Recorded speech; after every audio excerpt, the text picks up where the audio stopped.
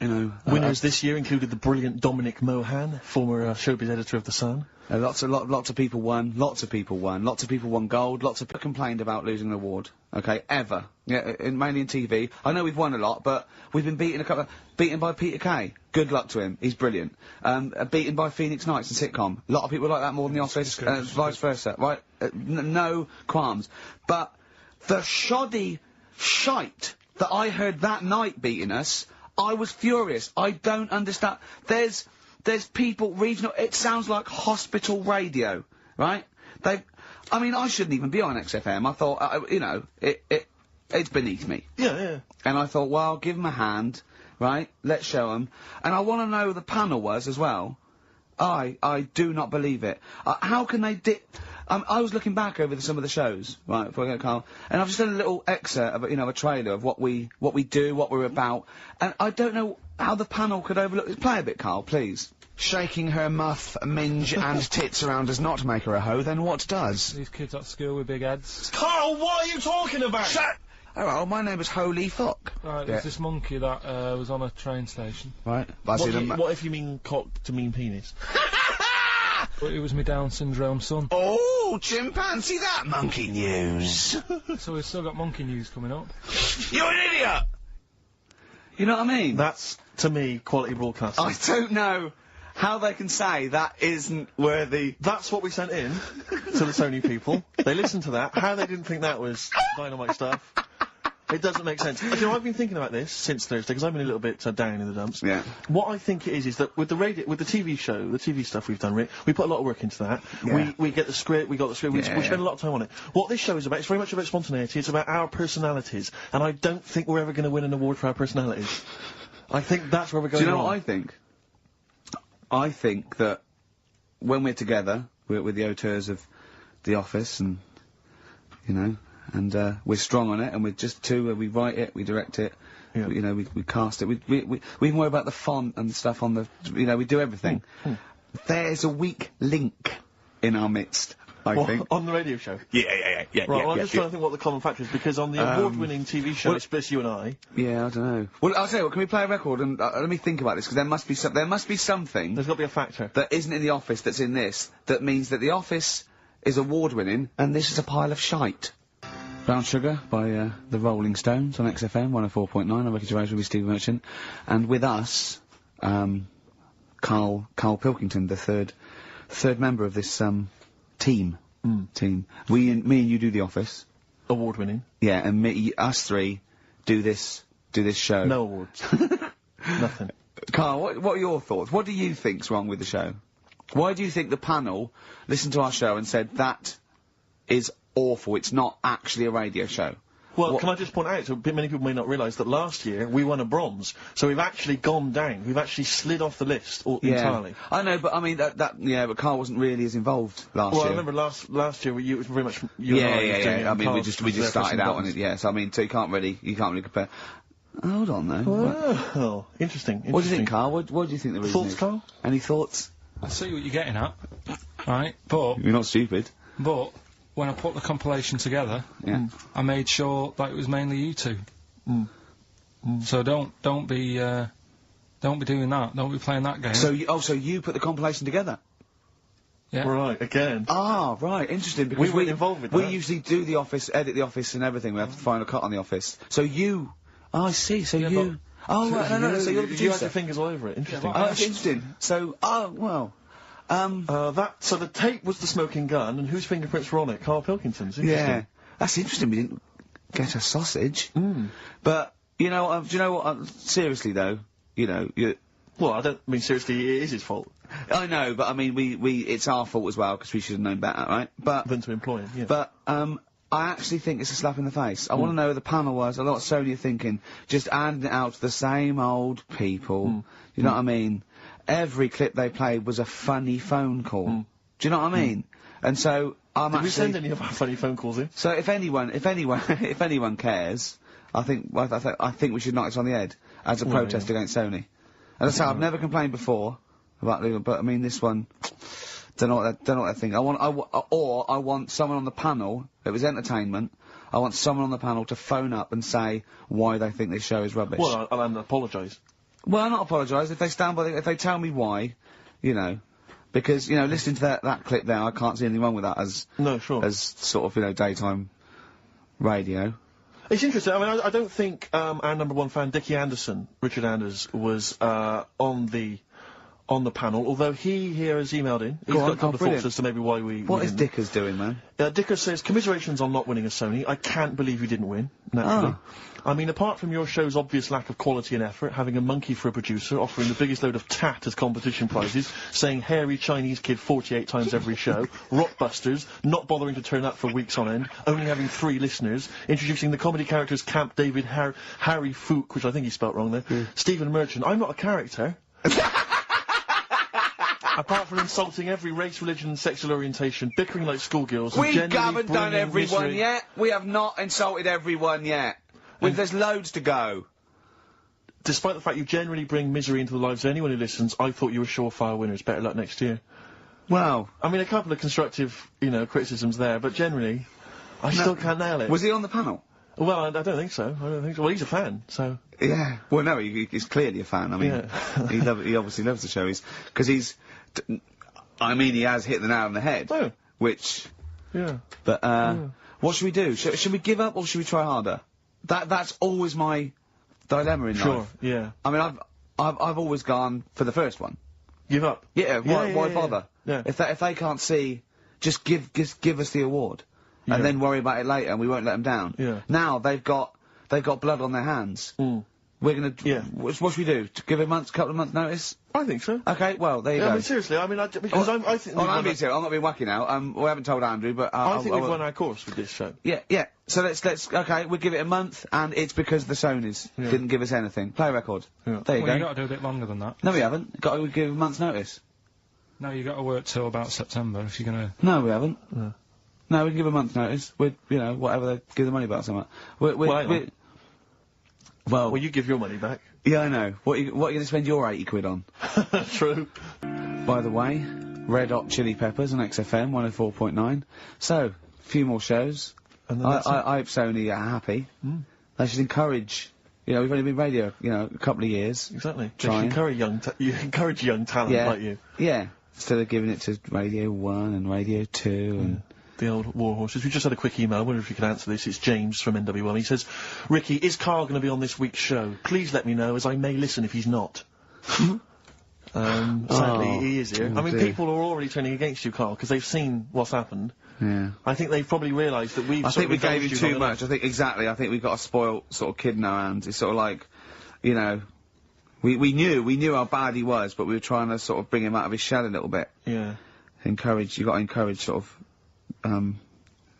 children like Karl. Well, yeah, exactly. Sort of fend for themselves. I like the fact that Dickie Anderson had that wonderful rant. I mean, it was an articulate email. It was quite long, and he must have typed it immediately. I'm thinking, because he's a fan of the show and he thinks I'm a genius, we need a PA. Sure. Don't we? Yeah. Do you reckon he'd come and work for us? Well, he can't be any worse than what we've already got. I know. You know. So, there you go then, we're giving up radio. We're going to concentrate on television. Karl's going to probably go back to what, your little... just doing your sound? The thing I won a silver for at the Sonys. Funny that, isn't it? Oh, you won a silver, did you? I got a silver, yeah, Oh, for, what was that for doing the proper job that I do here in the week. Well, no, it's 2 of you for a start. Yeah, well, there's 3 of us. Couldn't even get a bronze.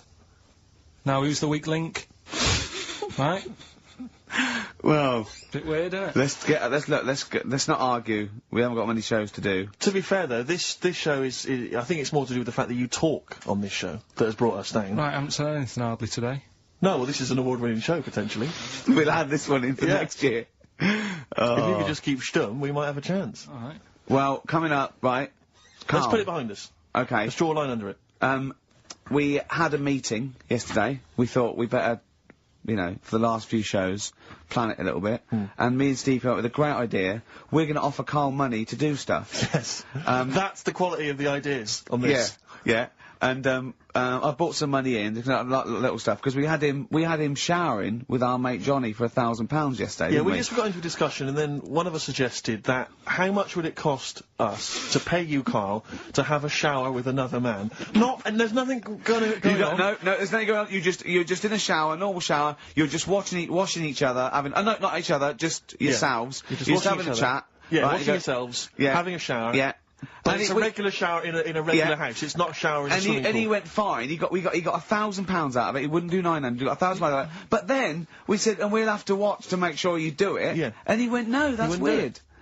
So, but why? This is what annoys me though, right? The whole idea of, oh, what would you do, right? So I bet you missed out there. When we started this chat saying, oh, I wonder what you'd do for money, it did start off with, would you rub Dale Winton's neck? Would you give Dale Winton a massage for 20 quid? No, but you have to say no, 500. We're trying to find out what your price is. What price, Karl, is the name of the show. So would you give, Dale Winton he's got a knot, he's got a bit of a knot, he's stressed, he's been doing supermarket sweep, and he's furious. One of the contestants was answering back, calling him names, and he's got all knots in his neck. You just give him a little bit of a, 5 minutes. A little neck massage. How much would you do that for? He's naked, and it's just a little neck massage. There's nothing going on. It's like... See, there You're naked as well, but it's just the two of you naked giving him a little massage. No, seriously. Would you give him... okay, would you give me a foot massage? For how much? Well, that's what's your price? And what are the rules, though? Can I wear gloves? No. No, just, Let's start off simple. Would you take off my shoes and socks? I'd do it for, like... 50 quid. Okay, no, 20 quid to take off one shoe and one sock, but like you mean it. You just take the shoe off, you go, and as you're putting down my sock, you pull the sock down slowly, you look me in the eyes and go, what lovely ankles. Seriously, how much? What price? 20 quid a foot. 20 quid a foot. That's got to be worth it. So 20 quid, you will take off my, we'll put on some soft music, right? No, I don't need it today. That's what I was saying to you yesterday. You always do you know what I mean? No, you don't. At the moment, I'm quite happy. Give it to a homeless person. Give it to a charity. Well, get him in here. Well, are you still going to shower with Johnny for £1,000? Not now, because you said, and me and Steve are just going to stand in the corner and watch. Well, we've got to make sure you do it. You might go in there and just, wet your hair and come out, pay Johnny 500 quid and go, yeah, we had a shower. How will we know? Sorry, I'm quite interested about the shoe and sock. I'm back to the shower. You just have to wash yourselves. Now, we have to inspect that it's really clean, because we want you to wash certain parts really... Right, well, why have you both got to be in there, then? Well, no, because one of us. Can we just take... yeah. Or can Steve film it? as evidence. Just as evidence. Or I'll tell you what, we'll leave the TV camera in there. With neither of us to be in there, then we can just watch the video. Yeah. Are you a couple of benders? Are you a couple of benders? No. No. But can we discuss further the taking of the shoe and the sock? Because I think there's £20 in. I'm willing to pay £20 to see that. So a little surprise for you there. That's Coldplay here. They're live through there. Thanks. Can you hear me? Yeah, brilliant. Do you wanna say a few words? I'll have a quick word with Chris, lead singer Chris. Chris, good to have you here. Hello. And how's it going with Gwyneth Paltrow? Brilliant. Yes. She's a lovely lady. Yeah, no, I thought so, yeah. I saw her in Shakespeare in Love. She's good in that, isn't she? If you would pass that on to her, just say I enjoyed that. It's going alright. You going to get married or? Yeah, so I marry either her or that Julia Roberts woman. Yeah, either one is good. Yeah. I know you're on holiday at the moment in Hawaii. I read in the paper today. No. You're actually here. I'm actually here. Okay. Got to go now, got to go. Alright, just a couple of quick See you later, Chris. Yes, see you, Ricky. So that's the sort of guests. That's the calibre of guests. We're just trying to up just like Jonathan Ross. We've got guests like Jonathan Ross. That's Coldplay, just popped in. So if you're the Sony people listening, you brilliant. And we've still got Karl to take off my sock for 20 quid. Okay? Let's do it now. Let's just get it over with and do it now. Come on, Karl, let's get our cash out then, Rick. There's £10 right there. No, you don't owe him, because he owes you 10, so I just have to pay him 10. Okay. Yeah. So, go on then, just take... Not whilst Coldplay are here. They've had to shoot off.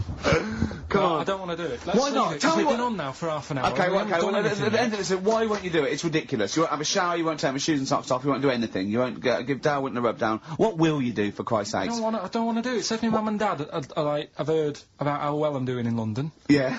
Right? They've heard about, you know, the Sony Awards and that. They're Yeah. talking to the mates. They're saying Karl's doing well for himself. Yeah. Let's have a listen to him on Sky. Yeah. They're tuning in. I'm taking off socks for money. What's it with that? That'll be the first time that anyone in your family has actually made, you know, money without stealing, thieving, It's or an committing honest- some kind of it's on- atrocity. Well, let's just do it quick then, the because first honest it's money. getting on my nerves. It's actually annoying. Excellent. Excellent, alright, well, Give me the you... money, Steve. No, what, he's just taking a tenner go. off Give me. you the tenner back. Right, okay. Okay, Then let's go like You've that. got to do it properly, you Do really it, don't let's say do it. that. You've got to... No, you've do it got to do slowly, it do it properly. slowly. Go on, do it Right, just gently... I can't see what's happening. Pretend I'm working on shop. There's nothing normal. Right, just feed No, back. come on, just get it done. What's I that? hear whistling. What's whistling? What's the whistling? Sort that out. I can't believe. Right. Okay, now do it properly, gently. Yeah. It's a sweaty trainer, which just makes it all the more... Straight Just away. gently caress it. There's someone watching in the office. Caress it there. Don't just gently ease the Gently shot. up, just gently up. Just like working on shoe shop. There's nothing weird about it. Just gently ease that I'm off. the best! I'm the best! Alright, now it's just... Right, now, let's just come on, stop. gently do it. Don't gently just rip it stop off. down, yeah? Yeah. Slowly, slowly. What- Tease it. Tease it. God, I don't like this! I just wasted a tenner and that wasn't Now, enjoyable at all. now, wait a minute, you've got to say... Say you've got to something nice say... about my ankle. Say you've got lovely toes and I love your ankle. You got nice toes and that. Well, say it I properly. don't like it anymore! Do it, and you've got to say, you've got to say for the tenor, otherwise you're taking it back, you've got to say what lovely ankles you've got, but in a sweet, seductive voice. Right. Right, you got nice ankles. That is not how you would seduce a say woman. it like You would that. not seduce a woman like that, Karl. Oh, I don't... Suzanne. I don't... Imagine that. I don't know. I don't feel good about it. Leave it off, because I want to see if we can get him to massage your toes. See, I don't know what's worse. I mean, I didn't like the feeling much. That wasn't very nice because it was all rough, and I you know, and he's a skinhead and he's playing on the feet. And then I thought, oh, I've degraded him, so I don't know what I feel worse about.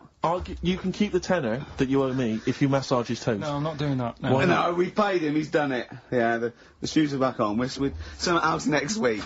Something else next week. Okay. If you'd like Karl to humiliate himself for money, email in. Well, Suzanne was surprised that I was like, last night I told her about it, and I said, Oh, why did you do that? I don't know what I feel now. That's not good. I don't know. That's not good, is it? and she just said, well, you know, you don't like chucking money away, and that. And it was funny because we got talking about, when we bought our first flat in Manchester, right? I bought a bed, right? I didn't have much money. And, what annoyed me is, I bought the bed and it turned up. And I said, where's the mattress? And they said, well, you don't get a mattress with the bed, you've got to buy that separately. And I was like, well, that's not a bed then, right? So I didn't have any more money. Suzanne's at work, so I thought, well, I don't want to stress her out at work and that, so I know we haven't got a mattress for the bed. I had a word with my dad, right? He knew a mate who had one in the back of a van, right? He said, I'll have a word with him, he'll let you have it. Got the van, brought it round, stunk of diesel and that, but I thought, well, it's free, it'll do. Yeah. They brought it up, I stuck it in the spare room. Suzanne got home, she looked at the bed, she said, that looks alright. She said, where's the mattress? I said, it's in the next room, but I thought I won't tell her because she won't like the idea. She went in, the room stunk of like petrol fumes and that. Yeah. She said, what's going on? I said, well, a mattress didn't come with a bed.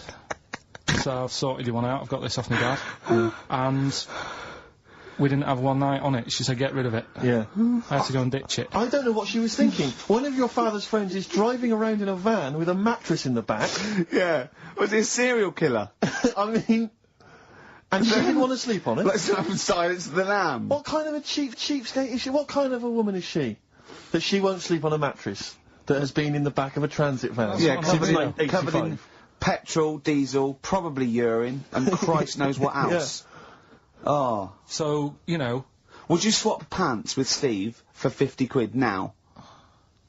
You don't have to look at him, you go in the toilet, he takes his pants off in the toilet, leaves them there, you go in, right, you come out with your trousers on, you go in, right, take your pants off, put his pants on, leave your pants in the toilet, come out, you got his pants on, he goes in there, you come out, you swap pants, at the end of the show you put it back. How much? when you say pants, what do you mean? Just Jeans? underpants, underpants. No, I'm not doing underpants. Why?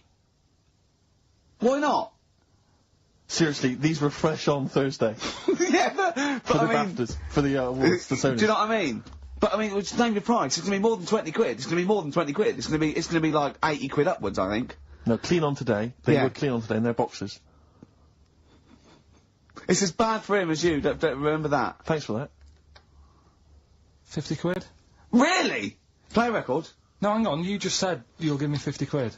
If you go and swap pants. I don't know what's in it for me, I don't know why I'm doing this. It started off as torturing Karl, but not only am I out of pocket, I don't actually want you two to swap pants or touch my ankles. Well, Steve isn't I don't know saying what no. I've done, this is... I'm the victim here. I've paid out and I don't even like it. Play a record, I want to think about this. I mean, I've got 50 quid if you... as long as we can swap the pants, but both be in the room at the same time. Band of Gold, by the artist who featured in, a recent Rockbuster, clue, which was, I think, the Jamaican fella needs an aspirin for his head, and that goes course to free the pain. Brilliant. Rockbuster's coming up, isn't it, Karl? We settled now? Get it going? No, let's I thought we weren't doing this anymore. I know, I don't know what happened. I don't know, what happened. I mean... But I mean, we're shooting off in a couple of weeks, so... Yeah. What difference does it make? Well, we might as well... Now you've mentioned it, it's a good time. Go on then.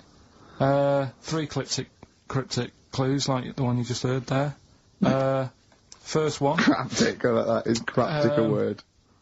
First one, my younger brother spotted you the other day. Right, that's the cryptic clue. My younger brother spotted you the other day. The initials JS. JFs for the band.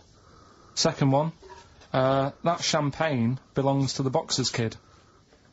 The way he looks up, like, it's Oscar Wilde. Yeah. It's, oh. That champagne belongs to the Boxers kid. The initials are AM. And the third one, the vibrators. And the initial B. What? Right? The vibrators. And the initial is B. So the first one, my younger brother spotted you the other day. Oh, I know that one, that's ridiculous. JS. The phone's going. Second one, that champagne belongs to the Boxers kid. AM. And the third one, the vibrators, the initial B. So, email in, and you win. We can say the prizes later, can't you? Well, I tell you what, this is terrible. I mean, we didn't even say the prizes, we weren't going to do this. The phone's going. Look at the phones, are going mental. Alright, well, Karl, did you ever do paintings and drawings at school and then bring them home and your mum put them on the fridge? no, not really. I never brought them home. What, did you just screw them up and throw them in the bin? I just left them at school. Yeah. 'Cause I'd never had a bag. Alright? Radiohead. There, on XFM 104.9. You see, I'm sick of it. no, wait, this is giving me an idea, because, I think what the best thing about this show is what happens when the records are playing. Because we sort of, that's an example, inarticulate. Yeah? Didn't have anything planned. Well, I started my mouth moving, but I didn't have anything planned. Yeah. Like, Why was that? Why don't you have anything planned there? What? Why didn't you know what you're going to say then? Because... What were you doing when Radiohead was on? well, I made Karl a new uniform that he has to wear in the second hour. What did I do? You got tissue paper, Yeah. Toilet roll, yeah. ripped a bit off, Yeah. made a little tie for me, Yeah. and put some in my ears. Yeah. So we had earplugs and matching tie. Yeah. And he looked good, didn't he? Yeah. He had earplugs and matching tie, and I squeezed it in there, and he went, I can't, it'll irritate me. So, I'm thinking of things all the time to make this more fun for me. Yes. And it is just like that. Can I, sorry, a quick question. Steve, just want to raise a little point. Go on. You say that you're spending most of your time thinking about how you can make this more entertaining for yourself. Yeah. Is it worth ever considering the listeners? Well, I think that if you're happy, they're happy. I'm not sure that's true. I've been monitoring a lot of the feedback on the email and stuff. Yeah. It doesn't appear to be the case. But that's because Karl won't go along with stuff. Sure. I mean, they could see on the webcam his little matching earplugs and tie that I made. I just did a cartoon that went for £350, right, on the website, right? So that's one now. Yeah, we're gonna do it. We're gonna make it really good. We're gonna give them lots of stuff and sign DVDs and everything. So that's great. 350 quid. Who was it? I think her name was Joanne. It's not definite yet because we haven't got the money off her. Wow, she's you know, you got to trust them, haven't you? And so I think people would love to have had a matching, you know, I'd have signed it and everything. Little matching earplugs and necktie made out of toilet roll. Yeah, yeah. You know, and he doesn't want to wear it. But I had a great idea for a show, right? We filmed the behind the scenes, right, of each show. Mm-hmm. So, you know, you get a CD of what went out, but you saw what happened behind the scenes, right? And it follows us through a week, right? And it's called X-Men 3. Ah, I see, because of XFM. Yeah. Right. And then we can film all Karl, what Karl looks like when I'm squeezing his head, what he's like when we're trying to make him touch us, all that sort of stuff, when he's getting all stressed out in the day and we just pop up, right, what he looks like, his little head, everything. And would this be broadcast on TV? Or? I think so. I think Choice, something like BBC Three. Yeah. Yeah. I mean, Again, it's because I mean, I'm very much in the centre of the storm. I'm very much the eye of the storm. Yeah. And I know that I myself would not want to watch that. Really? No, because it's... Any negative, Karl? He was like this when you came up with Cheap as Chimps. He wanted to drop Rockbusters. What was the other thing he didn't like? That other TV idea I had. Yeah, what, putting a baby in a room, setting it on fire and see if it can make his way out? Setting the room on fire. Let's not get silly. No, but he didn't like that, did he? I mean, I don't want to sort of... I don't want to blow my own trumpet, but it does seem to me that my criticism of those things is probably justified. I mean, Cheap as Chimps, where is it now? Wow. Donald McIntyre took it. Not really, Karl, not really. It is but a pitiful memory. Both your game show ideas are terrible. This TV show idea, I think, again, it's only interesting to you, Rick. This is what you fail to realise. You've got no sense of the greater public. To be honest, I'm just taking this from what people are emailing in. They're not interested in Karl. I don't read the emails. They're not interested in Karl. I don't read the emails. They're not interested in Karl? They're not interested in Karl. But if we did a documentary about him, like they did about Oliver, the human Z, or that's a different case. Or the girl that was older than her mum, or, you know, all those other sort of things. I think if we actually did a definitive documentary and got in doctors to talk about him, and showed him... That psychiatrist from Big Brother. Yeah, and just talked about it, and then showed him in his environment, I think it'd be brilliant. I think it'd be a brilliant show. But I think that's interesting. I think you're right. Some kind of anthropological study of Karl, fascinating. You making a little necklace for him, I'm not so convinced. But that'll all be part of it. Play record, let's think about this, because I think this is an idea. If any broadcasters are listening, like Greg Dyke, or, you know, we'd even go to Channel 5 with this, I think, wouldn't we? I mean, alternatively, if you'd like to incorporate Karl into some kind of Blue Peter appeal... Let's do so much. Let's just get Karl... Look at his face. How could you not... See, a lot of people still don't know what you look like, Karl. Play record. Turin Breaks. Painkiller on XFM 104.9. A couple of emails, Rick, that I ought to notify you about. Holly has emailed in. She wants us to wish her good luck. She says that she's one of 15,000 women who will be walking 26 miles around London starting at midnight tonight in their bras to raise money for breast cancer research. Prostitutes? No, just regular ladies, I think. Oh, right. But I was at a loose end, so that's something for me to do this time. I'll pop down and support them. Also, we got to say hello to Sonia, who's it's her 18th birthday, and we're going to play a little Smiths track for her later. So we're trying to be interactive. Yeah. I've seen how other DJs do it. They have phones. They go, and how are you celebrating tonight? Oh, we're just going out, Foxy. Have a good time. Here we go. This is, you know what I mean? Yeah. We've got to be. I've guessed we had Chris Martin in from Coldplay, which is going to be a lot. Well, Chris is still here. Hello. Chris, how did you come up with the ideas for your songs? Just make them up in my head with the guitar. And, how old are you now? 28. Thanks very much for that. More from Chris Martin later, I imagine. Cheers. And we've also had an email... Cheers. Thanks, Chris. We've also had an email from Jim. It's as easy as that. We've had an email from Jim. He says, on the subject of the postcards, his brother once met the bloke who posed for the photo on those biros that when you tip them up, the black ink kind of sinks away, and it shows him nude. And he was apparently an aspiring model, and he got paid $75 for it in Hong Kong in the 70s. Karl, would you have done that? Would you pose nude for a pen for $75? I mean, inflation, can't it? Let's double it every 10 years, say. So, yeah, so 150, 300. I'll give you 600 quid to post news for biros that we give away for XFM.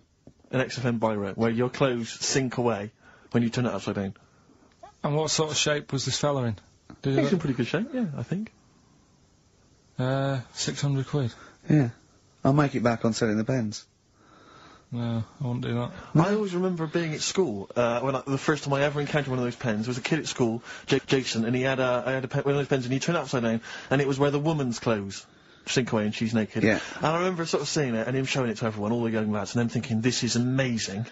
And I always remember thinking it was like the idea that it was sort of a way to cheat teachers. Oh, there's Jason, he's just got a pen there with a picture of a woman wearing some clothes. That's fine. Yeah. There's nothing wrong with that. If he brings a porn mag in, I'll have him. He's out. But I can't. But I've always imagined, can you imagine how embarrassing would it be to be caught masturbating over one of those pens? Businessman. Yeah, exactly. His wife catches him. I'm going to sorry. So what are you doing? I'm just doing some writing with this regular pen. Right, what? Well, no, don't turn it upside down. Can I just come round where you're sitting and just say, why are you naked? The only thing I think more embarrassing would be to be caught masturbating looking into a mirror. Well, for you maybe, for me and Karl, right? We should give the Rockbusters clues again one final time before we give out the answers. And I should mention the prizes as well, if you still want to enter.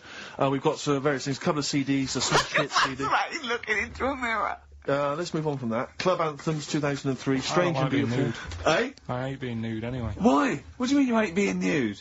It's not normal if you walk about. Do you walk about the house without on? No, because we've got windows. Yeah, but alright, with the blind shut or whatever. Well, I have a bath. No, with no, the but blinds say like with, with Jane and that. Are you happy walking about? No, I'll walk around in my pants or a towel. I won't purposely walk around nude for the sake of it, no. No, I know, but in the morning I don't mind when I get up. So I go for a shower. But I don't sort of flaunt it about. I just wondered if that's normal, or... Well, no, what do you mean, is it normal? If there's no one can see you, then... No, but your girlfriend's in and that. But what I mean is... Yeah. It's like... You can put a pair of pants on, can't you? Do you know, all I'm saying is... Well, put Steve's on if you want. Yeah, I thought you quit. What do you want? Do you want to put a pair of pants on now? No, it's just like you're asking me to do it for a pen. What would you do, right? What would you do, right, if you did that thing with Steve and you left your pants in there, and you went and you put his on, but it was sort of like it was damp. Right, so Rockbusters then. We'll get this out of the way, right? So the prizes, Karl. Mentioned there's a number of CDs. We've also got Wild Weather, a fascinating. It looks like 2 VHS set about weather, about various weather conditions around the world. That must be selling like hotcakes. Sean Lloyd could be in that now. Yeah, couldn't she? indeed. And also signed by Norman.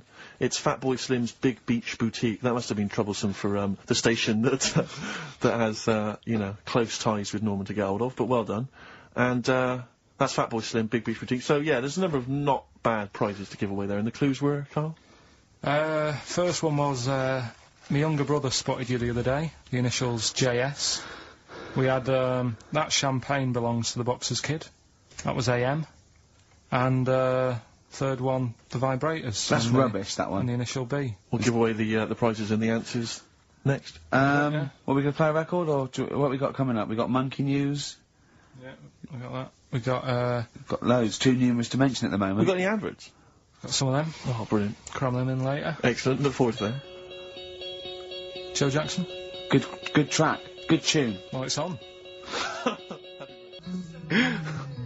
Different for girls. Joe Jackson on XFM 104.9. A retro cut.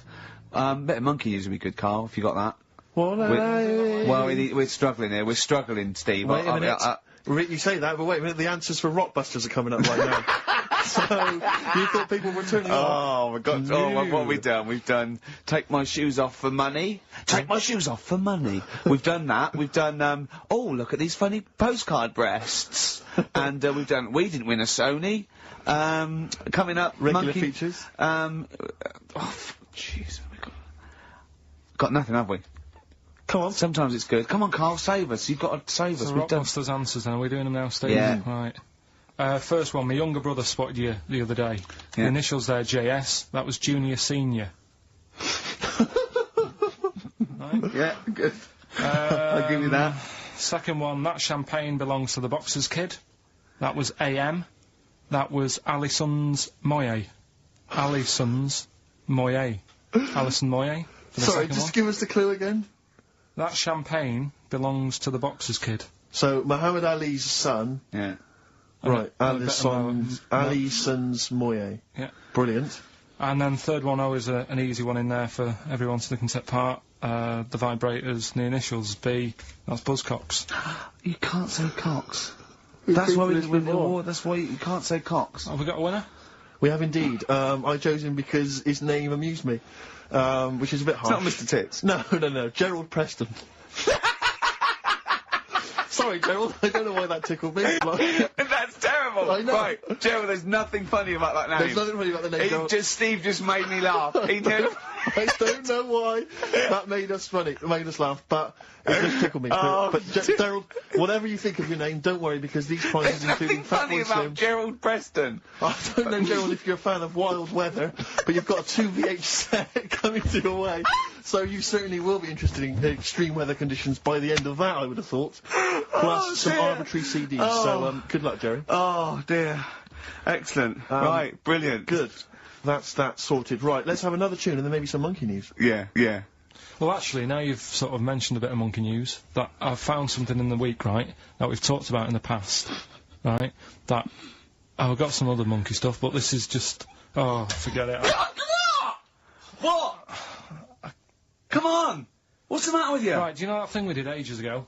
What? When we were out one day and we were talking about monkeys in a room with a PC, and if you leave them in there long enough... Yeah, eventually an infinite amount of monkeys, or one monkey in an infinite amount of time, will eventually type the complete words of Shakespeare, yeah. Right, we talked about that ages ago. Yeah. I said it wouldn't happen. No, it doesn't make sense. You can't say it wouldn't happen, it doesn't make sense. It's a mathematical conundrum. It doesn't make sense. Go on. Anyway, right, they got a couple of monkeys. Alright, so not an infinite amount then.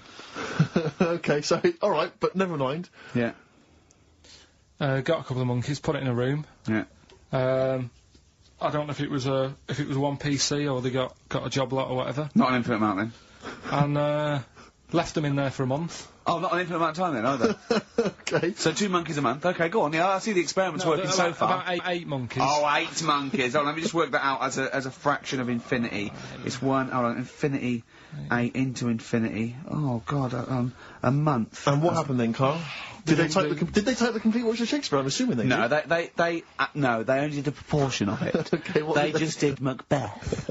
What happened then, Karl? Please tell us. They didn't have anything. They didn't come up with anything. You're an idiot, Karl. You really are an idiot. Play a record. That's ridiculous. What did you expect? What did you expect? Yeah, a bit of Keats. And Pastry of the Radio Times by one of them, the cleverest one. No, but what they did say is they didn't even write one word out. One. No, you don't. No, infinity or nothing. That's the point.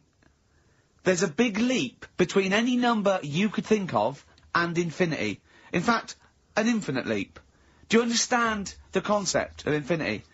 Don't rub your eyes. I lost him on Do You? Yeah. Didn't I? Right, play a record. Did they type nothing from like any of the Tarzan books? Nothing. But they must have read them. I mean, that would be their favourite, surely. I'm stunned. I can't believe they didn't even do like a transcript of Every Which Way But Loose. Yeah. I can't believe it. They must have chose some really thick monkeys. They didn't type any of Charlton Heston's speeches from Planet of the Apes. I can't believe it. It doesn't make sense. It doesn't make sense. You'd have thought 6 monkeys in a month would have done something. Yeah. At least a script for BJ and the Bear. The irony being, of course, with BJ and the Bear, that it was a monkey, not a bear. Really? Stuck in a moment. You can't get out of it by you two. I know how they feel. Oh, just a quick thought. I just had a sudden thought. Just a little update on something we talked about ages ago on the show. You might remember I said once that if I ever met Dido, I thought I had a good chance with her. Yeah, because she looks like the sort of woman that would work in, say, a photocopying shop. Yeah. And she'd probably be quite charmed by me. Or a secretary that sort of like wrote a couple of songs. Exactly. And the boss said, entered her in something. Yeah. And it won. She did them at the Christmas party. Everyone clapped. Exactly, yeah. Well, anyway, just an update on that. So far, nothing's happened. You haven't I haven't met met her. Nothing's going on. So okay. I'll keep you posted on that, Rick. I know you're interested. I imagine it's a foregone conclusion when you do, though. That's only the beauty of matter of it. It's, you know, when I hear you met her, you don't need to say any more. Okay, well, I'll just say, I'll let you just know. wink and say, I met Dido last night, and I'll go, say no more. Exactly. You don't need... I'll just look a little bleary-eyed. Yeah, yeah. And probably still wearing the same clothes. From the mace. Yeah, exactly. Right. Anyway, I just thought I'd keep you abreast of that. Yeah. All the best from London, Karl. Come on, Karl, cheer up. You've had a good week. Do you have to do a month's notice? little bit of friction between Steve and Karl. I think they're, you know, they're getting to each other, which is his underpants are pinching. Come on, Karl, cheer up. You're lucky. You know how many people would pay good money to... Karl, you had a good night out this week. You went to the Sonys, you had a free meal. Yeah, that annoyed me. I don't... You know, we came away empty-handed, but... Yeah. It was a good night, wasn't it? You enjoyed that? Did you enjoy that? I ate it, but go on. I'm just finding more and more things are annoying me. Really? Like, even... Like, at that Sony's night, right, you've got a lot of, respectable people going to that thing, you know, people who are high up at the BBC and that. Yeah. And... Just the way, you know, it's a posh night, there's people there with dinner jackets on and stuff. Mm. And then I went to the toilet for a wee. Old fella in there. I thought he looks like he's been in the, you know, the radio game for years, probably done loads of award-winning Sony stuff. Yeah. You know, all the BBC documentaries to do, in-depth stuff, and I thought, you know, I wonder if I'll be like him when I'm older, I wonder if I'm as good as him. Thinking all that, he's having a wee in the next urinal. Farts. I know. Yeah. He just farts. Old fella in a dinner jacket, probably hired. And I thought, But he's not even showing respect like to they that. try to, they think, well, I better do it in here. And it's sort of like a trumpet. And everyone just goes, yeah, that's fine. What's up with that? You know, yeah, I know what you mean. It's just the arrogance of doing He it. just did it. It sounded like a lost whale. And he didn't sort of go and try and clinch it. He carried on. And then he went, oh, that was a good one. Really? Old fella, must have been about 70. Oh, dear. And Well, better out than in. Yeah. But it's not though, I wasn't brought up like that, you see. Right. Because I did it, I mean, I never really did it that much as a kid. Sure. And then, I was at my mum and dad's. You never did it that much as a kid? What, farted? Yeah. Okay. Not just like, you know, as a joke and that. We are taping this for next year's Sony Award, aren't we? We're taping this, what we're talking about now, aren't we? To hand in. Because this is, go on. But I was at my mum and dad's, right? And, Suzanne was sat on the floor in front of me, and she was like, oh, rub me neck, it's hurting. So I thought, oh, and I hate doing that, it really it bores me, Well, right? she's your girlfriend, for goodness I sake. know, Yeah. Dale Winton's different, you're getting paid for that. Go on. So I thought, the only way to shift her, I'll let one go, right? So I did that. I love that! It's such a loving relationship. I love that! That's great! So like she's- doing the washing up badly. Yeah. She won't ask me again. What have you done? I've smashed the cups up and I've written in excrement across the wall. Well, that's no good, isn't it? Well, I won't do it again Give me then. the marigolds, I'll do it. I've nailed the cat to the fridge. What's up with that? Yeah. Go on. But yeah, so I did that, and it worked. She sort of got up and said, oh... And my dad said, what you do that for? Yeah. What was he thinking? So I said, oh, I hate rubbing a neck. Does me head in. So he says, you know, I've never trumped in front of your mother for 40 years. Sorry, where was this? Chigley? Why is this family talking like this? Young Karl, I've never trumped in front of your mother in the 35 years. What? I don't know what... No, it's just that he said, you know, we've done a lot of things in the family that I'm Hold not on, proud what of. And did he say that for? What, he's never trumped in front of your mother? He just offered that information up. Well, he just was surprised that I did it. He said, where have you got that from? Yeah. Whoa, you're lower intestines, I'd thought. What do you mean? You have to imagine there's a class of farting. Oh, we haven't told our kids about farting. He doesn't do it. We haven't told him about it. We don't do it in front of him. You have to learn it, do you? No, but there's a place. That's what I was always told. Go on. There's a place for that. Cornwall. So, and my mum, you know, it's the same. She doesn't do it. Right. If she goes to the toilet to, you know, do what you got to do, she makes sure, like, she'll sort of say things like, "Are you going out for a walk?" Are you going out for a walk? Does she think? Does she know that you're broadcasting this? Well, yeah. He's probably around at the neighbours now, listening. Yeah. Any of you going out for a walk? Yeah, just at the door. So she waits until everyone's left, or? She doesn't like the thought that everyone... Do you know, like, cats don't like you staring at them when they're doing it? I've never stared at a cat while it was doing anything. Have you ever had a pet cat? What do you mean? Yeah, go on. No, it's just that cats, you know, if you get them a little litter tray, Yeah. I remember being told, like, now when it does use it, don't sort of go and look at it. But it puts it off. I was the same as a kid. I didn't, when I had a What nappy... do you mean? Who comes and looks at you when you're on the bottom? No, when I was a kid and I was in a nappy, right, Yeah. I used to always, like, there was a corner in the kitchen that I'd always go to. And everyone would be Why do you go like... to the toilet? Because I had a nappy on. Oh, yeah, right, how old were you? 14th birthday? About 3 or something. Yeah. Right. And I used to always go to this corner, and Yeah. everyone said, right, he's going to the corner, don't watch, don't stare at him. The thing is, I can so imagine you because you've got the same head. Yeah, you look like a baby. It's just the baby's head. Putting that. Would you put a nappy on for 50 quid? Now. Yeah. Just sitting, just do your work, Well, right? anyway. Just sit in the right, corner. So I'm not doing that, right? What? So yeah, my mum's like that, and something else she's good. I mean, Okay, people might want to know. At a dinner party, oh, that's Mrs. Pilkington just in the corner, just don't look at her. Yeah, don't look at Mrs. P. She's just in the corner of our kitchen, don't just look at her. What's she doing? She's just doing her business. There she is squatting. Are you going for a walk? Sorry, you were saying, Karl. Another trick I've learnt from her, right? If you're using, say, a friend's toilet or something, and you don't want to leave your mark, just Go down the toilet and flush it. take a box of matches with you. Yes. Set fire to the curtains. Set fire to the girls' calls and distraction. Burn the place down, have a wonderful crap, and just leave when the fire brigade get there. Forget it. Who is it? It's Vines. Yeah. It's a good one. We don't go brilliant, do you? If you're going to talk, you do say something useful. Yeah. Vines there, homesick. Brilliant. No, come on, we should do monkey news now, because I know you want to save it, but I think you should put your best stuff first. You never know what will happen, you know what I mean? Always put your best stuff out there. Let me just get it out of the...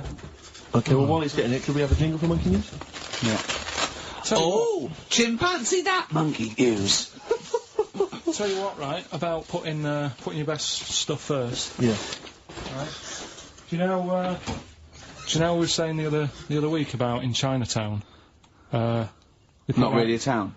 Well, it's not a town, right? And like the restaurants, they have like Oh, those old dead ducks and chickens just hanging in the window, yeah. an octopus and all that just Yeah. hanging there, Yeah. and that doesn't like make you want to go in, does it? No, sure. This morning, walking through Soho on the way in, walked past this sort of strip joint place. This woman said, "Do you want to come in, sir?" Right, turned round, she must have been about 80. So, you're equating her to a hangy bit of octopus. Well, you it's just say, a- are you performing? And a chicken. I'm just saying, again, put your best stuff at the front door. Yeah, good thinking. Right, anyway, bit of monkey news that's been sent in. Right. Gareth, in Catford. Right. Good work, Gary. Basically, it's about this monkey Oh, yeah. Oh, yeah. in the jungle. It's got a gig at an hairdresser's. What are you talking about? What are you talking about? What are you talking about?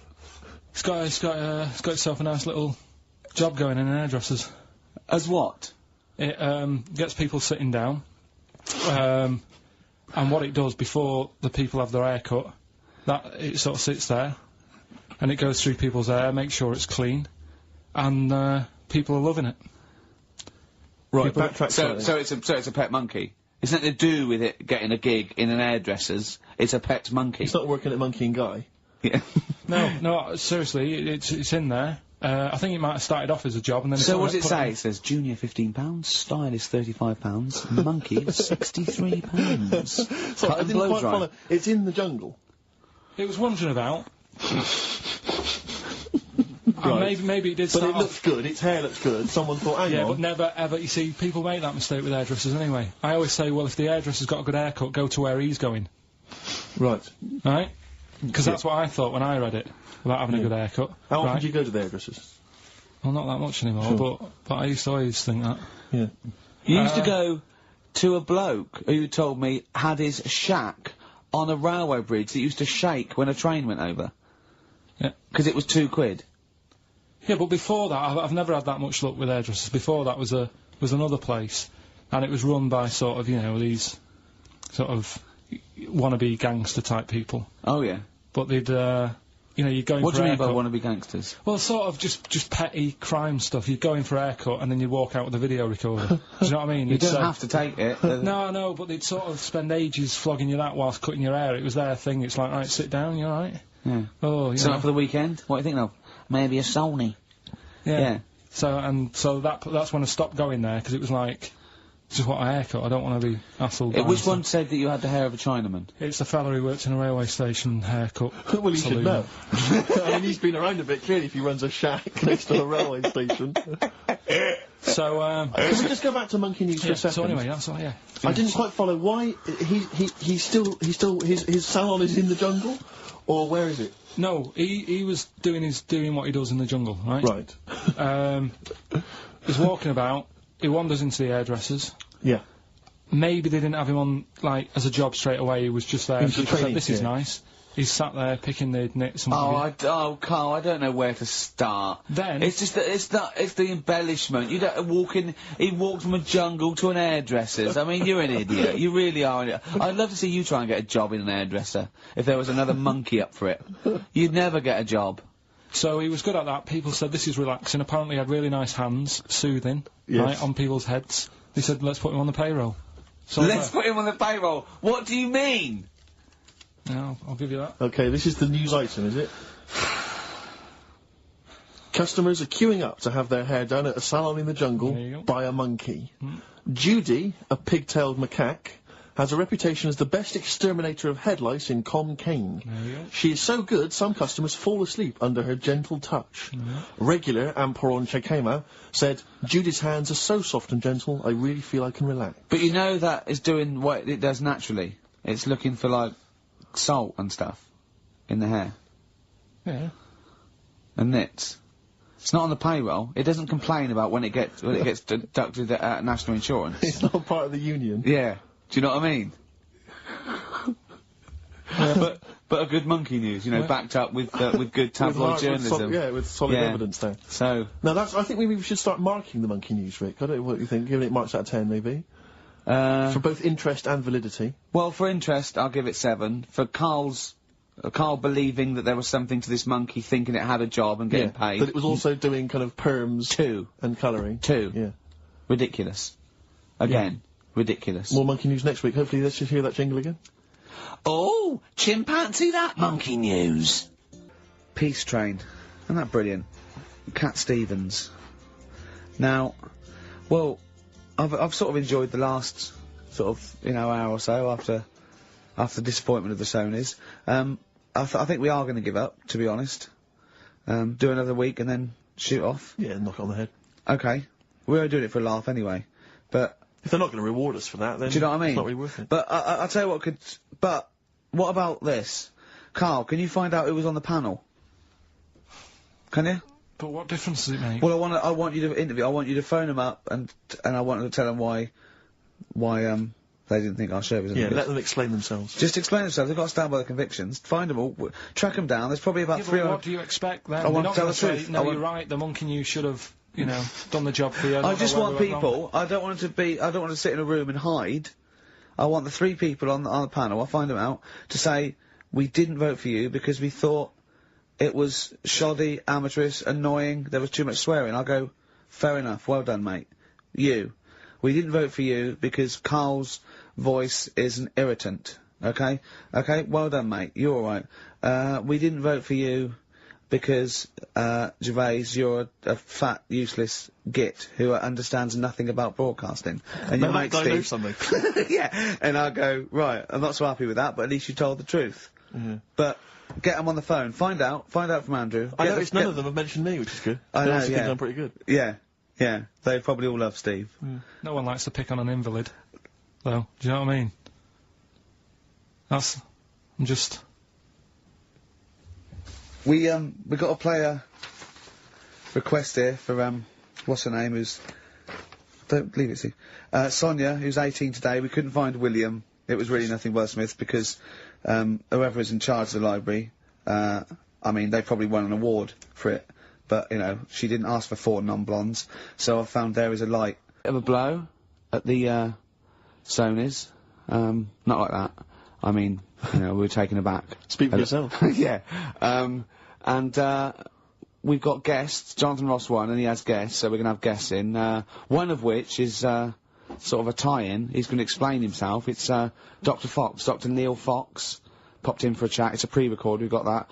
Although live in the second hour, we're going to have a chat to the girls from Tattoo, who are upstairs at the moment in Capital, and they're going to pop down and have a little chat with us. So we're really trying to, you know, make this more of an interactive show. We don't know yet whether we're going to give up or not. It depends how this show goes. Yeah, look forward to that. But we've got some great. We went down to the big library, so we don't have to rely on 4 non-blondes and the you know, the 2 jam tracks that are up here.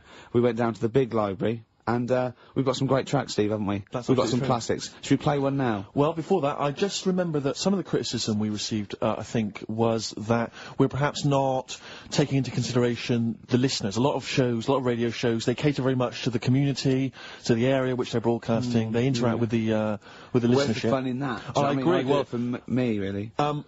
I'd just like to justify why we don't tend to correspond or interact with the listeners. Here's a typical email from Vicky, age 25. She asks, do you ski? Rick, that's her question. No, do you ski, yes or no? No, I don't. No, you don't. Right, there you are. Thanks, Vic. Brilliant. Keep those coming in. See, he's turned him against us, Karl. What do you think, Karl? What do you think of Steve's attitude there? It's alright. More insight like that coming later. Black Grape, Kelly's Heroes, next FM 104.9. I'm Ricky Gervais, with me Steve Merchant and Karl Pilkington, okay? Proper radio.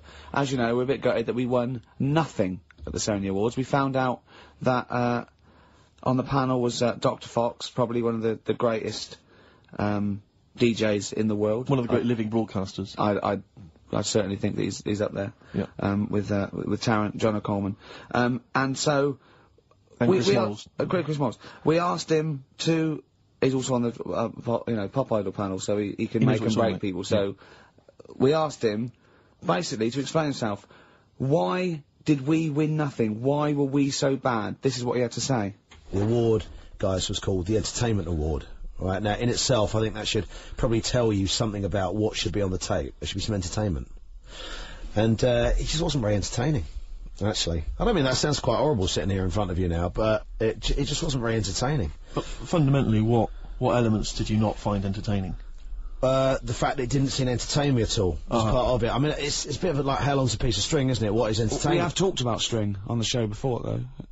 Then there were loads of people I'd never heard of in my life. And some of those were perhaps a bit more entertaining than you. The people that got silver, I think they were called Joe and Twiggy. They worked for a station in the Midlands, I think Trent FM. They were actually pretty funny. Funnier than ours stuff. Yeah, yeah, they were actually. Yeah, they were funny, and they seem to sort of understand their local. They seem to understand their market a bit more. And then I got onto yours. I think, oh, great, Ricky Gervais. Yeah, he's really funny in that program, isn't he? I must watch that. I'm going to absolutely die laughing here. And oh God, it was painful. How would you have improved it? Just listening. Bit of humour, be quite good. Bit of humour, essential, I would think, to an entertainment show. A bit of prep, you know, a bit so get in there and actually think about what he's going to do, perhaps. Well, right, okay. Well, thank you, Dr. Fox, for your honesty. We've got to the bottom. While you're here, can I just show you this? That lump. Do you still do prescriptions? Dr. Fox there. He was, you know... He was honest, he was blunt. He was blunt, you know, that's... I'd like a second opinion. I'm only joking, he's not actually a doctor. In fact, well, he used to be called Dr. Fox, and now he just calls himself Neil Fox. I think he's been struck off. No, he's Neil Fox, MD. Right. He's just... I wondered if there was some malpractice, that something happened. I mean, we Someone can't... was under, and he sort of, you know, he went a little bit crazy. Let's leave it there! Yeah. Because Froggy will not take that lightly. Who? Froggy. What do you mean Froggy? He's Dr. Frog now, he's changed it to not Fox. Right, he hated Fox. But are we going to heed his criticism? Because it was about, there was no preparation, we weren't funny, fair enough. Yeah. There was just really no content We in didn't the show. care about We didn't care about the show. the demographic we were meant to be aiming at. Just sounds like a lot of work, all that. Well, I think what we can do is we can take it all on board and immediately forget it and carry on, because it's easier. What about that? Brilliant. I'll tell you what we could do, though. Play some bloody great tunes. Well, thanks very much. Athlete. You got the style on XFM 104.9. I'm Ricky Gervais, with me Steve Merchant and Karl Pilkington, innit? Alright? Brilliant. Well, you know, the funny thing was, the day of the Sonys, the radar figures came out. That's the body that tells exactly how many listeners you've got, etc. And, XFM went down a little bit, across the board. Except one show, Steve, that went up 34%. Keep talking. Well, what show do you think that was? I'm trying to think. Would it be Zoe Bourne? No. Would it be Christian Connell Breakfast Show? No. It was this little mother of a show. Really? Up Yeah. 34%? Yeah. Everything else went down. We went up 34%. Yeah. So, maybe Dr. Fox should be listening to those figures. Indeed. Yeah. Will we get a pay rise? Will we get a 34% pay rise, Karl? Ooh, up to 80 quid a month. No, because for the last, like, 2 years, there's been nothing there, and you've still been getting the same money, haven't you? That's the way it works. There's been what, there? You're not paid per listener, are you? It's just... You know what I mean? It seems like it. I think they've each given us 5 pence. Exactly. Well, I went along to, I came in from the presenters meetings this, I've never been to one before, a presenters meeting, I didn't know they existed, and I just came in to annoy Karl. It was about 5 to 6, so I was going to get him as he knocked off. We're going to have a Sorry, and the presenters meeting is what? That's where they dish out which amusing news stories they're going to read out, is it? Yeah, or no, what order they're going to play, Athlete, Coldplay, Right. the Vines. And, I went upstairs, all the people were there, and, quite interesting, wasn't it? Karl? Yeah. You know why the figures went down a little bit? Go on. The war. Is that what they said? The war, yeah. At one point, I said to Karl, just how many listeners died in this war then? Because I thought he was saying that they were at the front. Yeah. Or XLM listeners went, well, I'm going. Yeah. I'm going to Iraq. Well, the reason our listenership Tell went... Zoe to tape it for me. The reason our listenership went up is that just tells you who's listening to us. Cowards, yellow bellies, children, women. People with fallen arches. Yeah. Terrorists. Oh, dear. Yeah, it was quite a good meeting. Now I saw some... So what exactly, is there anything I missed out on? Is it important No, they information? just, you know, it went down a little bit, except our show, which went up 34%. Up 34%, but Yeah, no awards remember for that. And then you went out afterwards, didn't you? Yeah, we went to a bar to have a couple of drinks and that. Yeah. And then, a few of them went onto Stringfellas. No, they didn't. Well, some of them did. Zoe Who? did. Zoe and, a few of the office people and that. I went home. Stringfellas? Yeah. To what? To watch lap dancing? To beat... What? Yeah, that's what goes on there, isn't it? I know, it's mad, isn't it? I've never been to Stringfellows, I don't know what happens there. But... No. Why would they... I don't know. I mean, I was talking to people about it the day after, and they said, oh, you missed out. I said, well, did I? I said, well, how does it work? They said, well, you pay... Never quite understood lap dancing. Never quite understood it. What is it? It's basically someone dancing naked rubbing their arse in your face. Yeah. That's basically the gist of it, is it? But you can't... The rules is you can't touch. Do they do a home service? I just think it's nearly, I've got to be careful what I say here, but it's sort of, I'm dissing Stringfellows or anything, but is that not sort of like one step down from prostitution? That's such an antiquated... What, are you from the 19th century? No, but I mean, what, it's like, it's, well, I don't quite understand it. I don't get it. I don't get it. Because the thing is, I said, how does it work? They said, you pay 20 quid, you get some clean money, sort of like little vouchers, that you stick in the knickers or whatever. Oh, God. Clean money? Yeah. Disinfected money, okay. Well, just like vouchers. Can you put loose change in there? Because I got a lot of that. But, I owe you. Yeah. Yeah, go on. 20 quid it is. Right. And, I just don't get it, because, I mean, I'm not tight with money or anything, but... No. You pay your 20 quid, they dance in front of you, but you're not allowed to touch, which to me is like going to a restaurant, ordering a nice big warm dinner, they put it in front of you, and it's like, well, you can't eat it, and you're saying, but it's going cold. I love the idea of some bloke sitting in Stringfellows, businessman, right, pays £20, there's an arse waving in his face, and he's going, can I not just... They go, don't touch. He goes, it's going cold! Look at it, it's going cold! Oh, that is brilliant. It's going cold. That is... I mean... See, Karl in the week was saying that he doesn't like sayings and phrases and metaphor and analogy, and I was going, you know, and he thinks it's sort of like, you know, one step away from poetry. But he comes out with the most evocative phrases. That is a straightforward analogy. Lap dancing is like being given a meal that you can't eat. See, that's great. That's how you saw it, and that's so much better than saying it's mad, you can't touch, or it's a waste, or you see what I mean? We were trying to inflame his enthusiasm in the week, and I said about different phrases, and he goes, well, why not just say the actual words? I was going, well, it's more poetic, and I told him the Isaac Newton one. If I have seen further than any other man, it's because I've stood on the shoulders of giants. And I said, well, that's because, you know, he's saying, you know, I'm getting lauded for being this great scientist and all these discoveries and being a genius, but I'm saying, you know, if it wasn't for those scholars before me that had come up with what they come up with, you know, I wouldn't have got this far. Karl went, what did you say? I just said, well, I prefer him to give me a name check. Do you know what I mean, though? If he stood there and he's saying how good everything is, don't just class me, don't sort of put me in with a load of other people. Give me a mention. If you were one of the other scholars? Yeah. Yeah, I think there were probably people that died sort of years before him. I think he's saying more that he's thanking the body of work these scientists and these great men had handed down, you know, through either books, material, teachings. He's not giving a big shout out to the collective science posse. Yeah, yeah. You know, thank you. Actually, I copied Nigel's. He's not saying that.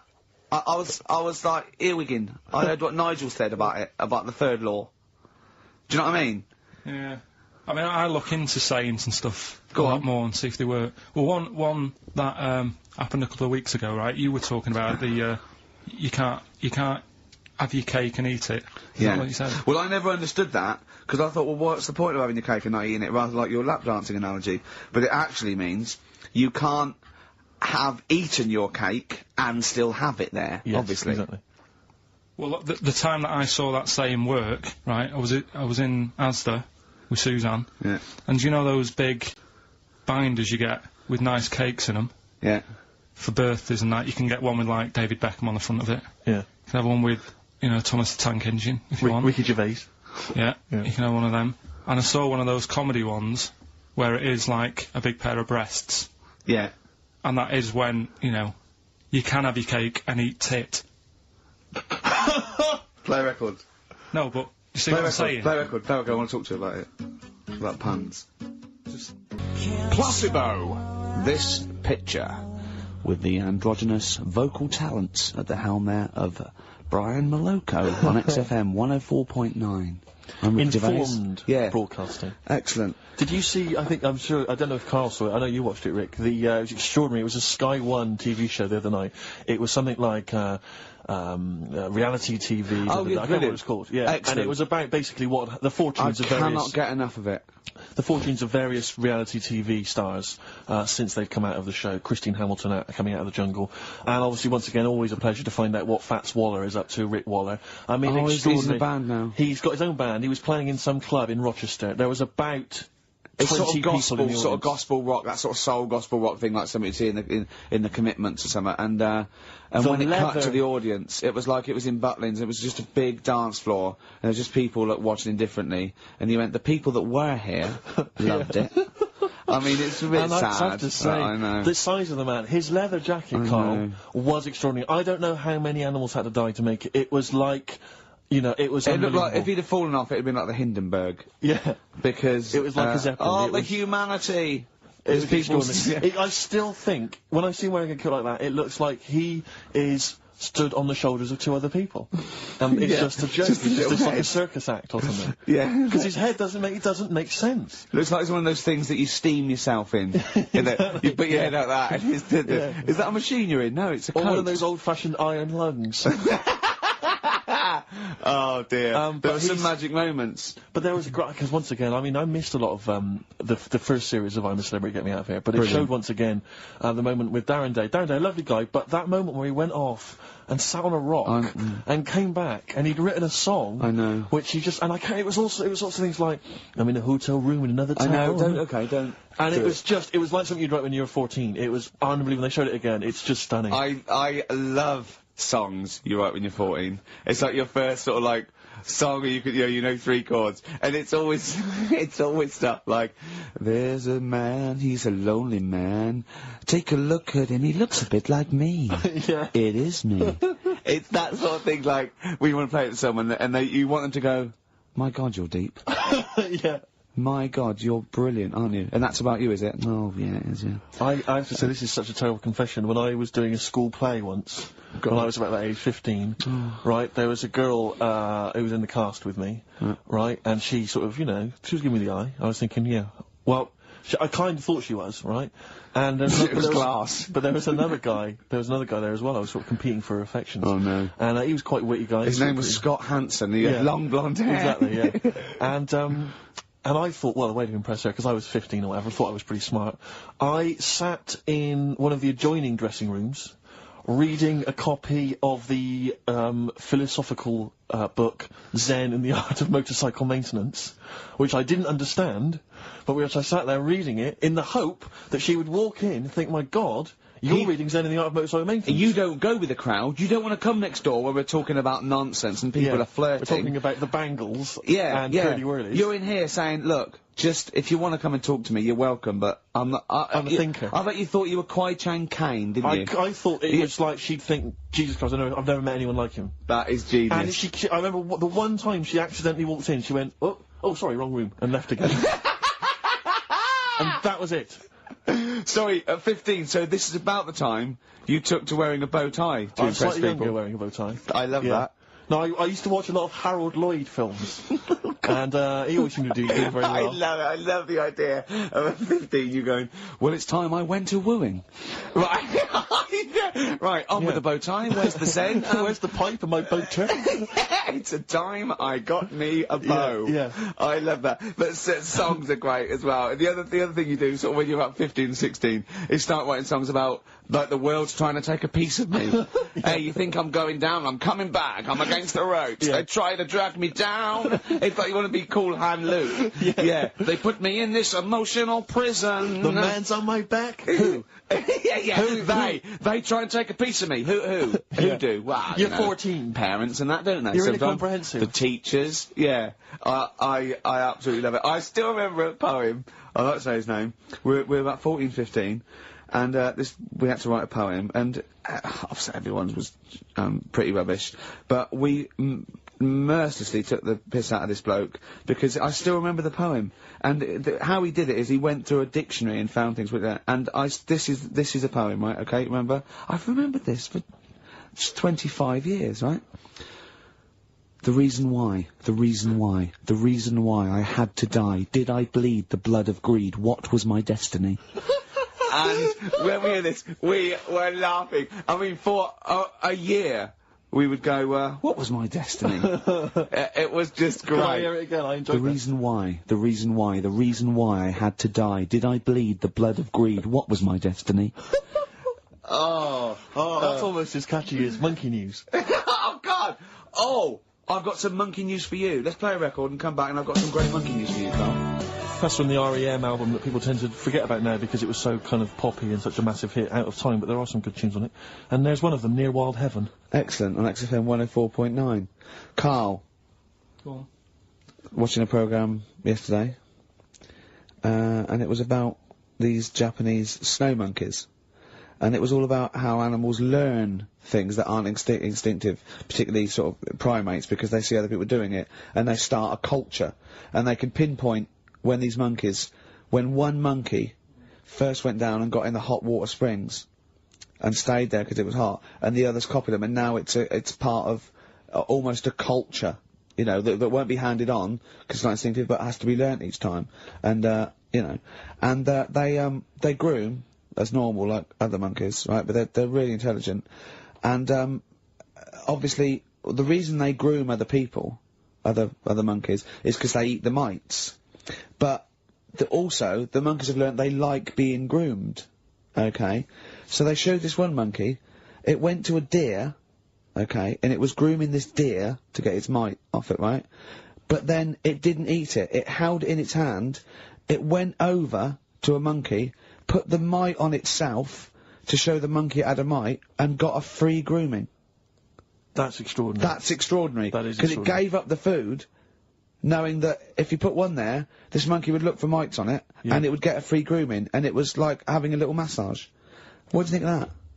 It's not bad. I've got some better stuff coming up later. On Monkey News. On the official Yeah, Monkey do you News. see that? Just see what mine though. Mine's true.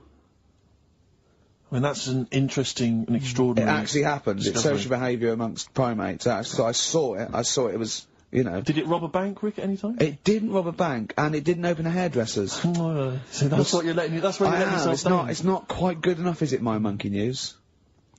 No, I've got some... See the difference where I named the species, explained it slightly, told you an interesting fact, as opposed to, there's this monkey, right? And, Look at him looking it's at wo- you. Yeah, He's not interested, Rick. Can I tell you now? Can I try and describe for people the face that Karl has? I'll tell you what it's like. It's like if you draw some eyes, a nose and a mouth on a balloon and then inflate it to about half full. That's what Karl's face looks like. That's what his head looks like. It looks like a face you've drawn on a balloon. Very small, the rest of the head huge. It's just that today I'm a bit tired, right? That's one thing. Why are you a bit tired? I just haven't been sleeping, right? Why not? I don't know. I've got a lot going on in my head. Oh, this would be like The Simpsons. If we could actually look in there, there would be two monkeys grooming now. Plus, you've been talking about like stuff that I can't relate to and that. So I'm What, writing poetry? Like what? Reading books? you know, what? doing poetry and stuff. I never did any of that. What did you do? Well, at school they didn't bother. They tried to get us to write more, right? Right. By Giving you a pen? well, they used to give us these school diaries, Yeah. little red book, and it was a way that they kept an eye on what you were doing out of school hours. Right. So some kids would write down, you know. Stole a bike. Yeah, Burn a what house down? Yeah. But when I was at school, around that sort of 12 age, I didn't get up to much. You have no money, there's nothing you can do. So every night it was the same thing. I'd get home, and I'd have to go to the shop, right, and get some potatoes and some bread every Brilliant. night, right. And I kept taking this into school. Sorry, what was it? Dublin in the 17th century? Yeah. What do you mean every day you went to the shops and got potatoes and bread? That's kind of what I had to get all the time. That's what we had. Why? What did you have? Chip sandwiches? Yeah. Right, And, so you went to the... Yeah, you went there. So I kept With your hoop putting and that. stick. yeah. I kept putting that in the diary, you know, every night saying went to U-Phase. That was the name of the shop. Yeah. What is it called? U-Phase. What is it, you or you? Like H-U-G-H. Phase. H-U-G-H, yeah. Oh, that was his name? U-Phase, right? Right. Used Yeah. to go there, get the potatoes and Bread. and that. I love the fact someone who's named a shop after themselves. I'm not going to say what we sell. It's named after me or nothing, or I'm not opening. Mainly potatoes and bread. White sliced loaves, King Edward's. And the teacher used to always say, just write something different in there, make something up. Because, like, you know, Monday, Tuesday, all the way through to Friday, every night, it was just, went to U-Phase. Went to you. So you sort of... You Are you sure it wasn't an advert? Sure he wasn't paying you to say, get my name in the book? Yeah. The only time that it changed, and she said, oh, that's made it a bit more interesting, was when it was my birthday, and I had to buy a cake. Potatoes and a cake. And she said, oh, that's good. Yeah. That was my 13th birthday. My mum said, I got home from school, she said, oh, you're 13 today. Teenager, big turnover. Go and get a cake. That's your experience of writing. No, what? Well, no, kind that's of, your yeah. experience of your 13th birthday. Oh, by the way, you're 13 today, go and get a cake. Yeah. Brilliant, big surprise? Was it a big surprise? Yeah. yeah, that is brilliant. I love it. That's That- the only sort of writing. What, Yeah. and they never asked you to write essays or stories? Did you anything? never write a story or a poem or a... The stories I did earlier on were, you know, you made them up, but it was that thing that I'd always end them with, and an alarm went off and it was all a dream. Every single one of them. Yeah. But they didn't, I mean, it was a bit of a... I bought some potatoes and some bread, then I woke up and it was all a dream. Then I went to shops and bought some potatoes and Yeah. bread. But did you ever do anything that write about an adventure when you were a spaceman, or you were in, you know, you were a cowboy, or no? All the teachers, like, had scams going on, so, like, in English, right, you'd go in there, and the teacher would say, right, what we're doing today is, got a load of brochures from Thomson, but they say, like, 1983 on the front, so I've got a load of stickers here that say 1984, let's see how many you can do in half an hour. You are joking. Did you go to school with Oliver Twist? Sorry, you are joking. I'm not, that's what they did. So the teacher must have been getting like a freebie or something for helping them out. Is this... Honestly, yeah, that's what it's... That is fantastic. They were all at it. Other than Mr. Fagan, you had... Yeah. And then when they saw Karate Kid, they had every kid washing their car going, wax on, wax off, hurry up. Yeah. I'm teaching you something. Wax on, wax off, paint the fence. So I'm just saying, you know, that's why I'm a bit quiet, because you're talking about stuff I can't relate to. And why didn't you sleep last night? I haven't slept well since I was about 12. Do you sleep well, Steve? Oh, wait, you can't let that go! I haven't slept well since I was 12. What do you mean? Do you know, like, a proper... I used to love going to bed as like a kid. Yeah. Whereas now it's like, oh, am I going to sleep tonight? And I sort of wake up about 4 times. Right. Whereas when you're a kid, I remember really loving, like, going to bed. There was one time where I actually laughed myself to sleep because I couldn't believe me luck. Is something wrong with him? What do you mean you laugh yourself? Have you ever had it when you're really tired and you get in bed and the pillows feel it's all cold, yeah. And it's like, I can't believe this. Yeah. And it happened twice. Once when I just went to bed and I was really looking forward to it, and also when I helped my dad out once, like, through the night. He worked at this paper company, right? And I helped him out, and I got in at about 4 in the morning with him. Got in bed, and I just was like, I was laughing my head off. I had to put the pillow over my head because I couldn't believe me luck. Like, I was like, oh, this is great. This. I'm going to sleep. I just have to say, life up north is so extraordinary. No, but you must be the easiest kid in the world to please. No wonder she knew she could just go get a cake. It's sort of like, what was he expecting me to say?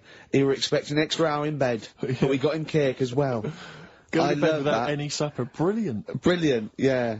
Your own bed. How long was it before you got your own... What did you used to do before? Just some straw in the corner? No, it's just that thing of when you're really tired and... And do you ever do this with Suzanne now? Do you ever laugh yourself to sleep with her? No, that's what I mean. She can't sleep because you're chuckling away. I don't know what's up with me. I've got a lot going on. What do you mean you've got a lot going on? I don't know. I was talking to the security bloke before saying, do you sleep? Have you got much going on in your head and stuff? And I don't know. He wasn't insulted by that, I'm sure. Going up to someone and going, have you got a lot going on in your head? That is brilliant. It worries me. It's interesting that your lack of sleep coincides with the diaries and the writing of the bread and potato story every day. I don't know if once you had that responsibility. Why don't you every night go to Hugh Fay's, get some bread and potatoes, you don't have to eat them, then go to bed, and I think you'll be chuckling yourself to sleep in no time. I'm stunned at Karl's rudeness, okay? That's badly drawn boy, by the way, all possibilities. There's a lovely chap just calls in, saying about... And Karl, because the record's ending, he doesn't say, oh, I've got to go to the record's end. He went, yeah. And he... So... He's probably still there. Well, cut him off. Well, just check if he's still there. He doesn't want to be on radio. He said he didn't want to be on the radio, but I think he should apologise. I'm still here, hello? Hello. All right. I'm still here. I did ask not to be put live on radio because I get very embarrassed. Don't worry. All we wanted to do is we just wanted to apologise for Karl's curtness and his rudeness. Now, all I want to say is to tell you unbreakably, this and have your audience with one puke of hair between 4 legs, okay? Thank you. There you go. Now, that's why I didn't want to go live on radio. But you are dead... when Christian got a little bit sick about being 13, then he got to go, whatever. You're the soundest station in the area. You cover... I don't like all the stuff you play, the station plays, but you're actually doing what's there. Thank you very much. You keep going, persevere, and you'll it's well worth listening to anyway, okay? Thank you, cheers. Otherwise I wouldn't... Can you hear us? Thank you, bye. Dead sound, mate, be careful, yeah? I mean, I can see why you cut him off. No, stop it. Man alive. We've had so many calls. Karl was getting annoyed. There were so many calls. And, we've had suggestions from, Ned saying talk about Jimmy Savile. John in North London. I've just got John in North London. What does he want to talk about? Oh, I've forgotten. Becca from Liverpool wants to talk about Tracy Emin and Damien Hirst. Art. Paul Andrews. Your mum called. Stop calling her. Tell her to listen to XFM. Yes, you, Paul Andrews, is about 38, at home with your wife and kids. Your mum just called in. I think someone wanted amazing monkey facts. I can't even do this right, can I? To be honest with you, last week we were slagging off Karl as being the weak link in this show. I think it's clear what the weak link is. Oh God, who's the bloke who wants Hayley to go with him to X-Men? See, I shouldn't make notes. What's wrong with you? If you didn't spend so much time squeezing his head and eating pies, we might get something done. Right, okay then, what should we talk about then? Right, play a record and we'll discuss this. Tracy Emin. Make Brilliant, your okay. bed. Make your bed. David Hurst. Stop cutting up sharks and things. Picasso. Alright? Right, Rockbusters, what have you got for us, Karl? Right. There we go then. 3 clues, Dig 3 us out of cryptic clues, couple of initials. Email in, ricky.gervais@xfm.co.uk, win some stuff. Do you want to go through the stuff? Yeah, You get them. You're I'll definitely read- improving yourself as weeks go on. We've got a 3 CD set of the best of Inspiral Carpets. How they've strung that over 3 CDs, I've no idea. Yeah, I know. Extraordinary. A number of other CDs, all of which are okay, plus a T-shirt and a copy of Marion and Jeff Series 1 on DVD. Not bad at all, in an XFM bag. Well, he's noticed X-Men 2 isn't there, because it's not out yet, but it is at the cinema, so I think Hayley should go with, what's his name? Shut up. Okay. Right, go on, Karl. Right, the clues are, clue 1. Oh, they're having problems. They haven't got any- This is... Right, brilliant. Rockbusters, this is what we I did in know. for. I tell you what, I think Foxy was really soft on us. I think he's... Oh, go on. This is what we tune in for. Okay, so this clue Go 1 on. again. So go on. This is brilliant. Come on. This is like Who Wants to Be a Millionaire? It's class. Come on, Karl. Don't worry about him. He doesn't understand radio, Karl. I heard his show before we had us. He was doing it. It sounded just like Dr. Fox. Yeah. Right, Go on. Clue 1. They're having problems. They haven't got any rice. Say it again and say it like it's written down. Right. Say it like it's like you're reading it as opposed to making it up as you go along. I know you are, but say it again, because all the ums and ahs people would think are integral. They're having problems. Do it again. They're having problems. They haven't got any rice left. Different! A cryptic clue every word, that's the matter. I And love that. what's the initial? CC. CC, and the clue again. They're having a few problems in that.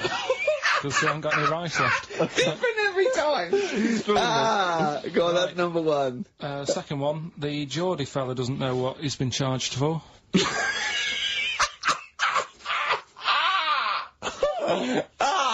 Okay, and what's the initials there? BW.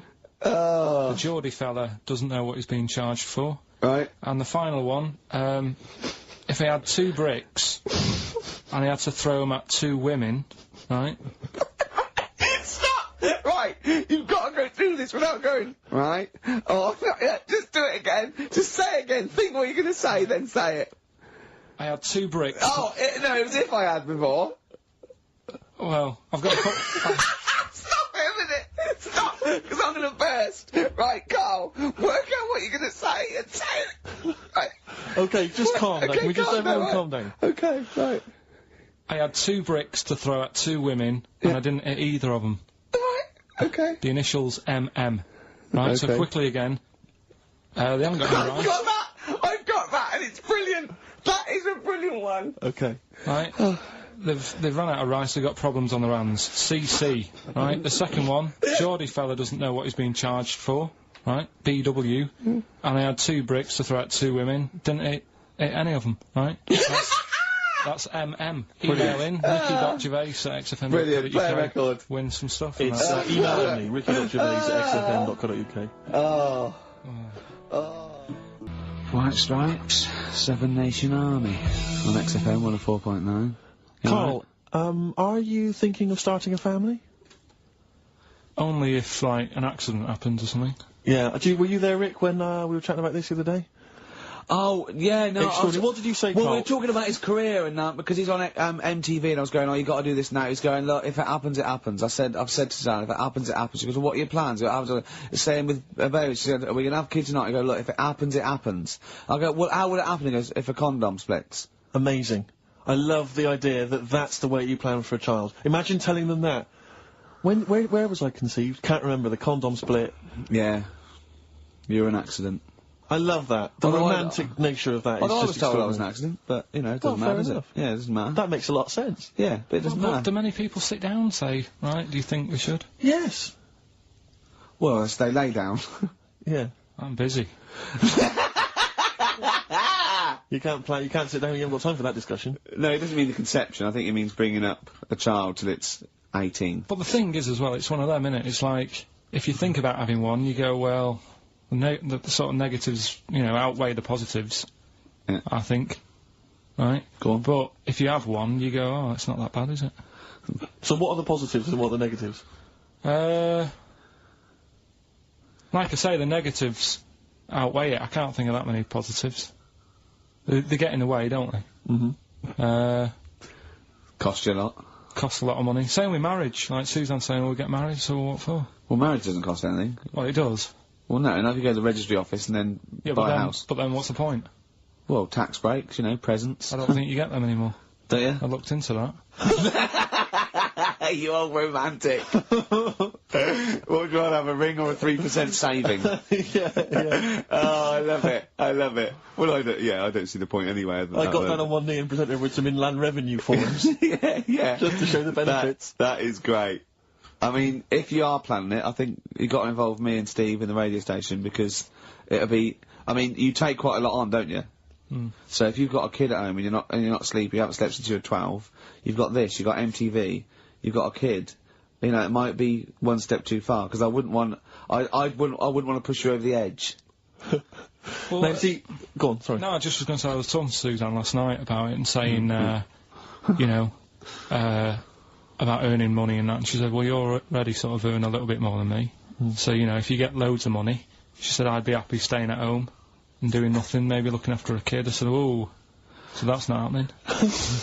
Right. I said, I could have a load of money now tucked away. I could have won some money and I wouldn't tell you. I still want sort of that cheque offer every month. Because I get a cheque offer to sort of pay the bills. Yeah. And I think you need to keep that in a relationship. Sure. Do you know what I mean? Work as a team. Yeah. Yeah, that's not working as a team. Of course it is. Well, no, you share everything. Sharing everything is working as a team, Yeah. whether Not you earn you most or whether stashing it's you. some 35 grand back. It's not like you think that, oh no, I won the pools, but I give her half, she'll get lazy, she'll just sit around the house doing nout. So Well- she's still got to go to work in a job she hates. Yeah. I'll tell you though, she thinks that it'd be the worst thing that could happen if we got a load of money. Because she'd want to go to Egypt, I'd say I'm not going. Why does she want to go to Egypt? I don't, that's what I said. No, why would she? Why does she want to go to Egypt? She wins a lot of money. She said it's meant to be pretty good. So the incredible wonders of the pyramids and the Sphinx and so on, that's not of any interest to you? I've seen it though on the telly and that. I don't want to go all that way just to see it. Exactly. Right. Yeah, exactly. That's To experience other cultures, other lifestyles, travel broadens the mind. Well, you don't. No, not really. You've seen enough different ones here, haven't you? Yeah. There's parts of Wiven. Oh, you haven't seen yet. Yeah. Okay, well, you don't want to make enough money. You don't want to make a lot of money because you're worried that Suzanne might want to go to Egypt. And then that'll be. No. And that's I going to don't tear you want to tell apart. her that I'm making a lot of money. I can still tuck it away. Right. And what will you do with it? When But when are you going to spend it? when What are you spending turn it on? up in a big converted limo, it goes da da da da da da da da da da da da da da. Come on, we're going to bingo. Where'd you get the car from? Never thee mind. Right? What? Won't you be suspicious? When you've got a pet chimp. You know what I mean? What are you? I mean, yeah. What would you spend it on? Is there nothing that you want for? No, I've never. No, there's now at the moment. Honestly, it's I'm quite happy. Do you know what I mean? I don't ask for much. But you're not happy. You're always whinging and moaning. Always whinging. Clearly, there's something wrong. What if someone gave you? Well, okay, right. Let's be serious. We're not talking about billions, right? But if someone gave you a cash injection, just a one-off cash payment of £250,000, okay, what would you do with it? I mean, that's too easy because that should obviously be a house. That should be the best house you can find in London. I'd probably want to go and see a tornado. Right. That's on your list. Okay. In many ways, he's so sweet, but I want to shake him. Can I just point out to you, Karl, I don't know if you know this, but if you get caught in a tornado, you do not whisk off into the magical land of Oz. And land somewhere nice. Yeah, and crush a witch. Still in your rocking chair. Yeah, it doesn't happen. It's quite dangerous. But you'd go into your tornado, number 1, fair enough. Number 2? What brochure is that in? That one. It's Texas, isn't it? Okay. Oh. Number 2? Texas. So he's got tornado number 1. What brochure is that in? Number it's 2. Texas, isn't it? It's Kansas, I think, mainly. Well, can I noticed someone's emailed here a link for, can you believe you luck, Karl? Monkeys for sale. Now, I don't endorse this in any way, but here you are, here's a monkey for sale here. Oh, that's terrible. $2,500. It says, male, very smart little guy, loves to play and gives kisses, wears diapers and clothes, has been around lots of people and loves them, healthy and loves to eat. Sounds like Ricky. How much is that? Well, it wasn't Karl, but it says loves to be around people. Yeah. There's a gibbon there. A gibbon for... Too pricey, though. It's like that Donald McIntyre programme he did, that Cheap as Chimps programme. He didn't do Cheap as Chimps. He didn't do a programme called Cheap as Chimps. You're saying that, but... Well, he didn't. There's at no point did Donald McIntyre do a programme called... Play a record a minute. Play a record. Lynyrd Skynyrd, of course, Sweet Home Alabama. Always worth a play, I think maybe once a month. Yeah. Brilliant. Karl, we're talking about having kids and stuff. I've always been quite thankful that Ricky's never wanted to have kids, because, I just think he would set the worst example for a child that he possibly could do. Just in conversation the other day, just happened to mention that he's taken to eating in the bath. Yeah, well, let me explain something. Right. I've got busy schedules, yeah. I get up, I meet Steve at a certain time, then I go, oh, I've got to go at 3:30 today, Steve, I'm working out at 4, I work out 4 till 5, I have to have something to eat before I go out, and I often meet Johnny for a beer at 6 or something, or go somewhere. So, I thought, oh god, if I go around and have a bath straight after, then I have something to eat, I go, well, I've got, sometimes there's chicken legs, right, and they're greasy. So one day I thought, hold on, I'll go to the bath with the chicken legs, I'll eat them in the bath, and it's brilliant. So I'm sitting in the bath, I eat the chicken egg, it's really greasy, right? I just throw it in the bin, go under the water, come up, I'm clean. I've eaten, I'm clean, I get dressed, I go out and meet Johnny. I've lined my stomach, and the good thing about that is that when I come home, after 3 beers, and I've eaten the chicken, I go, there's only bread left, I just wipe it round the bath, I got a lovely bread and dripping sandwich. That's not true, that bit. But I do eat in the bath. I mean, the second week of doing it, I was just eating in the bath. I think I was in chicken legs again. I'm eating in the bath. Jane walked past, just looked in at me, and she went, Christ, Caligula. Well, just me, a fat Roman emperor, eating. Caligula, to be honest, is just too cool and impressive. Not Caligula, Old Man Steptoe. Have you seen the one where he's in the bath eating the pickled onions?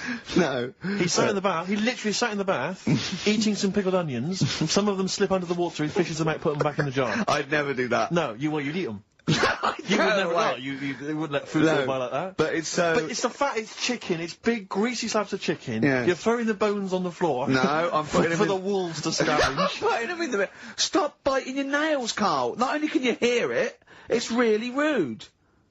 I don't know, what... Yeah, you're criticising him? Yeah. Criticising him for biting his nails? Yeah, you don't know where they've been. You eat chicken in the bath and then go under the water and come up clean, whilst sat in some water swimming with grease and fat and chicken bones and breadcrumbs. Well, I like to bath. I like to bath like 2 or 3 times a day. But do you not see why that's not cool and impressive? It's not like we're all going to go, why haven't we all thought of that? To be honest, though, Steve, that is the only time I eat oranges. I know what you mean.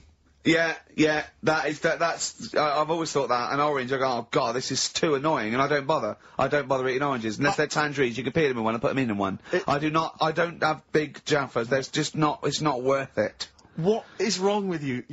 Firstly, have you ever thought about cutting an orange into 4 quarters with a knife? Waste. What do you mean a waste? More washing up. Yeah, right, so this is what you got, this is why you can't sleep at night. Because you're thinking, I've got to run a bath and have an orange. I haven't got time. I'd love an orange now, I need the vitamin C, but I've got to run a bath for it, at least have a shower. I'm going to be in there with another man.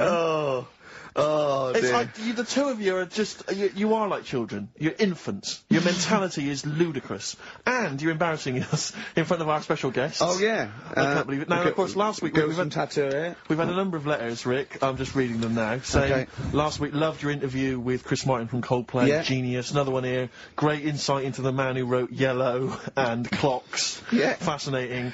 Steve Merchant's interview with Chris Martin was amazing. He showed his own TV show. Yeah. Just some of the letters we've received. BBC for it. Yeah, So yeah. this week, we're very lucky to have with us Russian pop act Tattoo. Round of applause for them. Lovely to have them here. Tattoo. Now then, of course, there's been much controversy that your kind of lesbian shtick is just something to try and whip up some press attention. Yeah. Is that- We are proper lesbians. We love fanny more than cock. Okay, brilliant. And Tattoo, lovely to have you here. Thanks for coming. Yeah. Now then, you've got some live gigs, I understand, planned. You know, duh. Okay.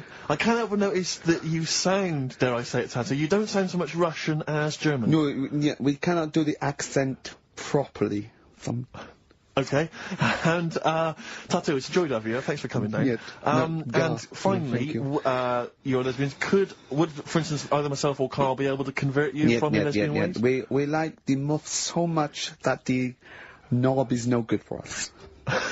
Alright, well, thanks very much, Tattoo. Yeah, thanks, Tattoo. Thanks very much. Cheers. Extraordinary. So- Next week, share. Brilliant. So if you've got any guests, special guests you love us to interview, then let us know. Ricky.Gervais@xfm.co.uk. Carl's face. And we'll try and get there. Oh, dear. Play a record, Carl. Rockbusters answers next. I was going to say, well, do you want to do that? No, let's do it next. After the Just record. was gonna say something. What were you going to say? About gays and that. What? In a bit. What were you going to say? Oh, we'll look forward to that. Martina Topley Bird. Need one on XFM 104.9. Right, there goes the girls from Tattoo. See you later. Well Thanks, done. girls. Cheers. Lovely Right, couple of listeners Carl, what were you saying before we cut you off? Yeah, it's just that, you know, you had the girls in and that, and it reminded me, I was talking to Steve in a week. Yeah.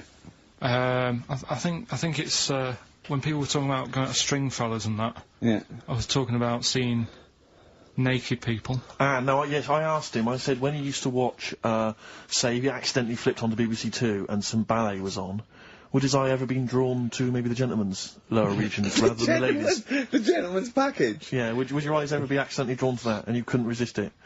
And Did you you- said yes. Yeah, because, right, Oh, and I don't think dear. I'm, Oh, dear. Well, go on, I mean, fair enough. no, right, I'm always looking at the beautiful ladies, but fair enough. yeah, No, go on. but, right, Have you ever looked at Wayne Sleep's testicles? I went out, Have you ever looked at Wayne Sleep's penis and testicles?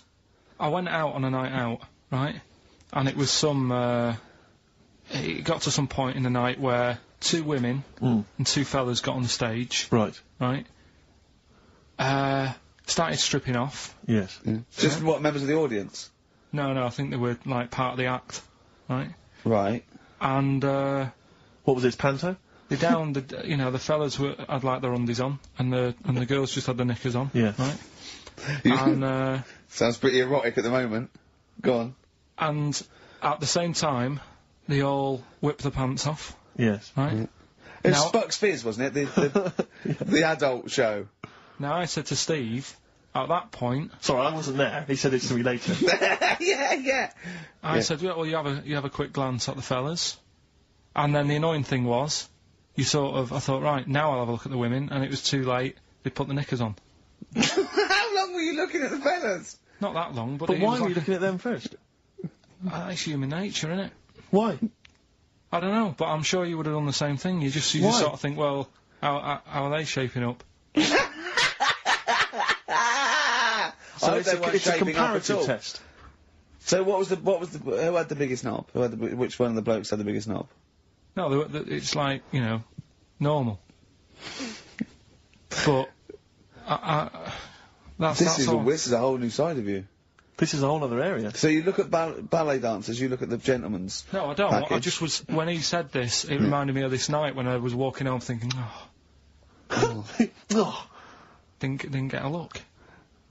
Because I was messing where around. was this? What event was this where people are stripping off? Carl, I tell you what, you are the most interesting man I've ever met. But are you comfortable being nude and that? We've done this. Well, I don't know what this is. We did this last week about, are you comfortable being nude? No, think I know, I was talking you're about probably that. most comfortable being nude. It's just probably not in public. Well, Ricky's only really comfortable nude when he's eating. yeah. There's nothing to get, Yeah, you can just wipe spilt on yourself it. down. Yeah, you just sit in the bath. Yeah. No, but I talked about that, and then when I went home, I was talking to Suzanne about it, and she said, "What's all that about? You don't like being nude, right?" And I said, well, "It's not It's like I'm part of an Alan Bennett play. It's just, I love the way you talk. Remember once, right, I don't know if I should talk about this, really, but... Well, that means you should, so go on. Go on. Oh, yeah. Right, we went to Tenerife, right, 1 year. And I was still living in Manchester. I'm scared now. Yeah, that I don't know Wayne what's said that. I'm actually No, scared. I'm thinking about Suzanne, but she's Well, working. I don't want to know anything about Suzanne, Come to be on, no, honest. but If go it on. was- It Go on. involves me more. Let's Go hear on, the story. go But on. I'm just explaining to you that I don't like being nude. Yeah. Go on. So you're in Tenerife. In Tenerife, right, didn't have much money, stayed in this apartment that wasn't that nice, right, had cockroaches in it and stuff, right. Didn't have much money to go out at night. So we're in this sort of death trap of an apartment, right. Anyway, so when I was younger, right, had a bit more energy. So, He's 30. 80, I know. so, you know, start having it away a bit. It's a joy. Beautiful. It's So, good, yeah. I'm in here to wow, I love it, go on. Right, so, you know, doing what I do, right? Yeah. Someone starts banging on the door. So Suzanne Everyone's says, at it. Right, so you mean knocking on the door? Right, okay. knocking on the door, right? So Suzanne said, you better get it. So I said, oh, I can't get it now, can I? I'll have to wait a bit. Right. I can't go to the door. Go on. So the banging's getting louder. Yeah, Someone at the door. yeah. And she's like, hurry up, it must be important. I'm like, in a minute. Just... So anyway, I don't want to know anymore. stick... Keep Well, going. leave it. No, No. come on, finish the story. Open the door. It's a fireman. So I just stick my head round, and he's going, you'll have to get out. The building's on fire. Right? So I'm like, in a minute. Sorry, you weren't still having sex at this point? No, but, you know, Right. still sort of got to wait a minute, or I can't get my pants on. Oh, Carl, I wish I'm so sorry. Right, go on. To the So listener. now, So the, what- the place is burning down. So it could be a serious big fire going on. Yeah. I'm sort of waiting. You can hear people sort of screaming and that, panicking. Is that because the door's open and you're nude? The fireman's saying, will you get out, will you get out? I'm saying, in a minute. Right. And Suzanne was saying, you know, think of something that's not sexy. Sure. So I was thinking of people, you know, thinking maybe down in a fire might sort of calm you down. Yeah. Then the fireman said, we need a big pole. Yeah. Yeah, Sure, go on. But what I'm saying is, that, to me, I wouldn't have wanted to go out and be safe over, do you know what I mean, over being naked. I don't like walking about without on. So what I'm saying is, even if that fire... I love the idea of everyone huddled in there with all the firemen. It just, the camera's panned along and it's Carl. Yeah, a Just typical news report. naked. With still But would standing you proud. have gone out, we're now on, But why do I have to go out with now on? I'll just grab a pair of jeans. alright, but you've just, you know... What? There's a fire, Karl! Yeah, but can See, you no, imagine if not you- everyone looks at men's packets. That's only you, remember. Most of the other firemen wouldn't be going, oh, look at him. But He's what I'm pleased- interested in is he's how pleased long... to see us. Karl, how long did it take? And did the thought of dying in a fire help? After a bit, but the fireman sort of had a go at me. Sure. What do you mean? Well, he wasn't happy that I was dawdling. Well, to be fair, But what can you do? Answers on a postcard. To the usual address, XFM, care of Leicester Well, Square. let's just get these right. Let's play a record, let's have Rockbusters and Monkey News. we don't have time for afterwards. monkey news. We'll squeeze them in. Wow. Life on Mars by David Bowie on XFM. Right, come on, we're running out of time. Blockbusters. The Rockbusters. results in... Sorry. Oh, what a giveaway. Oh, no, embarrassing. I've given it away. Straight into monkey news. Go on then. So, yeah, Rockbusters, what were the clues? Right, the clues were, the first one was, they're running out of rice, so they've got problems.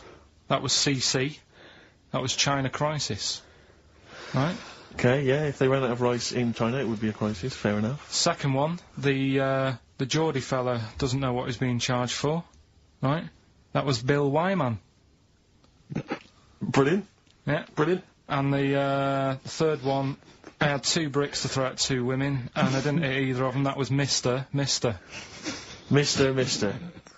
I let him up. Those were alright, those. That's extraordinary. The winner, Gina. I think Gina Ferry. Well done, Gina. And the reason I gave it to Gina is because she's included, and this is a wonderful segue, some monkey fact information of her own. She says, apparently, that the group Chumbawamba got their name from one of those monkeys in a room with a typewriter experiments. Someone did it as a joke, and Chumbawamba was a word that was typed out, and that's where the group got their name. And apparently. their lyrics. Absolutely, yeah. Which is good. So let's have official monkey news. Play the jingle. Oh, chimpanzee that monkey news. Right, we've got to be quick. Go on, But this is something that was sent in to me ages ago, and I don't know why I haven't done it yet, because it's brilliant. We were talking about monkeys typing, the Shakespeare theory and all that. Well, this is about a little monkey called Marty, right? Basically, it's in some science lab, right? It's in there. It was wandering about out of its cage, right? The lab fella was busy on the phone or something, right? And Typical. it's wandering about. It goes up to a PC that's in the corner, a little computer, types down, "My name is Marty," right? So the fella got off the phone, saw this on the screen with the monkey sat there, says to his mate, "Have you done this?" Right, hold on, Carl. Let him finish. Before you question, always let him finish. I don't know what to do. Time's against us. Come on. He said, "Have you done this?" He says, "Done what?" He said, "This on the screen here saying, 'My name's Marty.'" Right? He goes, "What are you talking about?" As he's having an argument with his mate saying, "You're lying, you did it." Monkey's sat there, typing, "This isn't a practical joke. My name is Marty." Right, and that's the end of the story? I'm not coming in next week. I think we need a week off. I actually think we need a week off. It's doing a web chat or something. You can go online and have a chat with it. The monkey's doing a web chat? I don't know. Has he got his own website Carl, yet? His favourite Buffy the Vampire Slayer Have a look at that. Have a look at that. Right. Do you believe that, Carl? It's all there. No, but do you believe it? Do you believe that monkey could type that and then say this is not a practical joke when he's still arguing? Weird, isn't it? Oh. What do you reckon, Steve? Yeah, well, it's obviously a wind-up. It's a joke. It's not even... You haven't even got some of the facts wrong. It's just a wind-up. Have you noticed the date? Is it April the 1st? It is April the 1st. You are joking. That it was sent. You're an idiot, Carl. It was sent on April the 1st, Carl. So you're saying the monkey knows it's April the 1st, but you And don't it's doing believe... a wind-up, yes. Yeah, I think the monkey has thought, I'll do it on April the 1st so that people think that it's a wind-up, but in actual fact I am a monkey that can type and read. It's a shame you never went into investigative journalism. You could have brought down, you know, the Watergate scandal. Poor Karl. Well, I was thinking of a song that sums us three up. Yeah? What are we? What do you think? How would you sum us up? Tricky. Well, young, gifted and black. True enough. Apart from a couple of them. Yeah, well, we're not gifted. No. And we're not very young. No, I'm certainly not. Should we take a week off? Yeah. Should we maybe just knock it on the head altogether? We'll take a week off and see what happens. Okay. See you next... No, let's not see you next See you in week. a couple of weeks. Yeah. Cheers then, Karl.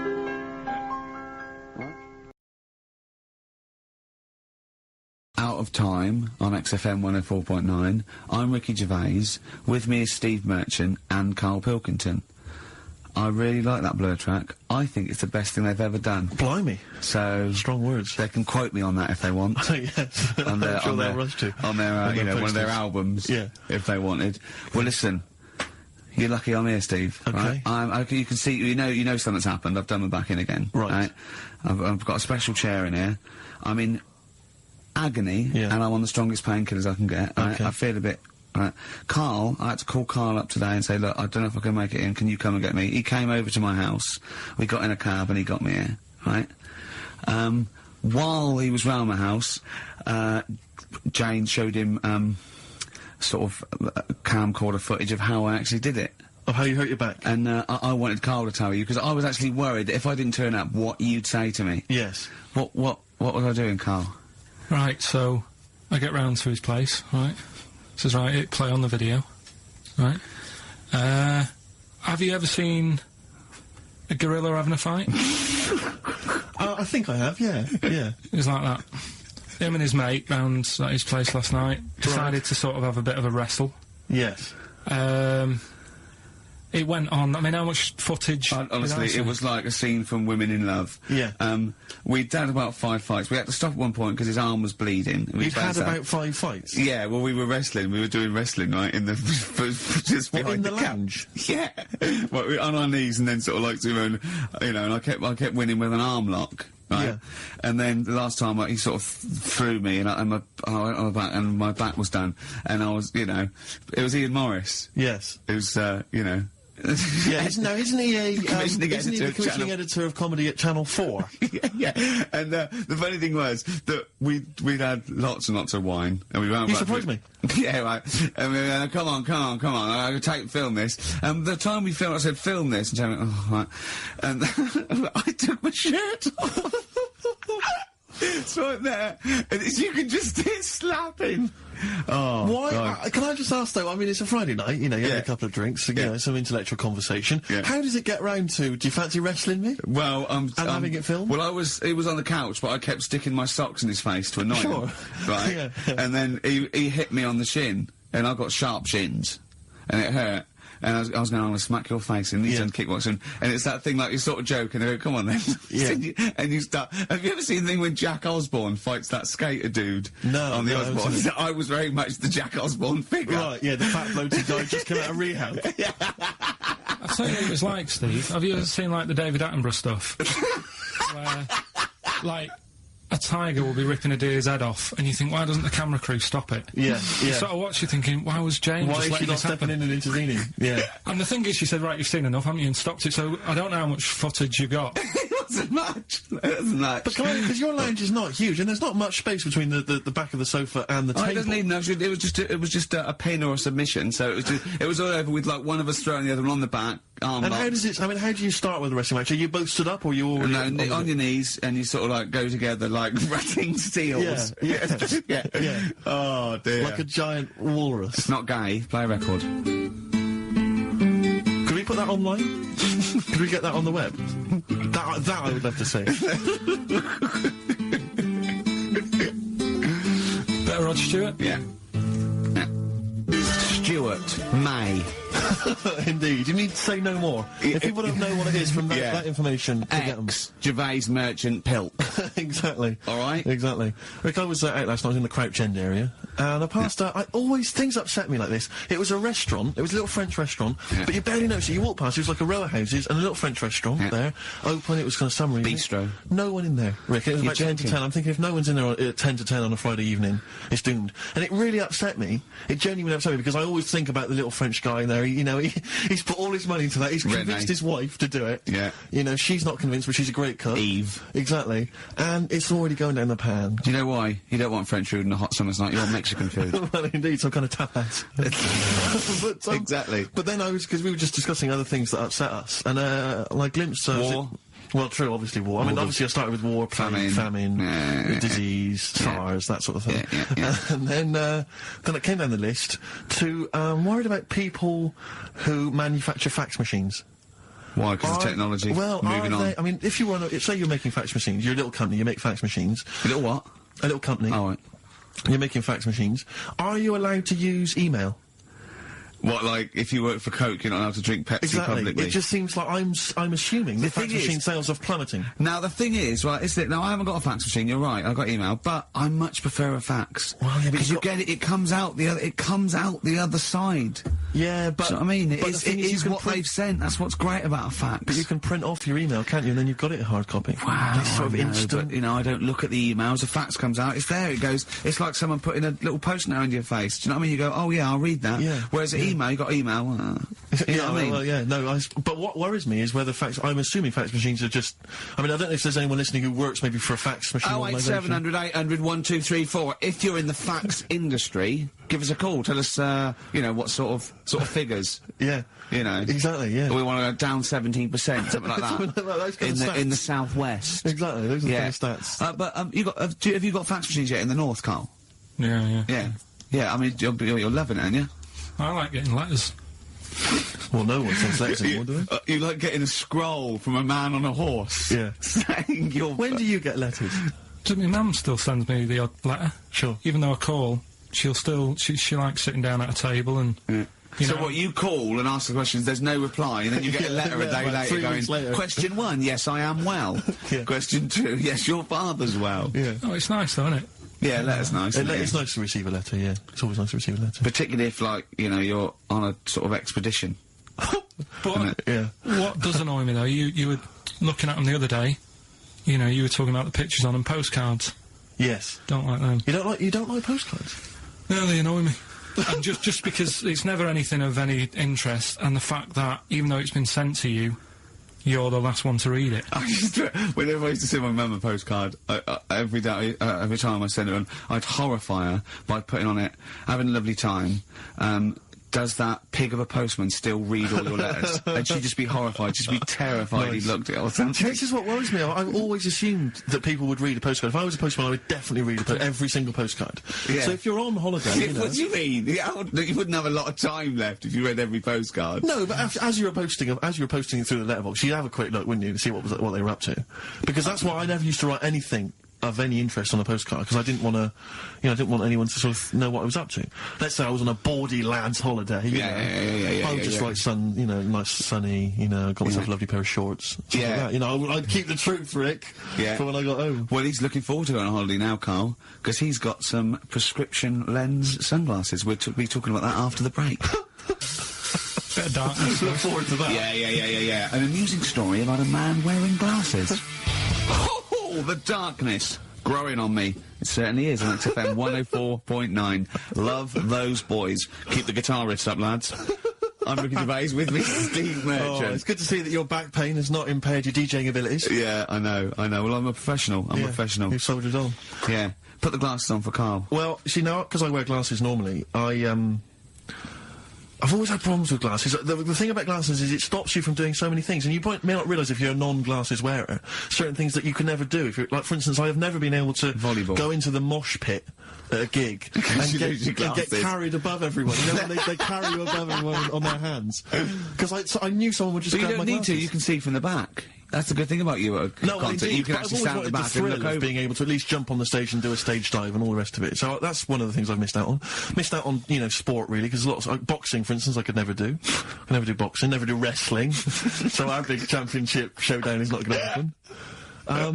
We'd probably be the same weight category. Well, possibly. In your reach. Yeah, exactly.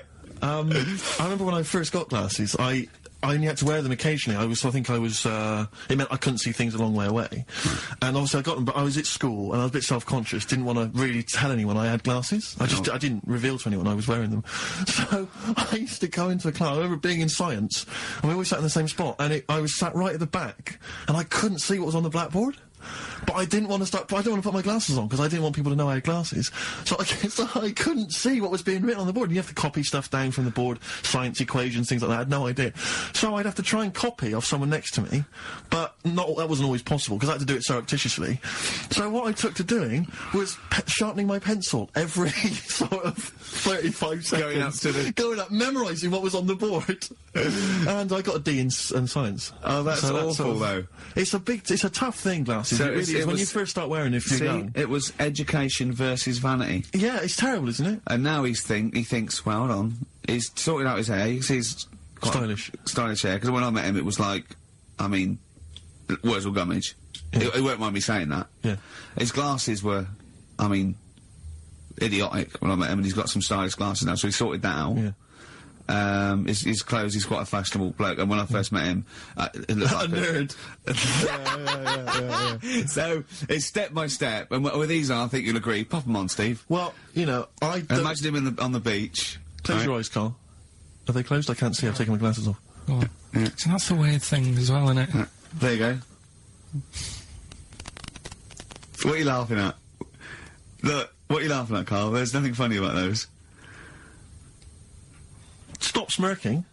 I can see through them. You can see they're not real sunglasses, they're prescription lenses, so he can see you now.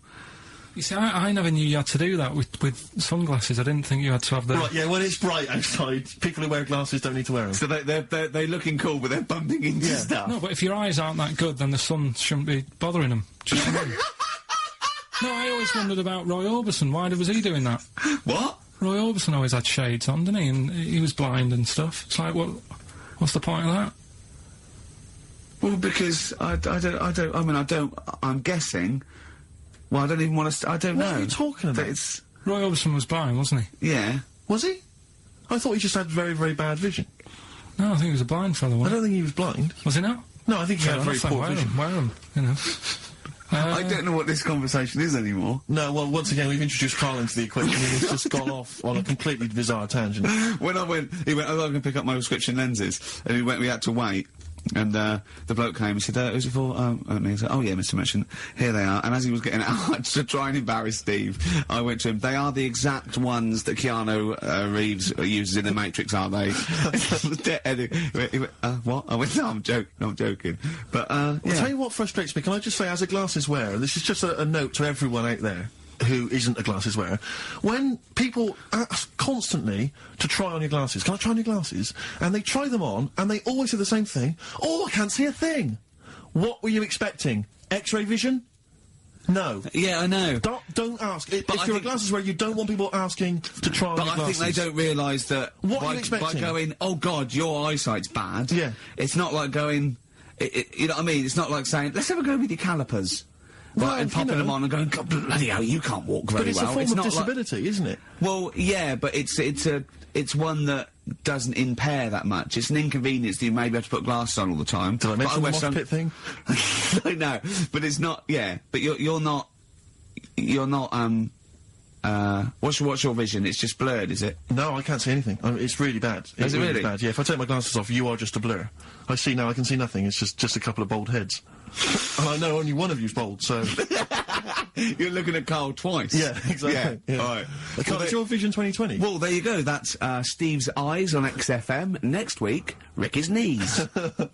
Bit of vinyl. Yeah, no, listen, I want to mention this. This is from this new Morrissey compilation. It's a new series. I'm assuming a number of different rock stars are going to do it. It's called Under the Influence, and various rock stars get to choose, obviously, songs which they grew up listening to and that have influenced them. And this is from Morrissey. He's the first person to do it. And there's some stuff on there which is a bit odd and a bit oddball, and there's some stuff which is good. And there's a Ramones on there, and Nico and Patti Smith. But this is one of them. He obviously, famously, Morrissey was a member. I think he was the president of the New York Dolls fan club in England. And this is from there. And this is Trash.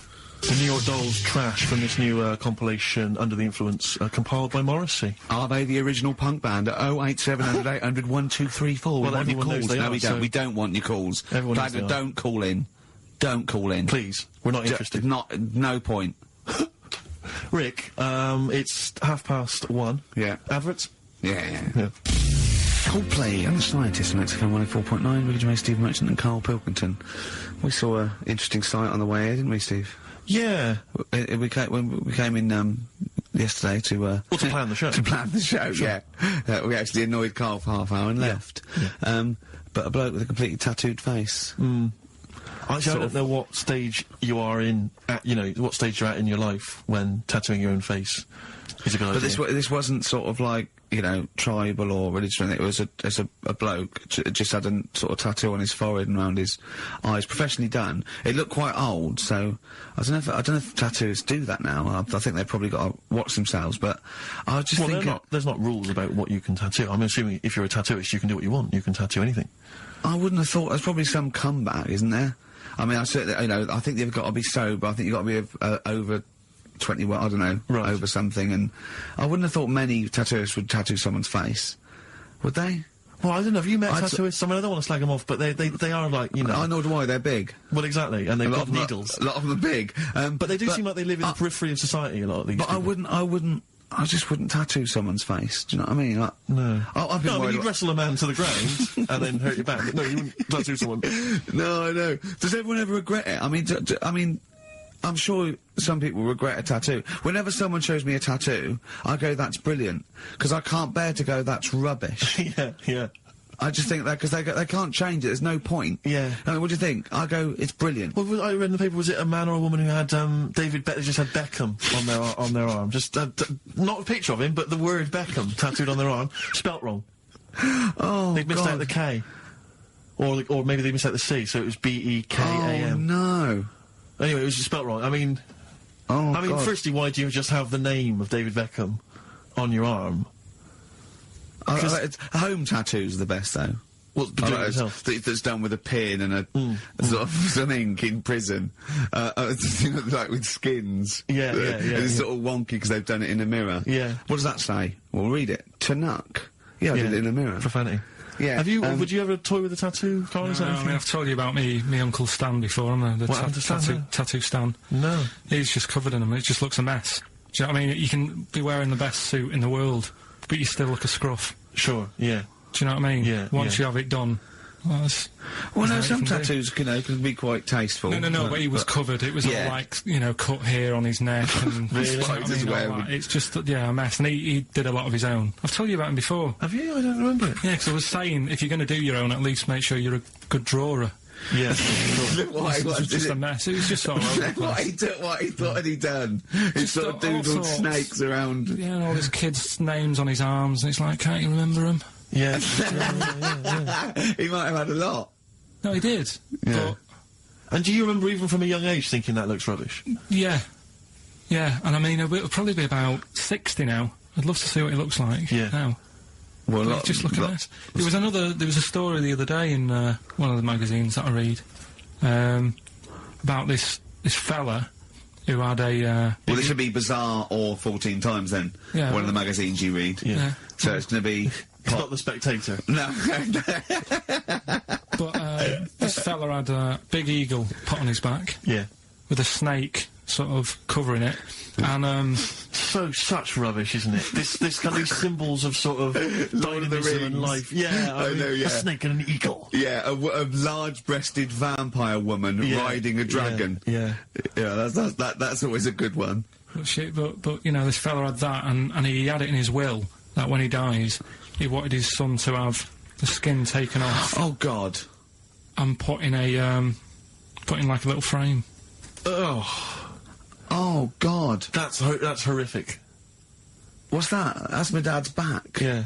Oh, are you sure? God. No. Because I read it and kind of started having sort of memories of Auntie Nora again. Yeah. Because she used to always like. Now Auntie Nora is the woman who farted for 5 minutes. She had wind for 5 minutes. Sure. Yeah. But she also she used to say, "Oh, Karl, rub me back." Right. And with her being quite old, it was all sort of mouldy and warty. It was mouldy? No, mouldy. Mouldy. Right. And what did you do? I didn't like it. I hated it, in fact. It was like reading a Braille book. Yeah. It was like putting your hand in a load of Cocoa Pops. Oh, dear. All really big brown things. And I just thought framing hers would be sort of 3D-ish. Oh. Right. Yeah. What's that, a chunk of the moon? No? Yeah. Did you R-text that wall? Yeah. No, that's Auntie Nora. That's Auntie Nora's back. Oh, God. Any piece of your body can't you'd have to leave behind? That's disgusting. Putting your hand in some... Is she the one with the split tennis ball when she wasn't wearing knickers? Shut up. What? No, let's not discuss the tennis ball. Okay. So she used to get you to sort of knead her dough on her back. Oh, God, this is really bad. But like, what would she with her dress or whatever? Or she wore those sort of squid-looking things that Sorry, what? What? Those squid-looking? That's Auntie Nora covered octopuses. What are you talking about? What do you mean? It's like a nightgown type thing. But what's squid got to do with it? Because it sort of looked like a squid around the edge. Oh, I know, frilly things. Yeah. And she just said, I'm aching there. Oh. She was never well. She was never. Do you know what I mean? She's always had something wrong with her. I don't ask her how she is. It's just like she's not going to be all right. Did she have wind when you were sort of neat? It must have been like playing an accordion. Yeah, get a little tune going. Wow. Oh, who's your auntie with the tattoos? That's Hazel. Oh right, yeah. Let's leave that. Why? Oh, let's why? Not talk about Well, leave it. What have I come across there? What's up with Auntie Hazel? What's up with Auntie Hazel? There's nothing wrong with it. It's just a what? It's just a lesbian, which is nothing wrong with that. Well, no, but you've made it sound like there is now by not wanting to say it. My auntie's a lesbian. I know what you're saying, though. I know what you're getting at. Just because I call her Uncle Hazel. Play a record. He's from Manchester. Please forgive him. Lizzie, don't believe a word. XFM 104.9. I'm Ricky Gervais with me, Steve Merchant and Karl Pilkington. email here from Chris. He said he met a girl in Australia whose boyfriend tattooed her arm with the word psycho, except the spelling was wrong, and she ended up scarred for life with the word physco. Physco. Physco. I mean, a word of warning, if you're going out today to get a tattoo, they're tattooists. Yeah. English is probably not their speciality. So be careful. Write it down for them You first. are walking on thin ice. I've seen some of these boys. They're big. Sure. They're big. No, and if they're willing to stick lumps of metal through their faces, True. what are they going to do to you? Well, yeah, indeed. So, Yeah. Steve, sorry to all The tattooers. piercing, you see, I have a weird problem with the piercing as well. Because, I mean, the earrings, that makes sense. I had earrings ages ago, but... Did yeah. you? Yeah. Oh, But yeah, you're a when I- man who when I was about notoriously 18. hates pain, and he's scared of, It hurt. everything. It hurt. I was about 18, and I had two in one, and they did it right, and he just went, and I went, all right, I went, yeah. I just went, oh, God. Did you have them in both earrings? It's just, it was like a staple gun. I just went, yeah, and it didn't really hurt. And I thought, well, I'm not doing that again. It hurts too much, and it just throbbed. Were you still living with your parents at the time? No. I mean, what do No, people... I'd moved- no. your kind of oiky Reading family, what would they have made of... Oh, well, they know I had them afterwards, yeah. And But did they take the mick? Oh, God, of course they did, yeah. Yeah. Rick, you ain't going to eat like that. Oh, you'll get followed. Oh, look at you. Look at that. Yeah. That's disgusting. And when I was new romantic, my mum said, bloody hell, I thought I only had one girl. Which is the earring... Because isn't it like one ear is for gay people and one is for straight people? Is that just a myth? Or I don't know, it might was be, something yeah. to do with which Well, ear you had it in. Yeah, there probably was sort of like signs for that, yeah.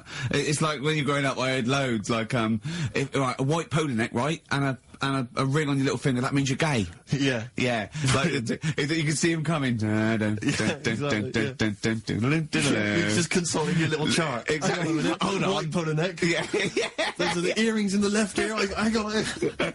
I don't know where I am. Wasn't there that thing that, the famous cover of Born Bruce to Run? Springsteen? Yeah. Well, you didn't know the handkerchief, yeah. It was The sort of handkerchief in the right hand pocket. or dominant something. and was, yeah, I don't know. But, you know, where is this information? I wouldn't have known that. I might have gone around, you know, with, if it was hot weather, you know, Yeah. something to mop my brow, I wouldn't have known that. What, can't the gay people kind of notify us? I Can't we know. have some kind of website or something we can Do you check still out? go to that pub with all those sort of like butch blokes Lovely with guys. with the moustaches and The yeah, leather caps, great guys. A lot of them are firemen, a lot of them are like traffic cops. Great people. You know what I mean? Fascinating You know people. you're safe in there. Yeah, it also yeah, says well- no women to. no women kind of It's like you're just having a great time with the lads, You know, and there's yeah. nothing. It's Just brilliant. playing pool stripped to your waist. It's Yeah, great. I know, yeah. I can talk. Oh, my back still hurts. Okay, yeah, a little bit of hip-hop. It's nice to have occasional hip-hop tune, just keep it, you know, it's summer, you'll be cruising around in your open-top Chevy. Now, Steve, I see there it's a track by Little Kim, but how are you pronouncing it? I'm pronouncing that correctly, Lil Kim. Oh, no T's involved. And it's the jump off featuring Mr. Cheeks. I don't know why I find that funny, but Mr. Cheeks is involved. If you can spot him, good luck. I believe that's Mr. Cheeks there. Just bust it on the mic, and that's called the jump off. Talking of cheeks, Karl, have we got another instalment of Cheeky Freak of the Week this week? Yeah.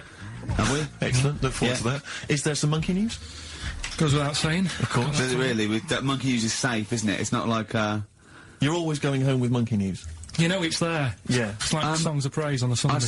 when I came back from holiday, I've been on holiday for a week, and I sort of sat in by the pool and stuff, and I sort of wrote about 40-minute stand-up with my new show, and I was going to Karl, I said, it's great, when you get away, it's sort of like, you're relaxing, you just think clearly. He went, Ian, I know.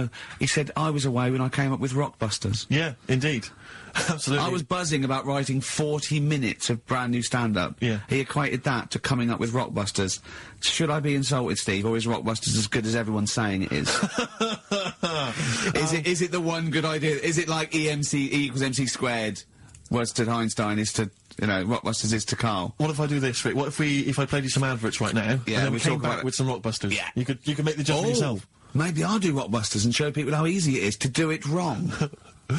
Adverts, then Rockbusters. And a cup of lovely coffee. Cup of coffee in the coffee Yeah, cup. I want a cup of coffee. Placebo, this picture, XFM. What's Karl doing? What's he rooting I around don't know, at? but listen, while he's doing that, can I just say happy birthday from all of us Rockbusters, to Shan. Her friend Terry said play some placebo for Shan, so happy birthday to her. That's There it done, is. that's done. Cross that off the list. Yeah, that's another thing we've got through Ding today. Rockbusters, please. Do you want to look at the prizes? I'll have a look at the prizes, see what people can win. It's an email-only competition, please remember that.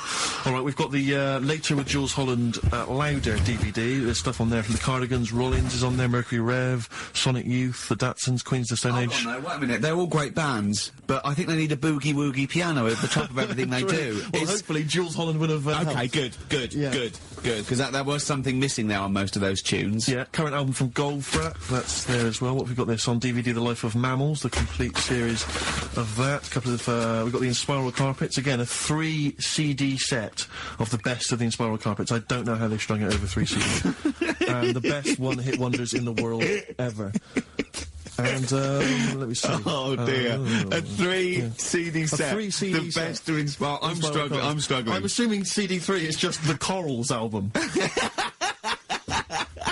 Anyway, there's some good feats there. You've sourced some good stuff this week. Alright, well, Alright, yeah. Here's your clues then. Here's your Rockbusters, yeah, right. cryptic clue, a Wow. couple of initials, and you sort that out. Right, first What one. was Dr. Fox on about that we don't sound like proper presenters? I Strange, isn't it? It's mad. Go on, Karl. Right, the first one. A customer wanted some paint to darken up a room. Shop assistant knew what to do. Right? Customer wanted some paint to darken up a room. The shop assistant knew what to do. The initials there, CB. Right? CB for the first one there. Right? Second one, it'd be alright if their heads weren't that big. Right? And again? It would be alright if their heads weren't that big. And that's SF. Right. SF? Yeah. And the last one... I know that. I know that one. Yeah, go on. And the last one, Chanel have got another perfume out. N-O. Right? Chanel have got another perfume out. N-O. You email in ricky.gervais@xfm.co.uk. That's that done. And those prizes can be yours. Yeah. More music, please. Bit of, Bob Marley. Any of these going to annoy me? Oh, I've got to stir it up. Yeah. Brilliant. Are any of these clues going to annoy me this week? No, they're all good. Are they really? Yeah. Right. Alright. Yeah, we'll be the judge of that. Alright. Ricky.gervais@xfm.co.uk. Brilliant. Stir it up. Bob Marley on XFM 104.9. Ricky Gervais, Steve Merchant, Karl Pilkington. Wait, did you get up today and just see the great weather and think, do you know what, I'd love to hear some Stir It Up from Bob Marley? Yeah, I did actually. Well, I was going to play it the week before last, before I went away, and we didn't have time. So, Well, we were crammed full of features, like this one. have we got a cheeky freak of the week? Do you want one? Yeah. I think we should have a jingle for this. Okay, I've got a jingle. It's very similar to Chimpanzee. Chimpanzee that? Yeah. Well, let's hear it. Okay. Oh, cheeky freak of the week. Brilliant. Yeah, no, I think that's excellent. So, Cheeky Okay. Freak of the Week, you've spotted a freak this week? This is where somewhat, I think, offensively, you pick on someone who's not like other people and say it's your favourite freak of that week. Yeah, I remember we had the woman whose legs look like the hind legs of a dog. We've had the little fella with the ageing disease with the little head playing the piano. That was your favourite. I think that's your probably freak of the year, isn't it? It's a pretty good one. So what's this? Is it a man with a horrendous injury, or is it a congenital birth defect, or what? Yeah, but you put it like that, and now it sounds like I'm being tight. Sounds like I'm being out of order. But I'm just giving him a mention. Just giving him a big shout out. Right. There's quite a lot going on in the freak world. There always is. You've been visiting hospitals the last week, have you, when we were away? No, there was a thing on a website. This isn't even the one that I've picked, so... So this is just a bonus? This is a bonus freak. Please, yeah. Yeah, go on then. This is a free freak, right? It's a fella called the Lobster Man. The Lobster Man, of course. Again, good name, you know what you're going to get. Yeah. What are you going to get? He's got- Some succulent meat. I like the idea that the vicar on the christening suggested that. I know you want to call him Mark. Can I make a suggestion? Yeah. Look at his hands. What's his name? Mark Michael Webster. Right. Right. Have you thought about a nickname? Not really, no. Have you... What's the name? Oh dear. And they had a fight, got out of hand, Yeah. Oh, got out of claw. and, yeah, so that was... What do you mean that they had was a fight? What did he do? What did he do? A waiter took the mickey out of someone with... No. Now, can I just make clear, I'm assuming it's his hands look a bit like those of a lobster. Yeah. Yeah, well, it's fused, so it's just like two big fingers. They're Right. fused, I assume, probably in the womb, and they're just like, instead of like having Yeah, 5 yeah, digits, they're fused, and it... But he can pick stuff up, can't he? Yeah. What does he pick up? He mainly eats crabs and jellyfish, doesn't he? Yeah. Yeah. So he was having a fight with the waiter, he snipped off his nose. Right, so anyway, He just held on to the waiter's bib. Yeah, And the exactly, waiter was yeah. screaming, go and get him off me. Yeah. So anyway, Does he eat other lobsters? Does he typically would eat lobster? Or is it kind of... would he feel bad about eating lobster? Right. the little cheek of the freak that we've gone for anyway. The what? The little freak of the week. Yeah. Cheeky freak of the week. We've gone for this Siamese lad. Okay. Right. Happened back in... You can't have a Siamese lad, can you? Alright, yeah. This Siamese twins. Happened back in 1693. Oh, he's got a date. Blimey, that's the first time ever. Yeah. And all it was, he was doing all right for himself. He used to go on like those circus things he used to do. They're 2 people you're talking about, Karl. So we're going to him. All right then. All right. They did this circus show, right? Yeah. And everything's going well. They're selling out the tents and stuff. People coming to see them. Yeah. He was doing all right for himself, Yeah. right? Sorry, before I said that, did you think a Siamese twin was a man with 2 heads? Well, it can be, can't it? It depends. There's 2 a people, they're conjoined. No, but it depends, doesn't it? The one that I shown you in that book that time was a fellow with 2 heads. No, it wasn't. That was a stupid picture in one of your stupid books that he had a growth that looked a little bit like it had a face on it. It wasn't a man with 2 heads. You're the same sort of people who send potato chips to restaurants and say, doesn't it look like Norman Cook? Yeah. It's not 2 heads.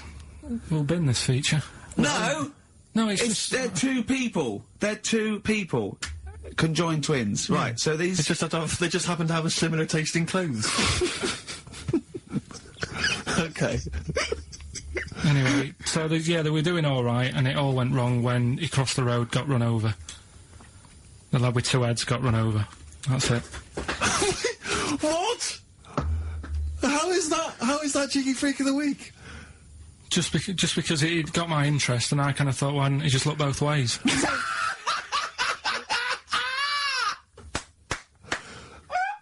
I'm intrigued to know how you... wasn't he looking both ways?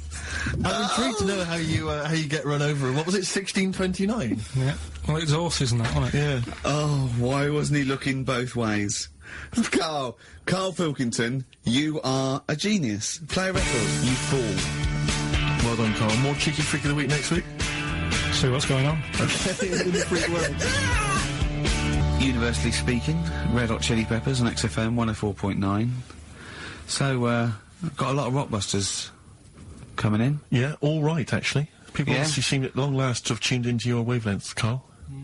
Which is, of course, 104.9. Yeah. Thanks very much. Exactly. Yeah. Should we give the clues again, briefly? We just had an email, Actually, to be honest with you, let's not, because we've already had a load of answers. I know, so, yeah. you know, Oh, yeah. if you didn't get it first time round, you don't deserve to win. We had an email saying, because I've got a bad back, am I squeezing Karl's head? Well, I've already had a little squeeze, didn't I, about half hour ago, didn't I? Yeah.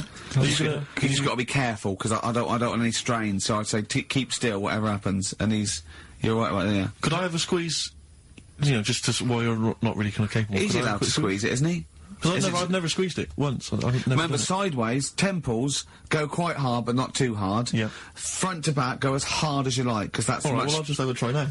No, you've got a bucket. He's sorted it out. He says every Saturday between Yeah, one but and I'm two. You taking can't over just- from him Yeah, because no, it's let not him fair. have one squeeze. Let him have Have one a go, squeeze. have a go then. So, the front and the back. Yeah, it's no, not too hard. get round, so you got, that's it, right, now, use the thing like that. Not too hard at the front? No, really hard really at the front and back. There you go, yeah. You got the hang of it. Oh, right. God, it's good fun. I see know. why you like it. No, we'll just give you a side. It's great fun. Yeah. It's great, and, you know, there's a little bit of, you know, grit there with the short hair, but obviously not too much, there's not much up there up top. Good, isn't it? Yeah, I'll be doing that again next week. Do you know, I got a form, right? Do you know I'm staff here, right? I'm like on the staff, I'm one of the staff. Got some internal mail the other day that you have to fill out about if you die at work, who gets your money. It says, do you put yourself at any danger to...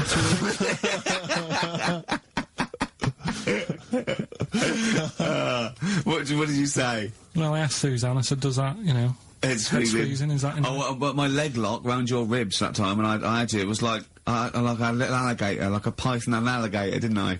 You get quite some, you know, you get a little bit of leverage, you can crush a man's ribs with with mighty legs. Oh, something I want to ask you, Carl. There's that programme on now, I forget what it's called. Is it something like Guess Who's Coming to Dinner? Does that... I did the non-broadcast pilot for that, because my mate was the, well, you know, the Phil Belker was producing it, and I did it, you know. And the premise of it is that it's one of those things about, you know, a conversation piece, the ultimate dinner party. I think you can have invite people, 6 guests. Dead, alive, or fictional. Or fictional, yeah. And, you know, you choose where you want it, and, yeah. And anyway, I was just intrigued to know what Carl's, ultimate dinner party, who would pop round? Any of you cheeky freaks? So what's this? I'm putting on a... You're putting on an imaginary dinner party. Anne Robinson's there. She's got to be there. I said I didn't invite you. She said, well, I'm there anyway. Yeah. So it was actually me, Anne Robinson, and 6 people. Yeah. And I chose people like heroes, like Muhammad Ali, Homer Simpson, or stuff like that, you know, James Randi, yeah. So you could choose anyone. Living and or then you dead, say why. fictional or otherwise. Right. Would it look like a circus from the 18th century? I'll have like a few freaks in there. Like what? Who would you have? Well, the first person I'd have is probably have Elvis. I had Elvis. I chose Elvis. Why would you have Elvis? It's just good, wasn't he? He was good at what he did. Just have a... But once you'd said that to him, what would the rest of the I'd say conversation sing us a song. Right, so you make him sing a song? Yeah, okay. he'd be like the entertainment for the night. When he's not on the stage performing, I'd probably have the Elephant Man there. Right. Well, so John Merrick, yeah? Yeah, John Merrick. Okay, I've got Elvis, John Merrick. If anyone's out there and, you know, you haven't got anything to do, can you write down everything Karl says from now to a year and send it to me and Steve, because we might want to put it in a book? Yes. Would that be good? Just maybe someone keep a journal of everything Karl does and says, and we try and keep a scrapbook of pictures. Tell you who I would have. Who? Peter Kay. Right. He'd be good, he'd be brilliant. I'd want to be sat next to him, because he's... Well, I mean, you're friends with Ricky Gervais, why would you want to... No, but... Do you know what I mean? Yeah, Peter Kay. All right, Peter Kay. Which one, would you do him as himself or one of his characters he does? Just as he is. Yeah. He's funny, he's a funny man. Yeah. Love him. What else? Probably, that fella who lost his arm when he was climbing that mountain. Remember? He had to cut off his own weeks arm. ago. Yeah. Why would you have him? I'd just like to have a chat with him and say, you know, what happened there then? Yeah. Well, we know what happened there. He cut his arm arm off. off. What would you No, say? Did it hurt? Yes, it hurt. But I don't think it would hurt. That's one of the questions. What are you talking about? I reckon the shock cancelled any pain out. If you're stuck there with a boulder on your arm, you've probably got bad pins and needles, right? Yeah. With a big rock on your arm. Yeah. And you'd say, right, so how long were you sat there before you said, well, I've got to cut this off? Did you read about it? It was amazing. What do you think the other people would be doing when you were talking about this bloke about cutting his own arm? John Merrick wouldn't mind. Can I just ask? Elvis would probably be off his head on something. Elephant Man will be having a couple of buns. I hope Peter Kay didn't make a funny comment. I hope he doesn't make a funny comment. Yeah. Right? Can I just a quick warning? I'll just put bloke with one arm, bloke with... Be careful, Carl, what you serve for dinner. Yeah. Because he's only got the one arm. Yeah. So, you know, certain things. I mean, maybe suggest something you can eat with chopsticks. Or a hamburger. A hamburger. But don't go with something like lobster. Tricky, you need both hands for that. And there's him and John Merrick teamed up. I think they've got one good arm each. Yeah. Soup, maybe. What would you give John Merrick? Buns? Couple of buns. Yeah. Have that woman in the boat who went round the world. Why? Just to see, you know, how she managed Pretty that. boring guests, really. Hey? But boring? What do you mean? What was she going to say? around the What she said? She was going, well, I didn't see a lot. I was in a cabin. Really? There's a lot of water. I was a bit scared. The main thing I'd want to ask her, right, because I remember when she did it, and there was an interview with her, and her parents were there or something, and her mum was saying how she's dead proud because she decided to, you know, go around the world in a boat as a kid, instead of just hanging around on street corners and stuff. She said she didn't want her daughter to, like, be messing about on the streets at night on her own and stuff. She was a responsible mother. Yeah. And she sent her off on a boat. In the middle of the Atlantic. On her own. So Yeah. I'd like to ask her about I that. think even Manchester's safer than that, innit? Yeah. And I'd have, probably another woman, so to chat to her, probably go for Kim Marsh. Kim Marsh? Sorry, you'd have the woman who sailed around the world, right, but you'd have to have another woman for her to have someone to talk to. Well, why invite either of them then, if you don't want to talk to either of them yourself? What? Sorry, I love this. Round World Yachtswoman, and Kim Marsh. But why, of all the women you could invite, Kim love Marsh that. is at the top of the that's list. the best list I've ever heard. Elvis John Merrick, Peter Kay, a bloke with one arm, the Round the World Yachtswoman chatting to Kim Marsh. That is genius. Why haven't they invited you on this show? I'm going to call Anne Robinson. Right, okay, if anyone's listening to that, have Karl Pilkington on. I know no one knows who he is yet, but what a great bit of conversation. Play a record, Karl, you're an idiot. Some Smiths? Oh, always a treat. Yeah, we played something from Morris's selection. Something that would be on my ultimate compilation is something from the Smiths. and it'll probably be this one. I started something I couldn't finish. I think that's one of their underrated albums, Rick. Strange Ways, Here We Come. Might be my favourite. It's my favourite, certainly. Yeah. And that's from that album. I started Queen is something Dead is a lot of people's favourite, but I don't like the wacky ones on It's the Queen is novelty Dead. ones. It's the got ones... some great ones. I think he's got some of his best tunes on there, but I don't know the frankly Mr. Shankly. Yeah, he's always got this tendency to sort of like music hall style songs. Vicar and the Knees Up, Tutu, Knees yeah, Up but that's a great one, that.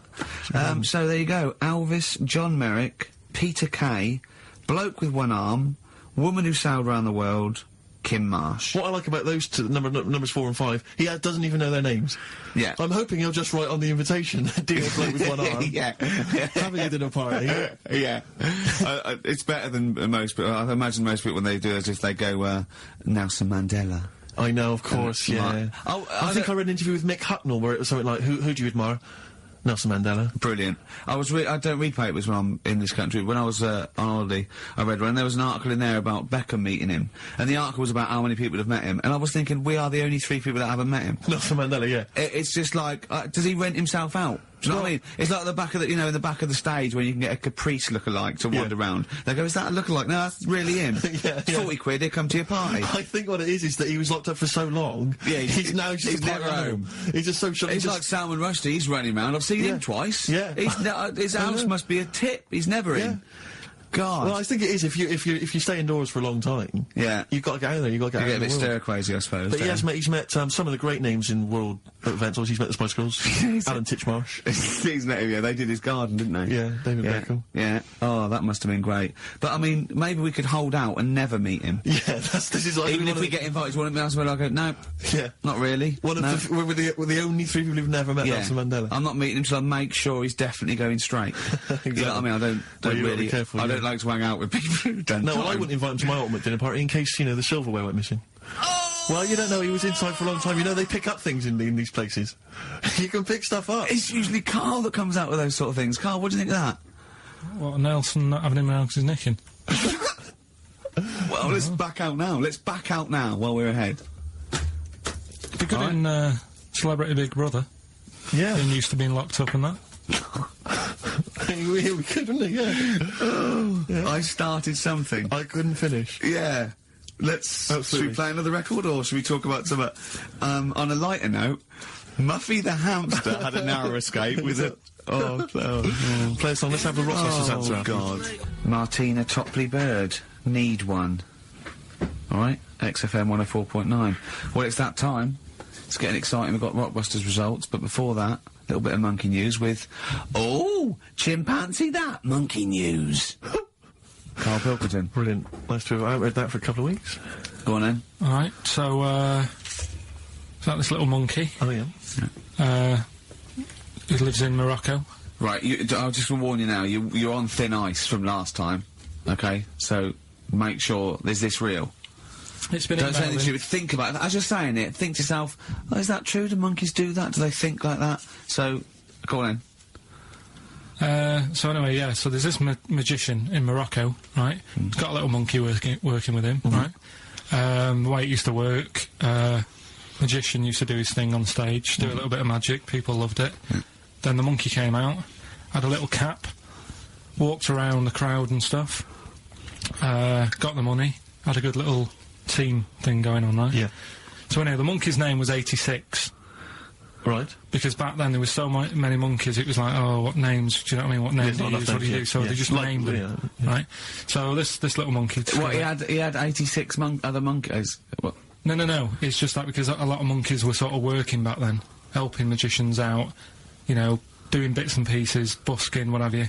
Just Well, gave it Rick, a you name. know how there's so Well, why many... would there be a confusion with that? If he only had one monkey, where's the confusion? People would go, I'm not going to go and see that. I want to see 86. He's the better monkey. Do you know what I mean? What does it matter? I don't know what you mean. Well, why do they need... where was the confusion? With people going to the circus and going, what monkey are you going to go see tonight? I don't know. It wasn't a billing, was it, with a monkey? But Rick, it's just the same with humans. You know, there's so many humans now that we can't give them names anymore. Yeah, they all exactly. have to have numbers. Exactly, yeah. There's so many humans, you know, with 5 billion people. We can't give them names. It's Yeah. impossible. But, you know, with a few monkeys Anyway, number working... 122, go on. So anyway, there he is, 86. 86, With his hat. with his hat, walking around getting the money. Yeah. Anyway, the magician sort of, you know, thinking about moving on. Because in Morocco, he'd sort of done all the tourist traps. Sure. So he had a word with the monkey, said, how about we, See? No, let him continue. Think. Let him He continue. didn't have a word with the monkey. Let him continue. so what do you think about going over to Spain? Yes. Sure. So, the monkey was in agreement? So he said, go on then. Right, so they get in the car, and, like, the magician knew he'd have a bit of a problem on his hands, because you're not meant to take monkeys out of the country. Yeah. Right? So he thought, right, what I'll do, I'll get a car, right? Right. Stick the monkey in a boot, right? Get on the boat, and hopefully sort of, you know, stick it in some luggage and what have you. Yeah. We'll be over there, we'll be earning big money, everything's going to be great. So the monkey was like, brilliant. So they get in the car, they're on the way to the boat, and pull over at a petrol station. And just before filling it up, he opens up the boot and he goes, "You all right?" And then it's like, yeah, it's sound.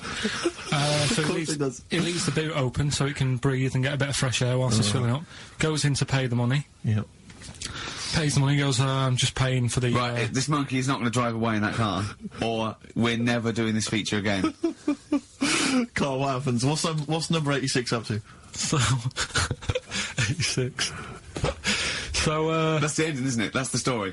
Come on, let Karl Right, finish the story. It better not be. Brilliant. You're gonna love it. Right, so he's in the petrol station, and he's going, right, I'll pay for pump 4. And the fella says, what are you talking about, Pump 4, isn't that a monkey? No. Sometimes I use numbers for monkeys, sometimes I use...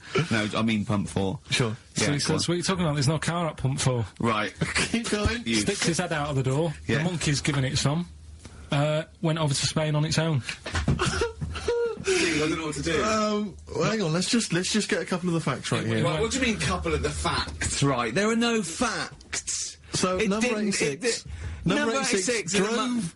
He drove to Spain. You are... honestly, Karl, you must know. It was an automatic. Right. How Karl, did he- how you did must he- know that is shit. There is no way a monkey... Mad, innit? That's the thing with He this gets feature, though. stopped at customs. Mental. How would he get through customs, Karl? Has he got a passport? No, he was sneaking about because he didn't have a passport. So he parked and then snuck through. Do you want the facts? Let me see it. Right, I'll examine this, Rick, and we'll play a record. Play a and, I'll record, have a look because at I the can't... facts then. That's nearly as bad as the armed robbery. Right, go on. Yeah. Play a record. Brilliant. Bit of suede. Yeah, stay together. My favourite. One of 86's favourites. Yeah, brilliant. My favourite suede track. No, stay together. XFM. Well, nearly time to go. But before we do, a little bit of Rockbuster results. Just checking some of the answers, Rick, and it seems that an awful lot of people have got it right. Go on then. Tell us them again then. Remind us of them before you give us the answers. Alright, Rockbusters number 1 was like this. It was a We're customer... stopping monkey news, by the way, until you start getting some credible ones. Because that's it's ridiculous. It's not true. No, it seems mad. But no, but it's what I through the do. internet again. So anyone can go online, download that story. It's insubstantial. It's get ones from journals or where the source is quoted. Okay, or we're not that's interested. what I do, that's Or what we're I not. We're not. Well, you don't. Okay. So same with on thin ice. We've pulled this once. We've pulled Rockbuster. We suspended it once, and you came back again. So it's. Do you know what I mean? So go on then. Right, so Rockbusters number 1 was about a customer who wanted some paint. Wanted to darken up a room. The shop assistant knew what to do. What did she do? The initials were CB. Cellar black. Right? Cellar black. Sell her some You black see, I paint. thought Cilla Black, because it's CB, and I thought, well, it can't be, because it's not Cella. It's not Sell Her Black. Cryptic, It's Cilla... cryptic though, isn't it? No, cryptic doesn't mean it's wrong.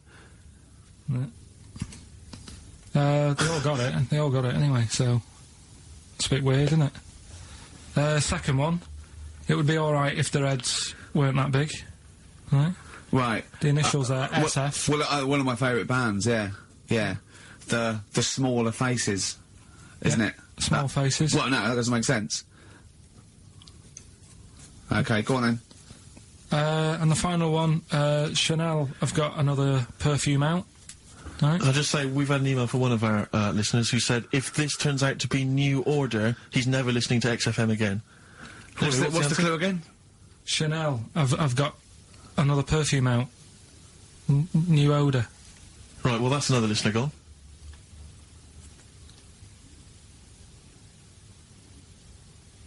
What do you mean? There's not a group called New Odour. No, it's cryptic. It's not. That doesn't mean cryptic. Wrong doesn't mean cryptic. It's like saying, what animal I'm thinking of? Frog. That doesn't mean cryptic. Sell Her Black. What artist is that? Small Faces works. Just about. If I say what animal I'm thinking of, what am I thinking? Monkey. Well, there you go then. So it does work. Play a record. Right? Play a record. So who's a winner? Ah, yes. Now, I'm going to give it to someone who emailed in with the correct answer, and his name is Steve Martin. Really? And I'm giving it to, I don't know if you've noticed over the last few weeks, I've been giving the prize to people with just a kooky element to them, you know, if they've got people to an start amusing name. sending their name in, like, Barry Bumpfreud. Well, don't worry, because I can spot if it's a fake comedy name. Or What was if that last one we laughed at for I can't no remember what it was. apparent I think it reason? was Gerald something. Yeah, it was. It was just like Gerald Smethurst or something. What's it? Preston? Gerald Preston. Gerald Why is that a funny name? Gerald. Jerry Preston, a great guy, but for some Gerald reason Preston, we laughed at that. he caught my attention. So this week, Steve Martin's caught my attention. Right. Yeah. When was the last time Steve Martin made you laugh? This Steve Martin? Dickers hasn't been... Yeah, we've had no correspondence from Dickie Anderson for some time, which saddens me. Little Dickmeister General, what is he doing out there? who Has he got... What, he's got something better to do? Ridiculous. Pathetic, isn't Right, it? Well, that's the end. We've got the last song. So is there anything you want to It's the say? end of Rockbusters, and it's the end of Monkey News. Monkey News will give you one more go for it, and it's got to be credible, it's got to be real, it's got to be true. We need to see your sources. It needs to be Yeah. corroborated. Okay. Rockbusters, they've got to be real band names. New Odour. New Odour. New Odour. Just anything. Just brilliant. Well done to Steve. He got them all. So is that it then? Yeah. Brilliant. Well, Cheers. I've enjoyed that. I hope your back's better, Rick. Yeah. And, Carl, I hope you buck up your ideas. Your brain's better. Yeah. Got something interesting about a brain. We can talk about it next No, week. tell it now. No, I'll talk Quickly, about it what next is week. it? No, we'll leave it. Oh, like that's a hook. Like people will be going for a week. Oh, I wonder what things were Carl's brain. Was it a brain that drove a motorbike across to Switzerland? You've heard it. Well, I know that must be some people's favourite record, Steve. Well, it's certainly one of mine. Thunder Road, Bruce Springsteen. I won't hear a bad word said against the boss. A lot of No. people dismiss him, as you said in the past, as being some kind of stadium rocker, but you can't listen to a song like that and not be moved. Surely, Carl. It's all right. Yeah. Brilliant. A passionate man. Yeah. What? So, Carl. No, it's right. So, there's certain songs like that was all right. It didn't sound anything. If it wasn't Bruce Springsteen, if someone new came out sounding like that, I'd go, yeah, it's all right. Sure. Do you know what I mean? Yeah. you're a regular Simon Cowell, aren't you? I don't know if I like music as much as I used to now. That's what happens when you work in it, isn't it? Because Is Danny Minogue was on the telly in the Is week. it like when you work in a sweet factory and you don't nick the Mars bars after a couple of months? Yeah. Yeah. Danny Minogue was on the telly in the week, right? Yeah. And she was doing a medley. Yeah. Why do people do them? Well, to try and get all the hits. I know what you mean, yeah. But who's that busy that they haven't got time to listen to a full album or... Well, it was it's like a meal in pill form. Yeah. Well, I like most of Danny Minogue's hits, but I don't like the whole song. Yeah, exactly. So if you want to just like pop the best bits down, 30 seconds, put them all together, yeah. Well, I've got a Stars on 45 record from the 70s. Do you remember those? Yeah. Stars on 45. But it's that, like you say, I mean, this one had it would be a snatch of Stevie Wonder, followed by the MASH theme, followed by Layla, just the intro. It was sort of, it's not music. It's just... Well, we do a bit of that, don't we? That's what DJing is, isn't it? It's a bit of everything.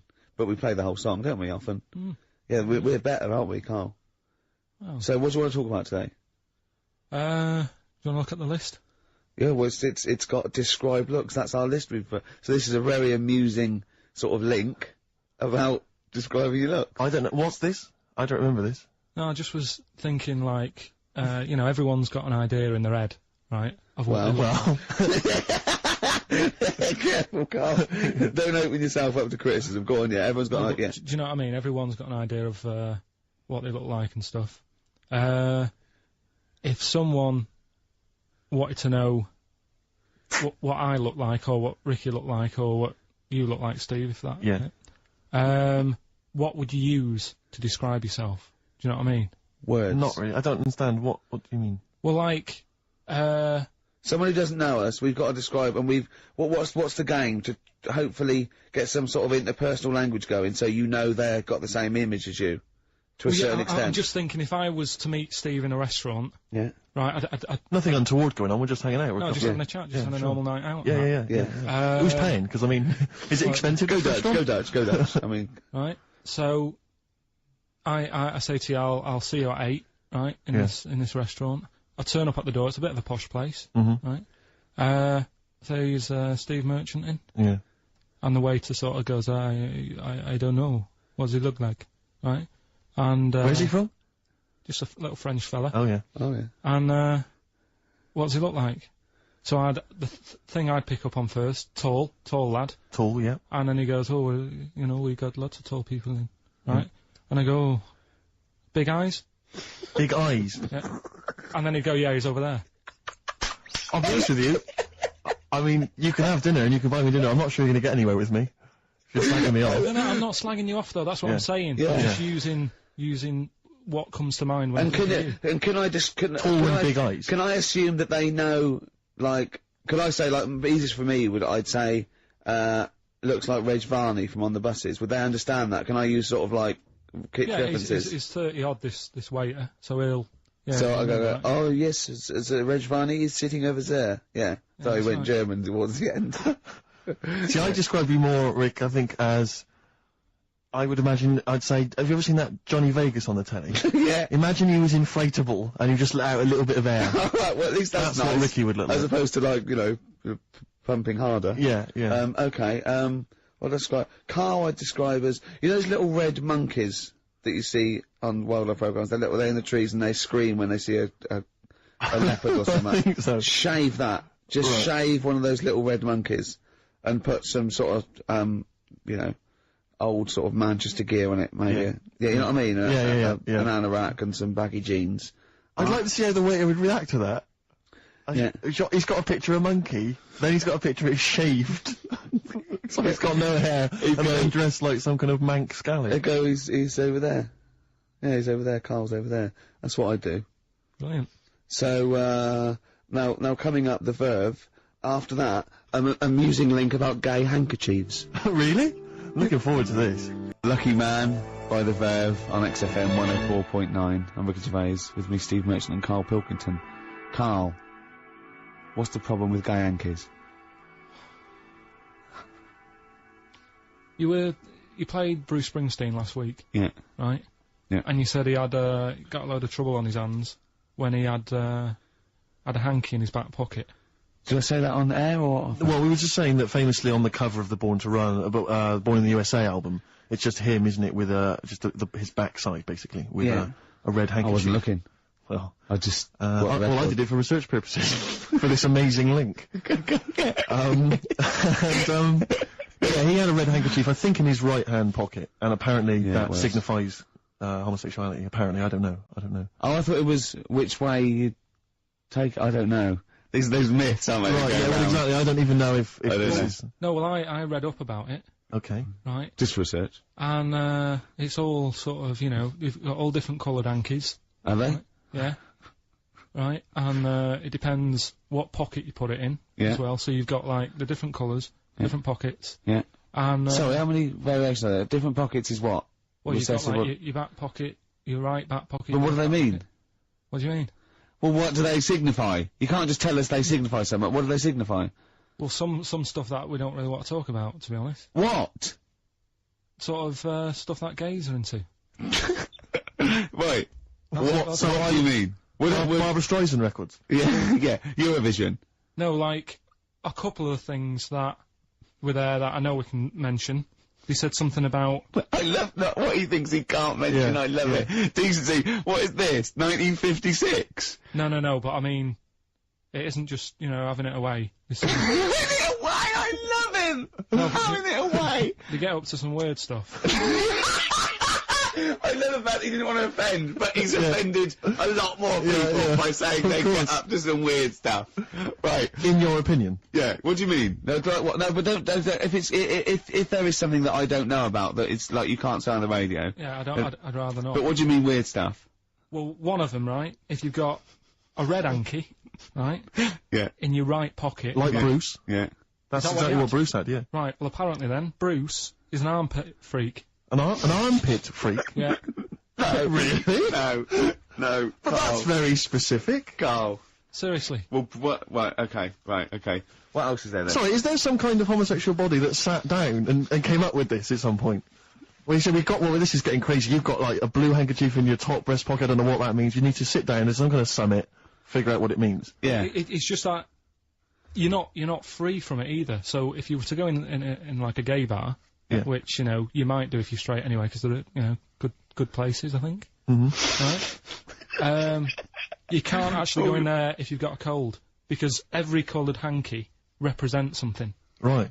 So if I was to go in, had a bit of a sniffle, I could get into all sorts of trouble. Well, for that Marks and Spencer's white linen hanky, that means you like to be tied up and whipped. Yeah.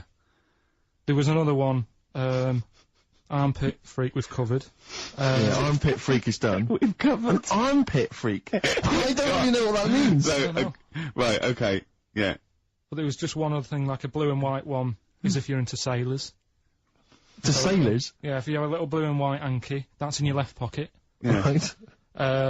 Blue and white equals sailor. That's So I wanted to ask you something. You know, but again, we've got to be careful here. You know when you wouldn't leave the building that was on fire because you were standing proud. Hang on, we need this. Some people now don't know what you're talking about. Carl, you're on holiday. Yeah. on holiday in Tenerife, right? Yeah. You'd had a moment of intimacy with your girlfriend. Yeah. A knock on the door. You had to stop and get up. And you peeked around the door. It was a fireman saying, "Get out." But you didn't want to leave because you had a... Yeah. Yeah. It was a little... Yeah. Yeah. But what I don't understand is you maintained that while looking at a Spanish man dressed as a fireman. Yeah. Is that true? Is that the fact? You maintained... I'm sorry to say, you maintained arousal whilst looking at a gentleman dressed as a fireman. No, these are the facts, and they are undisputed. What, did you maintain... I'm not a machine, though. Do you know what I mean? I can't turn it on, turn it off. Right? But you were talking... I just thought, talking to a fireman, you'd have probably lost it. I don't know, but you didn't. No, but the other thing was, I mean, I was talking to Suzanne about it again, right? Yeah. She said, what are you talking about that for? Right? I said, oh, it just cropped up, right? Yeah. And the dilemma was, you see, I wanted to try and make sure that it was a proper fire because that was the last condom we had, right? So it would have ruined the night. So Yeah. I didn't want to, like, it was like, well, what's going on? Is it, do we need to get out? Yeah. Is it a proper fire? Yeah. And you, and talking to this man in uniform, was he, what did he look like? Was he good looking? Did he look like Ricky Martin, say? Was he good looking? Was he good looking in his uniform? I can't remember. Can't remember. Did he have a moustache? Better play a record, haven't we? Is this bringing it back? What? You look uncomfortable. What? Did you just switch this on with your hands? The Flaming Lips, and that's Fight Test. Lips and test. Lips Test. On M. We were talking there about homosexual people, and I'm sure we'll move on to other topics. But I just mentioned, I was talking to a friend of mine in the week, Rufus, and he overheard, he pieced together sometimes if you overhear a conversation, you can piece together what's going on. Yeah. And it sort of transpired from what you could make out that one gay guy had just realised or just found out that his gay boyfriend had maybe been having an affair, and was on the phone and had called this person, the third party. The other one was crying, wasn't it? The other one was crying in tears. Obviously, they just had a big argument about it, and all he heard on the phone was the guy saying, in a very kind of earnest tones, "I'm going to do everything in my power to destroy you." Well, I just like to think what that was. What was he, you know? No more guest list to GAY. GAY. I am going to, slash your diesel jeans with a pair of scissors. Oh. What if they're listening now? I know, I mean, it's probably an emotional time for them. Yeah, but they probably don't think we're talking about them. No, not those. It's probably happened quite a lot this week. Well, possibly. I do know quite a lot of, gay people, Mm-hmm. right? But they do jump about when it comes to partners. Right. Karl. No, Lee. Freedom of speech. Yeah. Let the man speak. No, I'm not saying that's a bad thing. I mean, it's quite, you know, they don't, you know, if they get bored, they move on that. Which is fair enough, but they do, How do you piece this together? And they go out late, don't they? well, we've covered that, haven't we? We've done that. Yeah. How have you, so you Do you know how we covered that? His favourite record is Killing a Georgie. And he went, at the end of the record, he went, see, but how late was it? yeah. If he'd have been sort of going out at a decent time, that wouldn't have happened. Or, Do you know what I mean, Steve, though? They're always getting ready to go out about 1:30 in the morning. You're asking for trouble. yes. Incidentally, I should just point out that, Oh, dear. that, we've had an email, I've lost it here now, but anyway, it was one of our listeners saying that we've slightly embarrassed ourselves because, of course, Bruce Springsteen on the cover of Born in the USA doesn't actually have a handkerchief in his back pocket, it's actually a red baseball cap. So, well, I don't know if that also counts, I don't know if it's any What does coloured that object. mean, though? Yeah, into heads. Into little round heads. Ah. If Bruce Springsteen, and he's obviously not gay, but if he said, alright, Karl, just, you know, little cuddle, would you turn down Bruce Springsteen? Yeah. Well, no, but why? Just like, alright, mate, you hug your mates, don't you? If Bruce said, alright, Karl, I like your show, love your head, little cuddle, a mate's cuddle. No, I'd say, what you're doing. He'd just say, look, We're a couple of old friends. look, Bruce Springsteen, I've got those great songs, I like what you're doing, let's cuddle, let's have a little, alright, The mate. annoying thing is, right, Steve, right, do you know how he likes to squeeze me head? How Yeah. Ricky likes to squeeze me head? Yeah. He had an old mate over this week. He's got a similar shaped head, apparently, as mine. Yeah. Right? He's hardly gave me a call or anything, because he was busy with this other fella's head. Oh, you feel quite bad about that. Well, This is a better head to squeeze, I'll tell you why, because he shaves his every day, right? He's got the same sort of hair problem with him, shaves every day, a right? problem.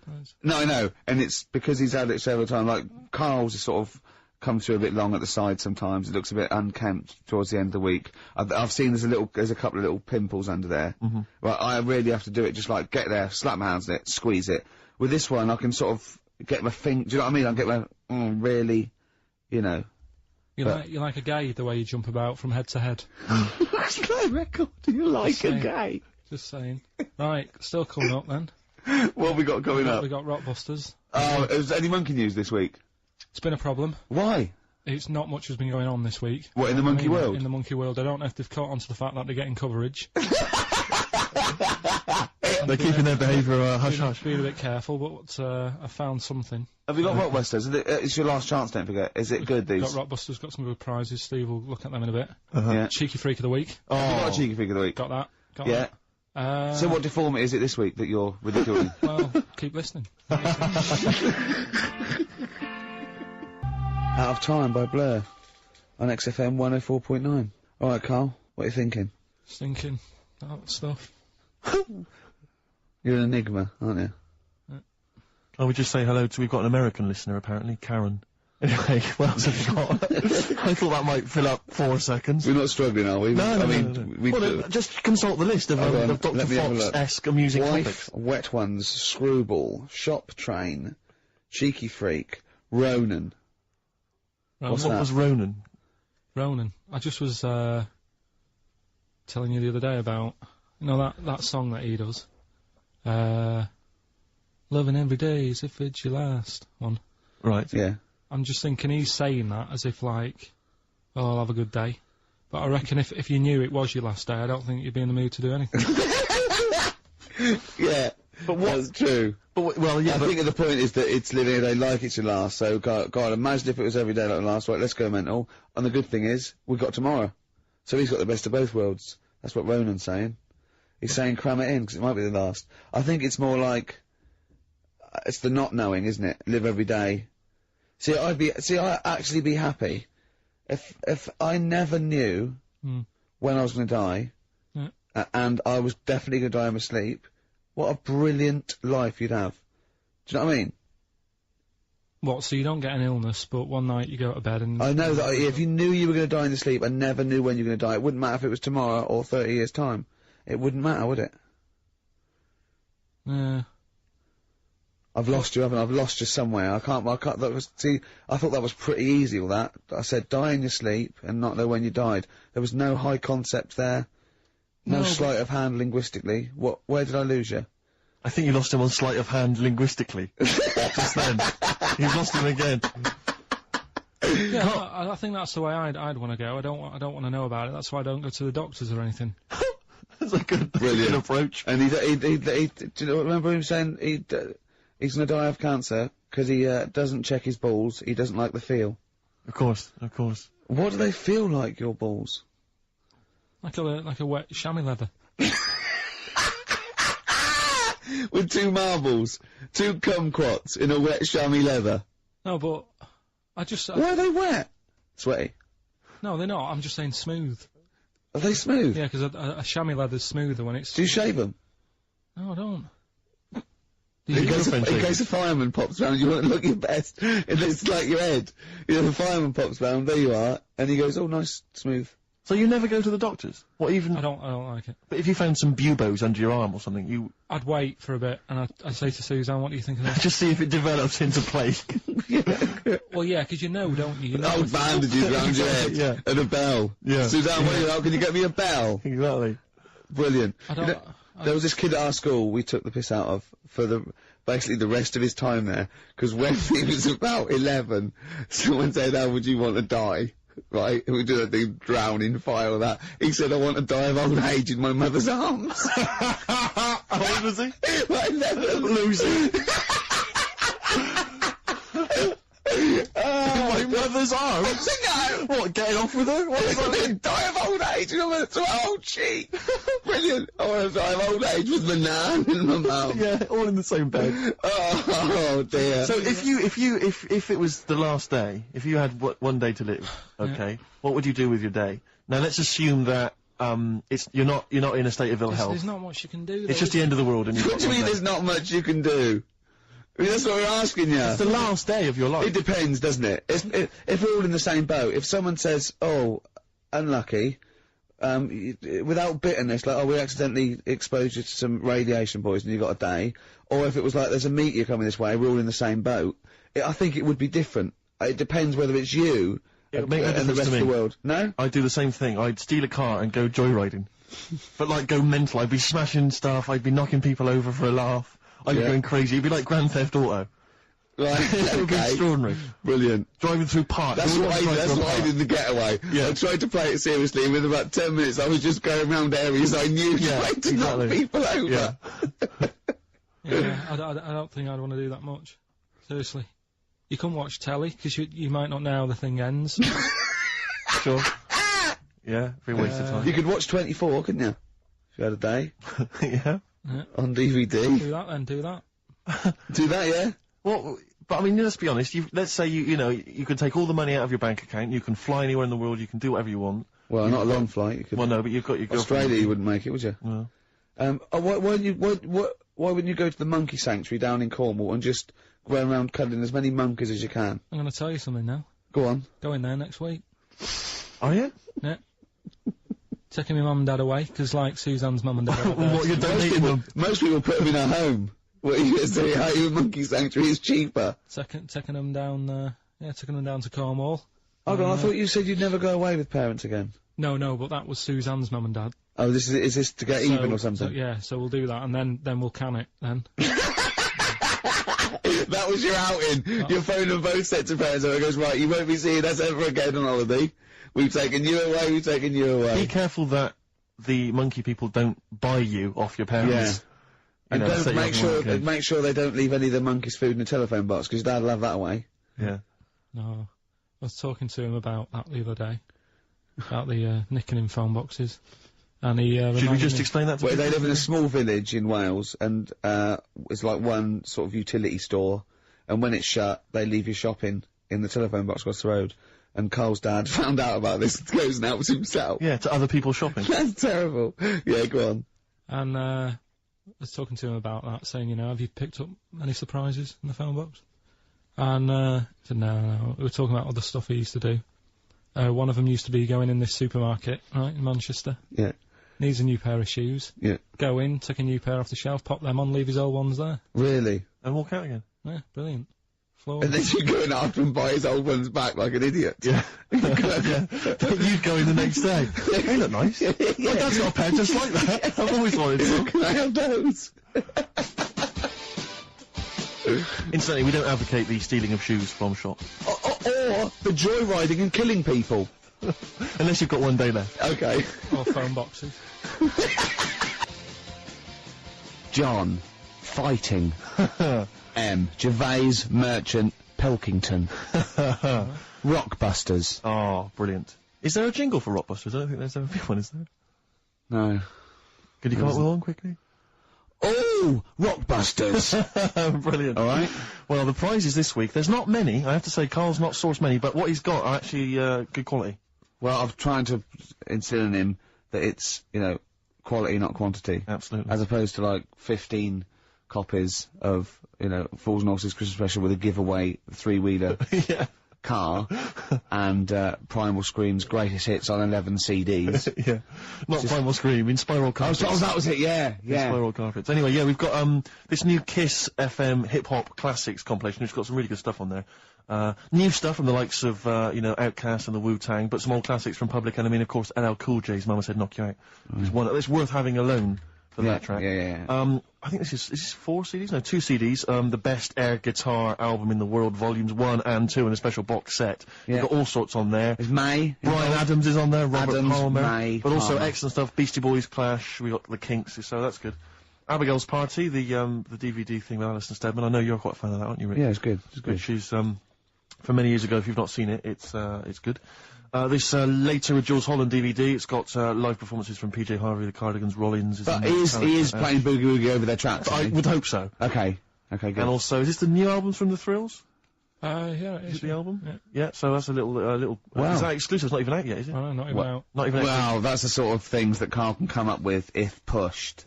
It's all about the game, though. It's all about the game. The prizes are just for fun. It's all about the playing the game. Let's see what Karl's come up with this week. This is his last chance. If I ever hear anything like new odour again, that's the end. They did get it though, didn't they? So they're working out. They will do it. Just, let's have the jingle again. Alright. Oh, Rockbusters. Right, if you haven't heard it before, cryptic clues that make up a band and some initials to help you on your way as well. Right? So, Well, you never get it without, but go on. first one, that fella likes sucking on iron. Right? That fella likes sucking on iron. Yeah, the initial M. Right? Okay. That fella likes sucking on iron. Right, that's the first one. Second one, the Jamaican fella spots a boat. Oh, God. Say that again. The Jamaican fella spots a boat. Spots a boat. Yeah. Right. The Jamaican fella spots a boat. Yeah, that's right, yeah. All right. Initial D. D. D. D, okay. D. All right. And, the last one, do you want a game of tug of war? Well, it's up to you. You own it. Right? Interesting. I've just got number 2. Right? Do you want... Oh, God.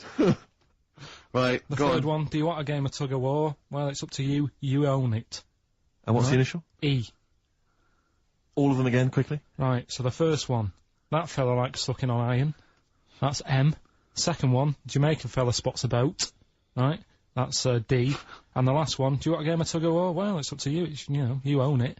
Right? But he embellishes it like it's a whole story by the end. That's E. Ricky.gervais@xfm.co.uk. Please don't phone Email only. Email him. We cannot be bothered to answer the phone. Ricky.gervais@xfm.co.uk. Brilliant. White Stripes. Excellent. Red Hot Chili Peppers, universally speaking, on XFM 104.9. Well, halfway through, Steve. I'm Ricky Gervais. That was Mr. Merchant I was referring to there as Steve. Familiar. Friends by now. 5 years in the making. Karl Pilkington, I've known him a year and a half, but he's a good friend as well. Alright. Alright, XFM, where paths cross. Alright? Oh, so, any interesting things to talk about, guys? Dr. Fox style? Any amusing observations? Have you taken a sideways look at the week's news or anything, Karl? What have you... Tell you what I did here last night. Go on. Go on. 5 Live. They do like a review of what's gone on in the week. When we've been busy in the week, I haven't always got time to follow what's going on. In the world, sure. Someone's made a chicken with teeth. For what reason? Don't know, because they can. Just because they can. And like they So it chooses food. Yeah. they had a few guests saying, well, you know, where will it all end? So you sure you weren't watching a Wallace and Gromit video? No, seriously, right? It's they're doing it. They're chicken with teeth. Why would they spend millions researching? What do you mean they've got a chicken with teeth? What do you mean there's a chicken with teeth? Sounds mad, doesn't it? What are you talking about, Karl? That's what they've done. Do you know, like... Why? I don't know. They're just messing with science and that, and that's what the people were saying. Why are you doing that? Do you know what I mean? Where will it start? What's the next thing? They did the sheep. They did the cloning. Right? The rat with an ear on its back. Did that. Can hear a mouse, cat coming, can't it? What else were they talking about? They were talking about that sheep again, that cloning one. Yeah, Dolly the sheep. Do you think it's that clever? They do all look the same anyway. What's it got to do with its cleverness? The Being fact that cloned. Being cloned, is it, do you think that's a good thing? He doesn't think it's that impressive because they look the same anyway. Right. They could have just put any sheep in there and go, look, they're the same. Yeah. Brilliant. So there was a programme, people were talking about... What are you talking about, a chicken with teeth? It was the latest news. It was like all about the war and that, and I was like, yeah. And then it said chicken with teeth. I said, hang on a minute. Your ears perked up. Yeah, you didn't hear anything about the war, did you? That was like, they might have been speaking French, or just like whistles. And now, story about a chicken with teeth. Yeah. I know. You stop washing up, maybe someone can let us know, you know. Oh, God, don't open the floodgates. No, but I'm just saying I don't know the full thing. They just... Of course you don't. Surprise. They just touched on it. Yeah. Anyway, other stuff I did do proper research on in the week. Go on. Having testicles done. Having your testicles done? Yeah. What does that mean? Same magazine that was doing the hanky coverage. Letting you know what all that's about. Sounds like a great magazine. How can we get him as a pundit on these news shows like Newsnight? Do you know what I mean? Sky News. On there, wouldn't he? Just on there, just ask him what they think. Wouldn't that be amazing? Is there a producer out there that would take a chance on Pilkington? It's Pilkington, Raggy Omar, Ian Hislop, and a panel of people, and they just ask people. Yeah. Yeah. So you can have your testicles made bigger. Why would you want to do that? Well, that's what I was asking. What's the point? Well, the actual testicles, or do they just inflate your ball bag? Because you could do that, couldn't you? You could have some air injected so it was like a big... so they'd look bigger, but they'd rattle around inside, wouldn't they? Make a little noise, wouldn't it, when you're... like manacas. Like some kind of instrument. Yeah. Like was sort of one of those African instruments, it's like a big sheep's bladder with little... There's Pedro on the maracas. Yeah, they just, yeah. Yeah, just stripped to the waist. Yeah. Just, yeah, with us hanging out. Why, and then when you're sort of like, the neighbours would think, what's he doing? He's been playing those maracas all night. And really, you would, you know. Why the mouse with the ear on its back going, keep it down. Yeah, this is really loud to me. Hey, why would someone have that done then? You brought it up. Yeah, well, presumably so that they could draw a little funny face on them. Yeah. Obviously. And you could let them down after the holiday, like you do a Lilo. Exactly. Just yeah. On holiday you're floating round, you know, like you're just in the sea with your big instrumental manacas, right? Just floating. You're having a whale of a time, right? People playing it as they go past. Exactly. All right, Karl. All right. Become a bit of a sort of local celebrity. Yeah, there's Karl with his floating manacas, like a big jellyfish, right? Yeah. and then the end of the holiday or Saturday. If you've got a little pair of tight speedos, it'll be like Jordan walking around. And then you just like just let them down when you come back. let the knackers down for the plane. Yeah. Because apparently they do get bigger, don't they, as you get older? When you're an old fella. No, I think they get lower. I think that's it. That testicles and breasts get lower. Is that purely gravity? I think so. Yeah, probably stretching a bit, innit? So is wear and tear. Is the old fellas who are walking about saying, "Oh, sick of these"? Yeah, they don't tread on them. Well, that's why old people have always got to have a little sit down. You know, 100 metres. Yeah. Stick them in the socks. Exactly, yeah. Or they can have I suppose you can have like a little ball lift. You can have a facelift, can't you? Have a little nip and tuck. Or probably a facelift would help, wouldn't it? Because if you pull your face up, that's going to bring the skin up. Bring up a little bit, yeah. Don't go too far. You'll have a little knob as a tie. But you can, you can tighten stuff up. Speak for yourself. Steve with his kipper tie. That's a lovely tie you've got there, Steve. And you look so young. Yeah. What's that little sack underneath it? That little brooch. Well, wait. Playing with your little manakas all night, Carl. So, a chicken with teeth, and you can have your balls done. Imagine Kirsty Ward, whatever her name is, on Newsnight, saying that. And now, 2 features of the week. The war in Iraq, let's forget that. Who wants their knackers done? And look at this chicken. Careful, it bites. I think we should send this link to Dr. Fox and see if, see if he thinks it's an improvement on what he heard during the session.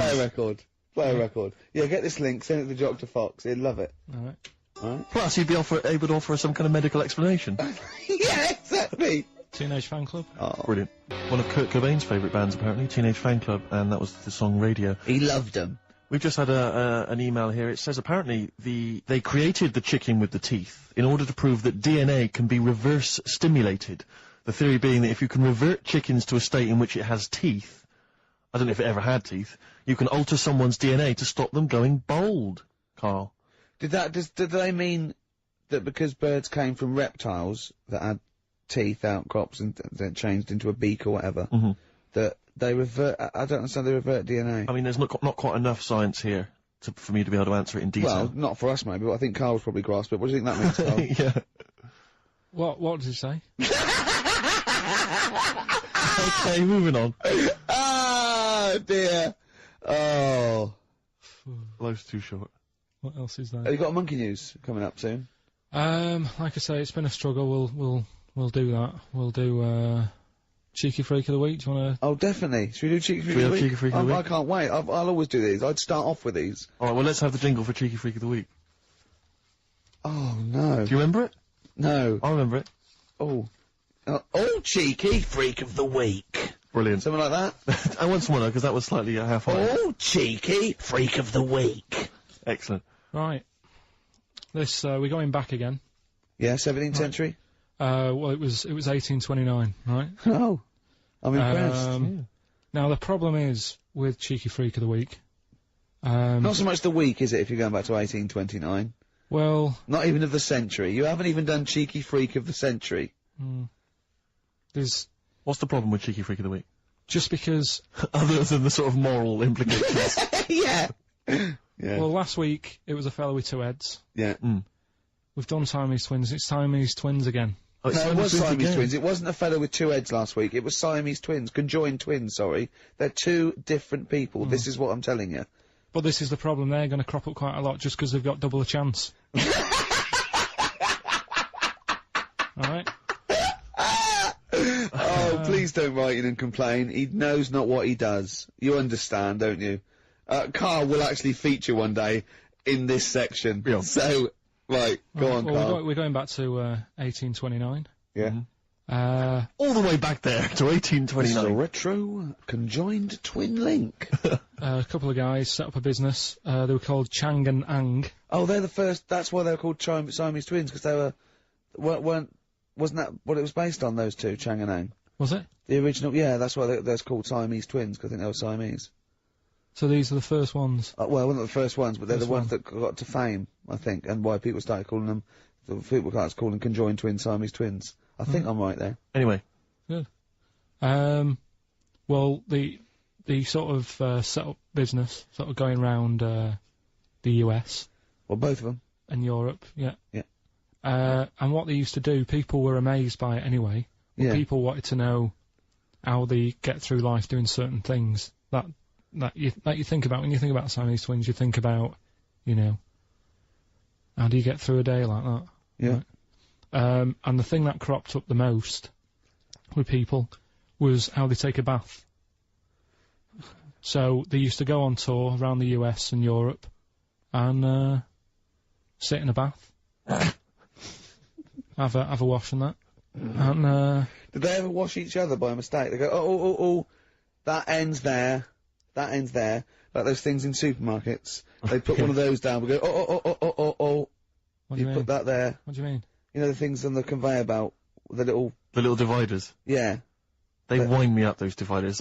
Sorry, I was at a complete tangent, but for some reason, it's my own psychosis, but I get so annoyed if I'm in a supermarket, I've got my shopping, I'm just about to get served, and you can always see there are certain people who stand behind you getting edgy, itchy, worried that I'm not going to put the divider down to separate my shopping from theirs. It's like they're terrified that I'm somehow going to deliberately pay for their shopping. Sneaking their onion. Yeah. Oh, I didn't get an onion, I'll have that. And it's just, but what annoys me is it's not so much that, obviously it's a practical thing, it's the fact that they get a little bit edgy. You can actually see, certainly kind of, dare I say it, certain breed of woman and a certain breed of fella will, just get a little bit itchy, a little bit edgy, and they just look at you can just see them sweating, especially if they can't reach. I just lean over and do it myself. Well, I know, but the thing is that it's like they almost feel that they ought to wait for me to do it, as though somehow it's my obligation.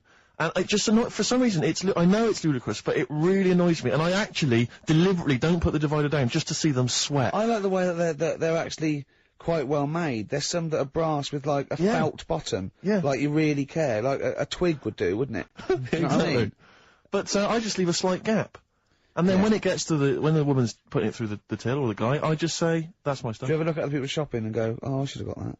Often. Oh, yeah. That's annoying. I'll tell you what it is, it's the same thing, and again, it's my psychosis. When people, if you're on a bus or a train, and we're pulling into the stop, but there's a good, you know, kind of 35 seconds before we're actually going to come to a halt, they leap up, and they're straight by the door. Yeah.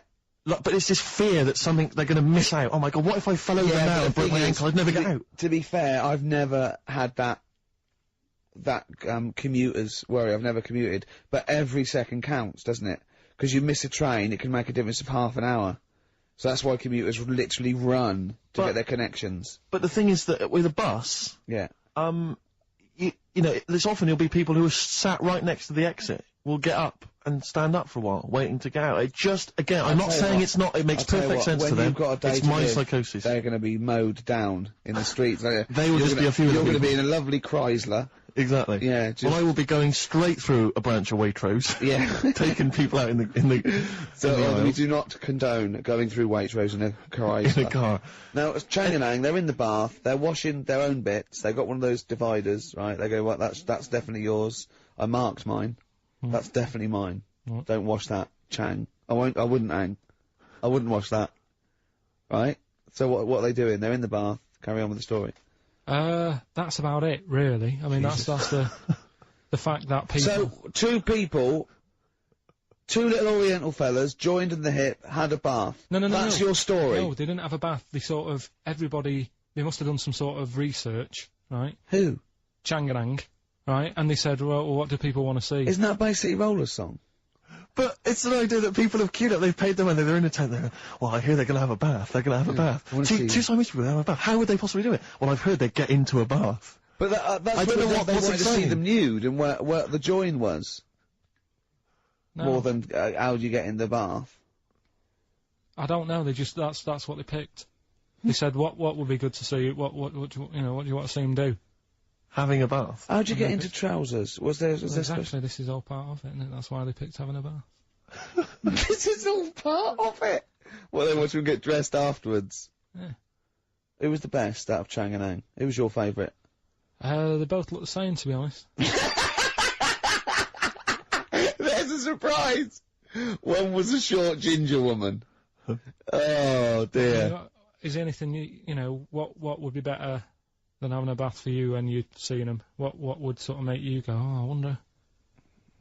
One of them pulling and the other one going home alone.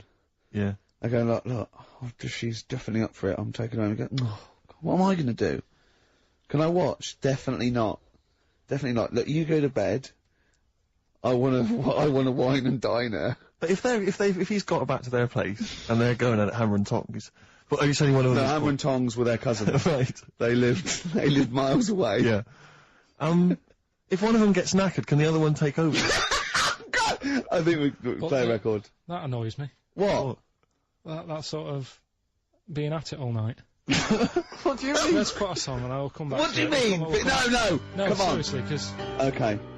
R.E.M. yeah. Well, after R.E.M., Night Swimming, being at it all night, and why it annoys Karl. Night Swimming by R.E.M. Well, before we played that track, you remember Karl was on the, right, teetering, on the cusp of telling us why he's annoyed at going all night. I assume you mean... Relations. Yeah. What do you mean? What annoys you about that? What? Sexual relations all night. The concept? Or people keep you up? Is it your next door neighbours or something? No, just that thing of people who say, oh, was that it all night last night? Who says that to you? You know, lads who think they're, think they're a bit of a lad and think that means it's good. What, like Sting in his tantric sex? Sting. Yeah. Well, to be fair, it goes for 8 hours, but only 3 minutes of that is going for it. The other sort of, 7 and a bit is sort of laying next to each other, isn't it? Right. And sometimes in a different room. Yeah. Yeah. Is that why it's called Sting? Hey? Well, if you're at it all night, bet it. It's gonna sting. Yeah. So what's your problem with this notion of going at it all night? It's just that thing of, get it done right the first time. Do you know what I mean? Get it done. Yeah, get in, get out like the SAS. Once you've done it, you've done. You know what I mean? Yeah, no fanning around. No messing about.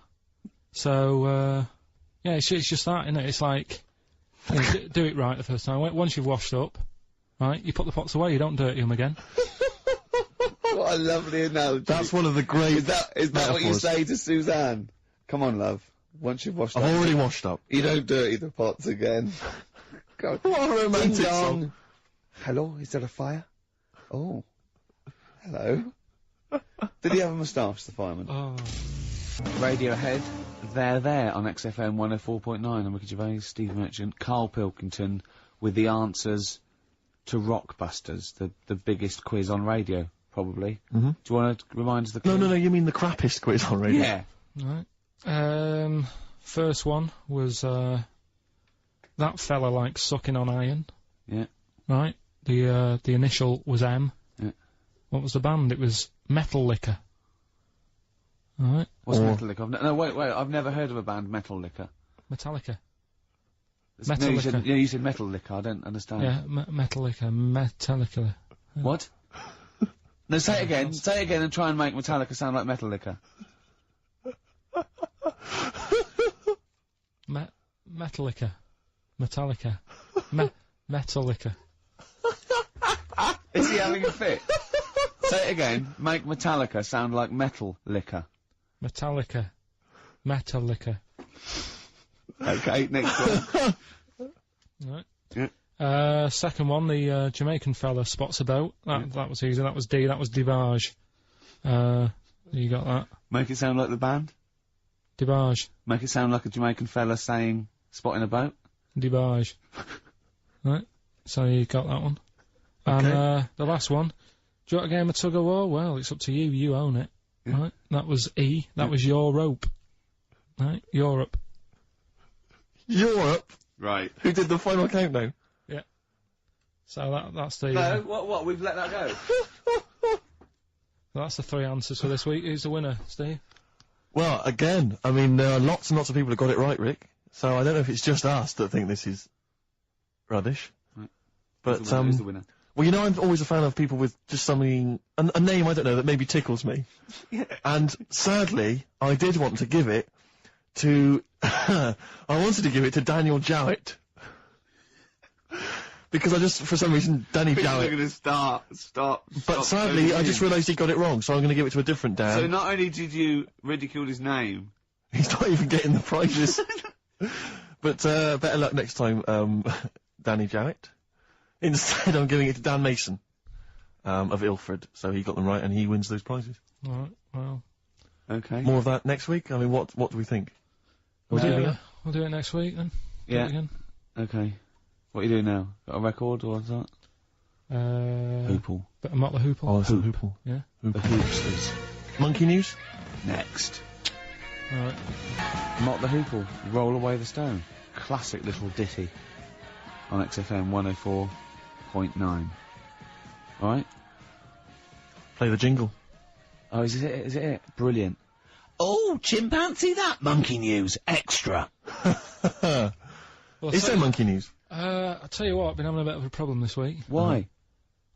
It's just been a struggle. Normally, I can come into work on a Monday and there'll be something that's happened over the Saturday, over the Sunday night. Do you know what I mean? Over the weekend, the monkeys have done something.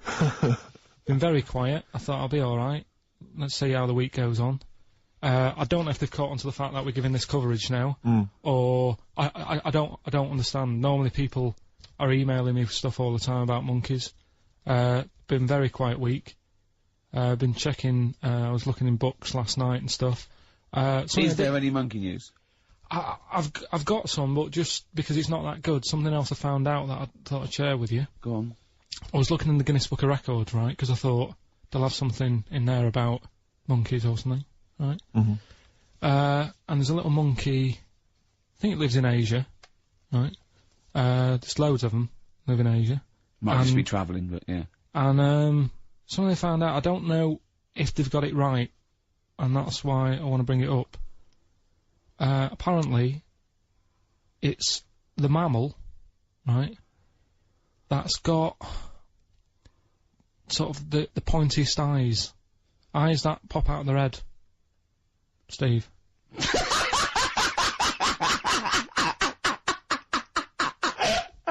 Now,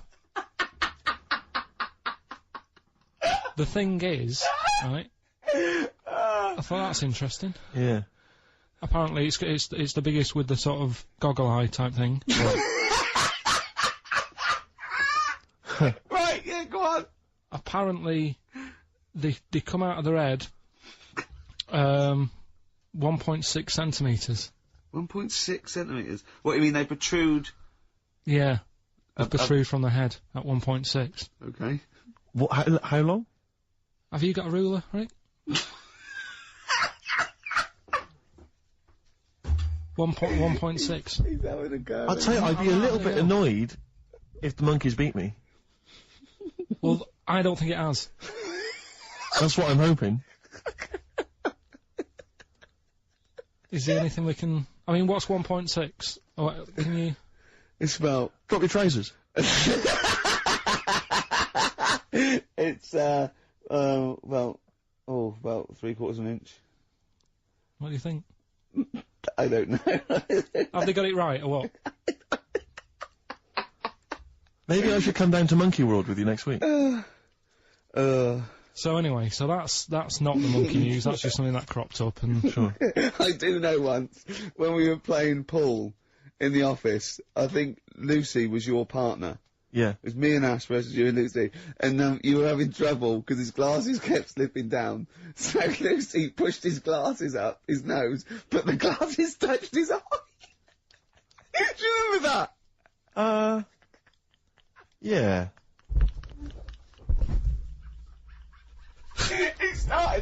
He started it. Well, you're the one who joined in. No, I know, and I feel bad now. Yeah. He makes me nervous when he goes, yeah. It's play a record. No, I'm just trying to think about which part of your fat, middle-aged physique I can pick on. The tits would be a good Yeah, start. yeah. Oh, the belly. Sure. Oh, what do you think of that? Oh, that's... What is that? Play a record.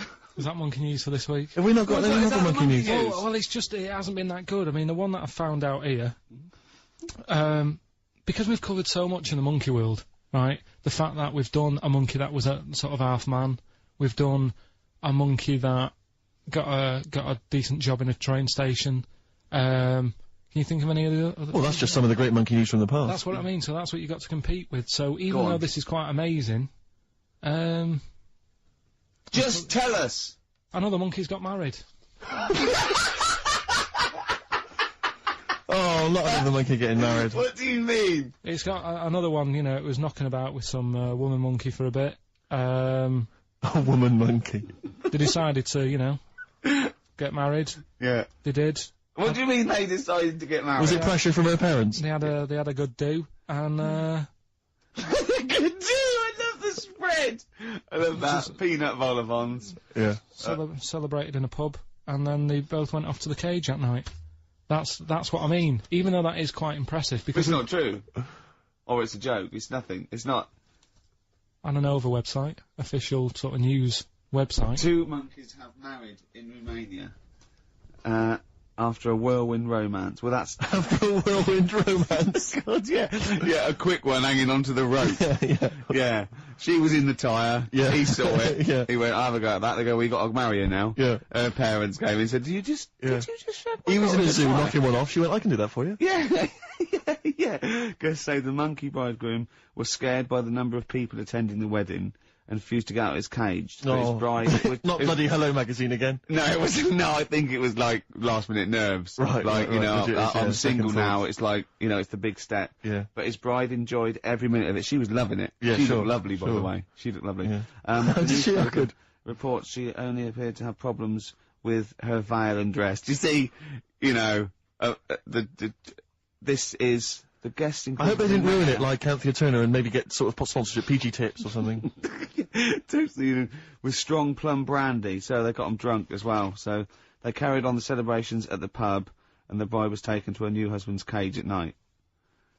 I apologise. Play a record. I'll tell you what winds me up. What? Monkeys getting married. I know. And I'm not getting any action. And I got bigger eyes. Little by little, Oasis on XFM 104.9. Well, that's the show. Ricky Gervais, Steve Merchant, and Karl Pilkington. Karl, do you think it was a good show today? It was alright, wasn't it? With some, What do you think some good moments, the loyal listener has gotten from today's show? What do you think that you know we've added to the world?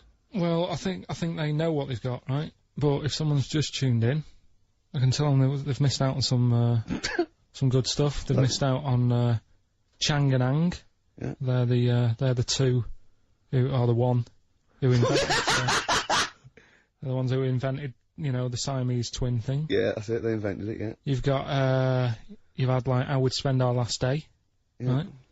Running people over. Chicken with teeth.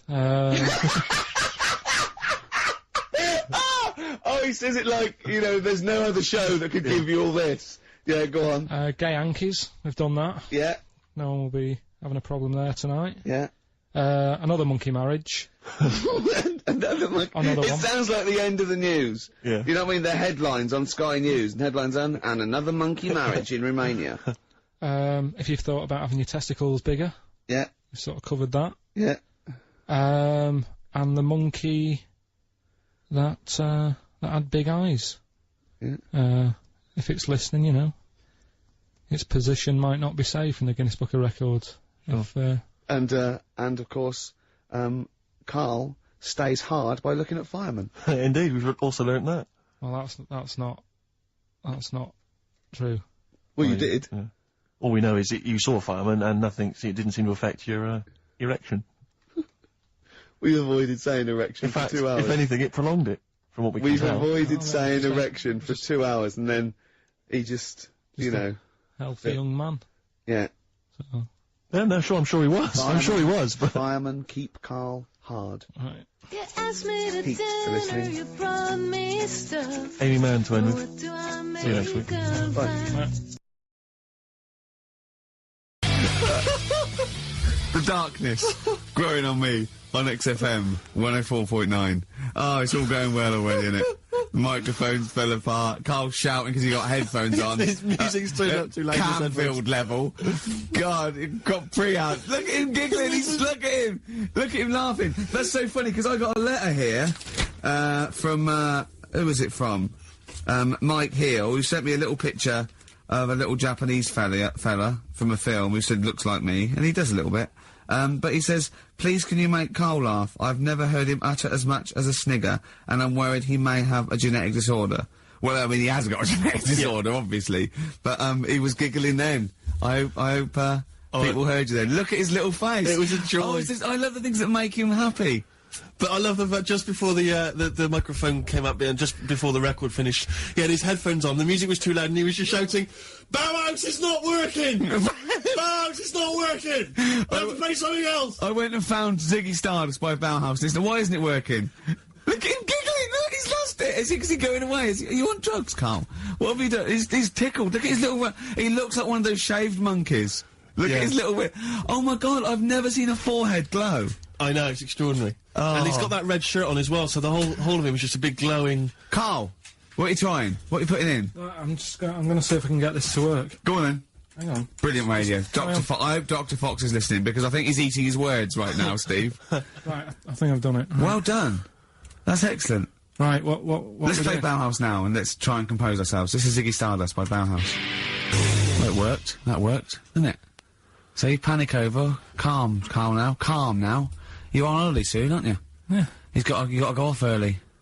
Well, about How many holidays have you had? Because I only ever have time off when I'm working, like doing another job, like, you know, filming or something. But you seem to have a lot of holidays, just like, and you were sick as well. You were just like, because you had wet trousers, which is a little bit. Do you not care about the job? I mean, I've got to ask because, you know what I mean, if I was in charge, I'd worry about your motivation or... Because yesterday we were trying to work out what you enjoyed doing, and we got to, Manchester United and moaning. And that is the two we came up with. I don't know where you get the moaning thing You're from. always whinging. About what? Everything. When? When did I last have a moan?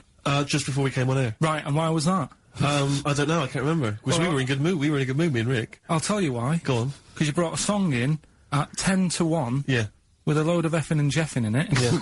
And saying, can you edit this? Yeah. Yeah. But that's your job. You could have brought it in yesterday. No, I couldn't.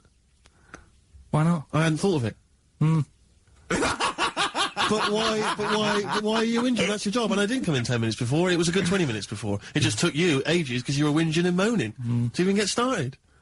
I'm not being dragged into this. You are always... I'm on my holiday now. Well, not yet. No, you're not on yet. You're still working. Well, that's what's funny. This isn't even work, right? And yet it should be. Compared to what I do in the week, this is a doddle. Well, that's because you're not putting any effort in, clearly. Where are you going anyway? Where are you heading? Cornwall. Yeah? What's happening down there? Well, there's a monkey world. You're excited about that? We're going to see that. Probably go twice to that. Yeah. Whilst I'm down there. How long are you in for? The whole week? Yeah. Yeah. So, this is with your parents, isn't it? Yeah. Taking them out.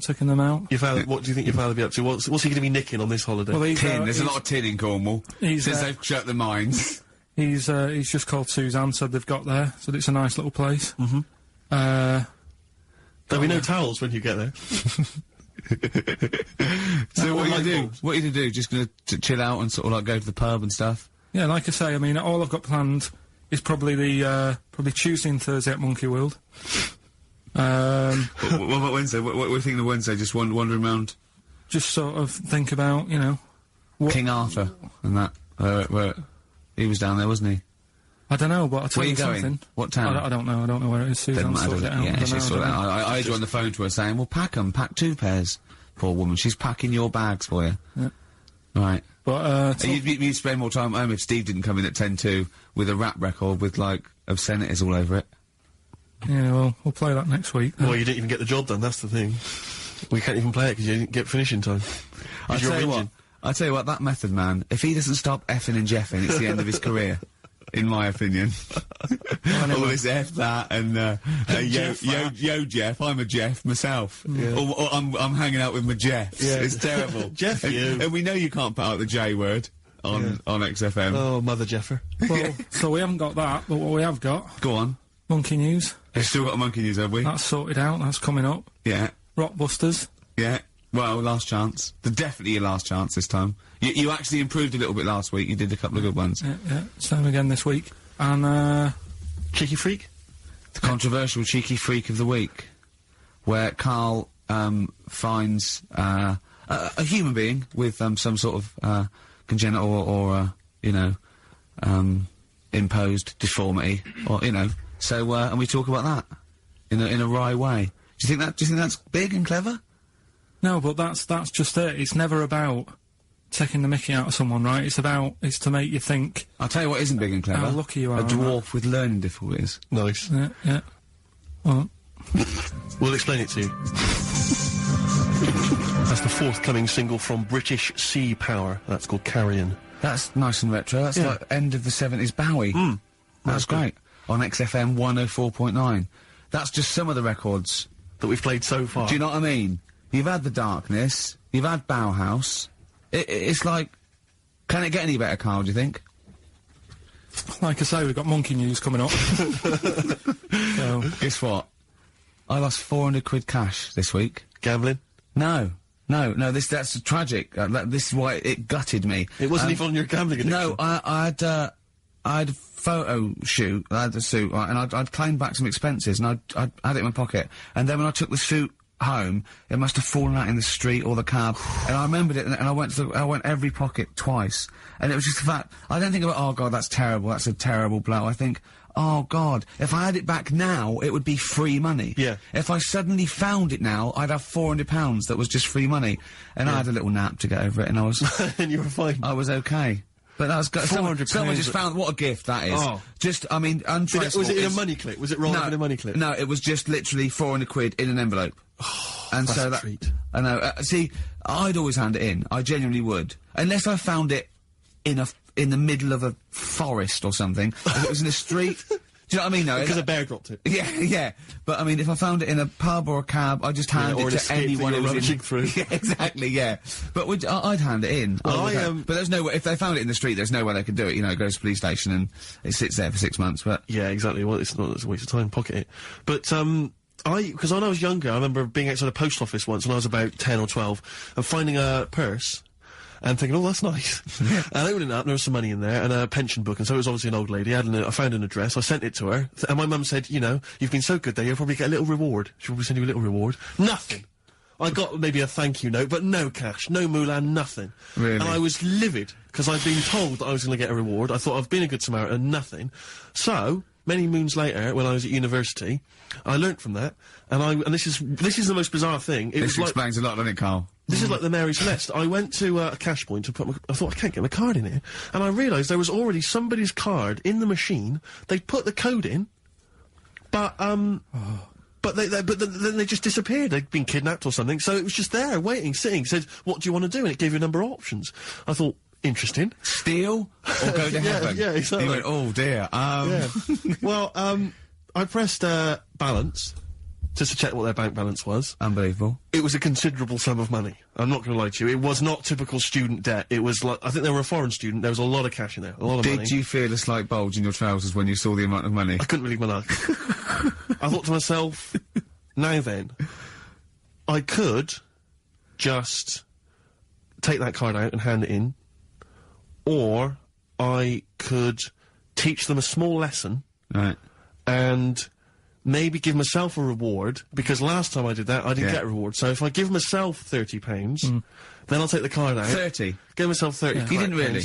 Well, I thought that's a good reward, and I went in, I handed the card in, I took that. Steve, and that's a little reward for me. And I'll tell you this, don't think it's evil, because I went in and I bought everyone a drink. Well, brilliant. Yeah, I didn't tell them I got the money free. Well done. Excellent. So probably gangsters are quite generous.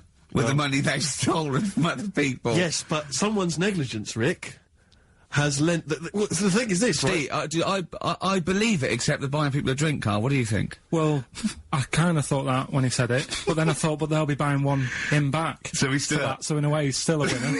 Yeah. Everyone's a winner in that situation, including the student, because frankly, if there had been a less scrupulous person who found it, they'd have probably helped themselves to a considerable sum. I cannot believe he did that. There was thousands and thousands of pounds in there. What if it was... what if Beadle had jumped out and slapped you with his little claw and said, we've been filming this merchant? Well, so what? How old were you then? I don't know, 19, 20. Would you do it again, or was it just to get the world back for the old lady's purse? Possibly do it again, yeah.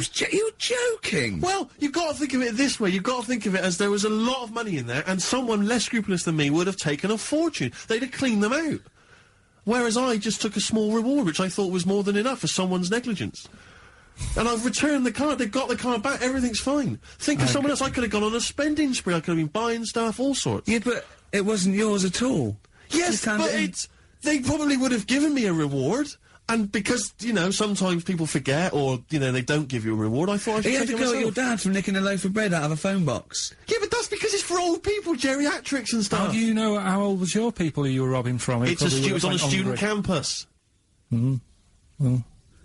Wow. I think it was more... I thought it was excellent behaviour. I thought it was that's good, honourable incredible. behaviour. That's showing another side to him, isn't it? What would you have done, Karl, in that situation? And tell the truth. I might have helped myself a little bit. There you are! There you are. What, this is helping No, yourself but- a bit. Like you say, just sort of, you know, stand at him back and sort of say, you know... If you find a £1 coin in the street and you can be bothered to bend over for it, then have it. But someone's cash point card or personal belongings... I'd let them know, though. Did you send it to them and say, you know, I've service charge included. I've took that out already. No, I handed it in to You'd the, let them know? What do you mean you'd let them know? I'd say, you know, you're lucky here. Right, I just took, I'd probably take 20, actually. Okay. Because that's just like one note. Sorry, right, okay. You are winding me up. No, I'm not. I mean, not for once. I mean, I know what Steve's like. He is tight, right? He is. And you know that, don't you, Steve? Financially, I mean, I'm not, you mean? Well, no, I mean, just the way you are. You're very Sure. sort of, you know, you're not wasteful with your money. I'm careful. No, I'm not wasteful. Absolutely right. No, but to the extreme. Not towards the extreme. Not towards the extreme. No. Look Come after on, the come on pennies, now. the pounds will take care of themselves. Alright? Simple to remember, good advice. Yeah, All right. but the thing is, right, I know that I take the mickey out of you for, like, you know, the way you look and stuff. Sure. Right. Well, I'm right back at you. But the thing is, you can't help that. Absolutely. But I'll tell you something that women don't like, Sure. and it's fellas who are tight with the money. Sure. I'm not frugal with money with ladies. I'm frugal with money with you. Well, I've got no reason to splash money out on you. I've never seen you splash money out. Well, you've never been out with me. Steve, have you ever splashed out on a lady? No, but I hope to one day. The right lady. Play a record. Blur, Out of Time on XFM 104.9. Ricky Gervais, Steve Merchant, Karl Pilkington. Talking of money, Steve, look at this, right? It's in the paper. A wife has had her beauty insured for £100,000 in case she grows ugly and her husband walks out. Nicole Jones, 26, of Chipping Sodbury, Gloucestershire, says £200 a year, pays £200 a year for a policy. She arranged it as a present for her husband Richard. Her beauty will be judged by a panel of builders. So... Have they been selected beforehand, do you think? Do the insurance company know who they are? I assume they're complete strangers. So suppose, like, in 30 years' time, he looks at her and goes, "Oh, you've lost your looks." She goes, "Well, have I?" Yeah. He goes, "Well, yeah." "Well, have I?" Calling the panel. Some rules going, Yeah. "All right, get him out for that." Well, never mind that. It's yeah, she's lost it. Right, Well- 100 grand. well, they- 100 grand coming your way. They stand on some scaffolding. Yeah. She walks by, Yeah, and if they wolf whistle, that is amazing. do you think they'd give her a quote first? Yeah, what if they say, "Actually, love, you've got nothing to lose. You're not oil painting anyway." Yeah. We can't come round and judge your beauty for at least 2 I mean, weeks. that is just open to abuse, isn't it? £100,000. Because I remember in Japan, they're mad on golf, right? And if you get a hole in one, you buy everyone, you throw a party, and it was costing them like thousands and thousands of pounds. So they were insuring themselves against getting a hole in one, and so miraculously, everyone was going, "I got a hole in one." Did he? Yep. Yeah. Paying out insurance. I mean, they could be in that together, couldn't they? They're bizarre. not. I'm sure they're not. Well, They're probably more honest than you two that would take 20 quid out of a cash point. But, you know... No, 30. 30. Yeah, 30. I like the wording, though. A wife. Yeah, a wife. The word wife. The word wife. It's a... I don't know why it make... I just find it's just an odd word. Hello, this is my wife. Hello, the wife. Yeah, the wife. My wife. It just seems a word that you have to say if you're 60. You Yeah, go, I know. Have you met the wife? And even then, ironically, unless someone... You don't know exactly... Are you married? Yeah, my wife is from... You know what I Yeah, mean? that makes sense, but it's the wife. People go, "Oh, better get back. I'm meeting the wife for dinner." But especially when you know them. I remember bumping into friends of mine, somewhere at a party, a couple that I knew, and I'd known both of them before they got married. In fact, I'd known her, I think, longer. And I said, where's so-and-so? And he went, "Oh, the wife will be along in a minute." And it's just this notion that, use her name. I know, she is. I know her name. It's I used to call her by that. Why? It's like someone going, you know I'm married. Yeah, You know, exactly. you know I'm married. It's in like showing in the off. eyes of God, we are wed. Exactly. Yes, that makes me It's more just that of an kind adult than it's you. the ownership. Yeah, it's like going, you know I'm a real man. I've got a wife, and here she is. She's my wife. I find it, there's the words that I find hard to say. In a shop, I could never ask for wet ones. Do you know what I mean? If I have to go and ask for wet ones, I won't bother. Or toilet duck. Another one I have a problem with, I never say, Snickers.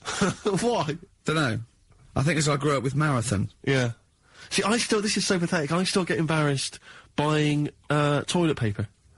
Really? You know, if you go into, like, your 24-hour shop just round the corner, not a supermarket, big shop, but if you just go in there and you're just maybe buying some milk, Yeah. a chocolate bar, because it's like they know what you're up to.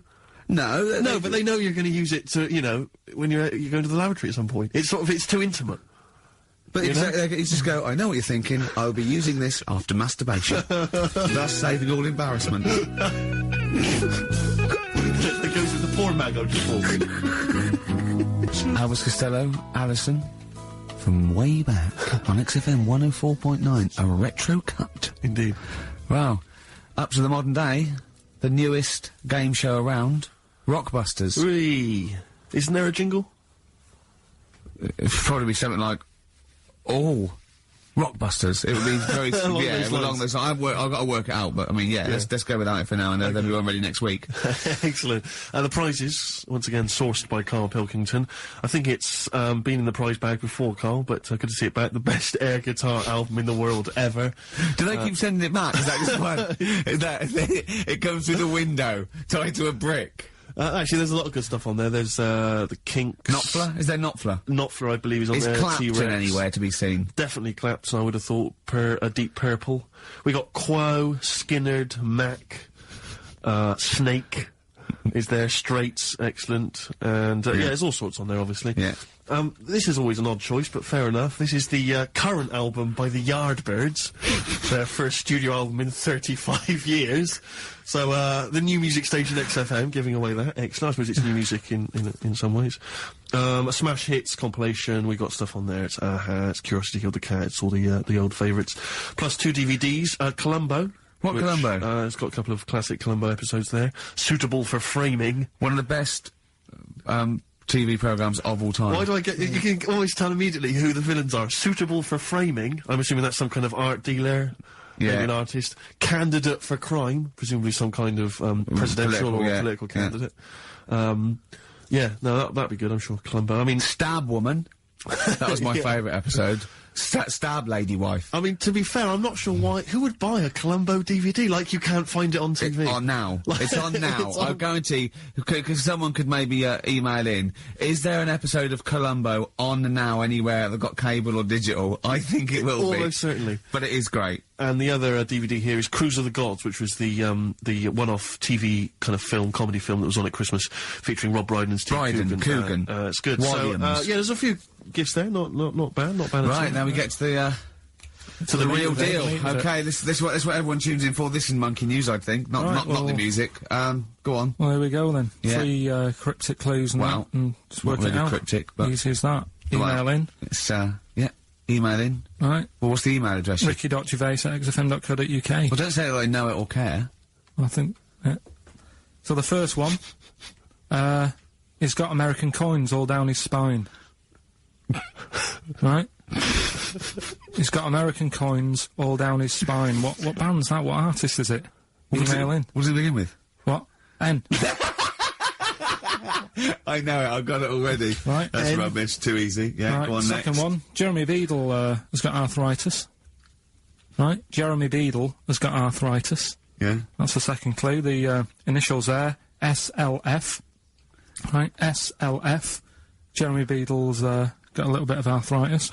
And the third one, Foxy, Shipman, and a country western singer on a merry-go-round.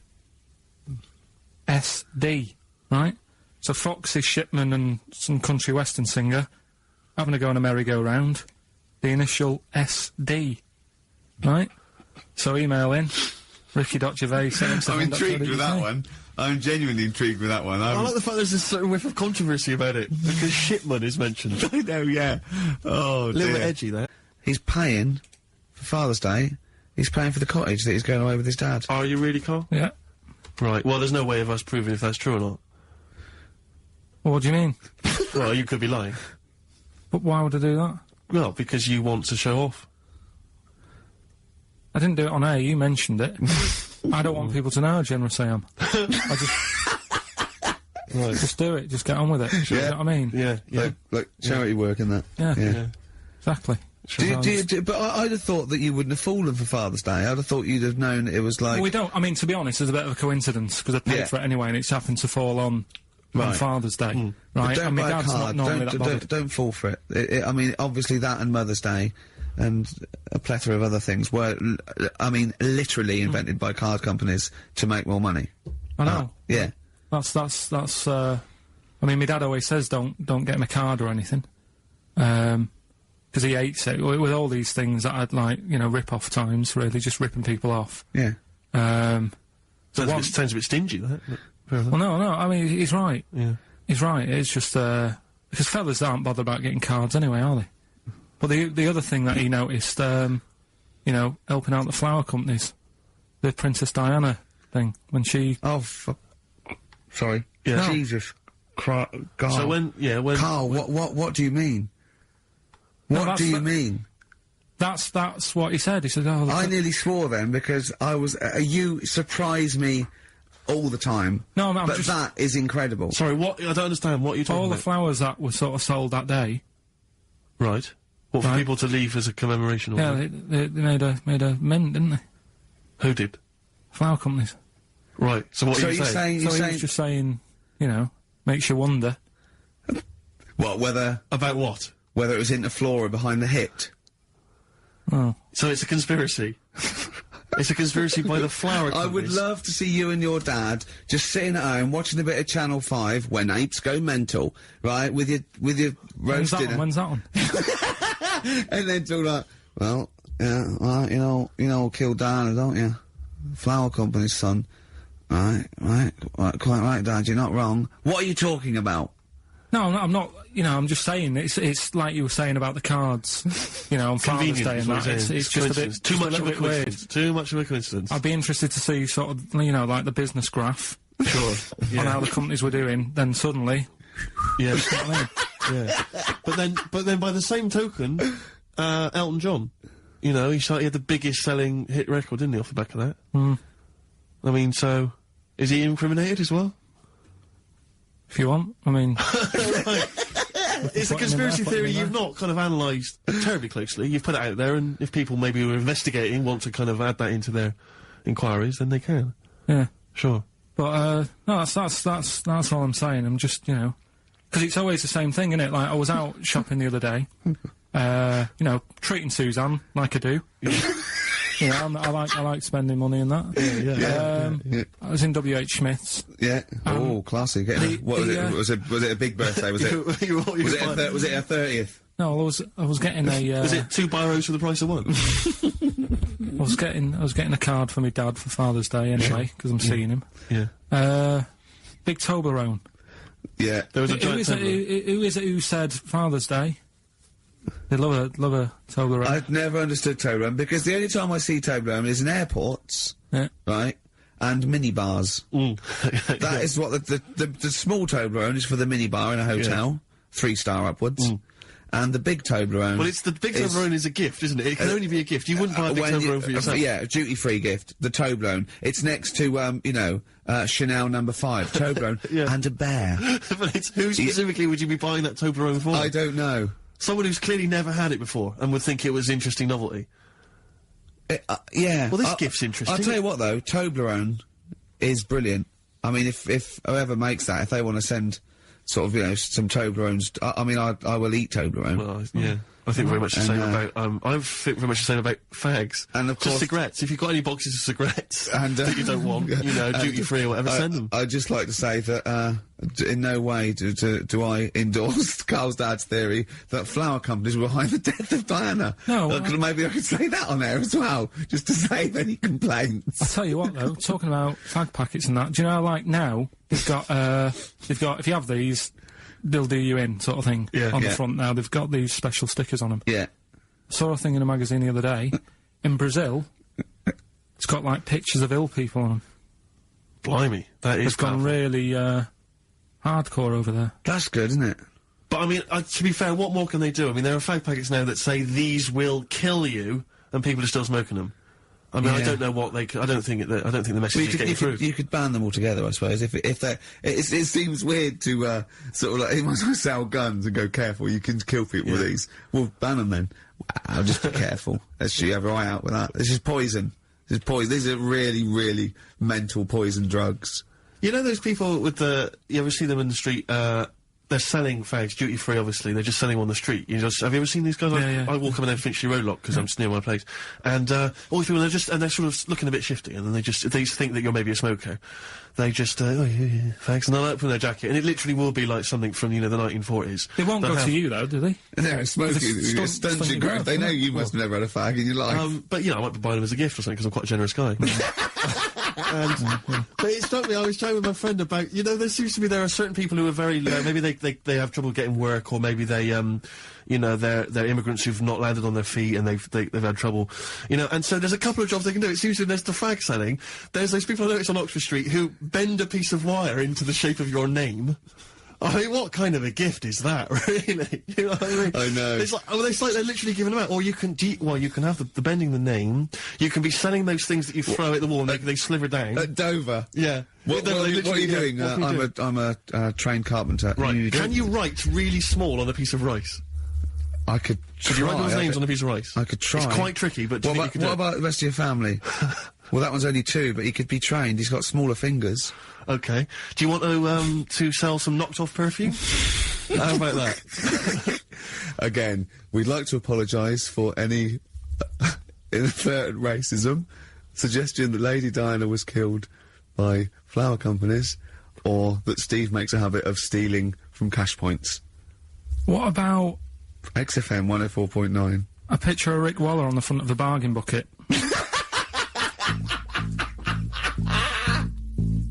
Red Hot Chili Peppers, universally speaking, on XFM 104.9. I'm Ricky Gervais. With me, Steve Merchant, and, of course, Karl Pilkington. Now, people come up to me, and they say, is Karl for real? And I go, what do you mean? He goes, well, they want to say, is he that stupid? And the answer is yes, right? Some people think that he's putting on. Some people think that he's a character that we've invented, like we've got an actor in, like he's a Gareth Keenan or a Tim or something, and I go, that no, we've scripted. Exactly, yeah. No, he's absolutely real, aren't you, Karl? I go, where did he come from? Well, just to tell the story, we came here, and I was much too important to run the desk myself this time round, so they just gave us a tea boy. Steve came in with you, I remember that. yeah. Why do you remember that? Well, Steve knows, I don't want to keep going over it, but it's just the way he looks. It's just Were you taken aback? A little bit. Yeah. Right. And he's just developed into my favourite thing. I also said that you get bored with, like, battling tops or, pets sometimes. I mean, I love my cat, but he's not as, Colin. my cat. Yeah. Colin. Actually, Carl's away next week. Is he available to run the desk? No, well, he's actually not as intelligent as Karl, and that's the truth. He's not, he's marginally. Yeah, but and in the week, he's like one of those little Tamagotchi toys, Karl, because I have to phone him every day and keep his interest up. Yeah. Like I'd give him an interesting fact. And, I got a book out and I found out that I'd call Karl like that. And I thought this was a great fact, right? A 2-day-old gazelle can run faster than a racehorse. Right? I thought that was incredible. Sure. Okay. So I phoned him up, I said, a 2-day-old gazelle can run faster than a racehorse. He went, what's it do after that? I went, what? He said, well, how fast can it run when it's adult? I went, well, even faster. He went, oh, I thought it could just do it then, but then it sort of lost it. I went, what are you talking about? I went, you know, that's incredible. A 2-day-old gazelle can run. He went, well, no, that's what they do. I went, what? He went, that's what they do, isn't it? I went, what do you mean? It's 2 days old, Right? He went, yeah, but a one-day-old fly can fly. I'm 30 and I can't fly. It's not what I do. Right? And I went, right. He went, a jellyfish can hold its breath underwater for hours. I went, it doesn't hold its breath, does it? It hasn't got lungs. So he went, what? I know I had him. He went, what do you mean? I said, well, they don't breathe, do they? He went, what do they do? I went, well, they get oxygen directly from the water via osmosis straight into their cells. And it just went quiet. And I went, a 2-day-old gazelle? And he went, yeah. Do you know what I mean? He was just thinking about the jellyfish. Yeah, I Well, know. he was looking up osmosis, and then he was thinking about the jellyfish. But I just think, I mean, if Bambi's anything to go by, this little gazelle spends a whole day trying to stand, and the next day it enters the derby. And you don't think It's that's... amazing. You don't think that's incredible? Yeah. See, you know the sort of things I find incredible? Go on. Mirrors. Shiny objects. Kettles. Yeah. Oh, God. Well, listen, remember the time when I tell you about the baby that had a baby? The baby that had a baby. The baby that had a baby? Yeah. It's happened again. No, it hasn't. Well, it didn't happen the first time. It was in the papers, I think, on Monday, in all the tabloids. So it's a twin where one has grown and the other one is still at a fetal level. No, it wasn't, though. It had grown. He was saying to his mum... Who was saying to his mum? The little kid who was 7 years old. And he kept saying... Yeah. Yeah, he was And pregnant. he was pregnant? Yeah.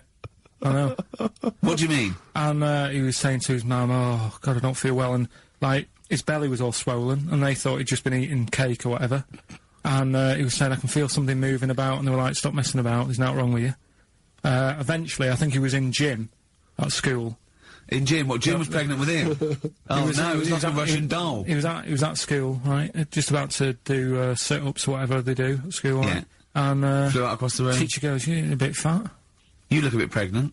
And so best took to the doctors, took him, said, you're 7 years pregnant, or something like that. What you What do you mean? What? Or something like that? You're 7 years pregnant. Or something like that. You say to the doctor, Karl, why don't you think about what you say before you say it? See the reaction I get. Now, the gazelle, I didn't get excited like that. 7 years pregnant. Send it in. If someone's online at the moment, just having a look around, it happened on Monday or Tuesday. Because I told you at the pub quiz, didn't I, Steve? I said to you, I know the baby's had a baby. Yeah. And you were like, yeah, whatever. Well, I just thought you were talking nonsense as ever. Well, we'll find out. You're 7 years pregnant. Yeah. You're a fool. Play a record. Well, we've still got stuff coming up. Monkey news? Rockbusters answers. We'll have to get that out of the way soon, because we've got What else to get out there? of Have we got a cheeky freak of the week? Yeah. Brilliant. America by Simon and Garfunkel on XFM 104.9. I'm Ricky Gervais, and I understand I'm about to read my words, Steve. Well, once again, there's always someone, and it looks like it's Mike Lamb who has come to Karl's rescue. Lambo's let me down then. Doctors have removed a 4-pound baby boy from the stomach of his 7-year-old twin brother. Yeah. Alan Jan twin Niamatilev brother, was born with the freak fetus growing inside him. For 7 years, it lived like a parasite until a school doctor became alarmed about Alan Jan's bulging tummy and took him to hospital. Surgeons who gave him a scan operated immediately, unaware that the baby was attached to the boy's blood vessels and still alive. They saved Alan Jan from certain death, but knew the 8-inch fetus was doomed. So there we are. Boy pregnant with his own twin brother by Barbara Davis. That was in the Mirror, apparently. So I've read on, and all the facts are right. They took him to school. The parents didn't realise. And that isn't even this week's Freak of the Week. I mean, that's You've still got to that for come. free. You've got that. You can have that. That's the free freak of the week. Free freak of the That's, week. you know, that's giveaway. That's like 13.5% extra. Yeah. You know what I mean? That you might get with hairspray or something. So that, I mean, if that's just the throwaway freak of the week, there are 2 freaks of the weeks there. If those 2 freak, I can't wait to see what the actual freak of the week is that people are paying for. Is it incredible, Karl? I'll tell you what, something else you can have for free. Go on. Another sort of freaky thing, right? I was watching this programme in the week. Right? What? I don't know what it was. But it was about, I just saw this little fella on it, right? What do you mean, little fella? He was doing this history thing. Oh. Right? Yeah, I know what you mean. So, is this he's found out that a Viking was a bit like him? Yeah, that's it, yeah. He was boneless or something, or he's... Well, that's the weird thing. What do you think of that, Steve? He's what? He's boneless? No, he was called Harry the Boneless something. Yeah, but you know what you're going to get there, don't you? That's what I mean. I always have a have a name, Elephant Man, you know, Harry the Boneless. Where is he? You know what I mean? I'm meeting someone, waiter, what's his name? He's called Harry the Boneless. He's over there flapping around. Yeah. Yeah. Coming to He's over Ramones. there in the bucket, having noodles. That's what I mean. But, do you reckon you could do that? Do you reckon you could have your bones taken out? I love talking to him! He's brilliant! It's like talking to a 5-year-old. I was asking Suzanne when she was watching it, and she was like, ask me later. Yeah, brilliant. She wanted to know about, What did you said? You were watching this programme about history, right? About Vikings. Something like that, You turned to your girlfriend and said, do you reckon you could have your bones taken out? Yeah. I love that. What do you think? That is why you are my favourite What do you mean you think you can have your bones taken out? Firstly, why would you have your bones taken out? If you've only got a small flat or something, and there isn't much room, Yeah. right?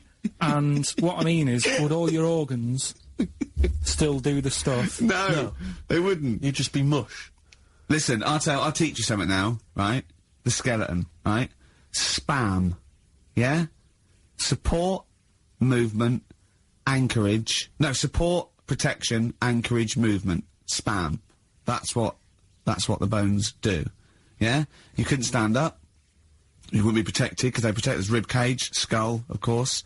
Anchorage, everything holds onto it. Every muscle is tethered to pull against something, like a crane, a pulley system, so you wouldn't be able to move at all. Do you know what I mean? So you'd be in a bucket. There'd be nothing. Well, you'd die immediately, obviously. No, you can't have your bones taken out, Karl.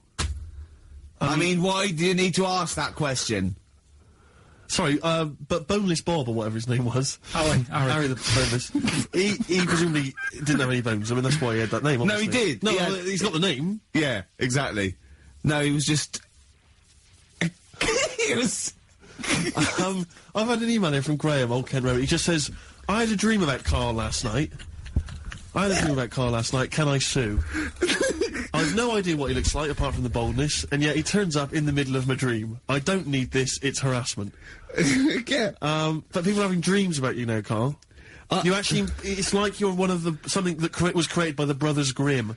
I had a dream. You know when people used to have anxiety dreams, they had like an exam or something, like you suddenly go to school and you realised, oh my god, you didn't have your trousers on, or I had an anxiety dream. I assume it started off in anxiety dream about the office, about filming The Office, and we had to film in HMV, but someone hadn't cleared it, and so we had to find an R price. And I went, oh, okay, that'll do. And as I was walking there, right, I didn't have any shoes on, which is like an anxiety dream, but I looked down and I went, so what? Yeah. So I'm so lazy now, I think even anxiety dreams don't kick into me. I'm not sure that's a dream. I think that's just a memory. I wouldn't be at all surprised if you, turned out with the film in The Office. Yeah, with no shoes. We don't need shoes. When we were originally doing the pilot for the very first series, obviously Ricky's the main character, he's in it all the time. It's obviously important, it's our big chance to get something made for TV, you know, this could launch our careers. And, I turn up on the Monday, he's twisted his ankle. He has to be wheeled around in a wheelchair, because he went out jogging, stepped on a tin can in the street, and fell over. Who left that there? Like a 40-year-old man with brittle bone disease, he just twisted his ankle and he was out of action. It was pathetic. Yeah, that was the pilot. Absolutely pathetic. But I still turned up, Karl. That's the sort of trooper I am. Well, yeah, but you moaned the whole week. Wait. Well, I didn't like having to go around in a wheelchair, did I? Yeah. It's not pleasant, you know, but... In a weird way, it taught me all the problems. Do you have anxiety dreams, Karl? Do you ever lie awake worrying about stuff? Because I have a lot going on in my head. Yeah. I don't have... What do you do, rent it out to people? Is it two monkeys swinging in a tie at the moment? Yeah. I just don't have that many dreams. No. I love that! I love the fact you don't have that many dreams. Well, you haven't had a decent night's sleep till you're 14, according to you. 12. Really? Yeah, so I know what you meant. I know what you mean, though. Now, when sometimes you're so tired, because I'd forgotten that you're so tired, and you think, well, I'm so glad I don't have to go out tonight. I'm going to go and just lay on the couch and then go to bed. Yeah. Have you had one, Steve? Anxiety dreams, I do have them periodically. Yeah, it used to be a lot of things like running to get to school in time. But suddenly your feet are running in treacle, and you can hear the school bell. And I haven't had them for years. I just haven't had an anxiety dream for years and years and years. Don't know. I don't care. No, you just genuinely don't care about anything. This is the problem. You've just got to a point now where nothing bothers you, really. It's like you're just too lazy and disinterested in anything. This show, your career, my career, Karl. No, I never give up on Karl. So, Carl, so this little Harry the Boneless, what was your point? Was that really your point? You wondered if you could live without bones? Yeah, I saw the little fella on this programme, and The presenter? Yeah, and he was the small fella, and he was talking about Harry the Boneless, and I thought, you know, that's interesting little bit of science stuff. Yeah. Yeah. Well, yeah, that's about it on him, really. All right, well, that's just another bonus cheeky freak of the week, is And it? that's not even the freak of the week either. No. That's still to come. So you've had a pregnant Siamese twin. It's been mad in You've the had a freak week. boneless fella and another fella talking about him. They're not even involved in freak of the week. No. This is getting mad. Play a record. Let's play a record. Let's have cheeky freak of the week afterwards, shall we? Yeah. Current single from Nick Cave. Can we do monkey news first? I'd rather have a cheeky freak of the week. Nick Cave and the Bad Seeds, He Wants You. Brilliant. Okay. Yeah. So, Carl, off you go. Well, we're not going to do freak of the week here, Okay. right? Because we've done quite a bit of that in the last 20 minutes. We've right, so we'll OD'd move on that. freaks, you think? Yeah. Sure. We'll just shift it a little bit. Okay. And I don't like to keep saying, don't want people to be thinking we're sort of taking the mick out of anyone, No. right? Because we're not about that. I feel like I can do a little bit of it because I work with you, Steve. Yeah. Right? Sure. It gives me that right. It's like a care worker. Yeah, I understand. Well, it's like that thing of you can't be homophobic because I've got a couple of gay mates and Sure, stuff. sure. I think it sort of gives me that edge, Yeah. right? So you're not freakophobic because you work with Steve. No, that's right. Yeah. So yeah. Okay. Well, well, I think by that token, I should be able to sort of slag off, you know, the mentally ill. What do you Or mean? at least mentally handicapped. now there's a term you don't hear very often. In 2003, there was the mentally The mentally handicapped, isn't that what it was? I don't know where to start. But I I'd mean, like to something- apologise for the Lady Diana stuff, the term mentally handicapped, and any inadvertent racism that we may have stumbled What's over. the actual term then? Is it retarded? Right, come on now. Oh, chimpanzee that! Monkey news, earlier than usual. I'll have to save this link now. Monkey news. We've done a lot of stuff, right, on monkeys, and most of it has been Is bollocks. no, has been like happy stories. Oh, is this it's not. Is this gonna be like our tune? Our monkey tune. Simon Bates, and welcome to our monkey tune. No, Go on. but do you know what I mean? We've done stuff about a monkey that robbed a bank. Yeah. Why is that happy? He had a great life after that. Right. What, and Marbella? Yeah. Right. We did the one who saved someone's handbag in a railway station.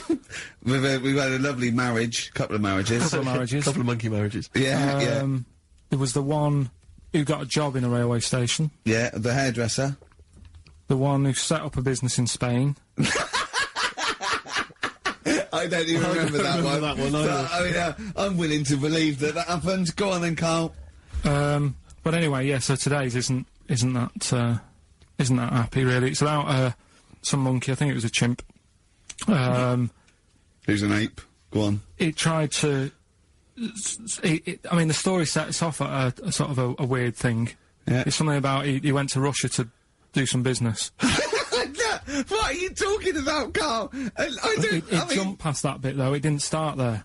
What? Are you, Do you know what I mean? It didn't tell you what he was doing. It just said, "There's this monkey went to Russia, To do some business. I know. do some stuff, I don't know. bit of monkey business." And anyway, didn't work out. So, they were furious. We wanted a surgeon. You send us a monkey. Anyway, ended up being homeless. Oh. No, So it was taking a turn for the worst. What? Couldn't even get into like a tree hostel or anything like that. That's the problem. And God. ended up homeless. Got in with some tramps. I don't know where to start. Come on. Yeah, so he's knocking about with some tramps and stuff. You know, sharing drink and what have you around a little fire. They broke into some home, not sort of squatted. Right, so In I'm some not homeless flat. anymore. Problem was, yeah, he had a roof over his little area head. Yeah. And he goes, oh, this is good. This is, we're having a good time. This is sorting me out. Yeah. He had his He mate. said that in Russian, though. What was he eating? I don't know. Don't know. It didn't say. But they're in this house. Well, he could only be eating sort of like, fruit, nuts, vegetables. I mean, they classically sort of don't eat, pork pies and. But they've got drink McDonald's coffee. in Moscow now, so. Sure. You probably turned down on that. Yeah. Yeah. Anyway, there was a bust. What? I knew this was There was a bust in the flat that they were squatting in. All the other tramps sort of knew what was going on, legged it, left little chimps out there, got arrested. And they thought it was a real fella at first. They were like, get him, he's obviously just a scruffy bloke who hasn't had a shave and stuff. Yeah. Yeah. Hasn't shaved his back for a while. Or his face. Yeah. His head. Got him down the station, and the boss was like, what's going on here? We've got a monkey here. He was like, what? So you arrested the monkey? Well, so the arresting officers hadn't noticed all the way to the station that he kept slipping out of the handcuffs and was going for the entire journey. They didn't notice till they got there. What, did they put a hood over his head maybe and just like, It's most of it is there. What isn't there? What bit isn't there then? No, I think Steve can have a look over it, check it out and stuff. Point out the embellishment for me, Steve, will you? Well, what it doesn't say is that the police didn't realise it was a monkey. That's what I was guessing. Really? That they got it back and said, what are you doing? We've got a monkey here. And they go, yeah? Yeah. Oh, God. There's some more monkey problems in the week. Have you seen the Alfords advert with monkeys in? No. There's a new advert out for Alfords, selling bikes and stuff. Yeah. Got some monkeys in it. It's caused an uproar. Why? People are saying it's, dressing them up in tracksuits and that is, taking the mickey out of Manchester. it's not nice for the animals and that. So there's been loads of Will complaints they get a free about it. bike or something, do they, I imagine? I think they kept the tracksuits. Yeah. Shall I record that's the after thing, this though. cheeky freak of the week? No, I'm just saying we're not doing this to sort of, again, take the mickey out of the animals and stuff. These are true stories and that. But yeah, coming next, Freak of the Week. Kings of Leon, Red Morning Light on XFM 104.9. I'm Ricky Gervais, with me, Steve Merchant and little Karl Pilkington. It's getting exciting because it's a special time of the week where he gets to talk about a cheeky freak of the week. Well, just get Rockbusters out of the way, right? Because I've got to put these prizes in the post bag now because I'm shooting off. Yeah, because you've got to go early. So, I don't know how you do your job. You went to Manchester, you went to, Madeira, you had a day off because your trousers were wet and you had a cold, and now you're shooting down to Cornwall, you're leaving early. How'd you get your work done? You've got one job, me and Steve have got loads of things to do. I'm having fast at me work, like I said, the prize is ready and packed up. Here. No one's being affected by me shooting off early. Right? Okay. So, Rockbusters answers, got to get them out of the way a bit earlier. Right? So, here they are. First one. He's got American coins all the way down his spine. Yeah. Why would that be? Right? Initial was N. Nickelback. I got all these. I got all these this week. Right. Second one, Jeremy Beadle has got arthritis. What's going on there? Stiff little fingers. SLF, stiff little fingers. Yeah. And the third one, Foxy, Shipman, and No, and a country and western singer, you said. Now, what's the initial? SD. Yeah, so, Spin Doctors, yeah, I got that. And then I said to you, why is it a country and western singer? And you said Dr. Hook. Why is it Dr. Hook? Why does that give anyone the clue Dr. Hook? A country and western singer? It's just what was in my mind. Well, there we are. There you go. So, we've changed this to Rockbusters, or What Am I Thinking? You could have had Dre. What's in my mind? You could have had And the Medics. All right? Yeah. Just think it through. Who's the winner? The winner, very lucky, Sandra Cassidy of Leon C. She gets all those great prizes. You know, we've actually had people emailing in saying, this is the worst Rockbusters ever, because it was too easy, it was boring. Oh. This is just, don't shoot the messenger. Oh, Other dear. people saying, it really has run its course. Some people genuinely agreeing with Ricky. Oh, Karl, this must hurt, mate. stinging attacks on you. Some people just slagging you off generally, saying that you whinge all the time. Looks like Steve was right when he sort of like poo-poos your ideas. So when he wheezed on your bonfire. Someone else, I swear to God, someone else emailed in and said, "Don't bother sending me the prizes. Take them to a charity shop or pawn them. Give me the money. I'd rather have it." So I don't know what to say, Carl. I just wonder if it really has run its course now. All right, well, we'll see what you come up with next week, then. Let's see what you do. Let's see what you come in with. Sure. Oh, yeah. About 5 to 1. I'm guessing you'll be popping in with another hip-hop track full of effing and jeffing. Well, I won't bring it into you. I'll do it myself at home. Because obviously that makes it easier. Obviously you can't cope. Oh, dear. Are you actually going to be here next week, or are you still going to be in Cornwall? No, you see, there again, I'll be back. I'll be back in time. And in the week, when I go to, Cornwall, see the Monkey World. Yeah, you're 2 days past the Monkey World. That still work. Yeah. That still work? What? What, you're going to interview some of the monkeys? Get some stories? I love that. You were going, could a monkey live without bones? And so I'm going, Carl, shut the please, just look at the monkeys and eat your ice cream. And that's work, is it? Right. Right, are we having Cheeky Freak of the Week? Do you want to do it? What time have you got to show off? Could do with shooting off sort of soonish. Okay. To be honest. This is not radio. Have you ever heard that on a radio show? Chris Tarrant going, I can't shoot off right now. I couldn't get a later train. I know! Why didn't you get a later train? There isn't a later train. So I couldn't get to Cornwall tonight if I had to. If I had to finish this show, I couldn't possibly get to Cornwall. Rubbish. Of course there's a later train. Oh, I've booked it now anyway. Right, well that's the point, isn't it? Yeah, you're not right, whatever. I don't think the show's lost anything. I think we've still had the, Freak of the Week's coming up now. Oh, cheeky Freak of the Week. Right, well, we've had some interesting things we've been looking at. This week, it's about the strangest couple that ever got married.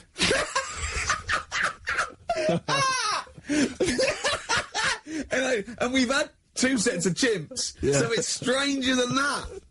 Oh, it's not Dale Winton and Nell McAndrew, is it? It's not your parents, is it? Well, we're going back again to about, I think this is about something like that. 1940. Yeah, whatever. Yeah. Strangest couple, a fella, right? He had skin of a lizard. He had the skin of a lizard, okay. And the woman who he married. He used as a condom. The woman who he married. Yeah. Airiest woman ever. Right. And that was their act.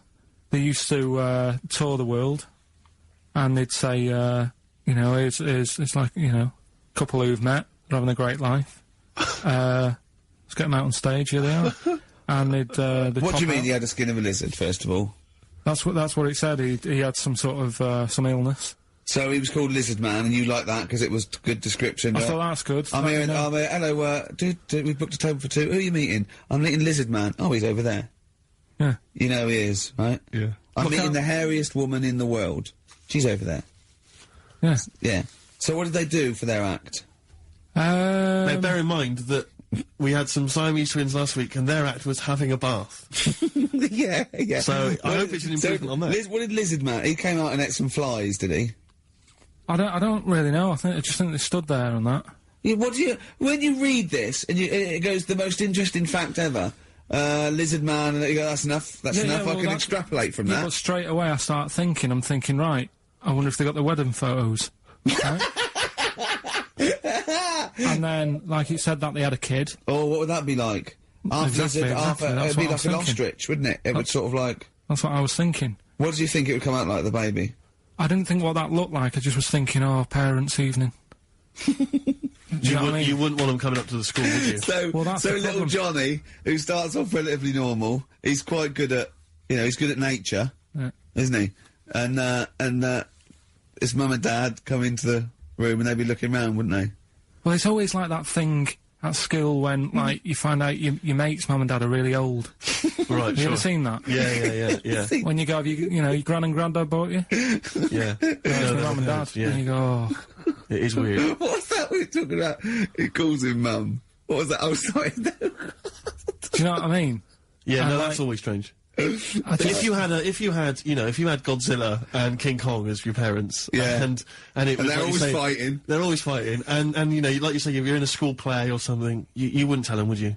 You wouldn't want them coming up with a video camera. He didn't tell his parents he was in the... When we were, Well, exactly. You did Little Donkey, you didn't tell your dad, did you? And he came along and videoed it. Yeah. Was kept that... it quiet, don't want them to know anything.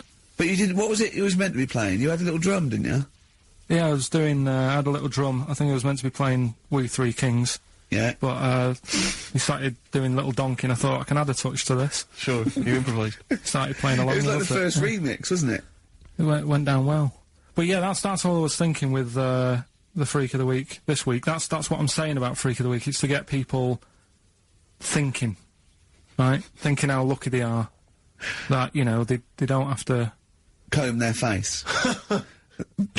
What are you talking about? What do you mean, Freak of the Week is to let people know how lucky they are? Just... What about the little freak you're talking about? What are they thinking? They're going, oh, he's talking about me. I'm a little hairy lizard man on a stick. Pop in, give us a call. You know, that's what I'd like to do on a TV programme. That's what I want to do. I want to go and, like, meet these people and say, right, let's just go shopping, you know, we'll film what your normal day's like. Yeah. Let's pop out. Nip into Sainsbury's or whatever. Yeah. And buy a comb. Park right up close to it. You know what I mean? Yeah, yeah. So what you're saying is you just want to get a little message out there, which is that there's always someone worse off than you. Well, there's proof of that in this room. You know what I mean? Oh, Karl, when's your train? In a minute, I'm going to get going now. I'll see you later. Thanks, Karl. Brilliant. What are you playing? You can play a song? Kirsty McCall. Yeah. I'll see you later. Cheers. Kirsty McCall, New England. Karl Pilkington has left the building. He's rushed away. He's on his way down to Cornwall. And we're left by ourselves. Indeed. In the room. See, if we can do this... If we can press all the buttons and not make any mistakes, strictly speaking, there's no need for Karl. I don't mind if we make mistakes. Well, no, exactly. We never were in the old days, No, did we? sure. I think Karl is going to love Cornwall. Because I think, one, the mayor is probably an animal. Yes. And I imagine the townsfolk think like Karl. Yeah. Do you know what I mean? I imagine he'll stay there. He'll be made king. Have you ever seen Return of the Jedi? In Return of the Jedi, the Ewoks, the little furry creatures, they see C-3PO, and because he can talk and he can speak their language, they actually elevate him he's to godlike back. status. What are you doing here? Hooray! He's back. What are you doing? You could have stayed till the end. What are you Right, doing? what are you doing? Right. Right, well, there he is. He's on his way. Yeah, down to if Cornwall. you're listening online in Cornwall, I mean, I can't imagine that's ever going to happen.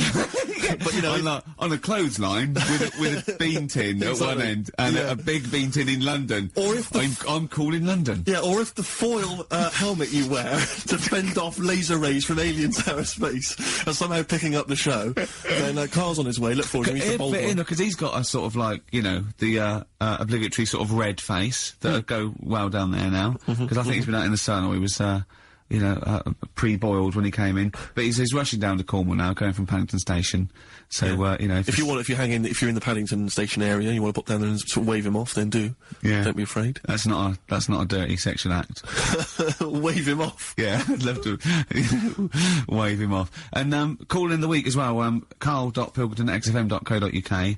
Send him anything. Just clog up his email. Yeah. I mean, because he gets stressed at work. So if you can send him 3 or 4 emails each Yeah. over the next week, so he's got to read them all. But disguise them, don't make them look rubbish, so at least he's got to sort of open them and look at them. Or, you know, some of them might be correspondence, so he will, you know, just phone his line as well, just ask for XFM, ask Karl, and leave long messages on his voicemail. Yeah. So, if you can, just for us, just for me and Steve, remember, it is mine and Steve's show. Karl is merely like, you know, the icing on the cake. Yeah. If Karl can come back, maybe next Friday or Saturday or Monday, whenever he comes back, to about 250 emails and 200 voicemail messages. If you put down, when it says, what's the name of the message, the title of the message, if you put monkey news or monkey information, he'll have to open it then, because he'll be intrigued, even if Yeah. it's not about monkeys. Yeah. Do that anyway. Yeah. Voicemail messages. Leave them long, like as information. Disguise it, so it might be important. Yeah. Just so he has to listen through. I wish I'd give his own mobile out, but, you know, that is just too cruel. But anyone can get him at XFM, and of course, we've given out his email before, so, I mean, go mental. There are plenty of ways to torture Karl Pilkington.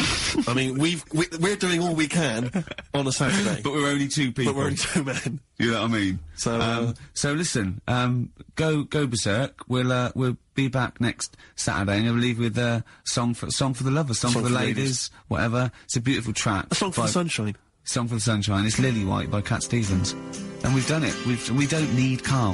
Definitely not. See you next week, Rick. Bye. Well, where's the darkness? They believe in a thing called love. Karl, do you? This is XFM 104.9. That is my favourite band at the moment. You love them? I absolutely love them. I think they're funny. I think they're straight down the line with a little bit of tongue-in-cheek. Ah, brilliant. Did you see them on Jules Holland last night? I didn't, sadly, no. Brilliant. Were they good? Yeah, absolutely jumped. Oh, I mean, Jules didn't know what to do. was he playing some Boogie Woogie? They wouldn't let him play Boogie Woogie over the song. That's what I mean. That's why he stayed back. But I can't imagine it was very good. Then. He shook the. I'm surprised you say they were good. It was Jules wasn't thinking. I mean, I thought, hold on, this is missing something. Yeah. This is missing someone from Squeeze vamping over them. Exactly. But yeah. they did well without him. Extraordinary. Yeah. Well, here we are then. We're back. XFM 104.9. Karl had to leave early last week, but you stay to the end this week, mate. Or yeah. You don't need another holiday. Oh, he started already. I mean, Steve's made you look like a bit of a twat already, and it's only 1:05. But the only reason you don't go on holiday is because you have to spend money. Oh, and he's gone straight back. Well, He's gone straight back. I can't come back to that. Oh, it's just dynamite. It's just absolute. That was. Although the searing last cut to holiday, the chase. last holiday Steve had, he sort of found a third world country so he could live like a king for a week. It was Cuba, wasn't it? Going to Cuba, amazing. You can almost rule the place. If it weren't for Castro, I'd have been in charge. Kind of cash I was flashing around. They do anything for $1 over there. It's extraordinary, literally. I mean, it's amazing. Yeah. Oh. Definitely, and I went to Kenya before that. So he thought to the prostitute said no. You were going. Yeah, well, it was $2. I mean, I'm not made of money. Did you have a good holiday, Karl? Yeah, it was alright. It's alright. Went down to Cornwall. Now, you were going to the monkey some odd sanctuary. people down there, Steve. Well, don't look at me, I'm not from Cornwall. Well, you're from that sort of area. Well, not really, but never Genetically, mind. he means. Right. They're weird. Well, you must have slotted right in. Why are they weird? What do they look like? It's all, sort of odd people. A lot of old people, but not just old, sort of messed up old. What do you mean messed up old? You can't just say that. There's... There was a woman with a funny neck. Okay, in what way was it funny? Why did she have a funny neck? If you were writing an essay, you wouldn't say there was this woman with a funny neck. How would you describe it? She sort of had her head, like, pointed down all the time. Like Don't do it, it's his radio. No, but just for you, I didn't like that. Yeah. About Yeah, okay, right. So, brilliant. I don't know. I was saying to Suzanne, what happened, you know. What do you think? Because Suzanne knows everything. That's the good thing about her being with you. You just ask her, what happened to her? And Suzanne goes, Karl, I don't know. Yeah. I haven't been here before. Suzanne, your girlfriend, or mummy as you call her. Oh, sparks are flying. Yeah. I got a little bit of chocolate. Can you just lick a tissue and wipe it off? Oh. No, she said it might have been like, because back in the olden days they carried stuff on the... The olden days? What do you mean the olden days? This woman was probably what, 50? No, she looked about 70. Yeah. But like I do on Cheeky Freak of the Week, right, I always turn it round and we get, like, something good out Something of it. positive, yeah. I said to Suzanne, I bet she finds a lot of money. Yeah! Always staring at the ground, yeah. Oh, dear. It was always good. So, you Maybe she just had new shoes and she was admiring them. Yeah. Did you think of that? Before you point the finger and judge? Or a necklace was too heavy. Exactly. So, you're back refreshed. So, what have we got for this week? Have we sort of... Because we didn't meet last night, which, we usually meet sort of... I called you and said it'd be good if we could... you know, I wasn't getting back into London Well, I was up until for it. I was up for it. 7:30, but... Yeah. Yeah, but we all need to be there. It's not Yeah. just me and you being there. Yeah, so... Yeah. No, you're right. I mean, you're absolutely right that I wasn't there yet because I wasn't willing to just be governed by your particular schedule. You want to jet back in from another of your holidays Right, it wasn't at a holiday. 8 o'clock. It wasn't a holiday, though. Well, so what? You What do were you out mean? of town. What do you mean it wasn't a holiday? What was it?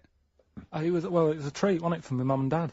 So it wasn't a holiday. What, so you didn't enjoy the 5 days off? You'd rather have been here moaning 8 hours a day, 7 hours a day? You see, we said last week that you're always whinging. Here you are whinging now. I'm not And you're moaning. saying it's not even a holiday. You're saying it's not even a holiday. What was it then? Would like a nurse who took sick children to Florida, would they say having a great holiday? Sorry, what particular ailment did your parents have for the week that they had to fly in Karl Pilkington, MD? Yeah. What are you talking about? Well, alright, it was a holiday.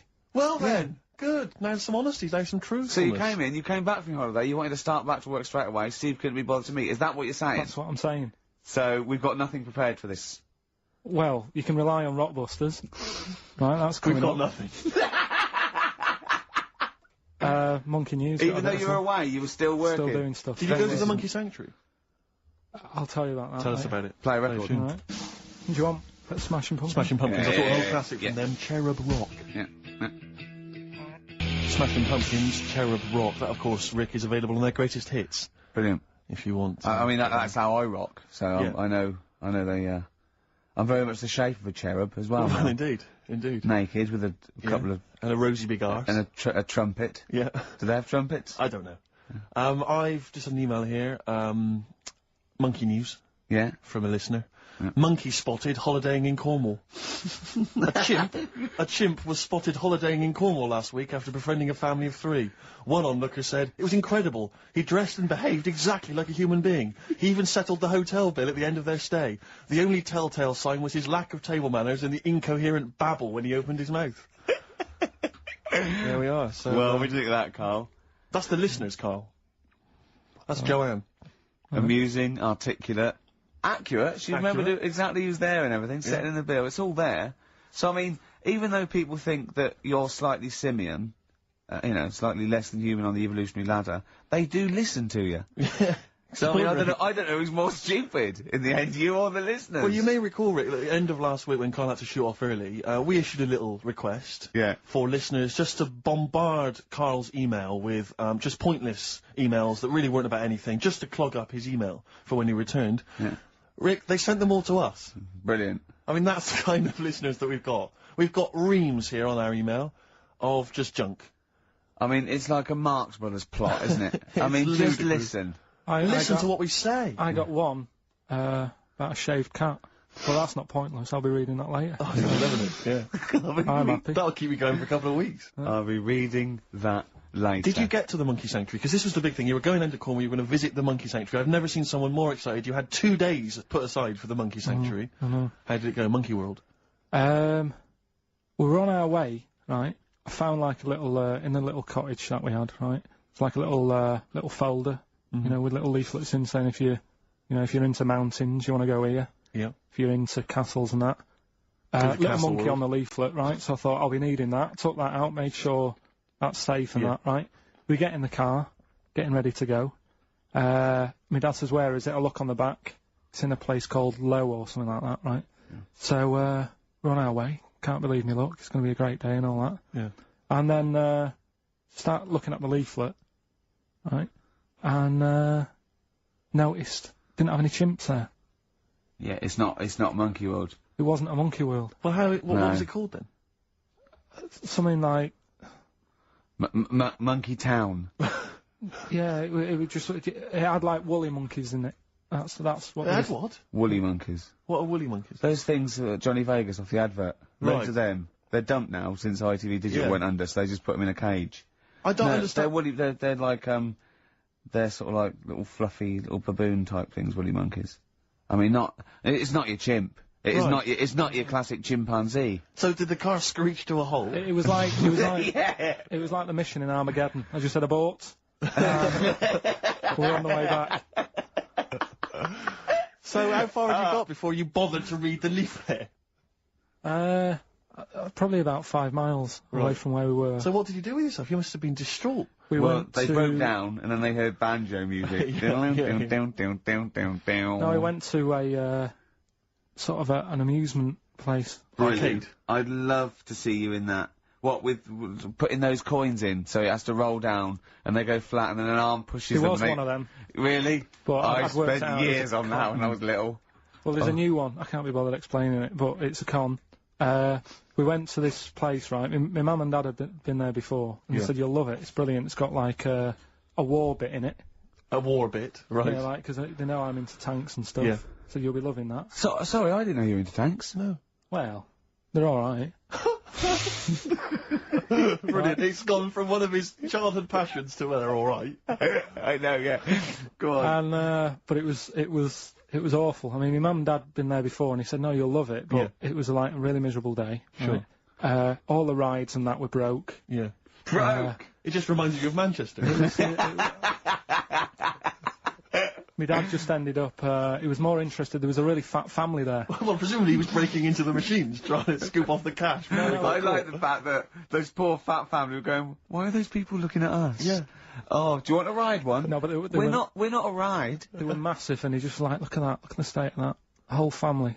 Yeah. Just, you know, fat. Bloaters, yeah. No, but because fat, there's no need for it, is there? And he was really like, oh god. And then he wanted to follow them into the House of Mirrors to see what they look like. But my mum had got bored. She went off to buy a little Snow White figure. She couldn't believe her luck. It was only $2.99. Yeah. She thought it was going to be really expensive. Sure, so she she's a bought classy one of them. lady. Yeah. So she enjoyed that. And then my dad says, come on, we go in. It's rubbish, this. What, the fat family wouldn't let him play with them? So, he just said on the way home, he said, I can safely say that I never want to go there again before I die. So, that was that. And then we went home. Why would he ever give you that information? In case it was like a secret birthday present? You go, oh god, what if they get me a trip to here? Or if he's in a coma and you go, I'll tell you what, bring him out of it. That fat couple. yeah. By his bedside. Yeah. But Suzanne said she now realises why I am the way I am after spending like a week with them. Well, She said- they told her that they dropped you on your head as a kid, or?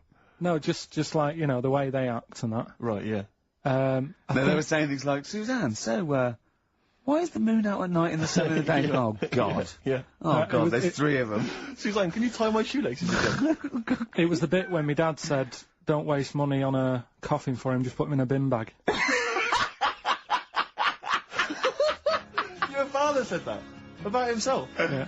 Oh, that's a great idea. I'm glad you mentioned that, because That is great. that gives me an idea. Coldplay, God Put a Smile Upon Your Face on XFM 104.9. Ricky Gervais, Steve Merchant, Karl Pilkington. Reading the paper yesterday, they were talking about the fact that Blair has been, I think, he's been in Greece, discussing EU matters. Oh, yeah. And they used the old Trojan horse analogy Yeah. to say, you know, here's a particular policy, and it seems like they're trying to sneak in some kind of dubious ideas. Disguised as something else. Exactly. And it's always struck me, ever since I was first introduced to the Trojan horse theory, I never understood how it had come about. Do you know what I mean? So, Karl has got a frown on him, like a thing I haven't seen. Yeah. Karl, do you know what Tony the Blair is the Prime Minister. you know what the Trojan horse was? Go on. Have you come it across was this the before? Have siege you of- heard of it before? Wasn't an ascot or anything. Go on. Well, the Trojan horse, what happened was, it's a famous kind of Greek story, about the fact that, the Greeks... In olden times, Karl. Olden times, Olden it is. times, you know, the Specifically. 70s. Yeah. The Greeks laid siege to Troy for 6 years. Waiting. Basically, things had got out of hand. I think the Trojans had done something with Helen, and someone else was annoyed. Anyway, it all got very complicated. It got out of hand, and the You know, the Greeks- Helen, the one with the mashed up face, because they used to use it to launch ships. Anyway, the Greeks laid siege to Troy for 6 years, right? And they weren't getting anywhere. They were outside the gates. They were saying, "Let us in." They weren't. They were. Blah, blah, blah. So what they did was they all disappeared. They all. Well, they sort wanted to of- get in and kill everyone. Yeah, That's why exactly. they wouldn't be letting in. but they couldn't get inside the city walls. So what they did was they left as a gift for the Trojans. They left an enormous wooden horse, okay, as a gift, and then they all buggered off. Like 40 foot high, 50 foot long, I mean a big, you know, Big wooden an horse. arc of a And the horse. Trojans wheeled it into the city. So that's nice. Thought, what a lovely gift. Yeah. And lo and behold, who was hiding inside? But the entire Greek army. They An leapt orc. out, killed everyone in their sleep. Yeah. All right, and that's where the famous idea of a Trojan horse has come from. You know, sneaking something in, disguised as something else. All right. Okay. So if you ever... Yeah. He doesn't really understand, does he? No, but to be honest, nor do I. Well, this is the problem I've always had with this. Because I don't understand who comes up with the idea. I mean, But I can't think that was the best idea. well, no. There must be other ways. If they come up with that, how long did it take them to... When they said... One fellow said, whoa, can I have a word? Go on, General. I've got an idea. Yeah. Build a big horse, right? Hide inside it. And then... I know what you're thinking. They won't let us in even in the horse. Yeah. Leave it as a gift. Brilliant. Right, who are you? That's the best idea. Are you the guy that came up with, why don't we get a giant bra and twing everyone over the wall? Yeah. Let's get a 100-foot ruler. And you know, like at school, we used to like flick the teacher's ass with like right, I could flick you over one at a time. Right. On this giant ruler. Thanks for your idea. It's on the table. Yeah. We've got a couple of other suggestions on the way. What about 1 million elastic bands tied together? Yeah, and you all hold it down, and then I just let you go. Right. And you all ping over, and then you kill him in their sleep. You're the best tactician we've got, are you? What? The other thing is, right? These people for some reason open the door. Well, I don't understand. Firstly, there's suddenly, the army that's laid siege to them for 6 years has disappeared. In their place, an enormous gift of a giant wooden horse. Oh, they probably don't want to kill us now, but what they've done is they've built us they've a built horse. us a great gift. Presumably there was a giant kind of card or something, Yeah. you know. Something for you, sorry about the laying siege and everything, forgive you. Yeah. Here's an enormous gift, here's an enormous Trojan horse. We know it's what you've always wanted. We're not inside it. Exactly. Why did they write that? Yeah. That's suspicious. But it's, well, wheel it in anyway. But in terms of it as an idea initially, I mean, we're going to give them a gift. Well, what should we do? We could bake an enormous quiche, be inside that. We could have an enormous soap on a rope as a It's the fact that it's an enormous horse, an enormous wooden horse as a gift anyway. I don't know if this was a popular gift at the time, but it's also the stupidity of the Trojans saying, brilliant. I've always wanted an enormous wooden horse. Well, what are we going to do with it? Where are we going to wheel put it in anyway. Leave Just it. wheel it in Wheel anyway. it in. Let's go to sleep. Let's worry about it tomorrow. Exactly. Yeah.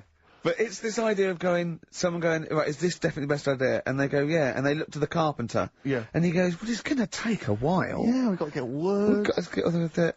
Well, you haven't put a door in. Yeah. How are we gonna get up Doesn't there? it look like a horse? It is. This is the worst horse I've ever seen. Like, it's like a cow. Wow, yeah, the udder's where we hide. There's a horse. It's got no tail.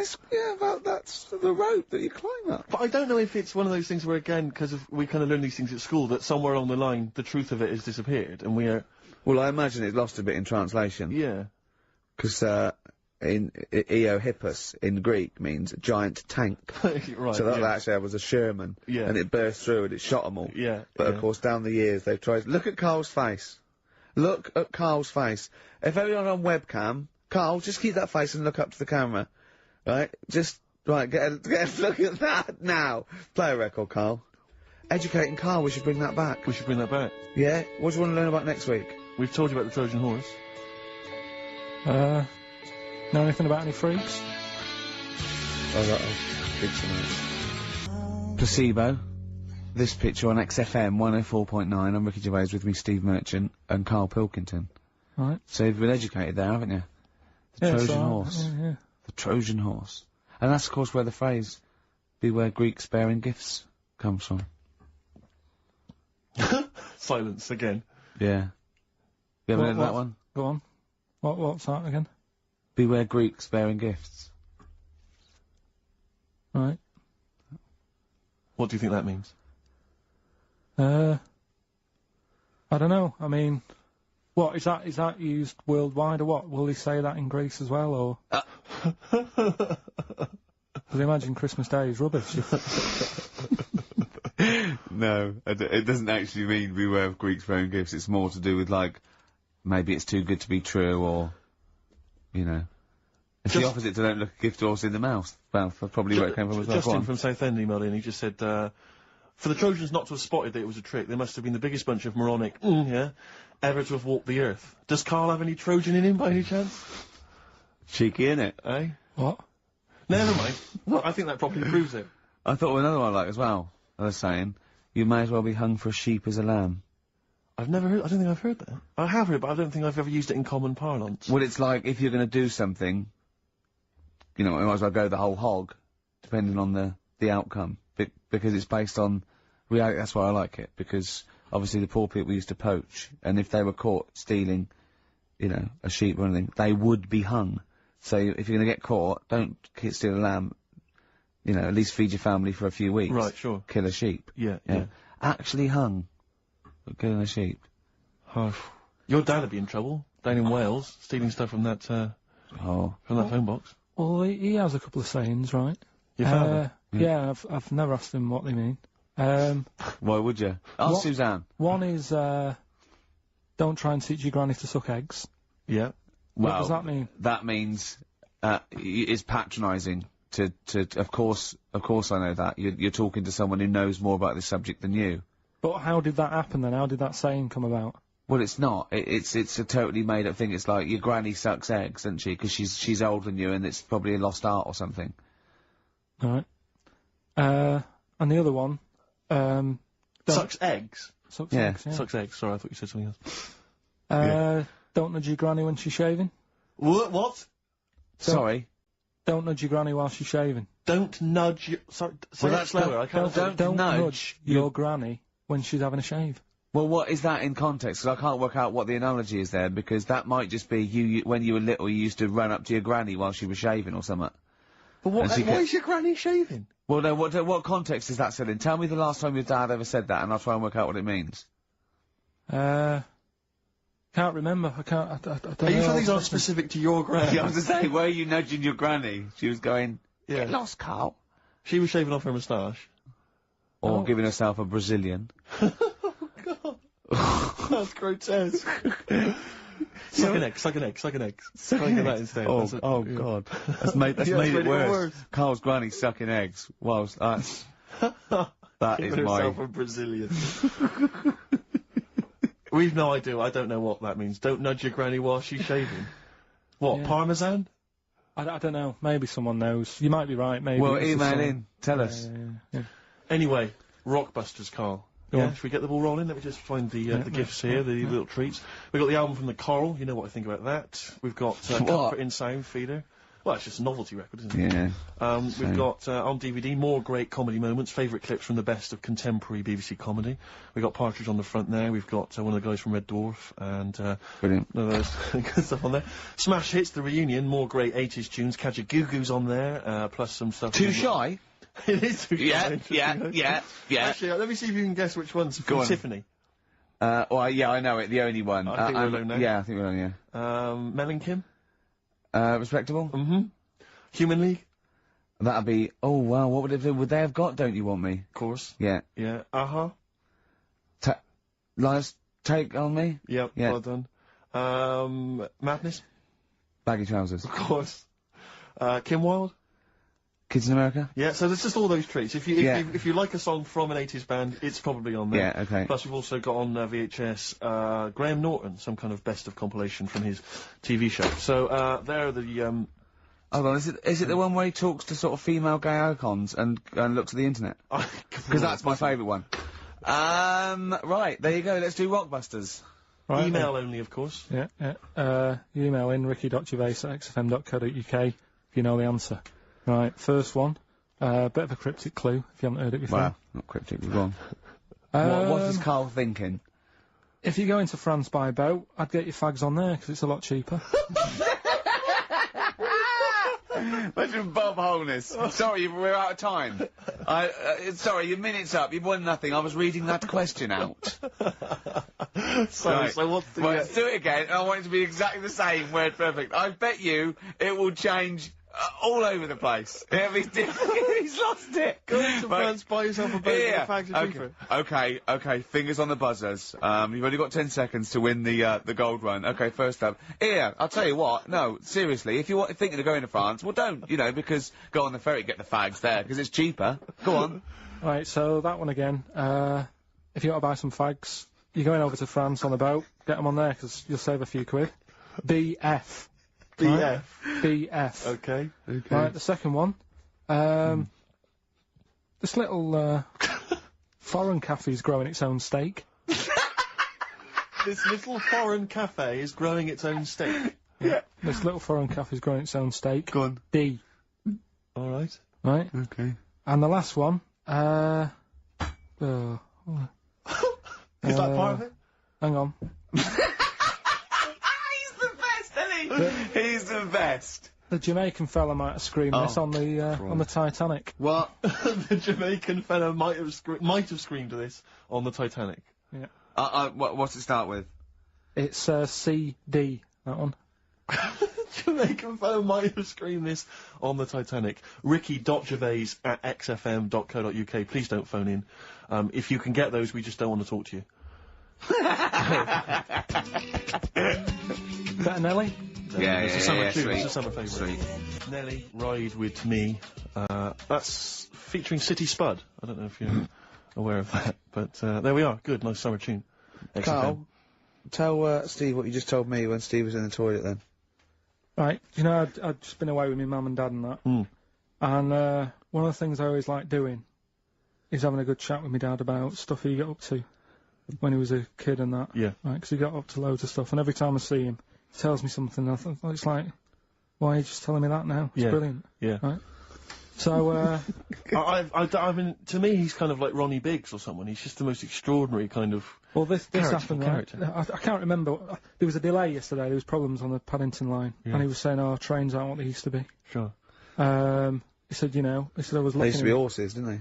Well, he was looking in the booklet, and it was saying how you can have your bags collected if you want, but it costs you £5. Yeah. So that's outrageous. Sure, of course. Right. So he said that's the problem with this country. We've got good with computers and that, but when it comes to like getting service, it's gone out the window. Yeah. Right. So he said, when I worked on the trains, and he was going on like this, that and the other. So I said, I didn't know you worked on the trains. He said, yeah, when I was 18, right, it was his job to get the coal, right, and chuck it in the engine. Right. And one day he's in Grand Central Station in Manchester, which is now the GMEX Centre. Right. Right. And that was like the main station. And he was in there. The fella who should have been sort of driving the train, right, he said, I'm just nipping to the pub. Sure. So you just stay here, keep the engine topped up and stuff. Yeah. So he's like, For a quick getaway. Yeah. Right? So the fella goes in the pub, and my dad's in there, putting the coal on. He did his bacon and eggs on a little shovel. Yeah, yeah. And anyway, fella comes up. He says, right, can you move the train forward now? Oh, blimey. So he was like, oh. So he didn't want to say, the fella's in the pub, because he'd know we'd say, what's he doing in the pub? He should be working, right? So he said, yeah, no problem. I'll sort it out. Right, so he puts it into gear or whatever you do on them trains. Sure, right? puts it into first, yeah. Starts going forward. Now, people who don't know about trains, something that I learnt is if you're carrying a load of coal or whatever on the back of it, they don't have brakes on each carriage, right? It's only the engine that has brakes on it. So when you pull the brakes on the engine, the whole weight of what it's pulling is pushing you forward. Sure. Right? Yeah. So he doesn't realise this though, because he's just used to cooking bacon and eggs and chucking coal in. Of course, right? So you've got to slam the brakes on sooner than you would normally. Well, you have to anticipate it, I suppose. Yeah. But he didn't know that, so he's pulling in, he's thinking, right, Well, I'll put the brakes on now. Yeah. Right? Puts the brakes on, the train just keeps going, he's going, oh god, it's not stopping. Sure. It ploughs right through the signal box. Right? Loads of damage. Pulling the signal, don't know what they're doing. Yeah. Loads of damage done. Apparently, if it was today's money, it'd be about £3 to £4 million worth of damage. It shut the station off for 4 weeks. But he didn't lose his job. The fella lost his job, the one who was in the pub. Yeah. He said the funny thing was, he said like £4 million worth of damage. He did his ankle, his wrist in. He had 3 weeks off sick and got paid. So it's brilliant. So I love your family. It's extraordinary. The Pilkington gene. Weird, isn't it? I'd like to see a documentary following you and your family. You'd have to get the family involved. No, the sort of stuff my dad goes on about. They'd never put it on telly.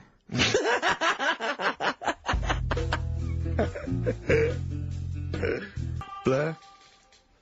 Out of time on XFM 104.9. We ought to give those Rockbusters clues again. Yeah, go on. We've had very few contributions so far, Carl. I think you've really stumped people. This might be it. I've told you, you're on thin ice. If this goes wrong, if it's rubbish, and if everyone doesn't get them all, that's the end of Rockbusters. Right, well, the first one again, right? Yeah. If you go out to France, right, by boat, you might as well get your fags whilst you're on that, because you'll save a few quid. Right? Different every time. BF is the initials of the artist that little cryptic clue makes up. The second one, little foreign cafe, it's growing its own steak. Right? That's D. Little foreign cafe, it's growing its own steak. D. And the last one, if there was a Jamaican fella on the Titanic when it went down, he'd probably scream this. CD. Right? So email in, ricky.gervais@xfm.co.uk. Yeah, Right. they're not flooding in, but yeah. Well, we'll see how we do. Karl, have we still got monkey news? We've got monkey news coming up. Now, you must be disappointed because you didn't make it to the monkey sanctuary, but you still managed to scrape together monkey news on your holiday. Yeah. That's So I impressive. found some of that. We've got... How do you get so many breaks and holidays? Because you went away with Suzanne's parents. You've just been away with your parents. That's a couple of weeks, 10 days. So that's probably about 3 weeks in all. You had that. You went to Manchester. You had that day off because your trousers were wet. I mean, and I suppose because you've only got one job, and I've got a lot more. This is just one of my jobs. But I mean, don't you ever count your blessings? Go, God, thank God, I can have time off. I don't work too hard. I'm not stressed too much. No. It's just all to do with when you do work, do a lot. So I get a lot done. Yeah. What do you mean? I'm always doing stuff. I mean, even though when I was in Cornwall, right, I'm sat there on the grass. I'd love to just sit on the grass. Yeah, you're too busy. Chill out a little bit. I know, yeah, well, My dad and Suzanne are playing crib, right? I'd sort of fallen out with him at Your that dad point. and Suzanne are playing Why did you crib. fallen Because out you do with live who? in the 1940s. Yeah, why had you fallen out? Because with crib, have you ever played crib? Yeah, Right, you've got to be pretty good at maths. sure. You've got to make your cards add up to 15 and all Well, that. yeah, I was just gonna correct you on you've got to be good at maths. Yeah. What, algebra, quantum physics, what? No, just adding up. Adding up to 15. Brilliant. I mean, You can almost do it on your fingers. my dad's, You could in Cornwall. Yeah. but my dad's really good at maths, and like he said, how many have you got? And he always counts his, and it's like 15 2, 15 4, 15 6, 3 for your at, 1 and all that. Do you know what I mean? Yeah. He adds it up really One quick. for his knob. Right, so I was like, right, hang on a minute. And he goes, no, what do you mean, hang on? I don't know, what have you got? He says, oh, forget it. I said, this isn't fun if you're going to start getting all arsey with me. Sure. So, Forget it. Yeah. I love it. But I'm sure I don't know him, but I'm sure he's just winding you up. His victory is you going, forget it, I'm not playing. well, anyway, right, so it doesn't matter. I think I'll go off and do some prep, right, Yes. do some research for Saturday. Found one of Suzanne's magazines, right, flicking through, because there's always interesting stuff in there. There was something about swingers. Right. I was like, what's all that about? Yeah. And it had an interview with some people talking about, how they sleep about a bit. Yeah. And I thought, if my wife looked like that, I probably would. Because there was a few pictures of them, and they were all pretty ugly. Yes. I thought, right. So I took that in, soaked that up, thought, there you go. Carried on reading. There was a bit in there about how women still have crushes, right? Yes. And the woman was going on about how she's 38, right? But she still fancies Chris Martin from Coldplay. Uh-huh. And, even though it'll never happen, she's still got that little bit in her head Yeah. that thinks one day she'll leave Gwyneth, right? And end up with her, right? Right. Anyway, so I'm thinking this is a bit boring, but I'm flicking through it all. And, Is this a Rockbusters clue? No. Right. And I read further on, right? And, she said, I like to go out with my mates, and we come up with lists in pubs of people who they'd be nice to go out with. She also came up with a list of unlikely lust objects, I think she called them. Yeah. Guess who was in that list? Ricky Gervais. Think again. Karl Pilkington. Right. Next one. Johnny Vegas. Said, lanky co-writer. Rubbish. Lanky co-writer. What do you mean lanky co-writer? Well, do I need to say any more? He said, hang on, wait a minute. Let's not talk about... I don't know why you're laughing at my expense. I'm an unlikely lust object. yeah, But yeah, what was it called? The list?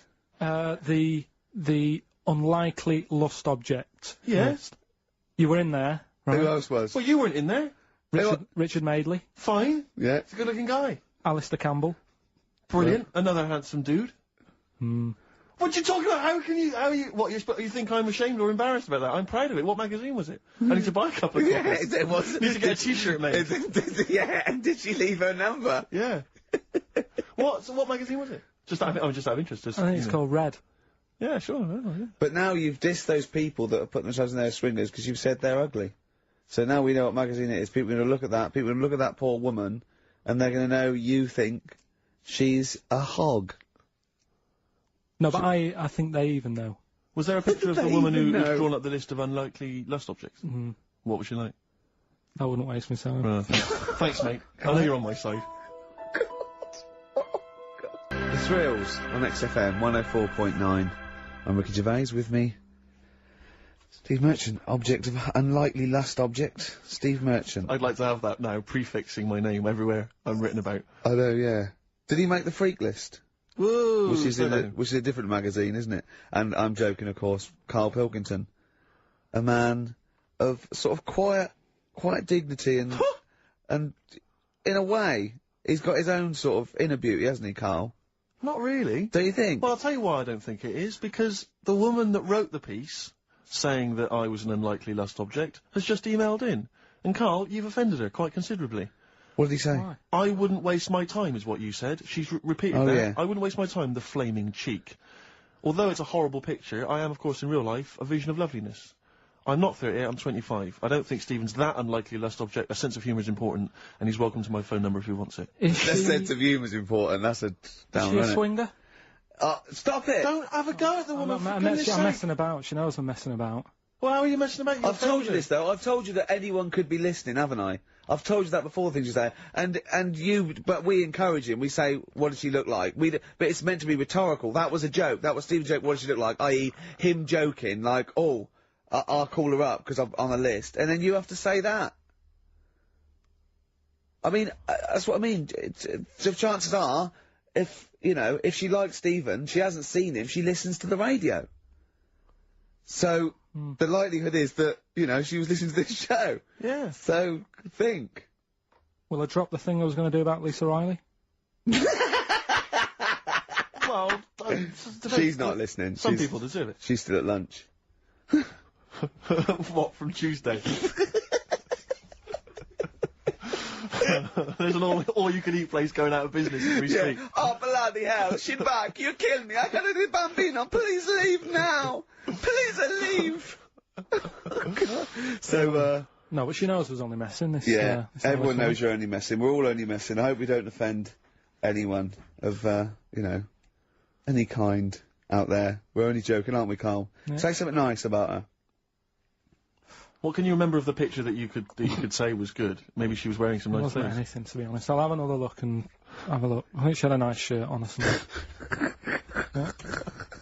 Forthcoming single from British Sea Power, that's called Carry On. I love it. It's great. It's fantastic. On XFM 104.9. What do you make, Karl, of these people? I was reading a paper today. They've been queuing up for 12 hours last night for the new Harry Potter book. Oh, God. Oh, God, it really annoys me. Everything, oh, God, it really annoys me. But who has to... I mean, I know it's just a kind of willful sort of stubbornness. I see adults Yeah. reading it, Well, I was up in Hampstead last night, and there's a Waterstones branch of that, and there were a couple of people outside, queuing, waiting for it to open. What do they look like? Well, I mean... Things that they're like the ones that come out of Forbidden Planet on a Thursday. Yeah, I mean, what do you expect? There was one guy, I mean, I don't mean to disrespect him, but he was a big bloater, wearing shorts, I don't want to see his big fleshy legs. He looked like John O'Coleman, if I'm not... There's nothing wrong with John He O'Connor. wore a knapsack. They always seem to have knapsacks for some reason. Well, they got old papers in there, haven't they? Exactly. Got a 9-year supply of There the was mirror. about 4 of them. There was a couple of women, a couple of guys, all looked basically the same. They were interchangeable. And, We'll get an They were email there from them in a minute. Yeah, I am the fat bloke with fleshy legs. yeah. I recognise your description. I like to read these books whilst listening to XFM of a Saturday. I was sort of watching them from where I was, and they must have been there for about an hour and a half. They were obviously strangers. Their common interest was Harry Potter. They were sort of chatting to each other for about an hour and a half. So as I'm leaving, I wander past them. An hour and a half in to them having met each other, the conversation is, and all I heard was, well, of course, apparently she cried when she finished the last one. And I thought, they've not moved on. The conversation had not moved on. No, they might have been talking about Dawn French, her chocolate orange. By then. Yeah. I know she cried when she finished the last one once. Yeah. But I've got no time for them. Pop into Woolworths now. Yeah, I'll tell you what, get I'm it a tomorrow, leisurely read it then. You're going to get home at 1:30 and start reading it. Exactly. Brilliant. So you can put it on the internet. Oh, God. Your opinions. Oh, it annoys me. It is extraordinary. The whole kind of Harry Potter phenomenon has passed me by. I know. mean Well, people- good luck to her, you know. But you meet adults who are, you say, what are you doing? They go, I'm just rereading Harry Potter. What, you couldn't follow it the first time? Yeah. I mean, it's not her fault, you know, she No, made good luck £300 million by writing a few books for I'm her sure they're kids. very Well, good, well yeah. done. But, I'm sure I'm not sure they're very good, but, I haven't read them, and I'm sure they're not. But no, I don't know. Well, don't have a go, no, I'm joking. Like, But I've you no write idea. a book about a little wizard. With glasses. Yeah, and make millions. You think it's so easy. If you think it's so easy, you do it. You like him, because you look a bit like him. Well, Wow. you know. I wonder if he's on a... that wish list, that woman who emailed in, why was she making a list of unlikely... Can we leave this now? No, but I mean, what was it? What was context was it? It was like, here's my top 10 weird-looking fellas that I do. No. What was it? No, but what was... She was talking about what? She'd started talking about... What? Body waxing, and went, and by the way, while I'm here, here's 10 blokes that I would if I had to, and they're a bit weird, you'll be surprised. What was the context? I forgot. He's scared to say anything now! He's scared to say anything! Oh, bless him. I just was looking at a picture because I was attracted to it because she was good looking and that. Didn't read on. Is that alright? Well done. That's, got you out of that little mess. Yeah. Well done. But, Harry Potter. Yeah. Can't be honest with it. Have you read them? No, because the first time it came out, I was a bit confused, wasn't I? Because I thought it was about Of course a you rabbit. were. Yeah. Of course what? What? This is a what? It's a book. No, I got confused with the little rabbit. I thought it was her, didn't I? You talked about it when it Beatrix Potter. Yeah, I got mixed up with that, so I sort of missed out on the first one anyway. You were just running too around late. confused. So it was it was sort of too late to get into it, I think, after... Yeah, it's too late now, yeah. It's impossible. Same with Shakespeare, if you weren't around, you know, the day he wrote the first ones, there's no point in going back. But it's all the fuss that she's getting as well, like, Well, I think it's because she's a British industry now, isn't she? I mean, it must have made, what, billions? Well, it's the perfect success story. She writes a story for her children, and it becomes a worldwide phenomenon. You know, it's not cynical. It's just a great story. Didn't your dad ever pop anything down in writing? I'll tell you what, my mum wanted to do it. Yeah. There's been loads of things, little inventions she's come up with and that, but she's been too busy doing other stuff. But she used to come up with stories for me as a kid that I'm sure, if they came out, they'd be a success. Yeah. Go on. Do you remember any of them? There was one about a little red car. I can't remember how that ended. But the one that was really good was about a kid who gets a dog, right? But it's quite an old dog. This is going to be an episode of the Waltons, isn't it? Oh, no, go on. And he's playing with the dog and that, but it starts getting a bit old. It's about 15 or whatever. Yeah. And he goes, oh, it's rubbish, this dog. I would love that book for kids. I would love that. Tommy went, oh, Mummy, my dad's, oh no, kill it then. Kill it then. Shall I? Yeah, just throw it in the lake. I'll get you another one. Do you want a Nintendo? Yeah. Kick the rabbit to death then. Or no food for you. Oh, brilliant. Come on. Jump. Van Halen. On XFM 104.9. Right, come on, Karl, we've got a lot to fit in now. We've insulted a lot of people.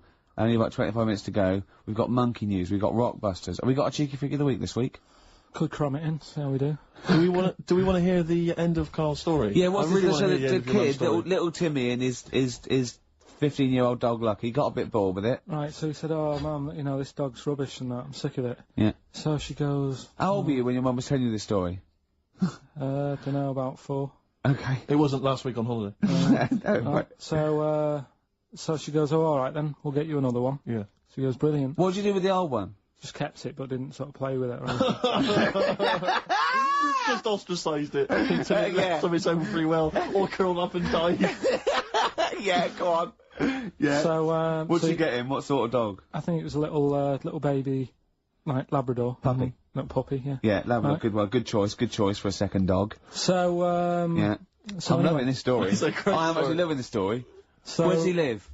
I don't know, it didn't matter. Didn't matter, it was near a lake. Well, that's where they were getting rid of all the dogs. Sure. Yeah. We're getting, that'll make sense in a minute, right? So, so, he's got the little dog, he's playing around with it, he's playing with its belly and stuff, he's thinking this is brilliant, best dog I've ever had, right? And the other dog sat in the corner looking all fed up, right?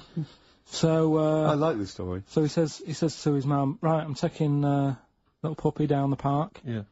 And she goes, well, take the old one with you. And he goes, oh, do we have to? It's the moral, isn't it? I bet the old one saves him. So he goes, oh, do we have to? She goes, yeah, it still needs a walk and that. Scrapping all over the house, right? Yeah. So takes it down the park, right? And he's playing around, and he's playing near the lake, right? Is the puppy near the lake, Karl? Because this is what's worrying me. Yeah. Puppy's near the lake, right? That jumps in. Yeah. The kid goes, oh God, he jumps in. Remembers he can't swim. Yeah, idiot. Right? This kid is based on you, isn't it? Almost certainly. Flapping about. Water's going everywhere. He's going, I can't. Oh God! And he wants the puppy to help him, but the puppy's just like drowning as well. Yeah. The old dog comes up, drags them both out. He goes, I can't believe it. You know, I said I was fed up with you. Yeah. You saved my life. Yeah. He gets home, and he says to his mum, kill the little one. The puppy. Kill the puppy. Yeah. So it's good little. What does he say when he gets home? He said, I don't need the puppy now. I'm brilliant. Brilliant. Genius. It's good, isn't it? Yeah, so the moral of that story is just follow your whims. They just, yeah, if you get bored and just get another puppy. Get another dog. If you get bored with the old one again, just do it again. I mean, just eventually, you know, get something that you like for a little. Who cares? Yeah. That's brilliant. That is a brilliant story, though. Yeah. Right, so that's that. Rockbusters. Yes. I don't want you to have monkey news right now, because we've just had a little story there. Sure. You don't want to, don't want to go too far. Yeah, go on. So we'll get Rockbusters out of the way. Have we got a winner? Yeah, come on then. See, it worries me that we've had very few entries. I think that even your mental fans aren't getting these, which is really worrying. They must be terrible clues this week. Alright, well... Has anyone got them right, Steve? I think there's just one guy, yeah, who I suspect has won in the past. Well, so what? Right, the first one. If you go out of France by boat, you might as well buy your fags when you're on that, because you'll get them a lot cheaper. Brilliant. Right? Yeah. BF. Yeah. Buy it ferry. Right? That's like... What? Buy on ferry. What? Buy on ferry. What's that? Is that a band? What? What is it? I don't know what it is. Brian Ferry. Brian Ferry? What's that got to do with buying on a ferry, though? Just because it's quite close to it. Buy on ferry. What? Buy on ferry. Sorry, what's your first language? The second one. That's rubbish. That doesn't count. No, Brian Ferry. Brian Ferry, buy on ferry. There's this little foreign cafe. It's growing its own steak. That's Delamitri. The third one. What? Sorry, what? What is that? What is that? Delamitri. Deli is a little foreign cafe. Yeah. A meat tree and that. A meat tree? A meat tree? What were the initials for that? Just D for that. Just D for that? Yeah. So not DA? So you didn't even give them a chance to get the group? Well, they got it. Well, no. No, they didn't. Right, it's the end. Go on, right. Go on. Deli meat tree? Deli meat tree. One word. D. Or any letter. They're growing their own meat. M's in it. Go on. Okay, so Bayern, I love Bayern Ferry. And Oxymusic was brilliant. I love Oxymusic. Go on. Can I just point out, Rick, that, we've David Bowie? Deli meat tree. Yeah. I don't see why, necessarily, Aidan, who, emailed in, why he doesn't get to win, because he emailed in dire steaks. Seems to me just as valid, as far as I can tell, but yeah. Deli meat tree it is. And the last one, if there was a Jamaican fella on the Titanic... I'm looking forward to this. With a little bit of fear. Jamaican fella, if he was on the Titanic, he probably would have screamed this. Yeah. That's Christ, de Berg.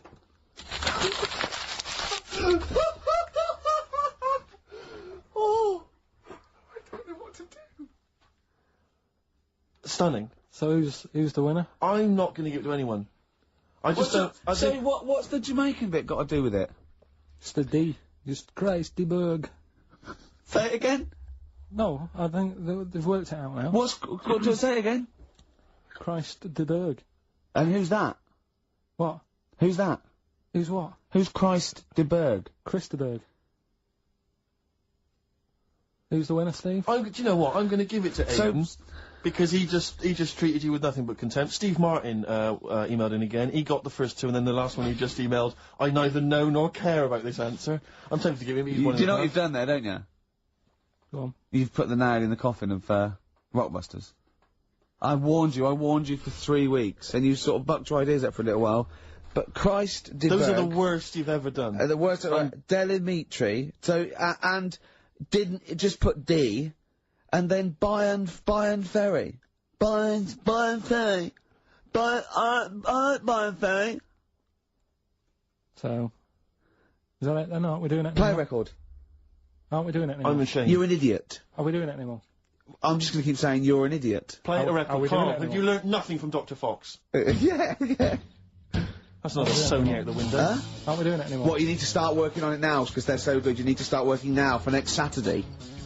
Aren't we doing it anymore? Just, I don't know. Aren't we doing it? Cardigans. You're the Storm on XFM 104.9. Well, nearly the end of the show, but we wouldn't, we wouldn't let them down, would we? You know what it is now, don't you? Oh, chimpanzee that monkey news. Right. Now, whilst I was in Cornwall, I wasn't online. I didn't have the internet, so it was like, oh, what am I going to do? And I didn't come back till yesterday. And I thought there's loads going on that I don't know about in the monkey world and stuff. I was hoping to get some from the zoo that I was meant to be going to. Of course, that didn't happen. So I said to my dad, do you know anything about monkeys? Or have you got any stories with monkeys? Brilliant. This is what Trevor McDonald does. Turned out... Quarter to 10, he goes, got nothing. Dad, anything happened? You got anything politics? Anything politics, Dad? This isn't monkey news, I'm just giving you this free. Yeah. Brilliant. Turned out one of his mates used to have a chimp. Right. What do you mean one of his mates used to have a chimp? Well, two of his mates. Mind you, Oh, one sorry, wasn't yeah, his mate, one wasn't his mate. I was thinking it sounds a bit far-fetched living in Manchester, like. But if there was two of them... He had a chimp, had to thump it in the head. For doing what? Answering back? Oh, God! Tried it on with his wife. Had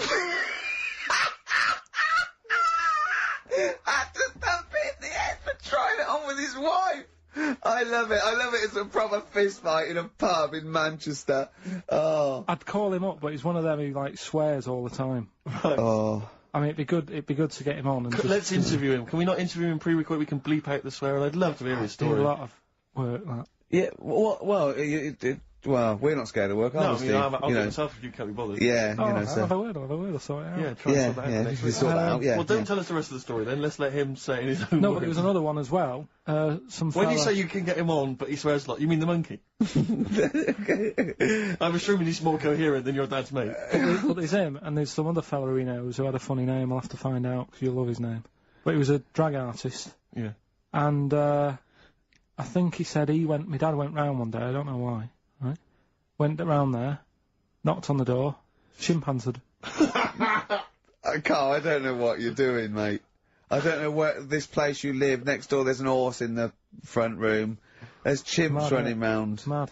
Anyway, Chimpanzee! Is that it? Is that the end of the story? There's a chimpanzee in the door, and that's the end. You sure it wasn't a drag artist before he shaved? no, Sure, it wasn't your gran. Because I like the really airy ones that decide they can be female impersonators. Yeah, your gran.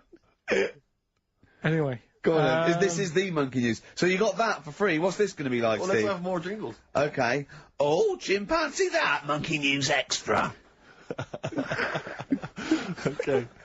Right, another phrase. We've been talking about phrases today. Yeah, we have, Don't touch yeah. your granny when she's shaving. Yeah. Don't touch your granny to suck eggs. Yeah.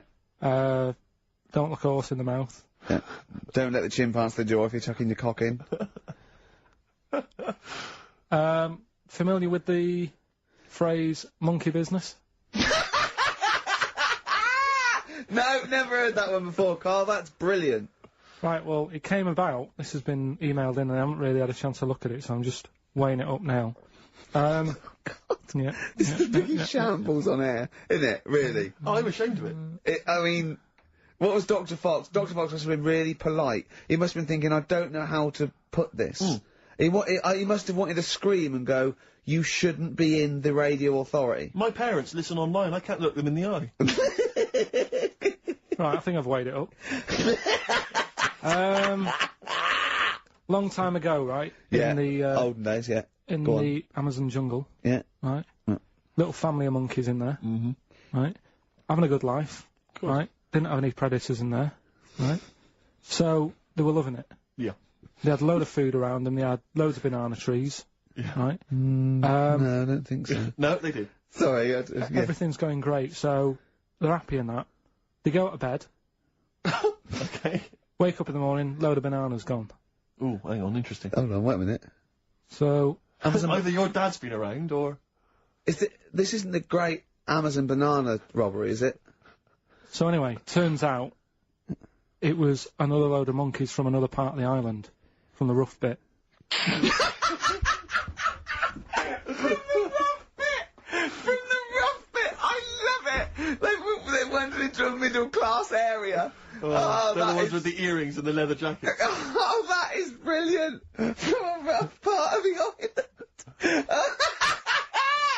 So the monkeys thought, well, there's no point getting into a fight with them because they're harder than we are. Yeah, Yeah. of course, and they carry chains. So, I love all this conjecture. They got flip knives and tattoos. Yeah, go on. so basically, they said, let's do some business with the bananas. Let's do some business with the bananas. Shit! This is... What are you talking about? Oh, for Christ's sake! Right, calm down, we haven't got much time left. Oh, God! What do you mean they said it? Forget it. No, don't forget it! Carl, do not press that!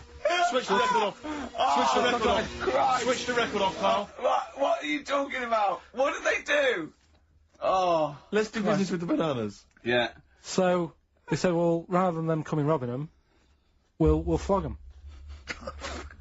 So that put a stop to it then. The monkeys came. They didn't have money. They said, give us some, give us some bananas. And it says So what, they exchange bananas for bananas? for berries and nuts. So that's where the phrase monkey business No, it's comes from. Little business they set up. Alright, there, God. That's the end of that as well. So that's the end. That is a shame. That's the end of Rockbusters and Monkey News. Well done. You've done it in one show.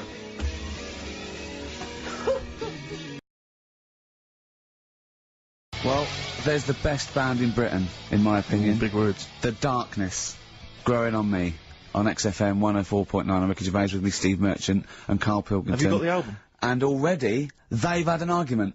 Yes. Well, I mean, I don't know whether we need to cheapen the show by discussing it, but I asked for a particular track. Karl is the producer, and he failed to get it for me. He's failed to get it for me. He's failed to bring it up from the record library. Completely failed in his mission. He needed to get 2 records, and he failed to get one of them. A 50% error rate there. Yeah, but like I said, I looked in the system, it told me what album it's on, I brought that album up. I'm busy. But, okay, so fine. Fine, you're absolutely fine then, that's no problem. You know, once again, that's a great excuse, Karl. Brilliant.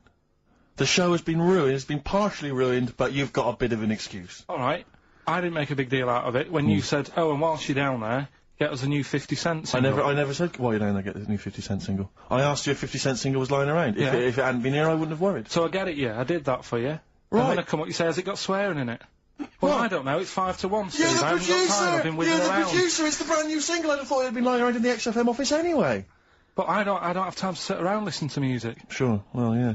Right? I know that you have, now you've got an iPod that can hold 7,500 songs. I don't know when you're going to get round to loading all them on, but I haven't got the time. Sure. Busy. Yeah.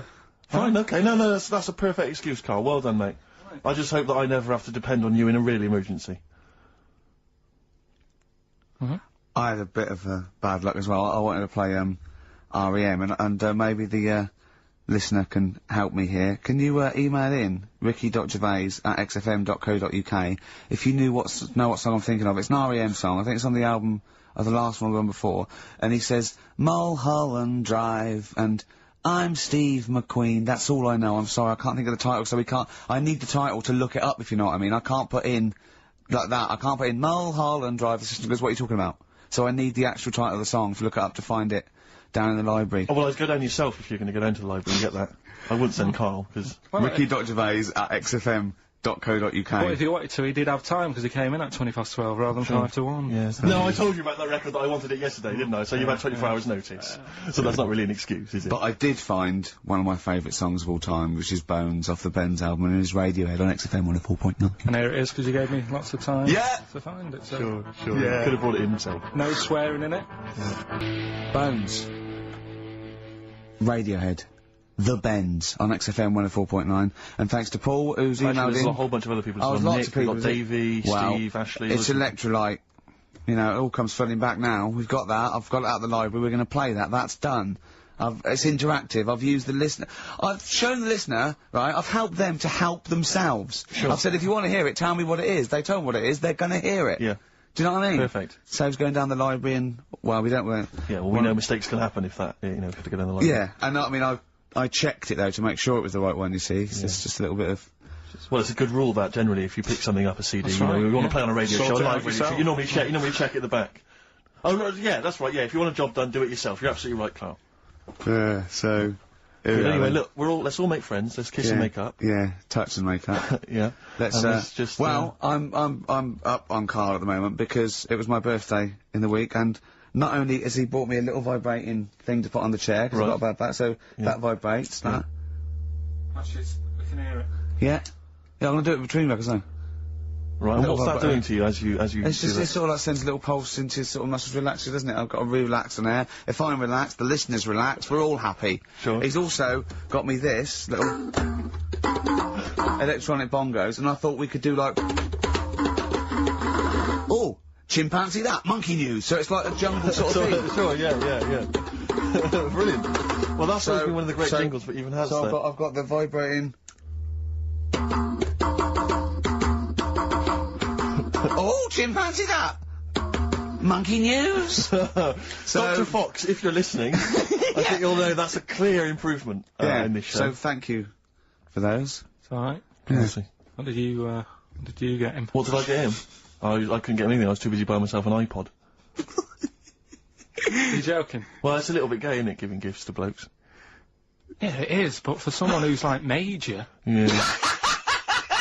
Play a record! Someone who's major? What do you mean, someone who's major? What, because he's a major celebrity? No, made you. Oh, made you? Yeah. Right. That's Yeah.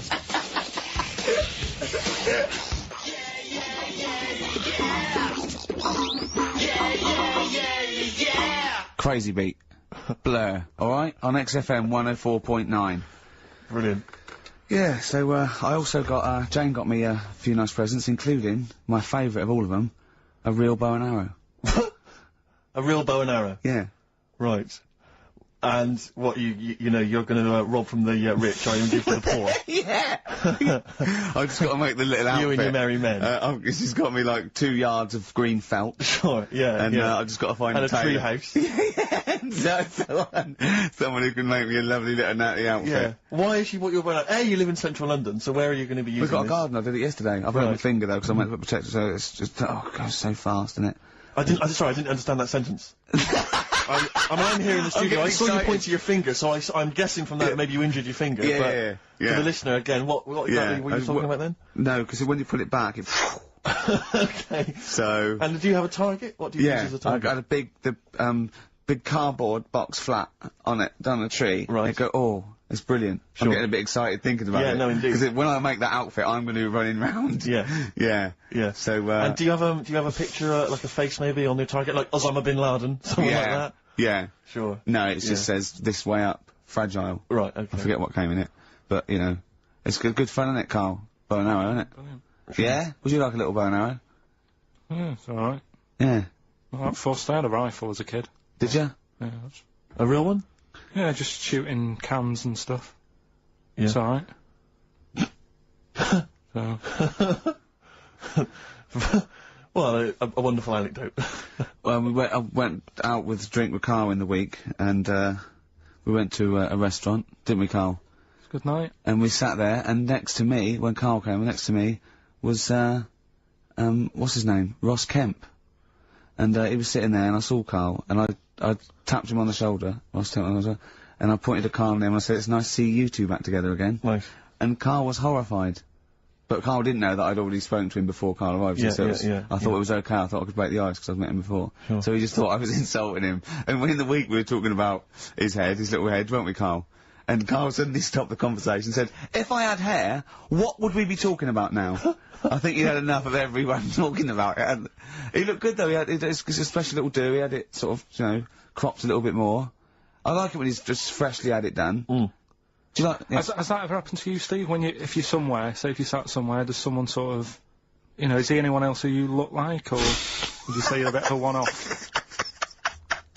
I love these two. But to be fair, to be fair, he seems to be having a go at me an awful lot more than I do at him now. I mean, he just starts it, you know, starts it out of nowhere. I think his is sort of a get back for the way you treat him as a producer, not, you know. But he's not a producer. If he produced the show, I wouldn't have a reason to criticise. But I think this is it. But seriously, I mean, it really winds me up though, because, you know, it started as a joke, but now it's abuse. Yeah. He got annoyed at Heat because it said Karl, producer, well, not so much a producer as just a bald mank. And he went, "Can they say that? Yeah. Can they say that?" See, that's a magazine, an independent publication has identified what exactly it is you do. Yeah. Oh, here we go then. Go on, bring it on, because here we go. He's looking at me. I know he's thinking. I can hear the cogs. I'm not thinking anything. It's vicious. No, that is true. Never a true word. Play a record. Now then, I heard this on VH1 in the week, and I have not been able to get it out of my head, and I really kind of want to, I want to get it in everyone else's mind now, so they understand the pain I've been going through. Miss You by the Rolling Stones. Yeah. I hope that's now embedded in your brain, and you can ruin a week by having to sing that constantly, irritating people in shops and everywhere you go. Miss You by the Rolling Stones. Good track. Good track. Karl, Jonathan, Ross came out of this, last week, and, we were talking about stuff, and Karl was mesmerised when Jonathan told a story that he was bored once in a hotel room and shaved his arse. He shaved his arse? Yeah. Sure. And Karl, you didn't stop questioning him, did you, about... I just wondered, at what point do you sort of say, "Oh, this is getting on my nerves"? You know what I mean? Yeah. It's way too long, tucking it in his socks or whatever. Yeah. But it's not, I mean, it is boring in hotel rooms, because I told you before about when I was in Edinburgh, and I had nothing to do, there was nothing on the telly, and you sort of, you've eaten the shortbread biscuits, and that. Yeah. And, so that's when I read the phone book to see how many... That's when you read the phone book? Well, to see how many Macs were in Scotland, McAtee, Macintosh, Yeah. and it was like, you know, 42 pages. Yeah. Yeah. Jonathan, I don't know if he'd already done that. Yeah. And, he said he shaved his arse. Now, when we say he shaved his arse, so Not his cheeks, his... Oh, all of it? Yeah, all of it. Did he say that? Well, I think that... But other than the cheeks, But then, there's not much left. But then we got to the fact that me and Jonathan, if we pulled our wealth, we could have shaved Karl's arse for £1,000. Right. And he said, yeah, for £1,000 you can shave my arse. Suzanne said, can I say this bit? Your girlfriend said what, Karl? She was annoyed. She said, well, I'm not allowed to go there. Why is anyone else? And of course the whole table stopped and leant in and said, what? So he doesn't like me touching him there. I went, what do you mean? This is too much information. It was too much information. I like the fact that you've had this conversation with her. I like the idea that she touched your arse once and you went, whoa, hands off. Yeah. I love you, but keep your hands away from the arse. Do you know why he said he's talking about the most intimate part of the arse, the middle arse he's talking about, and he said, I said, why? He went, it's a bit gay, innit? I said, how can a girl touching it be a bit gay? If you stood behind you, it could be anyone, right?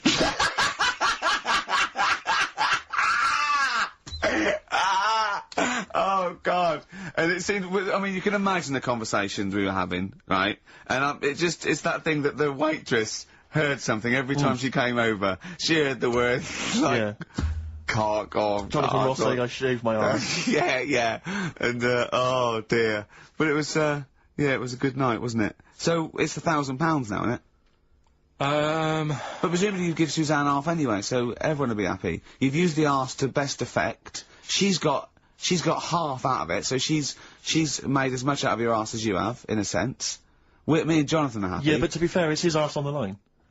So... I know, but I mean, you know, it's just not like she's getting a bum deal. Well, she's getting 500 you know, Yeah. quid. No, I you know. understand that. But, do you reckon?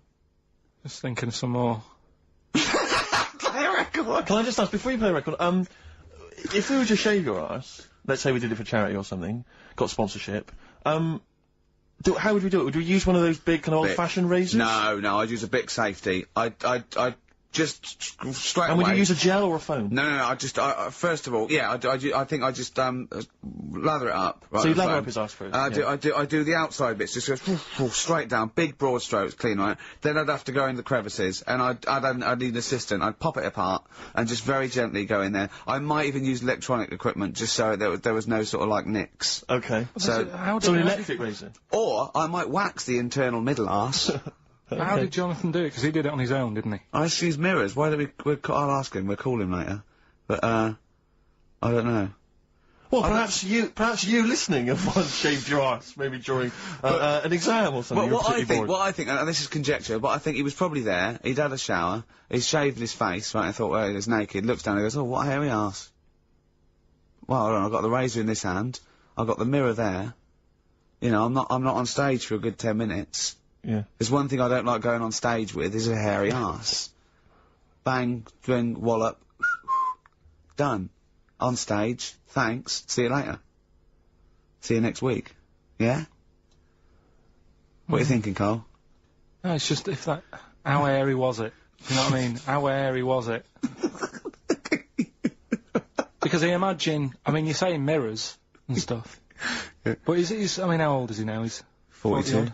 And they say your testicles drop quite a bit once you start getting old, don't they? Yeah. So he's got to make sure they're out of the way. Yeah, but I don't think, I mean, I can speak for myself, you know, as a similar age to Jonathan, that, I mean, you know, if there's millimetres in it, it's not like we tuck them in our socks in the morning. Okay. They're still in the same place. You really wouldn't know the difference. It wouldn't, if we filmed it in, you know, time-lapse camera, it wouldn't be like a bungee jump. Do you know what I mean? They wouldn't be moving a lot. Yeah. Alright? Do you think I told him he's a good-looking fella, Steve. Would you agree with that? Oh, I told Jonathan that he said that he just went for it as well. Yeah. So you've spent a lot of time picturing Jonathan's naked arse. You'd let him give you money for arse touchery. Yeah, whereas your girlfriend's got no chance, and you're saying he's a good-looking man. Do you want to play a record and think about what you've done? Interesting. 50 Cent, 21 Questions, new single from him. Well, me and Karl got a joint favourite lyric now. I love you like a fat kid loves cake. Yeah. That's great, isn't it? I mean, I like it because it's funny and humorous and cheeky. You like it because it means something, don't you? You think that that's the absolute truth. If someone was to say that to you, that would be the most romantic thing they could say in it, because it's... No, I'm just thinking you know what he means. It's like the Elephant Man. Right? The Elephant Man, that's what he's called. Again, you know what you're going to get. The fat kid loves cake. You've said it all, you don't have to say any more. I can't believe it. I'll tell you what made his day the other day. I love it. Jonathan Ross said The Elephant Man is one of the best films ever made. Yeah. Endorsed by a celebrity. I know. Well, by a film buff, really. It is good though, isn't it? It is a very good film, yeah. We have got Cheeky Freak of the Week. Oh, right. There's been a lot of stuff going on this week. In the freak world? Yeah. Is it really? Yeah, there's loads. I mean, stuff that we can... The one that hasn't made it. God, this is one that hasn't made it, so we'll judge it on that. Go on. There's a woman, right? Do you know how, I mean, in a way, I thought Elephant Man, it was a bit tight because, you know, we sort of took him on a freak show, did a bit of a road show with him and stuff. Yeah. There's some woman, I think she's in India, like now, who, makes a lot of money because she's got 3 legs and, like, 7 toes, stuff. And she was saying, people pay quite a lot of money. Not Swiddy Patel. It's not that much money, like, compared to here, but over there, it's, like, loads of money. Sure. And all you do is, you go around to her house, and you pay this lot of money, and people just go, oh, look at that. Extra leg. Extra leg. Right. It's quite a lot of money in that. So she hasn't even got to go out on the road anymore, like in the old days? No, that's what annoyed me. It's like, well, you could get to them faster. You go and see them if they're paying the money. Sure. Oh. But yeah, there's... What she could do is go in and buy a pair of shoes, right, and then nick one on the way out, because they only put one out, don't they? Good idea. So she could get, you know... 3 for the price of 2. Just offer. one of the many perks of having Just 3 one legs. of the many perks of having 3 legs. The other one is, I mean, keepy uppy. But she'd be good at that, Couldn't wouldn't do she? that. She just stays at home, and puts the feet up. But anyway, that's not even Cheeky Freak of the Week. That's coming up later. Coming up later. Oh, brilliant. Now, Rockbusters, dead in the water, isn't it? We've killed that off, have we officially? We killed off Monkey News and Rockbusters.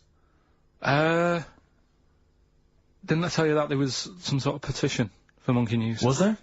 What was the Caused story? a lot of, it's loads of emails and that. You mean saying- you've done Monkey News? You mean you want to do Monkey News? No, but seriously, there's uproar. And people were like, you can't get rid of Monkey News. Yeah. Don't be doing that. Who sort of what? Loads of people. Was it monkeys? Trying to write the complete works of Shakespeare? Did Tony Blair get a whiff of it and he's coming So down we're like a doing ton of Monkey bricks? News. And Rockbusters, Steve, if you've got a better competition, then we'll do yours. That's fine. Do you know what I mean? If that's what you want to do, we'll do. What did you want to do? No, I was just wondering whether we should perhaps not do a quiz at all rather than do that piece of rubbish. Might be better to have nothing. Might be better just to have silence during that part of the show than have Rockbusters. How I don't about know. If We I should give you discuss it off if I air. give you the clues and that, and if you think they sound rubbish, we're not doing it. Well, I know that. I guarantee they're going to sound rubbish. Alright, let's make it the last Rockbusters then. This is the last Rockbusters. Well, it depends. This is it. Okay, this is just. If it's good, you get a reprieve. It's all about this. Okay. Okay. Go on then. Let's do Rockbusters then. Oh, we're doing it now. Should we play a record and do it after that? Do it after. Well, I'll tell you what. I'll tell you the prizes and then we'll come back with the clues. Because I've dug up that REM track, Excellent. so it's an interactive show. Okay, we've got the best summer holiday album ever. What we got on there? It's got Brilliant. Elvis versus Junkie XL. That's Yeah. brilliant. Yeah. Holy Valance is on there. Yeah. Laz Ketchup. It's all the stuff that the XFM listener is craving. A tribute to the is it- Ramones album. We got Red Hot Chili Peppers are on there. Metallica. Street Legal from Bob Dylan. That's nice. Brilliant. Did you just buy that in the 4 for £20 from HMV deal? Fair enough. Once That's a again, good album. The Talons of Weng Chiang, a Doctor Who classic. Yeah. And there's something for the XFM listener. 8 Mile on DVD. I as thought well. that was nice, that film. The last bit was funny. It was, cause it's a good film. And some good rap-offs in that as well. Yeah. So let's play a tune and then we'll come back with the Rockbusters clues. REM, go on. Give it to him. REM, Electrolyte. On XFM 104.9. Ricky Gervais, Steve Merchant, Karl Pilkington. I walk down Oxford Street every day to go to the office, and it is like running the gauntlet in Gladiator. It's not only is it just like, you know, you have to dodge people and they're dawdling or rushing or, you know, keeping into the road to get past some people but avoiding taxis, but it's like hands everywhere, like leaflets. I don't know, there must be 1 million leaflets given out. It's all Mobile phones, sandwich shops. teach yourself English. Yeah. Teach other people English. I know, and those charity people, something for Alzheimer's, and I've been caught about 6 times where I couldn't say no. I've got about 8 standing orders now because I just couldn't say no when they confront you. Yeah. Which is, you know, It's amazing how often I'm on the way to a meeting. I'm always on the way to a meeting, and then I always feel guilty if I walk past them again 2 minutes later with a HMV bag. yeah, full. Yeah, exactly, crammed with bargains. I know, yeah. No, But, it's absolutely weird. They're like zombies. It's like you're fighting them off. You need a flaming torch. to Yeah. get past them. Or if it's not them, it's tourists. Just constantly, you know, excuse me, can you take my photo outside HMV? Or outside Topshop? That doesn't happen to me a lot. Oh, okay. Always seem to have tourists. Just I in think the I way, walk- just kind of dawdling, you know, I looking up at walk the so buildings. fast. I walk so hard. I put my head down and I just try and walk so fast everywhere now because it's But Oxford Street is just it's unbelievable now, and I think it's age that I've started noticing. Even if the window's open, and I hear just like cars and they're on the mobile phone. It's the loudest place in the world. Yeah. I don't know what we can do. Well, isn't it one of the busiest streets in? Is it either the world? The or universe? It is mental. I think if we carpeted it.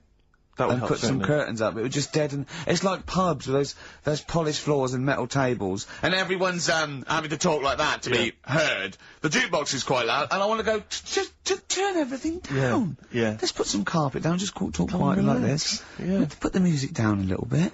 We'll have a good time. I've never quite understood that impulse. I don't, again, if it's age where you go in a club or a pub, as you say, and the music's just slightly too loud. So it just makes everything slightly tricky. It's slightly tricky to have a I know. conversation. But what annoys me is when it's for the amusement of the barman or barmaid. Yeah. If they're bored, they're in a pub, they've got the music up, their music up, Yeah. right, techno blaring, right, they've got a telly on, watching a soap opera, Yeah. and I want to go, choose one or the other! Yeah. I mean, what are you watching? I got a minicab last night. I imagine you don't travel in minicabs, but the guy driving, one of those guys, I know he's driving a cab on a Friday night. Okay, no one wants to be doing that. And he had one of those phone, you know, the little earpieces that you put in, so it looks like they're talking to themselves. And he's there, and he goes, where are you going? I went, oh, Crouching. He went, yeah. Well, and he's chatting on his mobile phone the whole time. His voice was so loud. He had the radio on as well, and he wasn't concentrating on the road. I just thought, look, I'm paying you £10 here to take me somewhere. Please, just stop chatting or arranging your social life for 2 minutes. Yeah. Get me to my destination safely, and then you can resume your conversation. My favourite one is, I'm going to so-and-so terrace, please. Where's that?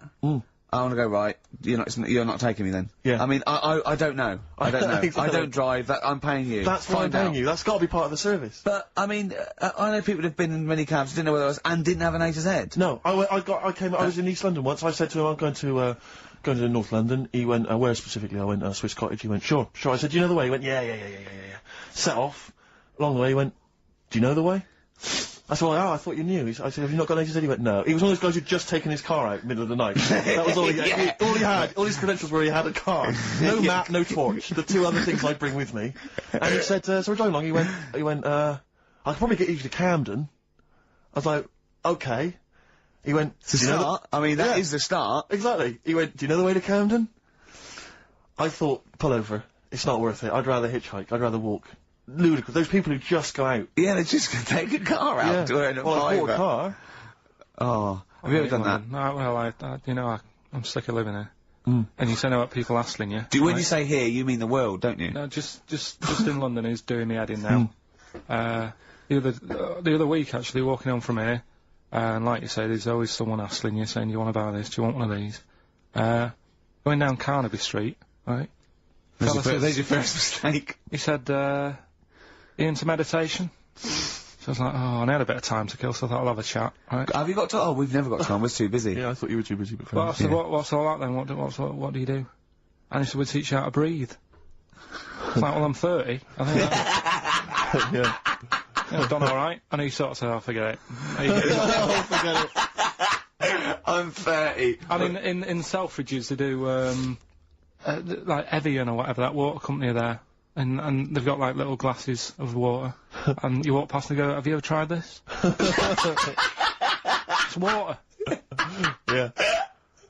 Oh, here you go, we'll try it. You go, Jesus Christ, is that what water is? What have I been drinking then? You've been drinking piss and mud. Have I? I'll have a bottle. Anyway, listen, Rockbusters. Oh, come on then. Let's get it done. Really? Yeah. Come on then. Right, so cryptic clues and initials, you work it out, it's a band and stuff. Yeah. Right, Brilliant. first one. Bob Holness. The first clue, the doctor said part of the foot and the leg was no good, so he took him off and he threw him away. Right, that's the clue, the initials TB. TB, right? The doctor said part of the foot and the leg was no good, so he took them off and threw them away. Second one, the Scottish monster has got a bit of a tan. Right, the Scottish monster has got a bit of a tan. Okay. That's TD, right?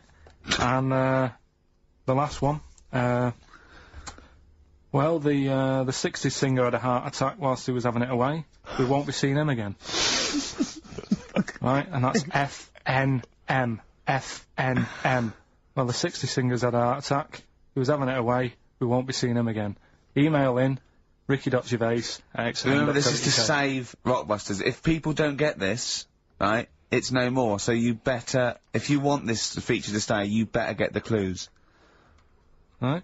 Good work, Karl. We'll give those clues again after the next tune. What are we playing? Yeah. Oh, you love it, don't you? You love it. Good, it's a good stomping pop #1 rock. XFM. Jane's Addiction, Just Because. I think things are rocking up. They are indeed. Rocking up in the land this year, Steve. Yes, that's good news, I think. Evanescence, them, The Darkness, rock-tastic. XFM 104.9, Ricky Gervais, Steve Merchant, and Karl Pilkington of A Saturday. Can I just say that the shaving your arse feature from earlier, If you missed that, that was 1:30. That was a discussion on shaving your arse. Yeah. It was great stuff. That seems to have caught the public imagination. We've had so many emails. We've had someone telling us exactly how to shave your arse. Yeah. So if you need that information, I can probably forward it to you. Well, I think this will be the year of rock and arse. Exactly. But it's extraordinary how, you know, just a simple discussion like that you would think perhaps was crass, crude. Mind you, our listeners do like Karl talking about monkeys. Sure. Do you know what I mean?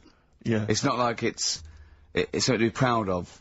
It's not like we changed a nation or freed a people or found a cure for something. We hit them in their, you know, at their level with monkeys and arses. Yeah, exactly. It's what our listeners love. Yeah. Monkeys and arses. Yeah. We should put that on the poster. And they go together, because I joined the zoo, last Sunday, went down and became friends of the zoo, right? Oh, right, I thought maybe you had to sit in a cage for a that thing happened. I went straight for the chimps, of course, right?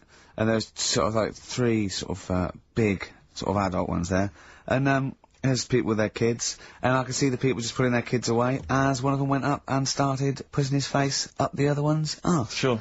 And it was sort of like, I just can't be bothered to explain this to my children. Exactly. So I watched people just moving away. Oh, come on then. There's the lions. Just gonna have a look at the lions. Yeah. What are they doing? They're just sniffing each other's asses. Yeah. Yes. I remember when I used to go to the zoo, I always felt there were certain animals that weren't getting a look in, really, that no one was particularly interested in. The tapir. Exactly. We were going straight to the snakes we were interested in. Yeah. Birds. I don't remember being particularly interested in birds. Big cats, although it's a bit depressing. Great apes. Reptile, you're right, reptiles, yeah. Birds, unless it's a big one that you think could rip a dog apart. Yeah, a vulture you go, or an eagle, brilliant. Yeah, exactly, yeah. Owls are brilliant. Yeah, owl's great, but I've always wanted a little owl on my desk. I'd like be doing work, and there'd be a little owl there, and I go, can you give me that pencil? And it just sort of goes over and gets me a pencil, goes, cheers, and it just watches me, and it thinks I'm brilliant. Do you know what I mean? Not really, no. No? No, I've never had an urge to have any kind of animal sat on my desk. No, Karl? You'd like a little owl, wouldn't you, that helped you? No, I had a little magpie, didn't I? We've talked about that. Oh, he came down and started pecking your grifter, didn't he? Yeah. What was his name? Maggie. Sure. Brilliant. Inspired. And you took it to school and it didn't come back once, did it? Didn't come back, didn't see it again. Oh, dear. Did it ever peck your head? Because you used to have hair, didn't you? Yeah. No, it did. It started getting a bit violent. Really? Yeah. Was it becoming sort of age for adolescents? Probably sexual frustration, sort. You know, because I think magpies go for shiny objects, don't they? And you were probably sort of probably losing it a little bit then in the front. And so when the sun was out, there's a bit of a sheen on the front. They saw a glare and thought, I'll have that. Yeah. What is that? That's brilliant. Yeah. Or as it was sort of pecking away, it mistook it for a tree. Yeah, because of the noise. Because of the noise. Yeah, the hollow sound. I squeezed his head yesterday. We should just point out, if you're a new listener to X-Men, you might not realise that one of Ricky's many sexual peccadillos, I'm assuming it's a sexual thing, I can't justify it any other way, is to just squeeze Karl's head. Yeah. Front-wise, sidewise. I don't know what it is. I don't know if it's sexual or, you know, like when you've got a little kitten, you want to squeeze his little face. Do you know what I mean? Do you know what I mean by that, Karl? Yeah, I said that. I said it before, squeeze a little head. Yeah, exactly, and I feel that with you, because it's sort of like, it gives so much. Look at Karl's face, he gives so much. It is like he can understand what we're saying. Yeah. And that's what the connection is, I think, between me and Karl and other animals. It's like he can understand what we're saying. But I squeezed it yesterday, and Karl went, I definitely had something crack. Yeah. Because I'm trying to see how hard I can squeeze it. Yeah, I think that was you just thinking, Karl. To be fair. I think the cogs just started to... No, I mean, I think there is a danger, because I think there is a danger that you could squeeze it too much. Yeah, I know. He did a good deed today, the other day, didn't you? Yeah. What were you up to? You were just, you were talking about, like, you know, being hassled in the street and stuff. And, I get hassled a lot by the homeless. Don't we all? You should go home to sleep. Yeah.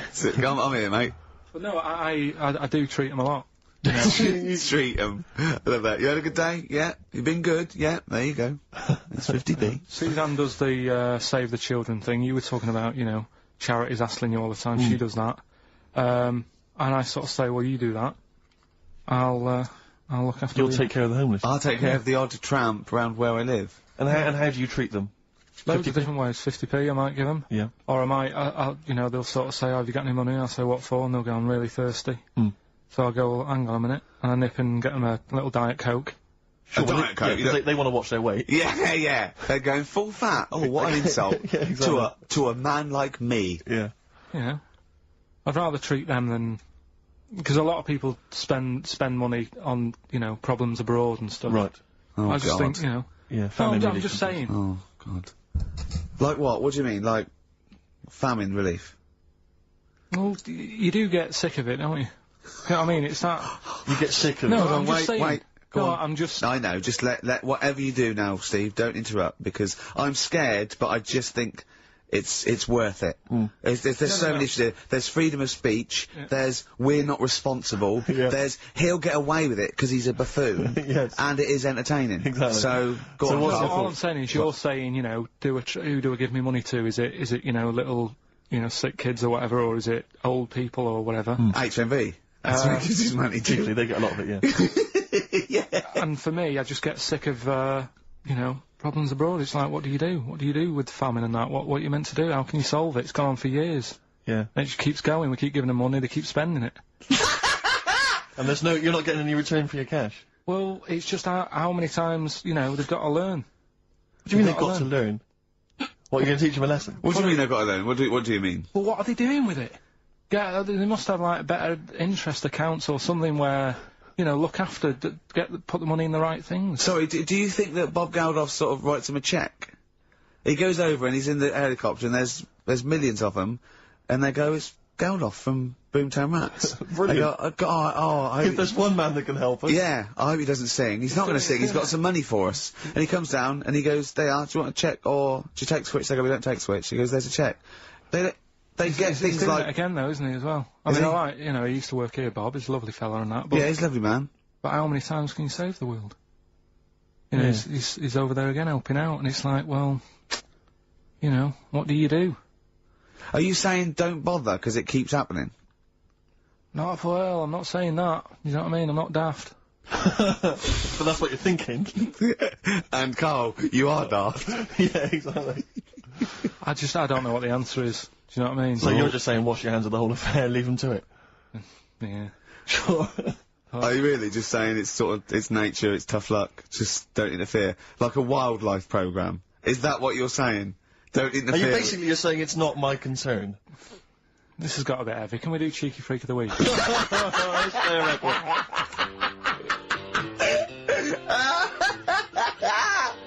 Oh, God! My Hey Hey Out of the Blue from the album Rust Never Sleeps by Neil Young. Such a brilliant song. Oh, he's a great musician. He's amazing. Yeah. He's incredible. I think we're playing Neil Young track a week. Okay.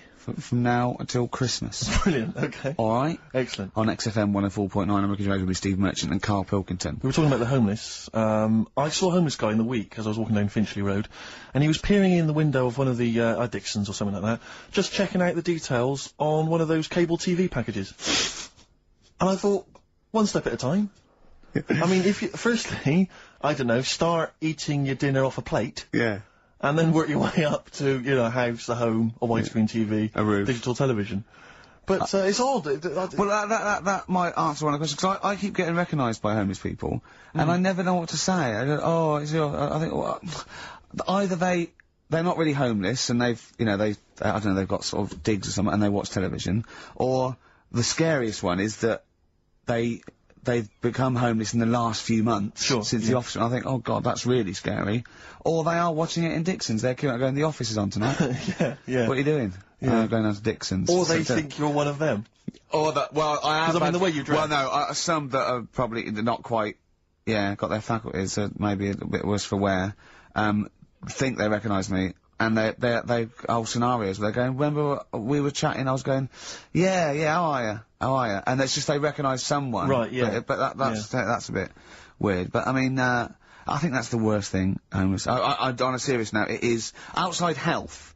We're talking about charity, and I don't know, I sort of, got these standards where I've been sort of like caught in the street. But the ones that I'd choose, I'd always think, charity is what touches you. You can't change the world, but you can change your bit. So cancer, obviously, because my mum, so I give to cancer. And I think outside health, the next one must be being homeless. Because there's nothing you can do. It's got everything. You're scared, bewildered, you're cold, it's just everything. Even if you're healthy and homeless, eventually you're not going to be. Well, I do feel bad because, you know, I always feel that I want to give to the health charities. like cancer, for instance, because there's that fear that I might get it. Well, yeah, it's not just that. It's just like, yeah, if you're not healthy, that's the first thing, isn't it? If your life's being threatened, there's nothing else you can really worry about. Yeah. But, I don't know if that makes it wrong though. That I'm sort of, it's like I'm investing in a possible future. Yeah. Well, not really, because it's the same for everyone, isn't it? But you know. Yeah. Oh. I saw a homeless guy as well, looking through the bins, but he wasn't pulling out food and scraps, he was pulling out newspapers. Just having a read. Yeah. I always found that odd. I see that a lot, homeless guys. I don't know if they're just checking out the TV listings. Or when he finally gets his When's The Office cable, on? Yeah. Yeah, The Office, they've moved it. They've moved it to Choice and UK Gold. I don't blame him, because, I mean, there is some cracking stuff on cable TV. There's some great stuff. But I was flipping through the other day, and on digital TV, you can see what other shows are on while you're watching something. I was flipping through, and there was one, and it was called, now, when are you ever in the mood to watch a TV show called I Survived a £200 tumour? When was that on?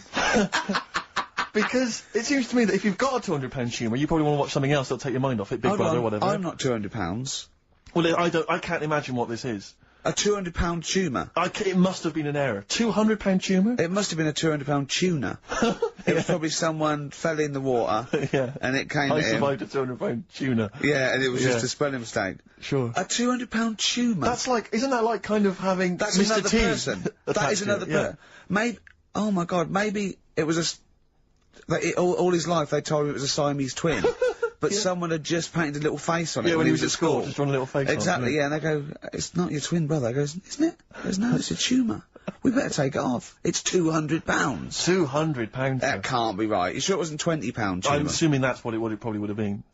But it was certainly £200 on the digital thing. Maybe that's a mistake. That's great, isn't it? They're trying to make it more interesting. Yeah. This is someone at Karl got there. It's £20 tumour. Let's make it 200. At least they're watch. Exactly. That's what I'd be like though. I wouldn't want to go to the doctors. You know what I'm like? I'd sort of... £200 tumour. I know. It's just that thing, I mean, you know what I'm like, I don't like... it depends where it is as well, taking your clothes off and all that, there's the pressure in it. We don't like anything being touched, do you? I remember when he said like he doesn't check his balls, he doesn't like the feel. That's live with me. He doesn't like the feel. I think, do you mean that you don't like what it feels like in your balls when you're fiddling with them? Because I imagined it that you meant you don't like the feel, in your fingertips, you don't like the feel of your balls. It's the thing of, you start thinking about what you're actually touching, and there's something in there, and you might break them and all that. I don't like it. They are delicate. I am scared with the little knobbly bits, yeah. What knobbly bits?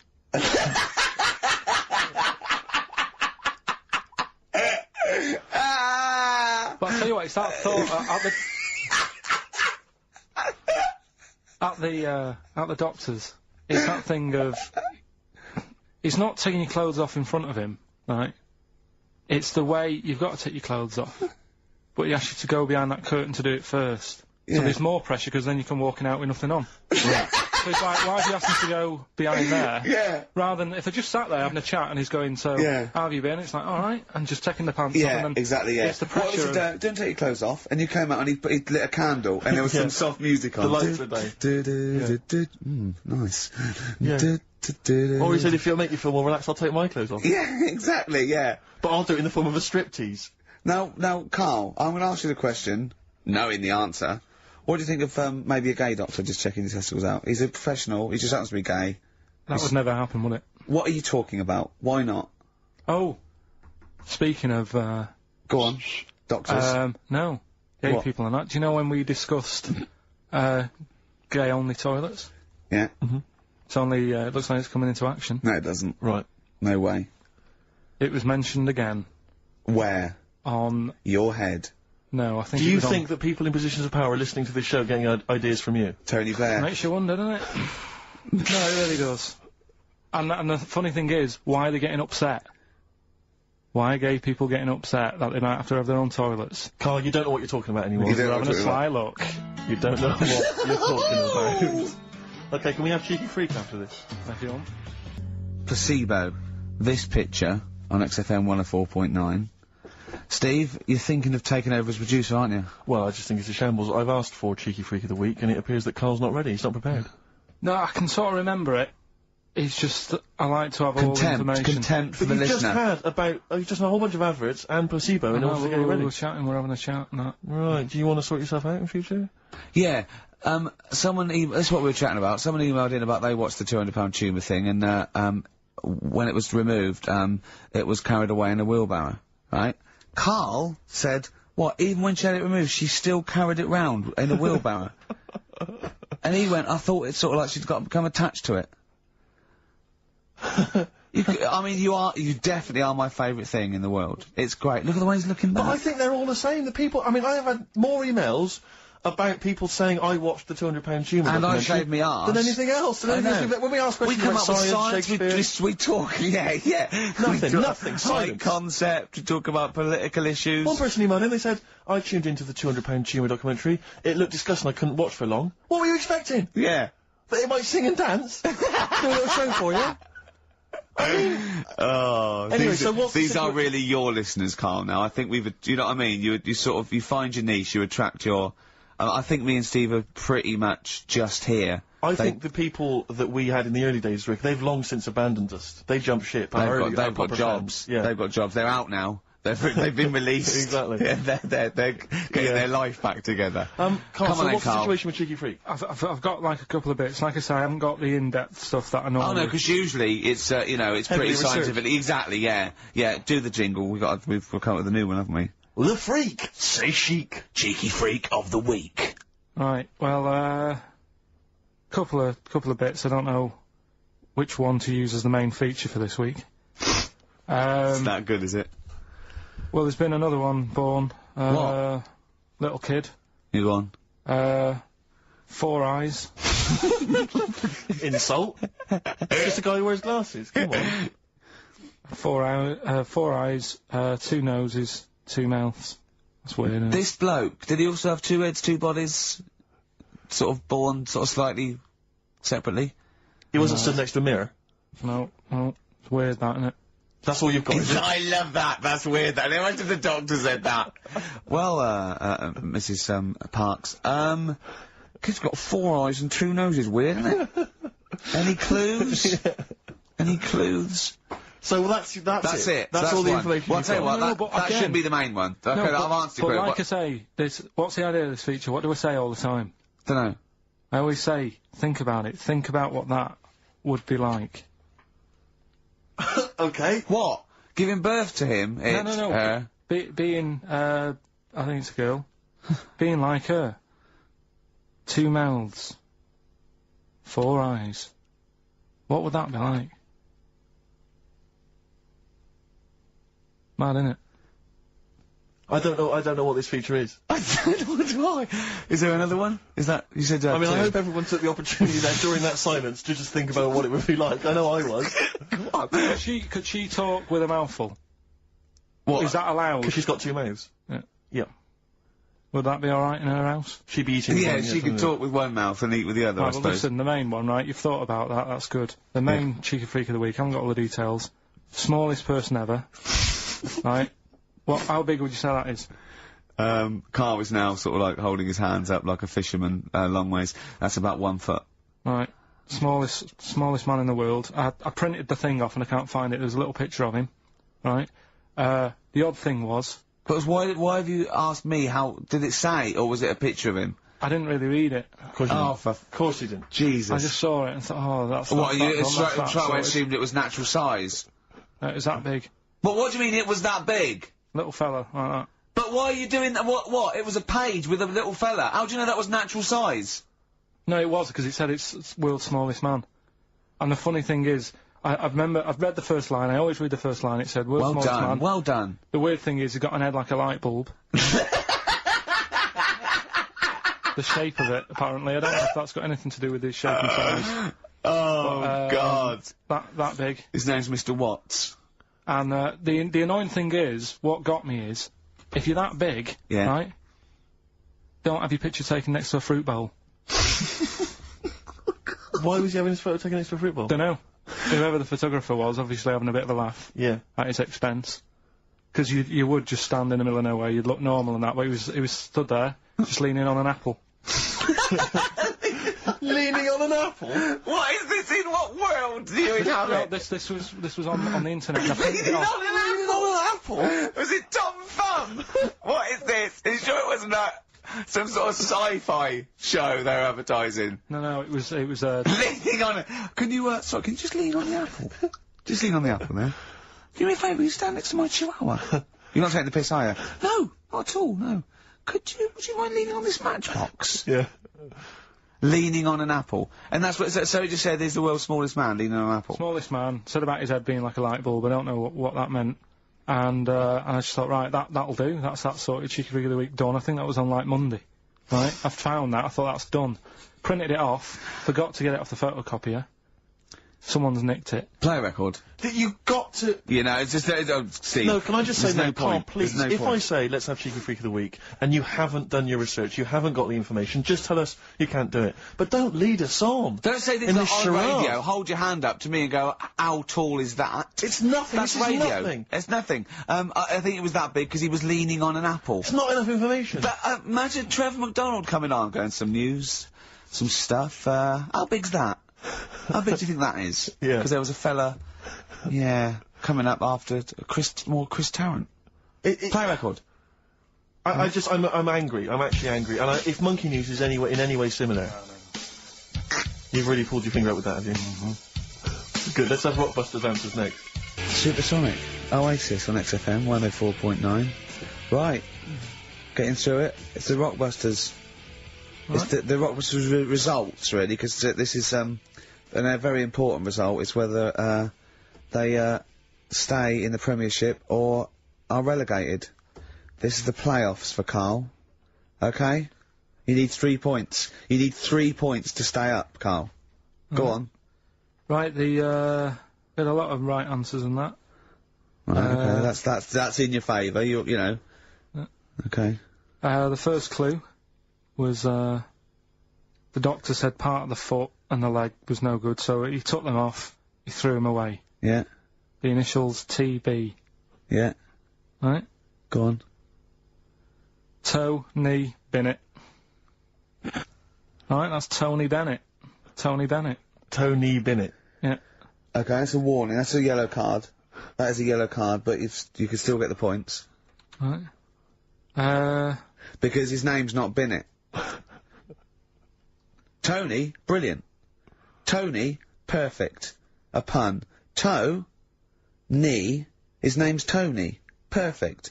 Bennett, no, his name's Bennett. See? Well, he's in London this week as well, so I don't know if it's sold out. I won't mind. Are you on drugs, or did I actually crack your head? Did I actually give you some brain damage? Because you're worse than usual now. It's like, go on. Right, the second one. That Scottish fella. We've got to speed this show No, up. hang on a minute, hang on. I've just got to make sure it's right. We don't want to look stupid. Right? That Scottish monster has got a bit of a tan. I don't think we can look stupid with material like this. TD. That Scottish monster's got a bit of a tan. The answer there, the darkness. I'll give you that. Right? Well done. And the last one. Goal. The 60s singer, he had a heart attack the other way whilst having it away. You won't be seeing him again. The initials FNM. That's Faith No More. Adam Faith. Right? No! Doesn't count! Why not? Adam Faith No More. Right. Adam Faith no more. So, sorry, what is the clue? Is the clue Adam Faith, or is it Faith no more? Just Faith, I suppose. Just Faith No More. As a 60s singer. So we got that. That's that. Safe for next week. Who's the winner? What do you make of it? You've got the deciding vote, Rick. Well, Come on. I mean, you know my feelings. I mean, it works Faith no more, but he's mixed up what cryptic is and that, because the fella, I mean, Adam Faith did actually die having it away, didn't he? Yeah. So it's all about him. It's all right. All the facts are right. Anyway. Okay, I think he's got a reprieve. I think I'll give it to him. I think I've got to give it to him, Steve. I think I have. He actually pulled that out of the bag, that one. There's no Jamaican fellas seeing icebergs or, you know, Whitney Houston. The closest he came to is Bennett, and I'll let him off that. I've got to be a fair ref here. Well, fair enough, and well done to, you know, I'm always a fan of names that for some reason just strike me or tickle me. Yeah. And this week the lucky winner is, Dave Suckling. There's nothing amusing about that. Oh dear. So one on to Dave Suckling. Okay. Well, Suckling wins it. Suckling takes the prize. He takes the prizes, and well done to him. I guess there's more of that next week, and we're fast approaching the end of the show, Rick. I know you are excited about that, as am I. Well, I know, but the best to come, because we've still got Bruce Springsteen coming up now, followed by Monkey News. All right, Monkey News it's after amazing. What an amazing show this is. Oh, chimpanzee up, Monkey News! Excellent. So Monkey News time on XFM. Karl Pilkington, the man in the hot seat. Karl, what have you got for us? Okay, Monkey News this week. We've covered a lot of stuff. We have indeed. Now, do you know, like, there's places where you can go for, like, weekend rests and stuff, Sure. and you relax, you sit in a little spa, you might have a swim and stuff. Well, they've got a place done for monkeys. Of course they have. Right? They can go there, they relax, forget about all the stuff they've got going on in their head. They can have a manicure. Right. Got nice meals. It's not called a manicure, though, it's called a chimpacure. Beauty treatments. Yeah. Right? Look good and stuff. Yeah, well, look good, feel good, yeah. Now, you might think, well, that's pretty normal. Well. The bit I haven't told you about is it's actually run by a couple of chimps.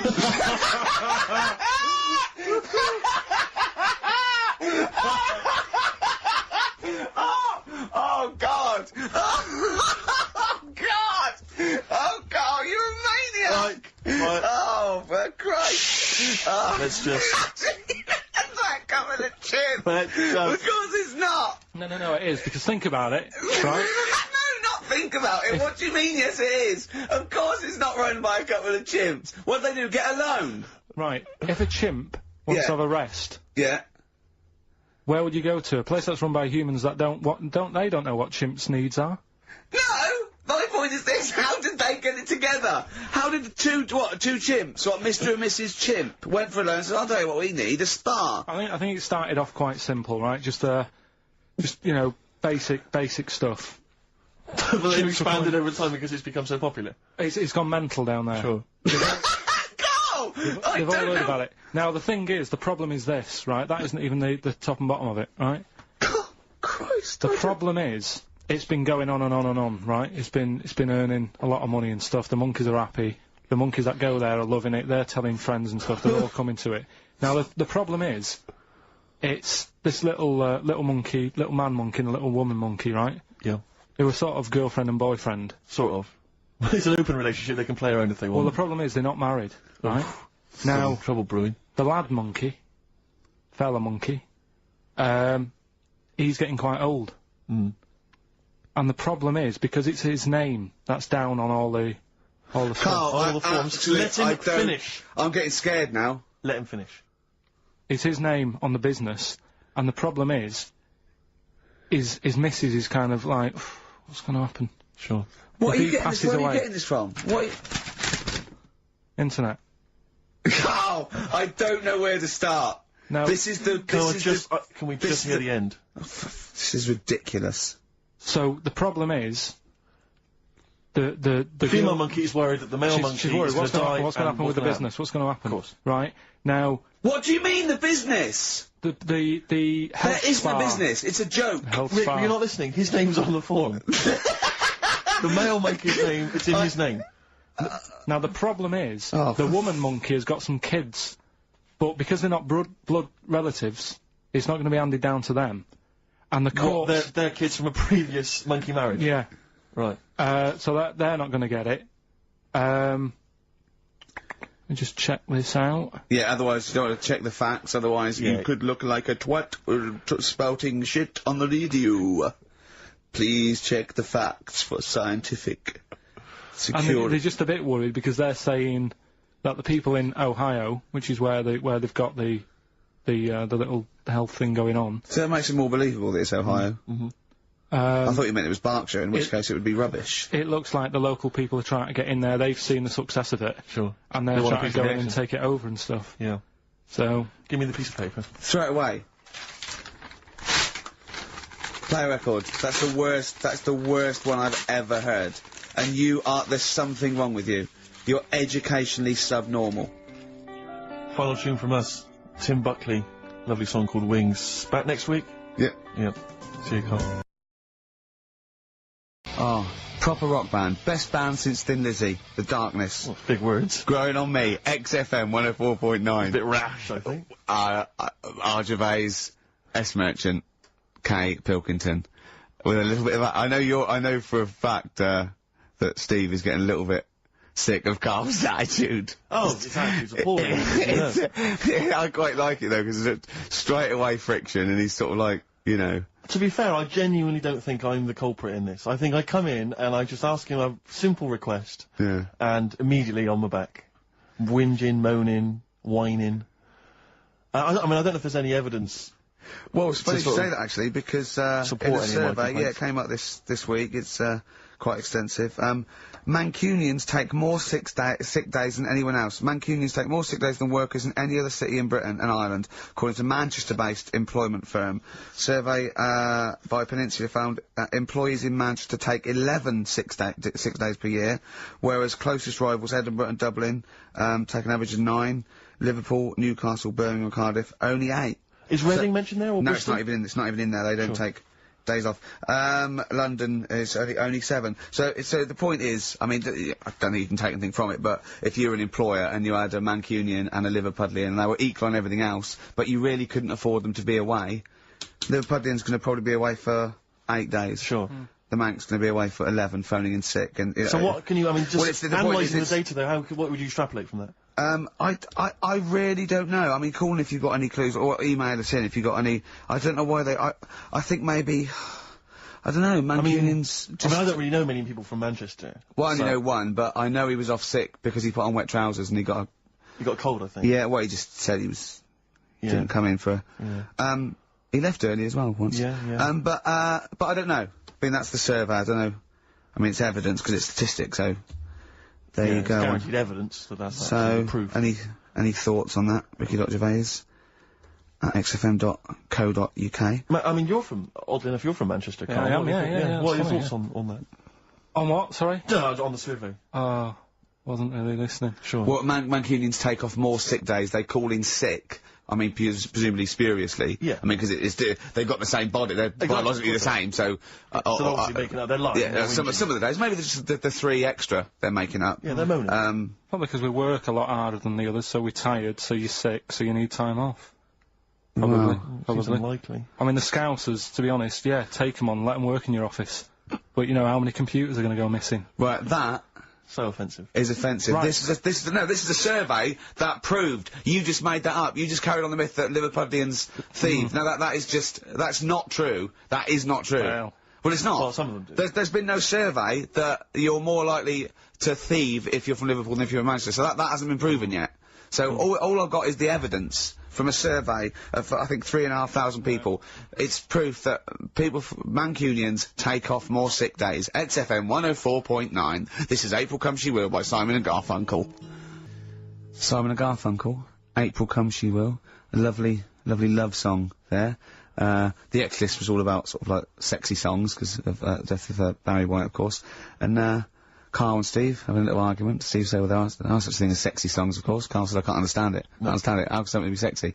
How can you woo one with a song? Steve went, well, you don't woo one with it, you just put it on the background. Karl said, stick the telly on. Stick the telly on. I love that. You don't believe there's any such thing as a sexy song, is that right?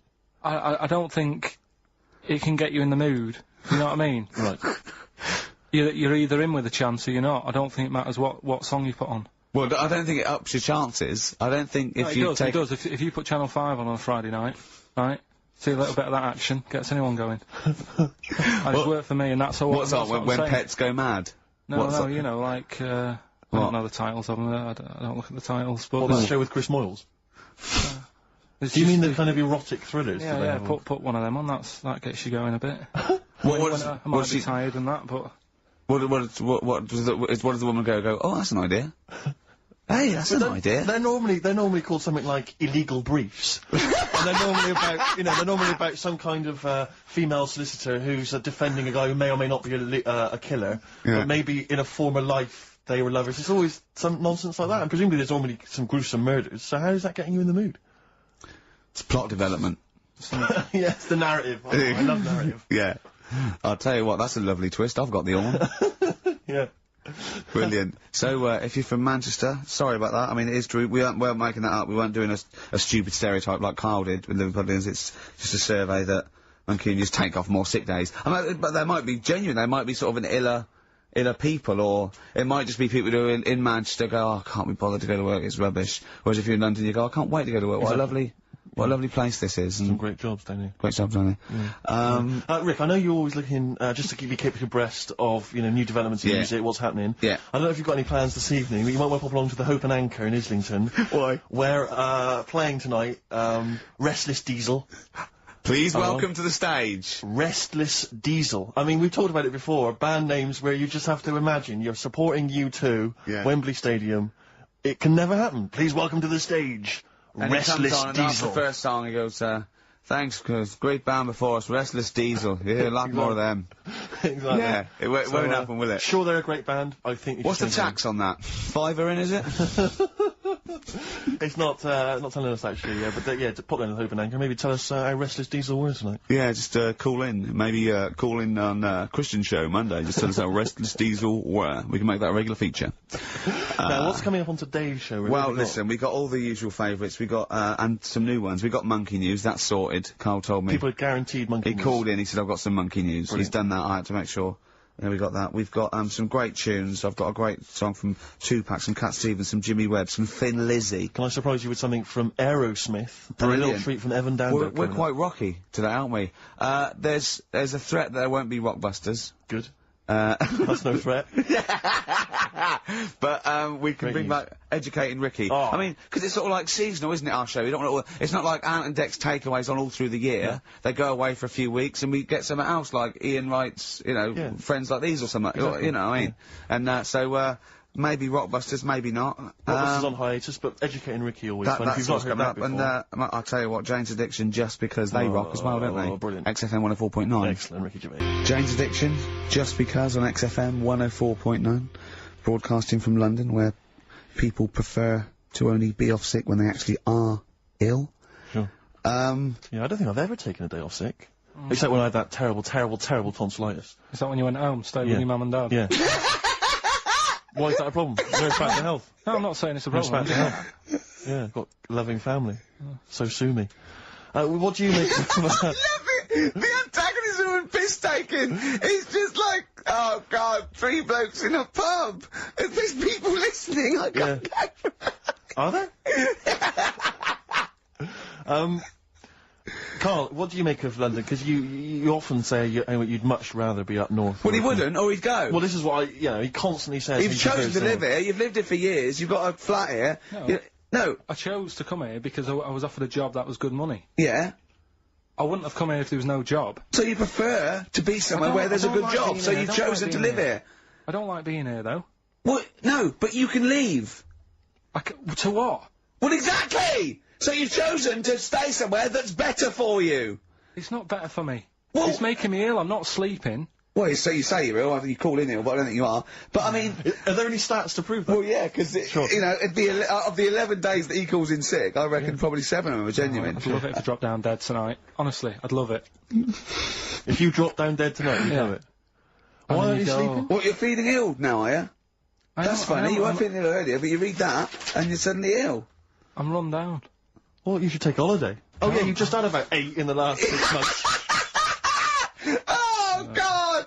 Why are you run down? Why are you run down? Yeah, what have you done? You sit in a little air-conditioned office. I haven't got time to tell you. Let's move on. Let's get on with stuff. What have we got anyway? Because we didn't have a chance to meet up this week. Me and Ricky could have done, but you said you were busy, Steve. Yeah, so that's probably why you don't get run down. But finishing work at about 4 o'clock. No. So I could have had the meeting, but we gave you a time and you suddenly decided with very little notice that you couldn't make it. So make it meetings and that. Oh.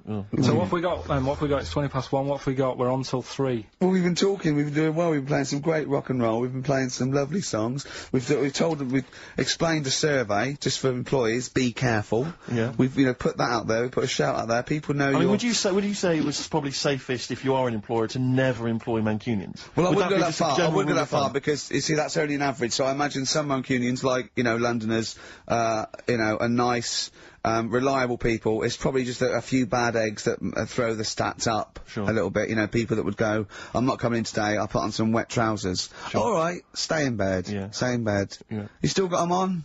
Yeah. Well, pop 'em off. Yeah. Put 'em on the radiator and go to bed with a little duvet. That'd be the best thing to do. Yeah, yeah. So, alright, Karl? Right. What's your attitude? Is it because you're tired? Yeah. Well, why are you tired, though? You weren't staying out watching those Channel 5 films again, were you? I'll tell you what, me and Steve were having a little meeting yesterday over lunch about, you know, planning stuff for the show. And, Gary Kemp came up to me, started having a little chat about old times, and, I went, oh yeah. As he went away, Steve said, right, think of this, he said, Rick, don't take this the wrong way. Remember that sentence, don't take this the wrong way. So there's a right way and a wrong way I could have taken this comment. He went, nodded to sort of Gary Kemp and went, he's aged better than you. I went, well, how could I take that the wrong way? Yeah, it's not offensive. No. Well, the point is this. He because he didn't know me 20 years ago, so he's actually saying, Rick, don't take this the wrong way. He looks better than you do. Yeah, well, he does. But why say that, Karl? What? Did you really say that? Yeah, although, can I just backtracking for a second? I love the fact you said you bumped into Gary Kemp and you reminisced about old times. What old times did you share with Gary Well, no, Kemp? he came up and said, did we drop the pops together? And I went, no, I did Razzmatazz. I said, oh, we did Razzmatazz. I think he was thinking, had he ever met me before? But he hadn't, because we hadn't. That's what I meant. Yeah. Yeah. And, But if you had to make an objective analysis... I wouldn't. I think that's out of order. Sure, sure. I mean, you're always slagging me off, but apparently you can't make a value judgment on something else. No. I wouldn't do that. Well, because you're morally all over the place. You don't know where you're coming and going. Yeah. Believe it. Sure, you should hear what I say about you behind your back. So, would you say you're better looking now than you were? Or... Than I'm what? Would you say you're better looking now than you were? Than I was when? Well, like, you know, have you aged well? Yes. You've aged well? Yeah, I've kept my looks. Bit of Dando. Bit Evan Dando, this would be lovely, yeah. Radiohead. Go to sleep. That's good, isn't it? On XFM 104.9. Brilliant. No, Great DJing there. Well, I haven't good, heard it before. Good, isn't it? Yeah. No, it was good. It was very good. It was very good. I was just watching cable TV. I do a lot of that, and there's an advert I've noticed. It reminded me of the sort of adverts you used to see when I was a kid.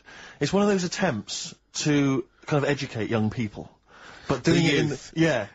It's on MTV, but it's one of those things where it's clearly been made by people who are in their mid-40s. Who have never been cool. Who have never been cool. Yeah. Who've been working really hard to get into TV all their lives, and now are trying to appeal to, you know, funky and possibly wayward young people. Yeah. And it's kind of... Nerdy wells. Yeah, exactly.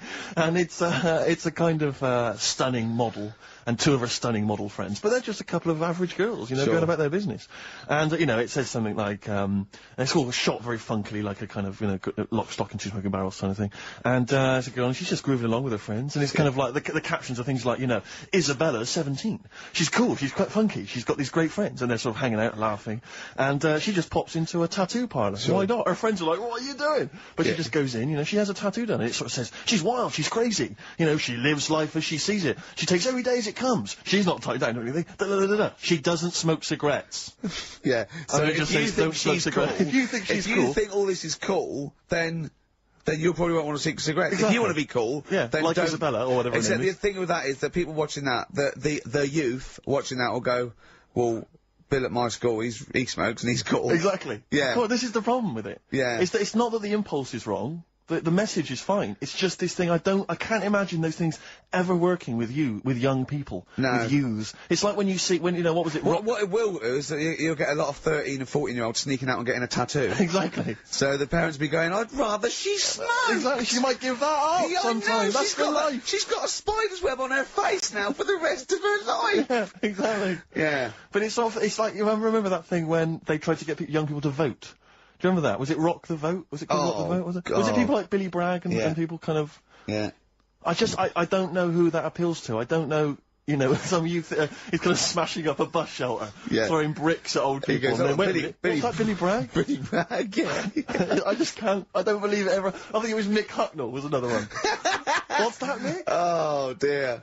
Well, I remember the ones where you just, if you were gonna go off with a stranger, your cat went, well, don't. Yeah. Ask mummy first. Yeah. And I remember I was trying to jump in cars left, right and centre, but my cat, when I was like 5 or 6, would go, and I go, good point. Yeah. You're right, he could be a nutter. But I seem to remember the Charlies.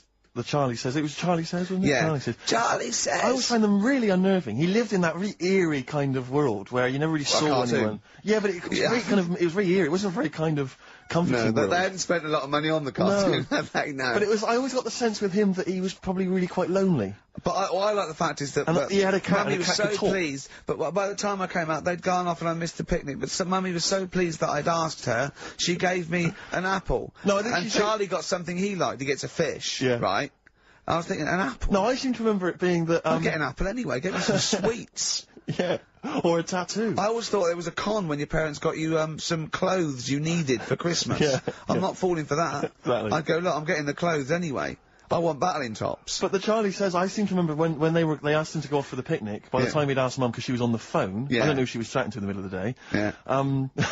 the kids had gone, One of her, and I seem to remember one of her that, clients. exactly, I seem to remember that, he said, don't worry, it was fine, because Mum took him and Charlie on a picnic. Not as good. Who'd rather go, with your mates, Yeah. or with your mum Or on a mum and your picnic? cat. And your cat. Yeah. I mean, Yeah. I don't think they were friends. Mum, the Scotch egg stinks of fish. Well, I had to bring it for Charlie. Don't bring raw fish in the picnic basket. But I think they weren't friends with us, they were just local kids who go, let's go and ask that weirdo with the cat if he wants to come down the park. Let's go and ask the weirdo who thinks the cat can He can talk, talk, yeah. and then run away when he goes to Exactly. ask his mum. When he goes off to ask his mum, they're just going, Yeah, oh, yeah. ask your mum, ask your mum. Yeah.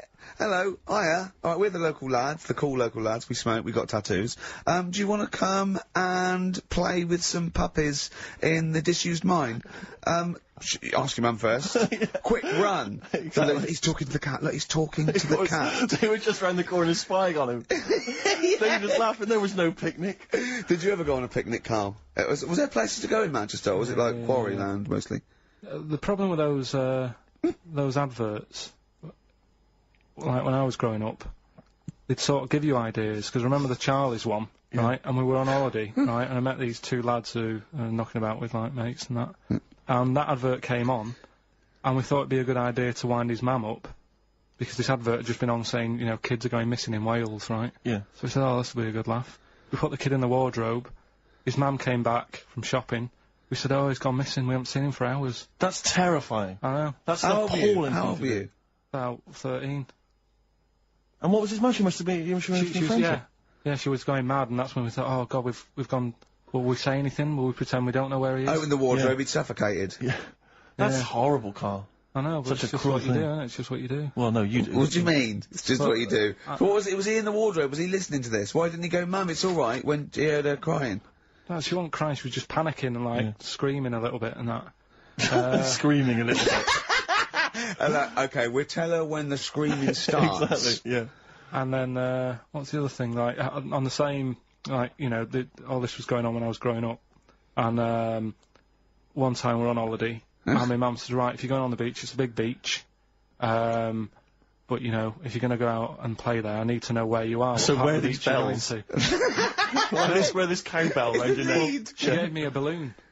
Good Give you a idea. balloon. A balloon, and it just, you know, sort of attached to my arm, so wherever I was playing in the sea and that, you can see the balloon and that. Brilliant. But then the problem was, everyone else thought that's a good idea.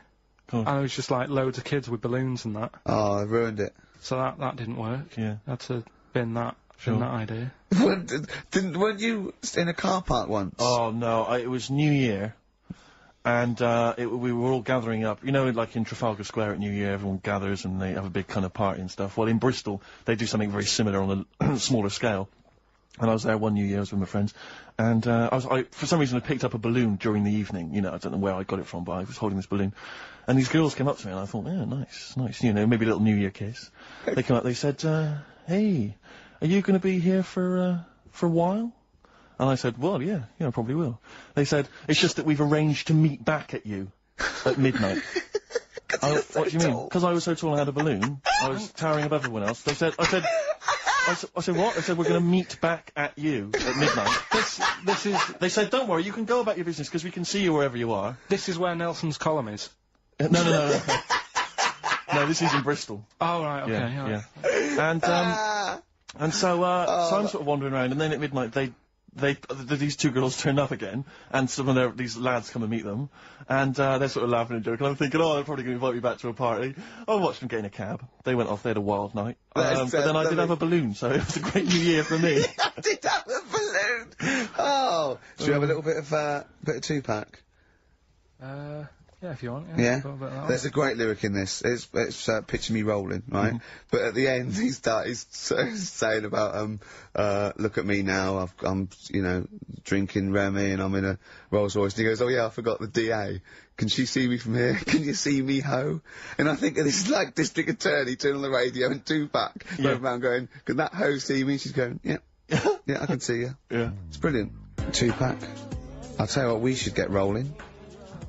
Rockbusters. No. Alright? No. Well, he has done it. He just said that he was worried about it because we said it's the last one. What do you think, Karl? I just don't think I mean, can I just say now, Karl, seriously, I'm only responding to what we're getting on the email, which is people do not want Rockbusters. They really... There's one guy here he says, it's James Pooley, he says he's preempted Karl by giving my answers to this week's quiz.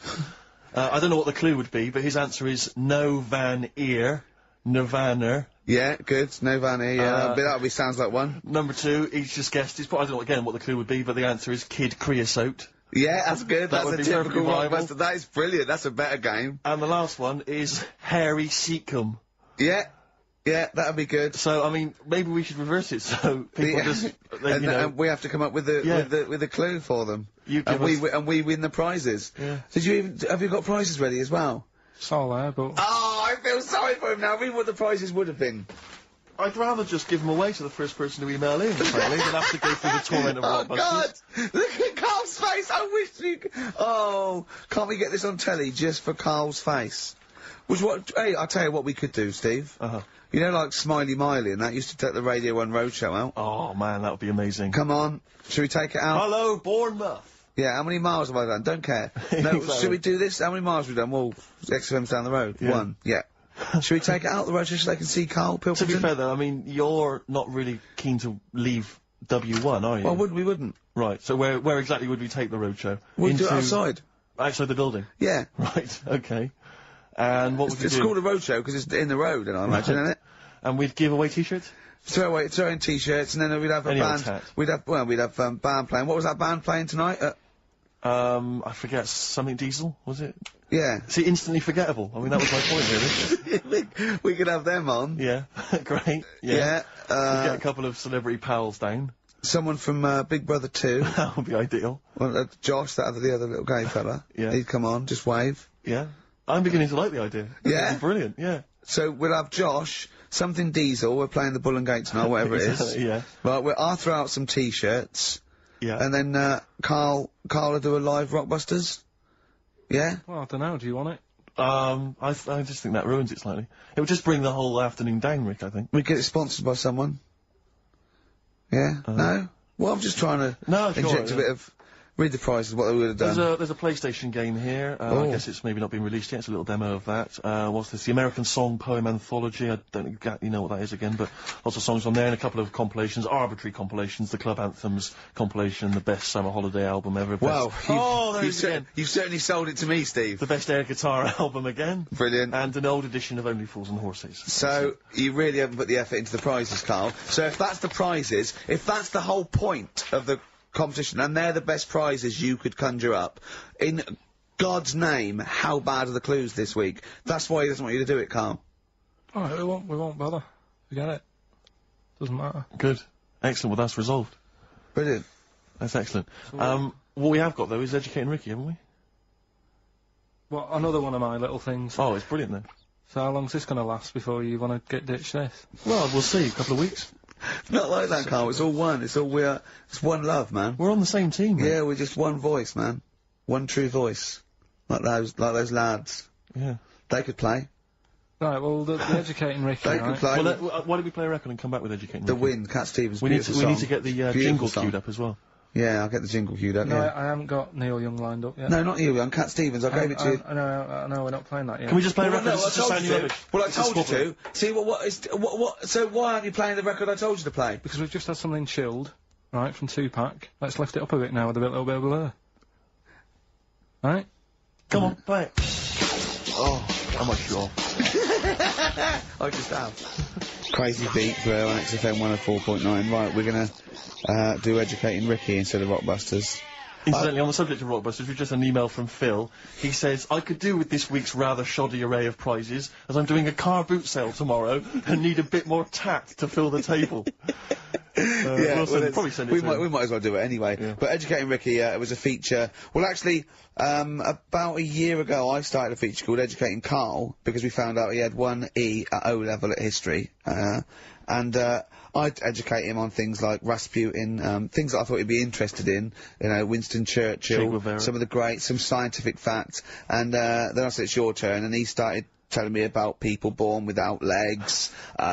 Some people have got a funny eye. There's a woman whose tongue's longer than her arm. And really, you know, turning the screw on education. Yeah. So, I don't know what he's got for me today. Maybe a dog born a cat. Let's have a look. We've done that one, we've done that. And is there, because often we should point out there's sometimes a crossover between Educating Ricky and Cheeky Freak of the Week, just in terms of subject matter. Yeah, so we've done Cheeky Freak of the Week, we've done all the freaks. What have we done with the Freak of the Week? There's a, a dog. There was a woman that had the back legs of a dog. There was, last week, what was last week? It was the girl who was born with 4 eyes, 2 mouths and 3 legs. Sure. You weren't that impressed, so I thought if we've got to that and it's not impressing you. We are a tough audience, Let's spin it, let's move on. Is there a jingle for Educating Ricky? Educating Ricky, oh god. Oh, you've told me Educating Ricky. Very similar to some of the other jingles I've done. Well, they're made by the same people. Yeah, yeah. Right, Okay, what have we got, it's just, I mean, Educating Ricky is just stuff that I learn in the week, and I think that's interesting. I keep it up here, and then I share it with you, right? And, some interesting stuff. One of them, right? You know, Mount Everest. Go on. I need more. Right, well, there's a problem. Yeah. Because people are leaving rubbish up there and that. And, like, people, whoever owns it is saying, oh... He's saying, forget this. They're leaving a mess and all that. But do you know why it's called Mount Everest? What was that? That's one, is it? That's one. There's rubbish on Mount Everest. No, How many people go up there? Are we talking about people dumping old tellies and washing machines? Who's fed up? The Yeti? What are you talking about? No, I mean, that isn't what I'm educating you. I'm just telling, this is part of the story. I'm just telling you. It's just a bit of context for you. That they're leaving loads of rubbish up there. Well, they're not leaving loads of rubbish up there, are they? No, they are. They apparently. Not it's like the right prams and washing machines and seagulls flying everywhere. I don't know. Anyway. I don't know. But anyway, do you know why it's called that? You know why it's called Mount Everest? Why it's called Mount Everest? I know the mount bit. It's because it's a large mount, and if you climb it, by the time you get to the top, you need to have a rest. And that isn't the educating bit. I'm just telling you. It's not true. Well, we'll leave that. Well, no, Karl. In the name of everything holy, do you think that anyone named it because you have to have a rest when you've climbed it? Well, we'll see. You'll see what people say on email. But well, it's definitely not. But anyway, that's one thing that kind of that's interesting. I'll remember that. I'll teach Ricky that, so you've learnt that. Right, now, are you familiar with this thing that they can do if you're dead, right? No, not if you're dead. It's like if you're ill and you know you're going to die, right? I don't know what this is anymore. Extraordinary. Have a rest. Himalayas. Himalaya. What? Listen, this is an interesting fact. Come on. If you're ill but you know you're going to die. Yeah, you can have this thing done in Detroit where you get put in a fridge. Right. And if they work out, you know, what's wrong with you in 20 years' time, you go, right, that fella is in the fridge. He had that. We can sort it. Let's get him out. And they sort you out. Yeah. Is this the first time you've come across this idea? Yeah, I read it the other day. I didn't know You've about never it. heard of this before? It's called cryogenically preserved.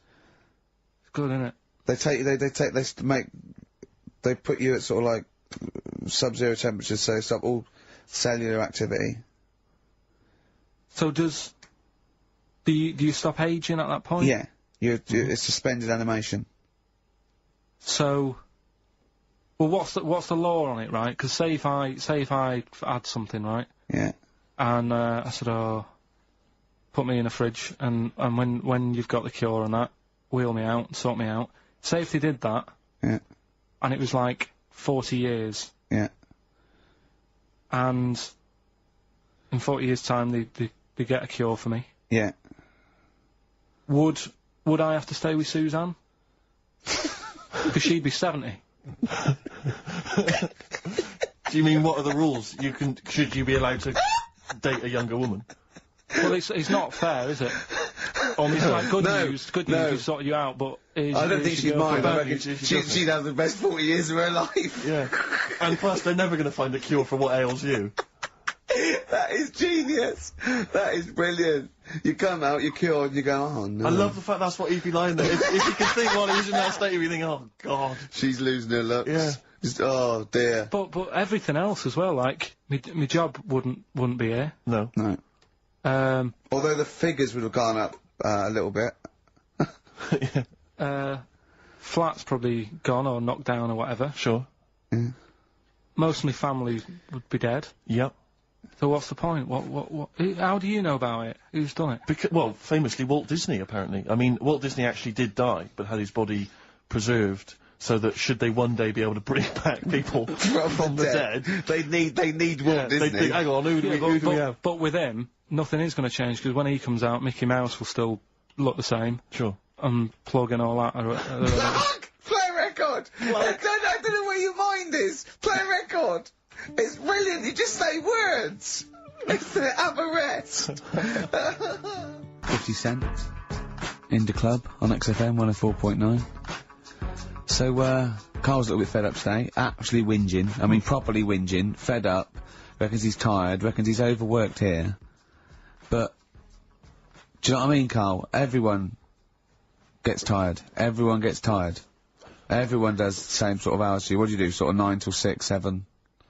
About 9 till 7:30, 8. Well, no, because a couple of times this week I've sort of met you for a drink about 6. So, it's funny, isn't it? That's weird. Some of the times I've come back after it, just for another 40 minutes or something whilst no one's around, try and get stuff done without phones going, without emails coming in.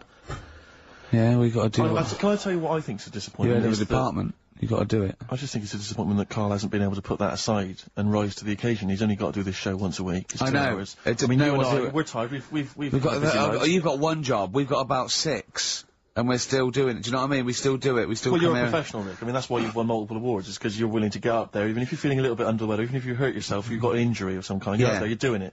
You're entertaining. You're providing a service. Yeah. So. It's disappointment. Yeah, but I've pressed all the right buttons at the right time. Indeed. Right? That's what I get paid for, yeah.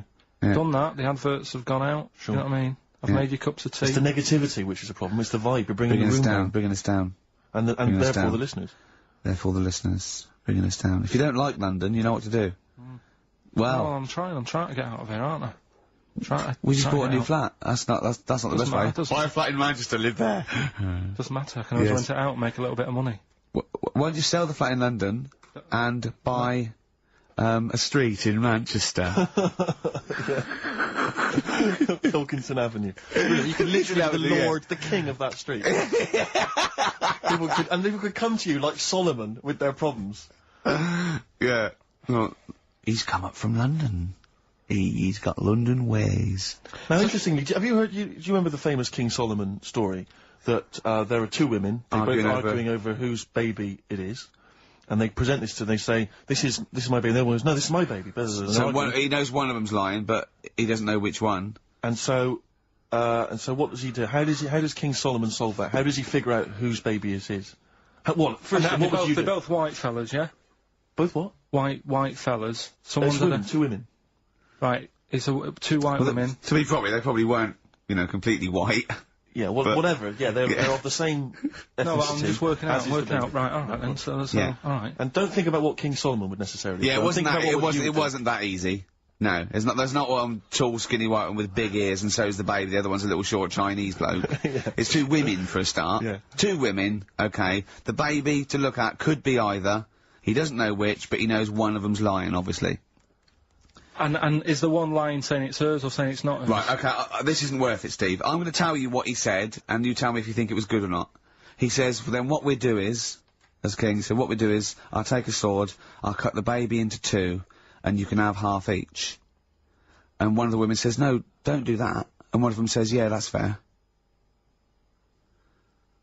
Right. Do you see? So which one was it?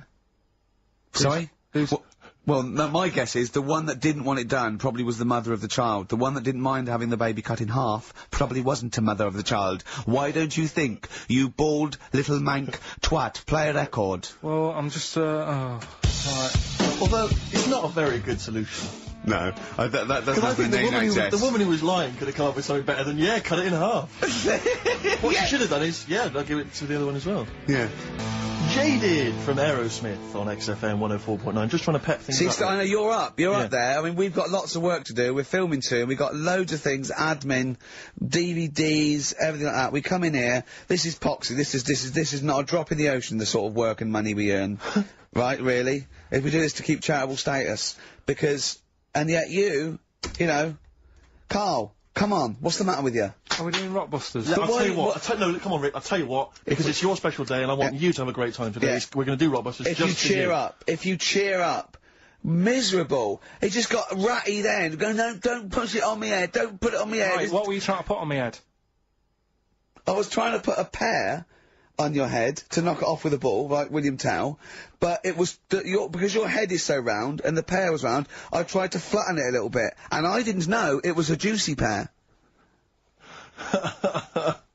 So I thought it'd be like just to crush it a little bit, and then he went mental because he had juice running down his face. Oh. Why is it my fault? The pear's a faulty pear. Exactly. Get proper fruit in here. It worked with the apple. That was fine. And then he gets ratty with me. Okay, let's not waste any time with Rockbusters. Can we really let's whip through it? Just whip through it. Just do the interested, clues quickly. Quick, go Rockbusters. Right, go. Right, the first clue. Yeah, hurry up, faster. All the police cars are on fire. All the police cars are on fire. What's the initials? BS. BS. All the police cars are on fire. Good. What's the next one? The director of 28 Days Later is shouting about sleeping outside. Yeah. Okay. What's the initials for that? DB. Right. Okay. Okay. Yeah. Right. Go on then. He wants to be a sailor. Why is that? Yeah. Well, what's the initials there? B. Brilliant. Okay. Give them again quickly, because I didn't quite catch the second one. So, but go from the top. All the police cars are on fire. Yeah. That's BS. BS. Yeah. The director of 28 Days Later is shouting about sleeping outside. Yeah. Okay. DB. Yeah. Right. He wants to be a sailor. Why is that? Yeah. B. B. Okay, then brilliant. Okay, now Karl, you gonna cheer up now? Email only, Ricky Gervais at virgin.co.net. Radio 1 Roadshow. Smiley Miley. Smiley Miley's mileage game. If anyone remembers that, I mean, here's a man, right, whose job, Smiley Miley was not a DJ, lest we forget. Smiley Miley was the guy that organised the vans that carried the equipment to and from the roadshows. Because he was such a crazy personality. Because he smiled a little bit. Exactly. He got recognition, Karl. Longevity, lots of money, and lives where he wants to live. The town that he wants to live in. Why don't you just enjoy the town that you've chosen to live in, because it's so good? London. What towns have you been to? Have you travelled at all? I've been about a bit, yeah. Right, okay, then what towns did you like? Okay, forget Manchester, that's safe, you like Manchester. Right, I'll do the big three. Shouting. London, New York, Paris. Okay, you don't like London, even though you live here, got flats here. Good, excellent, that makes sense. Have you been to New York? Yeah. What do you think? It's an amazing city, Didn't isn't it? like it. It's just noisy, it's smelly. Right, it's the city that never sleeps. I'm not surprised with all the racket and that. Paris. The city of love. The most romantic city in the world. Not really. I remember seeing an old woman in McDonald's in there, and it put me off. That's where that thing happened, where the old woman was. What's that? Tell us. We talked about it before, the old woman in McDonald's. Yeah, what happened? She was sat in the corner there with her legs open, no knickers on, alright? Oh, God! That's Paris. Did that put you off your cheeseburger? Next city, where next? Have you been to, I don't know, the most beautiful city, Venice? Yeah, I've been there, yeah. It's good? No. Why? Because they sell it to you as if it is a romantic city. Where did you see it? Sold? No, I saw it on, when I was growing up, right? Remember 321 with Ted Rogers? Yeah, of course. It used to be one of the star prizes on there. Right. And they'd say, let's show you the video, let's see what you're going to, let's see where you're going to be loving it for a couple of weeks. And they'd show you this scene of, like, the gondolas. Yeah. And all the city lit up at night. Yeah. Like a man and woman sat on a boat, loving it and stuff. Yeah. I went there, bin bags everywhere. Play a record. Yeah, it's a mess. Play a record. It's London. That is flooded. Wish You Were Here with Karl Pilkington. Alright. It's London flooded.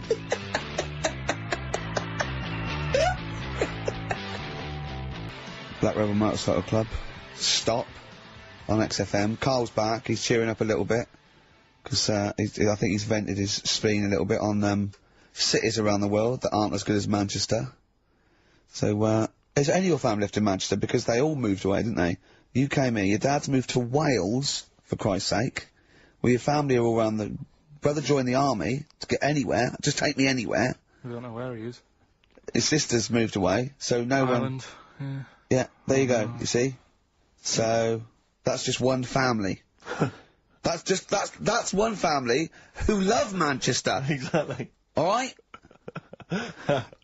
Tell you what, Steve. Go on. I did find out in the week. Yeah. World record, right? Person with the longest trump. With the longest what? Wind. Fart. Right. Right? 2 minutes 42 is the world record. Okay. Right? Well, I'm immediately thinking about a relative of yours who I'm sure did longer than Who that. still lives in Manchester. Auntie Nora. Now, Auntie Nora did it for how long? 5 minutes, wasn't it? Starfight for 5 minutes. But, unfortunately, she was the only person in the room. Whereas I think, which one's alive, Ross or Norris McWhirter? I don't know, actually. He has to be there. Yeah, I think he actually has to He'd be have present. to be there. Would you want to be there?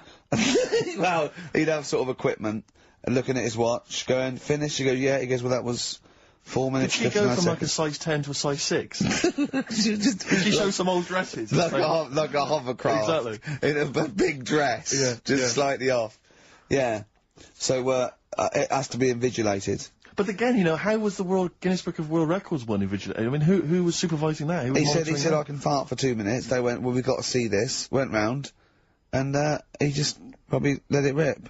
It's probably circular breathing. He's probably sort of sucking in air and swallowing it as he's going. And it's a continuous one, isn't it? It's not like...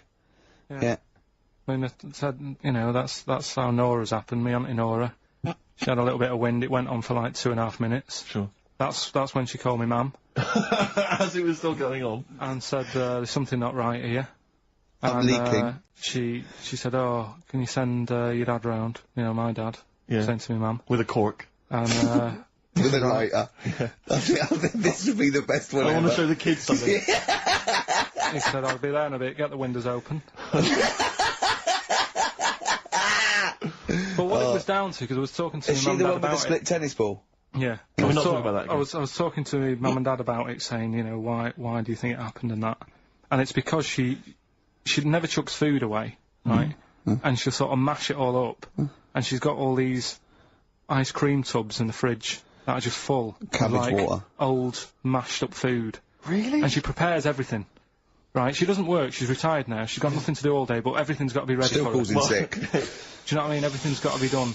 Even though, if you're going round to her house, and you're going there for tea, it's like, what time are you coming? And it's like, well, I don't know, maybe 5, maybe 6. Yeah, you're Well, no, late, I need because to you're know, late when I you need have to to meet know. us at 5 or 6. Do you know what I mean? That's But what... so, when you say she mashes up food, she literally takes the remnants of a dinner, could be sort of some... Anything. And just smashes it all up into a... Yeah. And then what does she do with it? Put it in the fridge, and she's got in the fridge, it's like January, February, March, she's got all these ice cream boxes that are just full of... But she doesn't... She reheats it and eats Oh, it. then she, yeah, I puts it in thought a she was pan. just keeping it as a No, souvenir no. of each meal she'd had. No, put it in a pan, warm it up. Oh, And that's what it intense. is, it's just... A lot of vegetation, is it? Yeah. Why has it only happened once, or does she save it up once a year, just let it go? I don't know. Well, she is mad, she's... Yeah, she sounds potty. She doesn't answer the phone anymore in case there's a burglar. Checking if she's in. It's like, well, answer it and then they'll know you are in and they won't come round. Yeah. Mental. Well, Mental. they can't be sure then, can they? What do you mean? Well, if there's no, I go, well, maybe it's someone just... They are in, but they're hiding, whereas if Auntie Nora goes, it's Auntie Nora. We can nick... She'll be farting. We can sneak in when she does a loud one. Because we'll be aware to tell you what's stopping it. It's got a valance round it. It's got caught on the cat. So, have we got a recap on Rockbusters? No, just do. Has anyone got the right answers? Has anyone got the right answers? Let me just check here. Here's one from someone who just says, he's given an answer.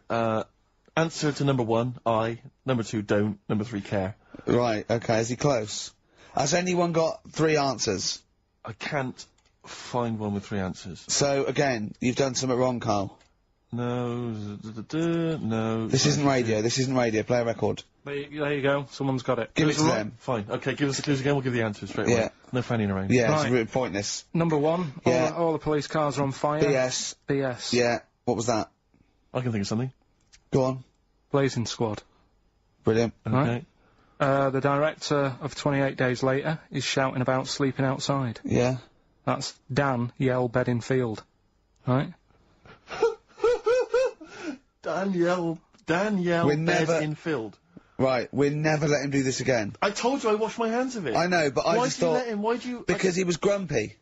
But this is what happens. Look what's happened. Danielle Bedingfield. That's what happened. The director of... So Danny Boy, so Dan, right, all that for Dan, but shouting about being... Dan Yell Bedingfield. Right? What's the last one? He wants to be a sailor, why is that?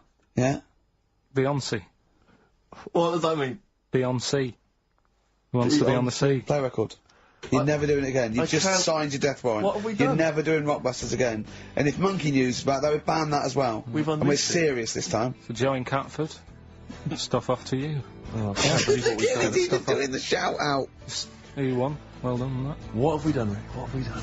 There's a little sailor fella. He wants to, join the Navy. Why? Beyonce. Knowles. Is his surname? Yeah. Midshipman Knowles. Now, Karl, we're going to do another edition, I think, of Wish You Were Here, because that really cheered you up, didn't it? Go on. Where else you been? Have you been around Europe, haven't you? You've been to any hot country? You've been to Greece? Turkey? Done Turkey, yeah. Yeah. Been to Turkey. Little fellas. Little midgets working in the canteen in the hotel I was in. Okay. Astley and Suzanne as well. Okay. Have you been to Scotland? Once for the Edinburgh Festival. Go on. That's where I looked out in my hotel room, saw a traffic warden putting a ticket on some bin bags. Brilliant. Because they'd gone into the road. So that's Turkey, Scotland. What about places here? Have you been to the West Country where we? Have you been to my neck of the woods, Bristol? I haven't been. What else is around there? Bath. Been to Bath. Yeah. Yeah. What do you make of it? Once you've been, well, they don't need to go again because it's sort of old and they don't change anything. Okay. Do you know what I mean? That'll be So the once you've Roman been- spa he's talking about, Right. I think. What about Brighton? Not gay people. Right, okay, thank you. Next week on Wish You Were Here, we'll go to some other places where there are gay people. Fascinating. And Brilliant. Another extraordinary insight there. Karl, could we have some monkey news? Well, just before we do monkey news, right? Can I do a little psychological test on you? On me? Yeah. Okay. It's brilliant. This. Someone emailed it in. Brilliant. Right. Little story with a question at the end. Okay. Right. Right. This is going to be so annoying. No, it's not, honestly. Well, it is, because you're going to think it's science and it's going to be trite. Alright, well, Go on. right. Little story first, right? There's this funeral, right? And this girl was at a funeral. Same funeral? Yeah. Right. It was a mother's funeral. Oh, yeah. Right? She met this fella who she didn't know, right? But she thought this fella who she met was amazing. She didn't know him, right? But she thought he was brilliant, right? Like a dream fella. Right. And she fell in love with him, right? But never asked for his number, his phone number, right? And she couldn't find him. Now, a few days later, the girl killed her own sister, right? Yes. Question is, why did she do that? Okay, well, it's one of those stupid things then, isn't it? So, it's not logic, it's what am I thinking? No, it's not. Seriously, it's a proper, it's proper real mental logic. test. It's a proper mental test. A mental test. It is a bit mental. So you understand the story, yeah? Kind of. Let me just get it right. So there's a funeral, a girl goes to the funeral of her mother. Yeah. She meets the guy, or she meets the guy at the funeral. She meets the bloke. He looks alright. I fancy a bit of that. Right. Has a chat with him. Yeah. But doesn't get his name, doesn't get a phone number or anything. So to cut a long story short, the things are asked, right? So the reason she kills her own sister, is this something to do with finding out something about the man she met? Well, just answer the thing. Just, why did Oh, okay then. I'll answer it then. She went mental. He was a spy called Derek. What do you mean, just answer it? Anyway, I'm testing Steve. Right, well, she killed her own sister because, her sister, had stolen some money from her. And was sleeping with her husband. Is that it? Well, I don't know, Karl. It's an answer. It's an answer. What's the answer on the paper? So... Well, come on, Come on! Well, the answer is... No, an answer is... that she was hoping that the guy would appear at the funeral again. He'd go to the funeral. Right, that's not a proper psychological test. It is, it's one of those stupid little shitty things. It's like a man goes into a field and dies. Why? His parachute didn't open. That's what I'm thinking. I'm surprised you learn anything. Oh, Honest to I God. love I'm that. surprised you Romeo learn and anything. Juliet. Oh, Juliet's a fish. It said she was hoping that the guy would appear again at the funeral. If you answered this correctly, you think like a psychopath. This was a test by a famous fella, right, who used it on killers, and most of the killers got the answer right. Did you also think that? Was that the answer you gave when you first read it? No, I didn't know. But I wondered what you would have got. Good, so that's proof but that I'm not a yeah, psychopath. but that's the point, but it's a psychological test for looking at something very, very specific. What's up with that? Well, what was the best that could happen? That he'd got it right, so he is a psychopath. What annoys me is you're not happy with that test, but before you wasted 3 minutes trying to balance a pear on my head. What were you getting out of that? Let's play a song and have some monkey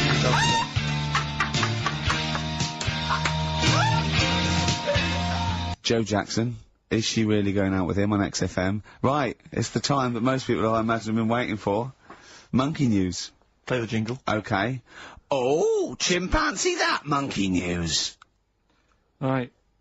Come on. Come on. Should be ready, Karl. That's amazing, isn't it? It's like, Nicholas Witchell. Ooh, the bomb. No, that's not the first. Come on! No, it's always difficult, isn't it, to sort of find something that's good each week, right? Last week, we did the chimp. It is for us, yeah. We had the chimps who were running a health spa. Yeah. Right. We've covered the one who nicked a car to go on to Spain. Yep. To sort his future out. All shite. The hairdresser, I think we've done that one, the little monkey hairdresser. This week, we're looking at monkeys, that they're using... Do you know, like, monkeys? They know how, like... I've lost the will to live, Steve. Oh, well, I don't want to do it. Right? Well, come on, come on! What are monkeys good at? What are monkeys good at? Yeah. Well, running small businesses, cutting people's hair, and driving cars. Yeah, they loved Spain. Oh, and foiling bank robberies. Yeah, they're great. Well, something else they're good at, right, is, like, weighing up the situation.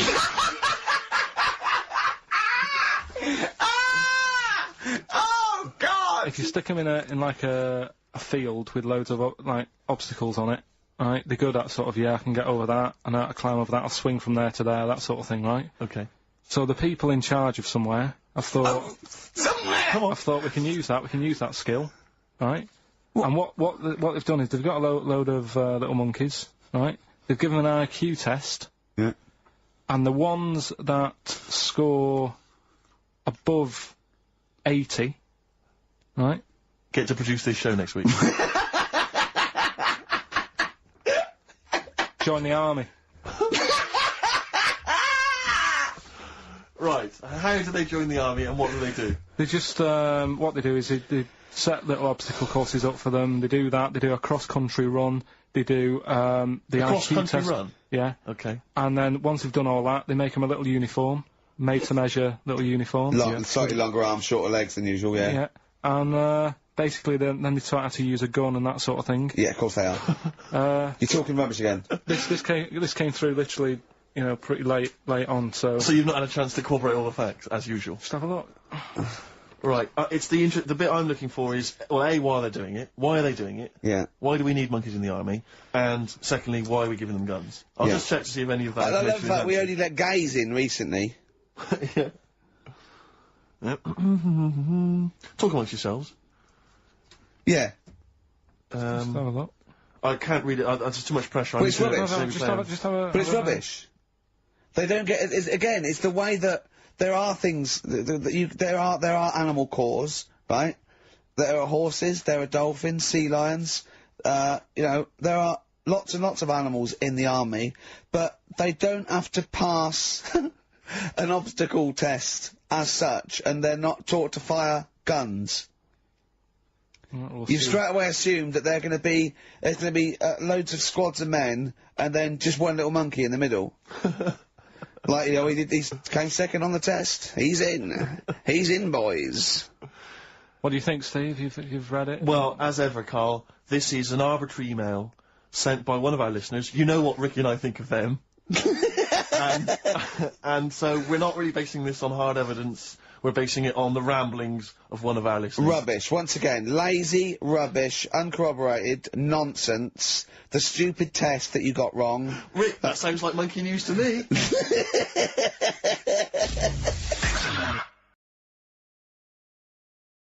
Okay, let's have a great show, everyone. Oh, yeah, good luck. Good luck. Good luck to you, Right, that was Jane's Addiction, Just Because, on XFM 104.9.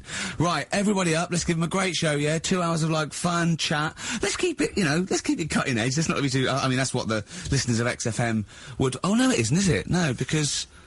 Hold on, wait a minute, because we came in yesterday and did this little skit, didn't we, where we bleeped it out. A little sketch. It was quite naughty, it was quite And controversial. then Karl called me last night, and we're not allowed to play it out. Oh, but we've been censored. Yeah. Interesting. Yeah. So it's a cutting-edge alternative station. Wants to push the boundaries. Wants to be thought of as rock and roll, a bit punk rock. Yeah, But we're not allowed to play stuff. because I said something about the radio authority. I bleeped it out. What I called them. Yeah. But couldn't do it. Done it allowed, before. censored. Couldn't do it. Censored. Karl agrees though. What's your thoughts, Karl? You agree with that? Yeah, I agree, yeah. Why? Well, what's the point? Well, it was funny, wasn't it? And it wasn't offensive. Not really. It's not some of the best stuff that would have ever gone out on this show, but... You know. Right, what are you putting up against, exactly? Cheeky Freak of the Week? Well, that springs to mind. Yeah. And Rockbusters? But I mean, the thing is, you know, the things that you have put out there, I mean, we better be really careful. Who's worried about complaints? I mean, it's not just swearing, is it? It's taste and decency and everything. Yeah. So, we can't laugh about the disabled anymore in the Cheeky Freak of the Week. Can't do stories about elderly relatives with genitals looking like a split tennis ball. Can't tell your bad dad putting a child with learning difficulties in a bin. So, what should we just play music? I think that's all it's gonna have to be, yeah. Accidents Will Happen by Elvis Costello on XFM 104.9. Karl's a little bit stressed, but it's not his fault. It was the boss that overruled him. He came along. What did he do? He heard you listening to it. Yeah. What did he say? He said, what's that? I said, it's what Ricky wants to play out tomorrow. Yeah. And he said, well, can't go out like that. Too many... But they're all bleeped. We bleeped the swear words. Yeah, but he didn't want it to go out. I mean, you got to remember, right, you came in yesterday to have a chat about what we're going to do. Yeah. One of the topics that I said, let's talk about, which I came up with, was...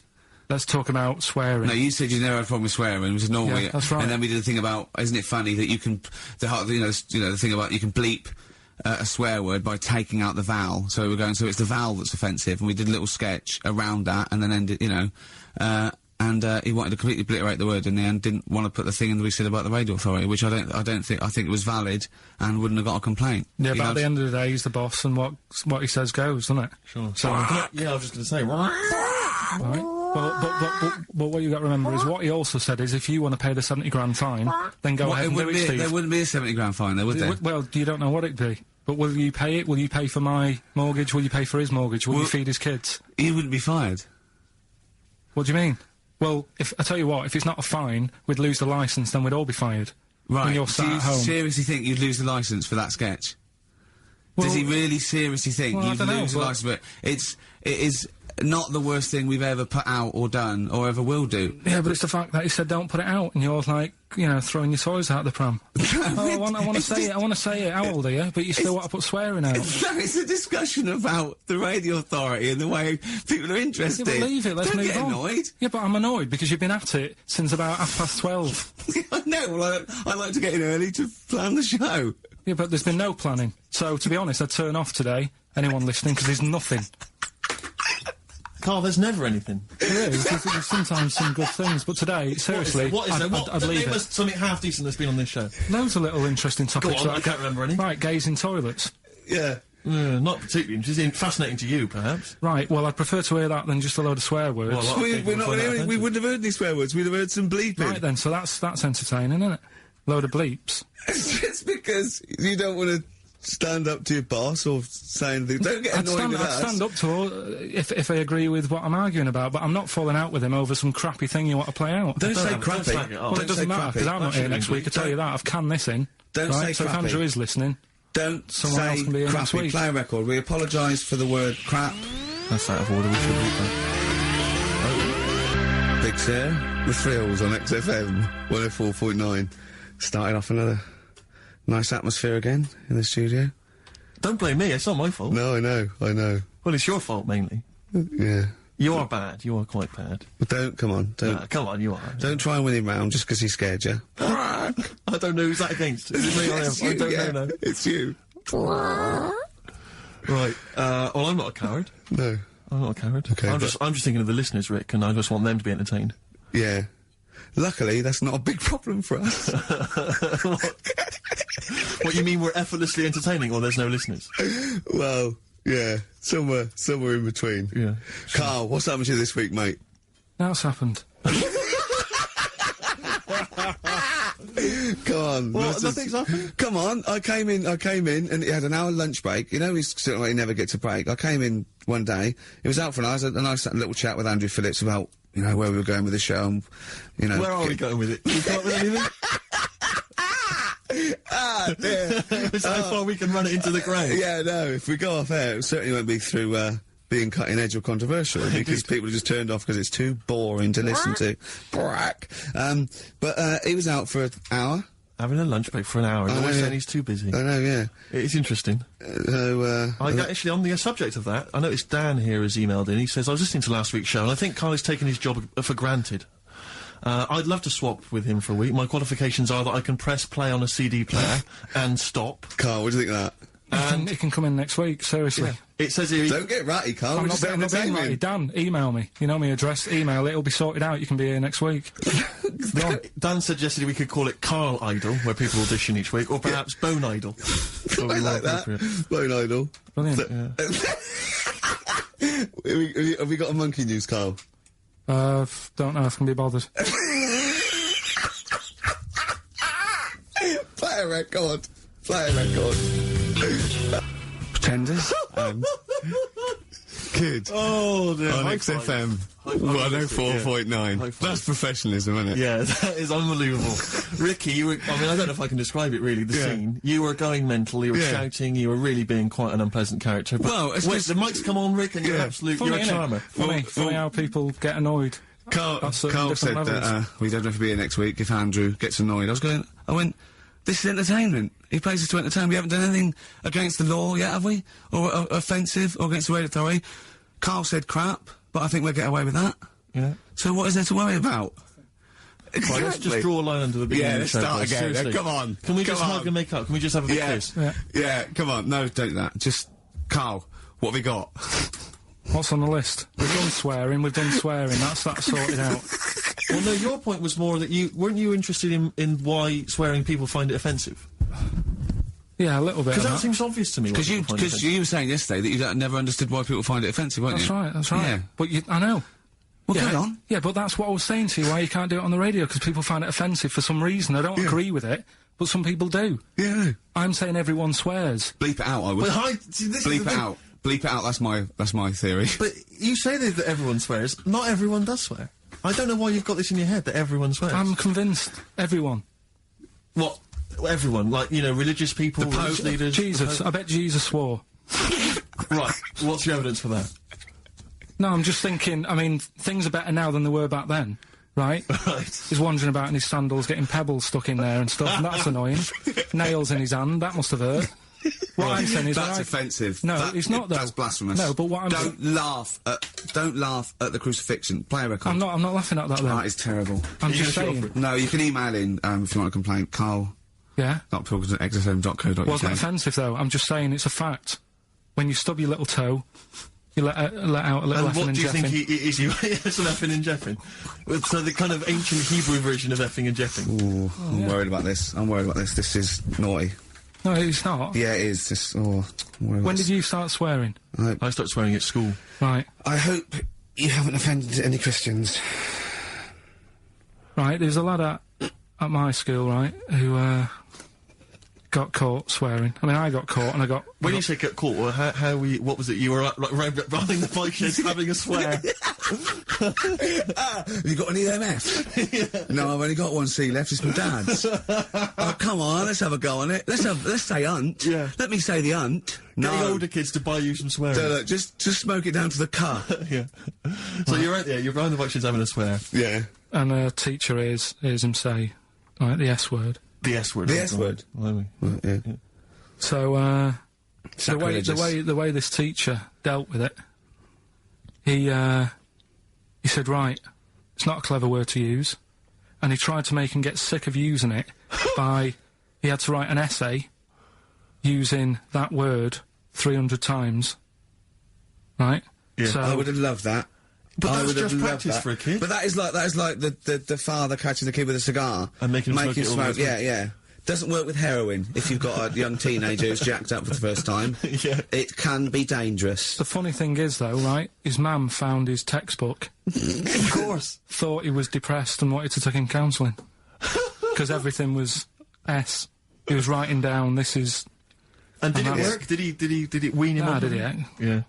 The teacher, I mean, he disappeared. He got kicked out for hitting a kid on the head with a bit of wood. So It wasn't you, was it? That was Longview. Further. That's great, that. a good tune. Can On I just give a XFM. big shout out, Rick? Go on. To John Kay. He's listening online in Los Angeles, City of Angels. Brilliant. It's his first time listening to the show. Who knows what he's making of it? I wonder if we should explain He's what up- he's- Karl is to him. He's up early. Well, he's got up apparently to record it, and then he's gone back to bed. Oh, right. So he'll he's be going to do it listening to any this time. later. So, oh, yeah. Exactly. Karl, Can you explain what he is?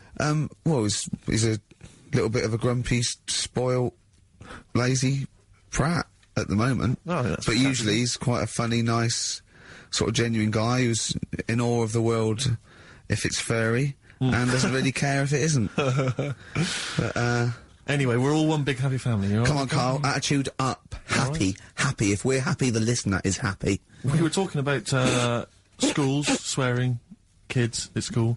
I just remember at school, loads of my friends now are becoming teachers. Yeah. And I can't imagine what it must be like in an environment with kids. Because when we were at school, I mean, not particularly me, but lots of people in the class, and you'd all end up doing it, would just treat teachers like they weren't humans, like they were Yeah. just creatures from another Well, planet kids that were are there to be cruel tormented. because, yeah, and- it's a game, isn't it, to see how far you can wind someone up to distraction. But is it, but And is most it- people grow out of that. But is it because not everyone, but especially if they've got a bit of cash in their pocket now and a little bit of success, they tend to think that gives them license to treat people badly. It's terrible. But I remember there was a guy. This is such a terrible story. There was a teacher. He came in, and he was teaching us. And one kid, one of the hard nuts, he'd found out that this guy he lived on his own, and he had a cat, and the cat got run over. And so we got in early. Like everyone was in early, and before the teacher came in, and this kid drew a picture of a cat being run over by a car in chalk on the blackboard, a huge picture of it. And the teacher just came in, saw it, burst into tears, and ran out. And the thing is, that was like the beginning of term, so he could never get us back after that. There was never going to be any respect for him. It was Because you just... try, I know, yeah. It's just like, I just remember now, thinking about it, just thinking... I mean, at the time I remember thinking it was bad, but now it's just heartbreaking. It's devastating. I know. It's just If they so- just forget, they let their guard down a little Yeah. bit. Did you ever do get the one them where you onto just... just humming? Yeah. And then and he'd tell us to stop it, and then everyone would just go... We used to, there was one teacher, me and my mate used to go up to and just, when we saw the other one, just sort of sniff him slightly, and then sort of like, so he goes, what? I go, nothing. And he'd walk away sniffing his armpit. But those kind of mind games, it's like... I know. Once, right, I was talking about this in the week, actually, we had this, teacher, and he must have been sort of 60 then, right? And we're all about sort of like 12. We had to do French. You had to put your thing on the booth, and it was I told you something. Le chat est you know, all that, right? And répété, cats on the wall, right? He'd repeat it in French, and of course everyone was going F. See, just for fun, and he heard this, and he listened back to all of them, and he realised it goes, and he went mental. He went, I don't believe this. Do you know how much these cost? He was going mad, and he was going red and bursting like Karl was earlier, and it was like, I can't stand this anymore. And he picked up an exercise book, he said, look at this exercise book, look. And I won't say the kid's name. He went, so and so, look, oh look, he's put.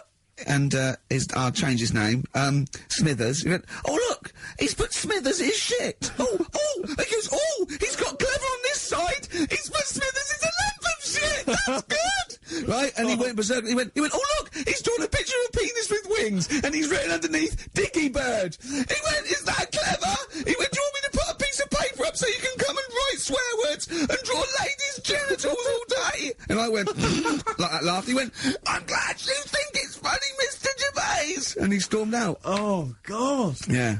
And did he ever come back? No, but we put the bit of paper up for him and said, look what we've done, you sir. That's a fanny. Yeah. There's some knobs. Yeah. Was it biology?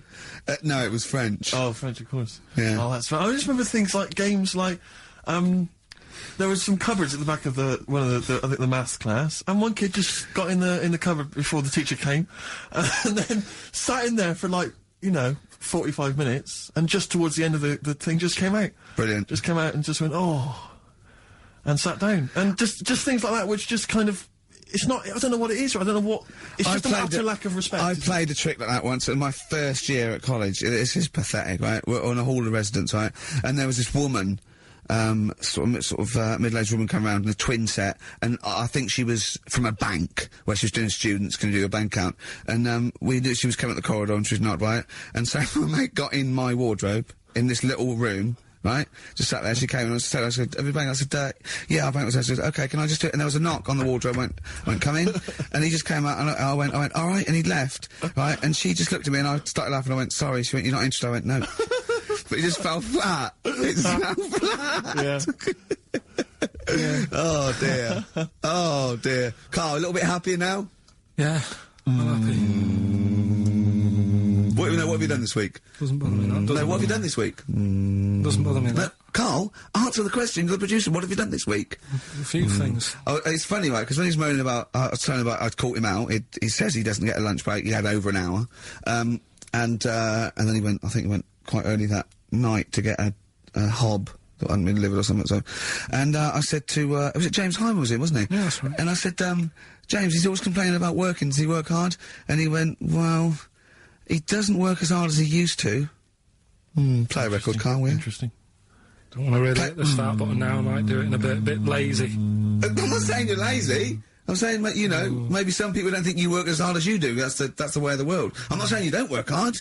Just reporting speech, really, with James Hyman. Calling him a liar. Play a record.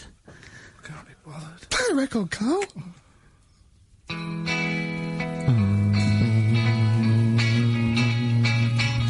I reckon we could do this all the way through, Billy Bragg. Play a record, no, let's not ruin it. It's not Billy Bragg's fault. No, It's not in a bad mood. He's written some good tunes, old Billy Bragg. Yes. That's one of them. Yeah. Waiting for the great leap forward. What station are we on? XFM 104.9. Yeah, with Karl Pilkington. Karl, what do you think of it so far? What, of what? This today? You weren't up for it, weren't it? And now it's turned out great, and you a little bit happier? Yeah. Yeah? Yeah, it's good, yeah. Good.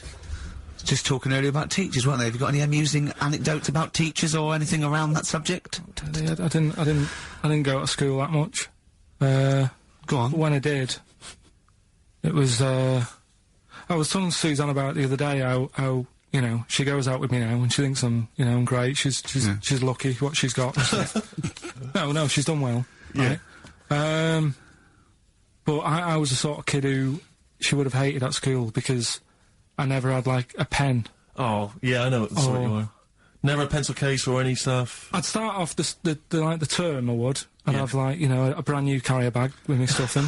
Brand new carrier bag, classy. And, well, you've got to have somewhere to put the stuff you've nicked from Woolworths in, haven't you? Right, so that'd be there, but then by the time, like, a couple of weeks down, I'd put my pen down, I would have lost it, and then I'm sort of going around saying, can I borrow a pen? You didn't try sticking it up your nose, it's not still lodged up there? It's not, no. But the funny thing with, like, you know, you were talking about teachers and stuff. Were you disruptive? Were you a disruptive kid? Were Not you really. Causing trouble? No, not really. I was No, one he of wouldn't them. cause trouble. He's terrified of the boss here, isn't he? No, it's not that. It's just that, what's the point in winding people up? I find it quite annoying if people do that. So I don't wish it up on anyone else. Why do you wind Steve up then? I don't wind him up. You I don't do. wind You him have up. done, but no, come on, let's not argue. We're getting on well then. Come on, Carl. And, like, the teachers, because I'd lived on this estate, right, loads of stuff used to get nicked and go missing and what have you. Blackboards, And desks. their way, no, like the telly and the video. headmaster. Telly, video really? and stuff like that. And, the projector thing and all that. So, the way they used to try and find it, right, my little conspiracy, 'cause you know I'm good at them. Yeah, What they used to do is set your own work and say, right, draw like a bird's eye view of your house. Right? But draw everything you've got in your house in it as well. So if you've got, I don't know, if you've got anything in the loft, make sure you draw it. Right. So kids would come in with overhead projectors. Well, that was the idea, I think, behind Guns. Yeah. Yeah. it. They were amazing. Anti-aircraft guns in the shed. So the picture you did for your home, presumably Got nothing from me. nothing. I didn't do it. I'm not. He used to hand it in, empty house. I'm not a grass. yeah. And nor the illegal immigrants living in the Just kitchen. a picture of your Auntie Nora. Yeah. What's that? Is that? Have you been, that have you been tennis ball? stealing tennis balls? Yeah. No, that's not a split tennis ball. That's my But what auntie about all Nora's. the, but what about all the stuff? What, didn't you have to draw all the stuff that your father had nicked? All the stuff, you know. Listen, we're doing Songs of Phrase today, because Rockbusters has gone. What songs of phrase again? I can't remember. I tried Yeah, to, I it think was- I've blanked it out. Yeah. When we do, something that's been said a few times on the show. Right. Right? It's been said a few times. Quack! I'm scared of Andrew Phillips. Quack! I'm not I need scared my of job on it. Quack! Go on. Sorry, you were speaking, Carl. So we take a phrase from the show, right, and just get songs, like, the words from the songs, edit them together so Something it says like- that phrase. Yeah, something like that. Yeah, okay. Yeah, no, just go on. Sorry, go on, Carl. Come on. So are we doing it? Sorry, so what's the phrase you've come up with? The phrase is no more cheeky freak of the week. No more. No more cheeky freak of the week. Is there not? We're not having that anymore. Well, no, because it's offensive, and if we're worried about offending people, to talk about people with disabilities, Well, yeah, like, but that's like what conjoined annoys me. twins and women who are born with like deformed legs, it and was you call never- them dog woman. it So wasn't- it you wasn't- know you've got to be careful. You've already insulted Christ. Let's not do disability. Let's do songs of But phrase, shall cheeky we? freak of the week was never out to offend anyone. No, It was to make you No, I swear, realise we how don't lucky. try and offend people. We try and entertain them. Right, do you know the funny thing is? Right, you're saying about, being cruel about people and stuff. It goes on all the time. On the news the other night, do you know those Siamese twins that didn't make it through the operation? Yes, yeah. Right? And this is why I'm stopping it, because I don't want people to think we're having a go at disabled people and stuff. Right? On the news, right? Yes. Before that operation, the doctors said, we're going to try and sort this out. All the doctors are going to get their heads together. Is that a good phrase to Right, use? Yeah. See what I'm saying? Carl, play a record. No, I'm Play a just... record. Are you offended, Rick? You've offended Ricky Gervais. You're the one that's. That's you. Yeah, but I'm saying, we're not out to offend anyone, yet it's always going on. People are always having a go. entertain. Please don't bring it down. Play a record. No, I hate him. Darkness. Growing on me. You love the darkness, don't you? Yeah. I was lucky enough to see him. They were doing a I like their album HMV as well. thing. Is it People good? have told me it's a bit too jokey or Yeah. a bit too tongue-in-cheek, but it isn't really. If you don't know that, it sounds great. It just sounds like sort of retro 70s rock. It's great. I think it's brilliant. It's nice to have rock back. I think you'll agree. Big time. Yeah. Yeah. High five, man. High five. Yeah. Sweet. Sweet, mate, sweet. Songs of Phrase. It's the mighty return of Songs of Phrase. No one has requested that. It's not due to public approval. A lot of people have requested some swearing. They have indeed. But We had a lot of emails for that. But go on, Carl. And remind us again what exactly songs and phrases is and why we should care. It's just a phrase that we take from the show, make up by taking words out of a song, edited it together. Right? The phrase that we're doing is no more cheeky freak of the week. No more cheeky freak It of the week. sounds like this. No more cheeky freak of the week. Right? So... No, that's nigh on impossible. Play again. You got Play again. I didn't hear that. You got to email in with all the songs that you can hear there. Right? There's, I think there's 5 songs And we in just want total. the names of the songs? Yeah, that'll do. Okay. All right. Do we just hear it again? No more cheeky freak of the week. All right? Yeah, that's It is good. It's probably one of the best you've done. It's very tricky, though. I mean... that's not too tricky. Play it again. No more cheeky freak of the week. How many have you got, do you think, Rick? Just... Well, I've noticed the same person singing twice. Is in that a- right, In a Karl? band done solo. Yeah. And I know one I track think- straight away from the word. Can I just say, I do think naming the songs is a bit tricky. Let's just name the artists. Is that all right? What's the artist? Just the artists, just change the rules slightly. Yeah. Before we play it again, just let you know what the prizes are. We've got on DVD Later with Jules Holland Louder. Lots of the alternative acts he's had on there. A DVD, there, a couple of DVDs. With Rollins Boogie on there. Woogie piano over the top. Let's hope so. Brilliant. I can't Jason Mary wait. Chain are on there, Stereophonics. We've got Sonic Youth, Ash, Hole, Queens of the Stone Age, Foo Fighters, quite good. Once again, Cruise of the Gods on DVD, starring Rob Brydon and Steve Coogan. That was on at Christmas. It's not bad. It's not the same one. They haven't been sending that back.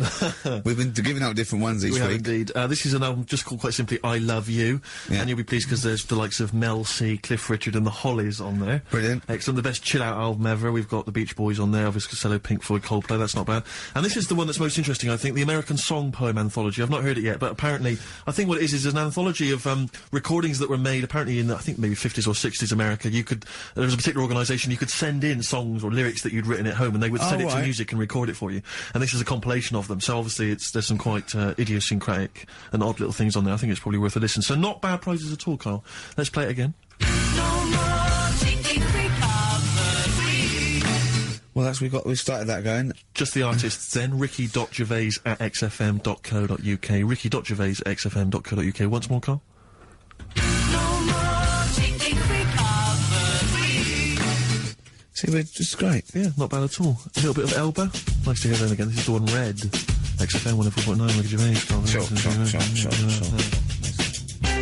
Elbow and Red. Good tune. The old Spanish archer. Right? Yeah, Elbow. Oh, sorry, you've lost me. I wasn't listening. Elbow. Elbow. Right?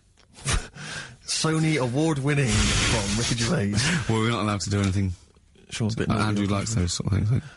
Rick, I can tell you now that the answers to songs of phrase are quite literally dribbling in. I think there's 2, maybe 3 answers so far. So, very excited about that.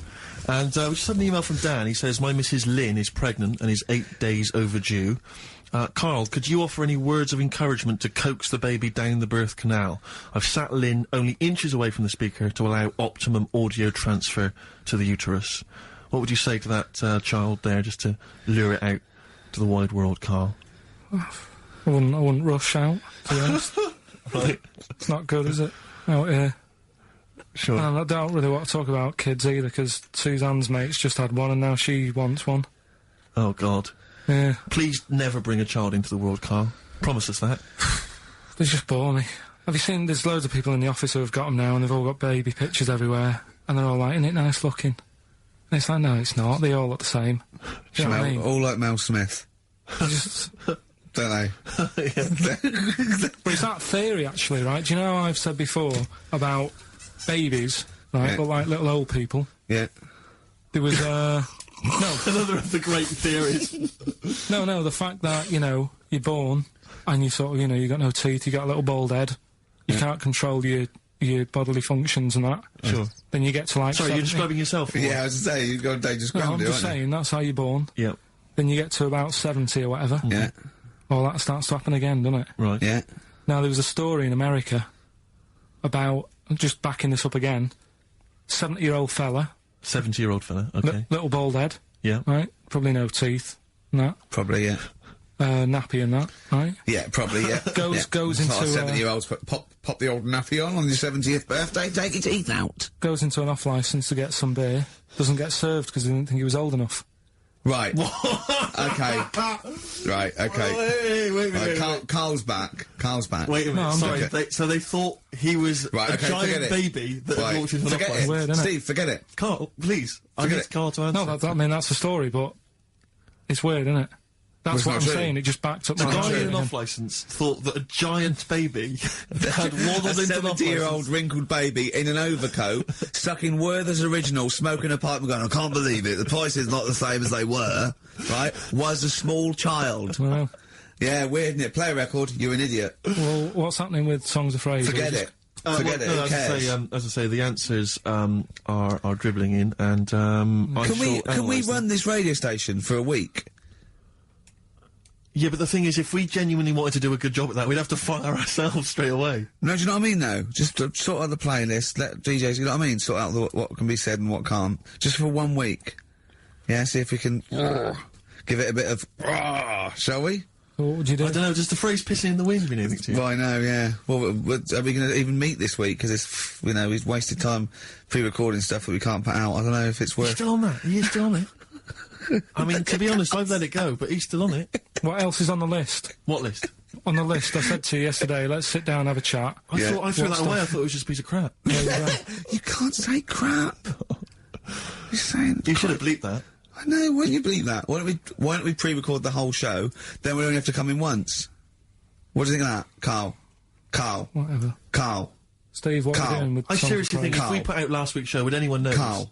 Carl? Carl? Play a record. He's driving me mad Carl. now, Carl. Carl? Seriously, he's driving me mad. Carl? Press the button. Please. Carl? Carl? I'm sick of it. Carl? Carl?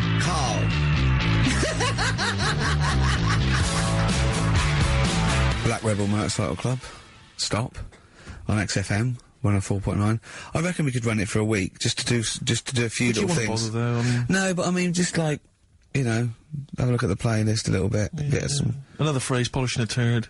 I think that's just another one that springs to mind. You allowed to say that, Carl? What, turd? Yeah. I think so, that's Well, you alright. said it, so you're the producer. Yeah, that's alright. Alright? Yeah. I'll tell you, I got it together. Capital. Oh, now that's a classy station. I came in the week to just check Karl out if he was here. He wasn't. He was out for about an hour or so. And I heard in the lift, I don't know what DJ it was on, he just went and he was talking about that little girl, Summer, who went missing, but then she was just found reading a book. And I swear, right, I swear, he went, and there's a lovely, lovely picture of her there, just reading a book. So, what a happy ending. It's a shame they don't all end like that. Oh, God. And he played a record. What's his point? Unbelievable. What's that? I don't know. It's those people who think that they're being a little bit philosophical, but profound. And then just everyone goes, Thanks very much. yeah. I noticed in the story of Summer, the little girl that went missing, I don't know if you read that it mentioned her family. Now, it mentioned the father of the house. I don't know if it's her father or certainly the guy, the parent, the male parent. And it was something like, I think, I don't want to, libel him, but it was something like Paul, 24, and he's a graphic designer, recently changed his name to Dragon. I just wonder what exactly is that? How is he, her family is that, really? Yeah. I don't want to... I'm always a little bit worried about people who change their Well, name adults, certainly. to something to really, really cool. Yeah. Because, Kevin Smethurst isn't, it's not sexy enough. Exactly. So I call myself Clint Iron. Yeah. What would you call yourself? Karl Pilkington, nothing wrong with that. It's quite a superhero's name. It's Pilkington. When I was about 7, I wanted to be called Brett. Yes. I Why can see Brett why. I don't know, I just had a mate who was called Brett, and I thought, that sounds good, it's different. Yeah. Yeah. But then, I'm quite happy with my name now. Because Karl, I have to say, Karl with a K. where does that come from, Karl? Because it's quite a rare name. I told you, don't didn't hear I? that My often. mum had a dream. I forget this. What? Your mother had a dream? She wasn't well, she had pneumonia or something, right? Dear. And, she had this dream while she was pregnant. That some doctor, sort of, she was going off to another place, she was going to die or something, and this doctor went, I can sort this out, I know what to do here. And she remembers on his name badge, it said Karl. Really? So when she had me, she said, right, Call him Karl. Dr. Karl. Calling Dr. Pilkington. Calling Dr. Pilkington. She hoped, I imagine, that you'd grow up to be like him in every way. I've Saving done alright, I've lives. done alright for myself, I think. Sure. I'm alright. Yeah. This is what we were talking about, actually, weren't we? We were talking about the fact that you're quite proud of the fact that you've got no formal education, really, and yet you've pulled yourself up from the bootstraps. Yeah, well, I know people who've got results from that and don't do anything. Sure. Do you know what I mean? They're on the streets. So I've used all my energy as I've got older rather than burning myself out as a kid. Right, yeah. Do you know what I mean? Sure. So I don't know if that's advice. Is that, should we advise that to young kids out there? Don't take exams, don't work at school, just, you know, move away from Manchester and get a job on XFM. They'll employ anyone. Yeah, you get an hour's lunch break, you're away by 5:45. You need no qualifications to work for XFM. Because you don't have to think for yourself, because your boss tells you what to do, you can have some time off to go shopping for hobs and shower units. He's alright, he's a good boss. Yeah, I know. He'll let me have next Saturday off. He knows how tired I am. How many Saturdays has he had off? He's going away again. He's had 2 holidays. He gets 26 holidays, 6 days a year. 26 days a year. It's unbelievable. He was sick because he put on wet trousers. Yeah. And now you're going down to Hastings. Are you leaving early? Because you left early last time, didn't you? No, I wouldn't do that again. Now, what are you going to Hastings for? Just having a break. Listen, though, we were talking about depressing news, right? And with that kid and what have you. Yeah. You see that thing in the week? There was 3 bits of depressing news, right? There was one, an old woman who swallowed a fork. An old woman who swallowed a fork? Yeah, did you see that? She's dead, the dork. An old woman swallowed a fork, so what did she swallowed a spoon? Why did she, everyone knows she swallowed a spoon. Yeah, when she followed the spoon. What's her name? She, swallowed a cockroach. Right. Sorry, whoa, is this the old rhyme Sorry, now? is this a rhyme that you've got slightly wrong? No, You've changed what dog for fork. This is the truth, is it? This is what you read? Oh, no, yeah. Sorry. Yeah, never confuse the two. This is what you read on the spurious website, So or that some happened. mentalist No, hang on, sorry, emailed you. just before you move on from that, there was an old woman who swallowed a cockroach. Yeah. And in order to get the cockroach out, she swallowed a fork? It doesn't rhyme, but it's good. She tries to get it out. With a fork? She went, what for God? I'm thinking she's in a kitchen. Yeah. That'll do. She grabs that, she tries to get it out, and she lets go of it. And it goes, swallows a fork? Yeah, Yeah. It was in the paper. The terrible thing was, it was a gardening fork. it was awful, you know. Or is that stupid? That'd be stupid if it was a gardening fork, wouldn't it? I tell you what annoys me though with things like that. 'Cause Me? in the paper, it was, well, you do, and everyone knows that. Honestly, no. Right? You do me head in. The way people say it must be great working with him. Must be brilliant. No one It's not, says it's a that. nightmare. It is a nightmare. Get on with it. Go on I with can't be Carl. bothered now. Let's just play some. Carl, because I'm interested. I'm interested. Yeah. Seriously, I am. Come back after this. No, let me finish the story. Come on. Long links. I'll tell you in a bit, 'cause I'm getting annoyed. I'm getting so angry. Alright, either play a record or finish. Verve and Lucky Man. That's for Karl, who is a lucky man. 2 hours every Saturday here. Just a little bit of chat and laughter. Some great records. Alright? What are you going to Hastings for? Just to chill out? yeah, What are you going to do? just chill out. What specifically is in Hastings that's of interest to you? They having another battle? Nothing, it's just cheap, isn't it? If you can get a B&B for about 40 quid. Sure. The weather's good, so Well, let's all go. why not? Yeah, why not? Do you want Ricky to come down with you? Now. Right, okay. Now, you were going to tell us something before we started winding you up. What were we talking about? We were talking about the old man who was mistaken for a small child. It was actually, the 70-year-old who they thought was underage. Right, so then we got on to, right, so the old woman, I was saying, she ate a cockroach. Right? She ate a cockroach, yes, Yeah. by mistake. How did she eat a cockroach? Why was there a She was cockroach? cleaning up, she was cleaning up, it jumped in her mouth. Right. So she immediately, the first thing she did was immediately grab a fork and plunge that down her throat. Yeah. Well, no, maybe not immediately. I mean, she tried other methods. She tried plastic spoons, her fingers, maybe washing it out, maybe going, oh, I nearly swallowed a cockroach. Did she try that one? Ugh, how horrible. Right, so anyway, the fork went down, Yes. and it's got this picture in the paper of, like, the X-ray, and you can see the fork just, like, going across like that. Yeah. Wow. That's mad, isn't it? Yeah. Well, it was, where the fork was in her abdomen, was it? In an X-ray? Yeah. Are you sure she swallowed it? Sure, she didn't just say that to the doctor. Like, how did he get in there? Have you got a fork inside you? No, I know what you're getting at, because I remember years ago, do you know Dr. Steele? Do I know Dr. Steele? Yeah, on, he does... Is he a it superhero? the one on, Richard and Judy? Right, what's he, a psychiatrist or the He resident just doctor? pops in and Is they've that got the a sort of problem. like the suave sort of... He's not that smart. know the one He's you just, mean, yeah, just a normal doctor fella. Sure. And, yeah, this was like in the 90s, and, Richard and Judy said, we got the doctor in again today. We're looking at things that, you know, have been inside people. And there's this one, right? Fella comes on, with an X-ray. Yeah. It's sat on a pint glass. He Well, sat on a pint Well, glass. that's what... He hadn't, had That's what he? he said. Ah, sat on a pint glass. I remember that story that was published about the bloke, and this is the excuse he gave to a doctor when he had to go and have something removed. It was a bottle of sort of HB sauce or something up his. What word can we say in case Andrew's So you listening? don't need to, you know, people know what you're saying. Okay. Right. Rectum. Is that right? No, you didn't need to say it, but... Well, no, he might as well. It's a medical term, isn't it? Doctors Anyway. say rectum, don't they? Anyway, So the doctor got it out, and the excuse he said he'd been shopping, been to Safeways, he brought his shopping home, and he popped the shopping on the on the front step, and he realised he's locked himself out. So he started to shimmy up the drain pipe, but his trousers and pants fell down while he was climbing, and he slipped and fell on the HB sauce bottle, right?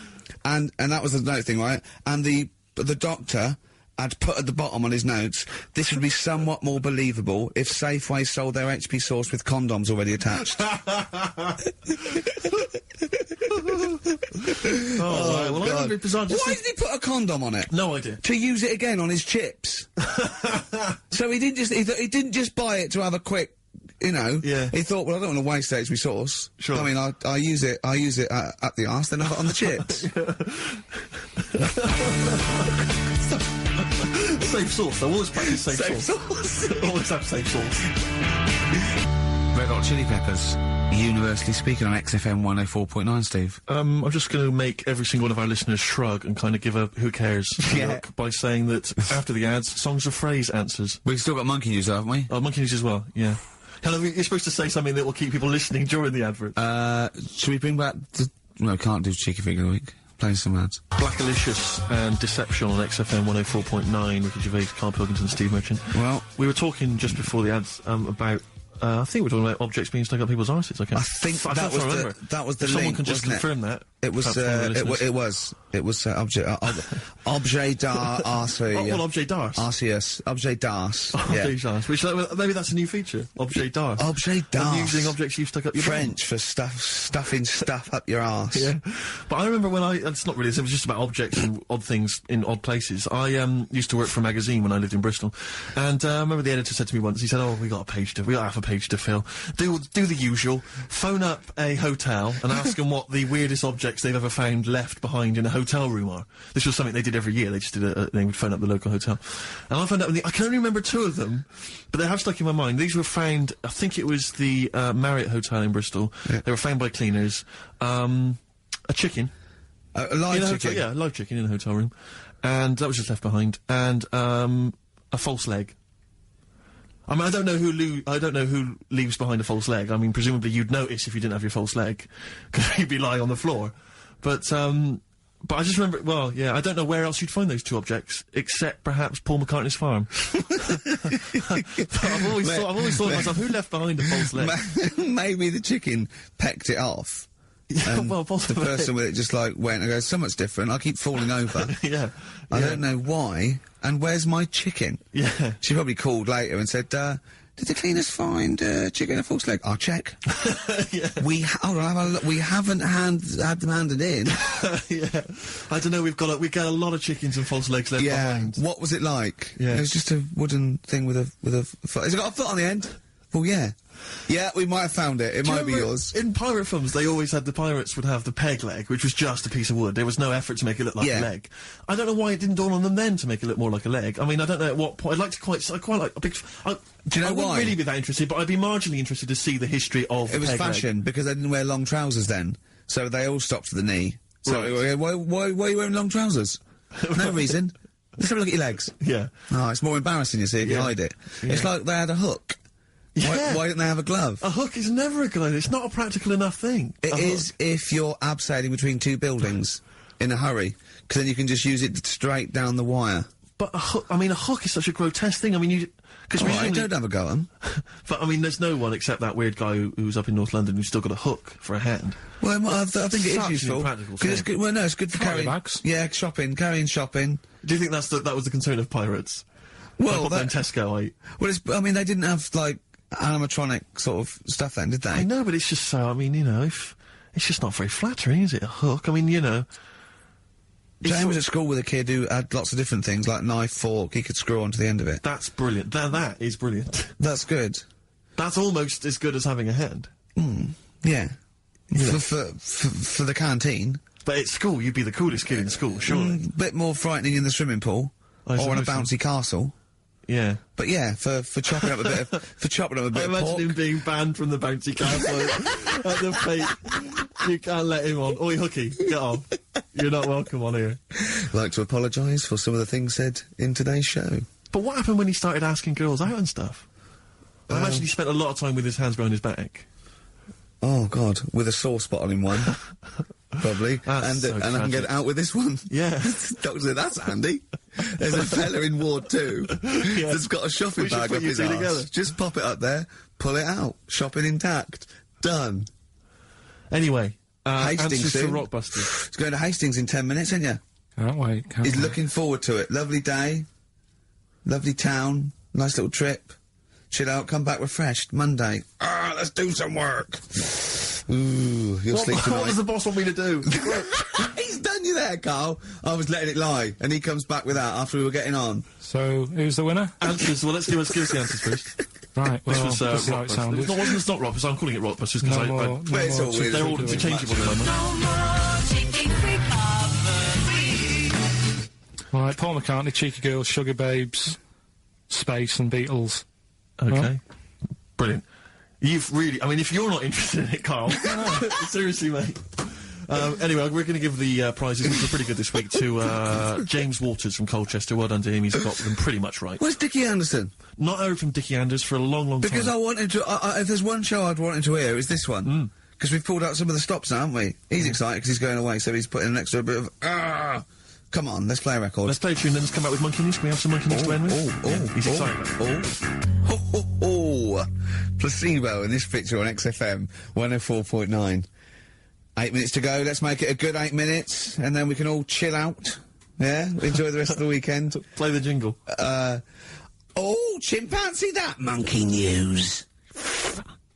Excellent. A particularly aggressive jingle this week. Wow. Yeah, looking forward to this Monkey News.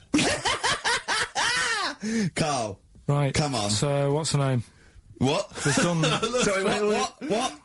Brilliant. We've done a lot of monkeys who, like, got involved in crime and stuff. Yeah. Right? We had, the one on the train station, nicking a bag. Yeah. We had the one who went Don't into a remember that one. bank.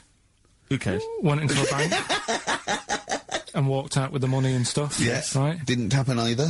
Next. But the thing is, you never sort of found out what happened to them. If they sort of got worse, got more involved into Oh, is this crime and Monkey stuff. News update? That would be amazing. Brilliant. What they found out in India is, Yeah. it's got a prison. It's just for monkeys. You mean wild animals? You mean A zoo? Yeah, a zoo or a kennel or No. something that where they've been gone mental or something. No, it's a prison. Yeah, It's a prison. does it have fraud cases? It's got. It's I bet mainly sort of animals that are attacked things. It's mainly violence. I bet that's my.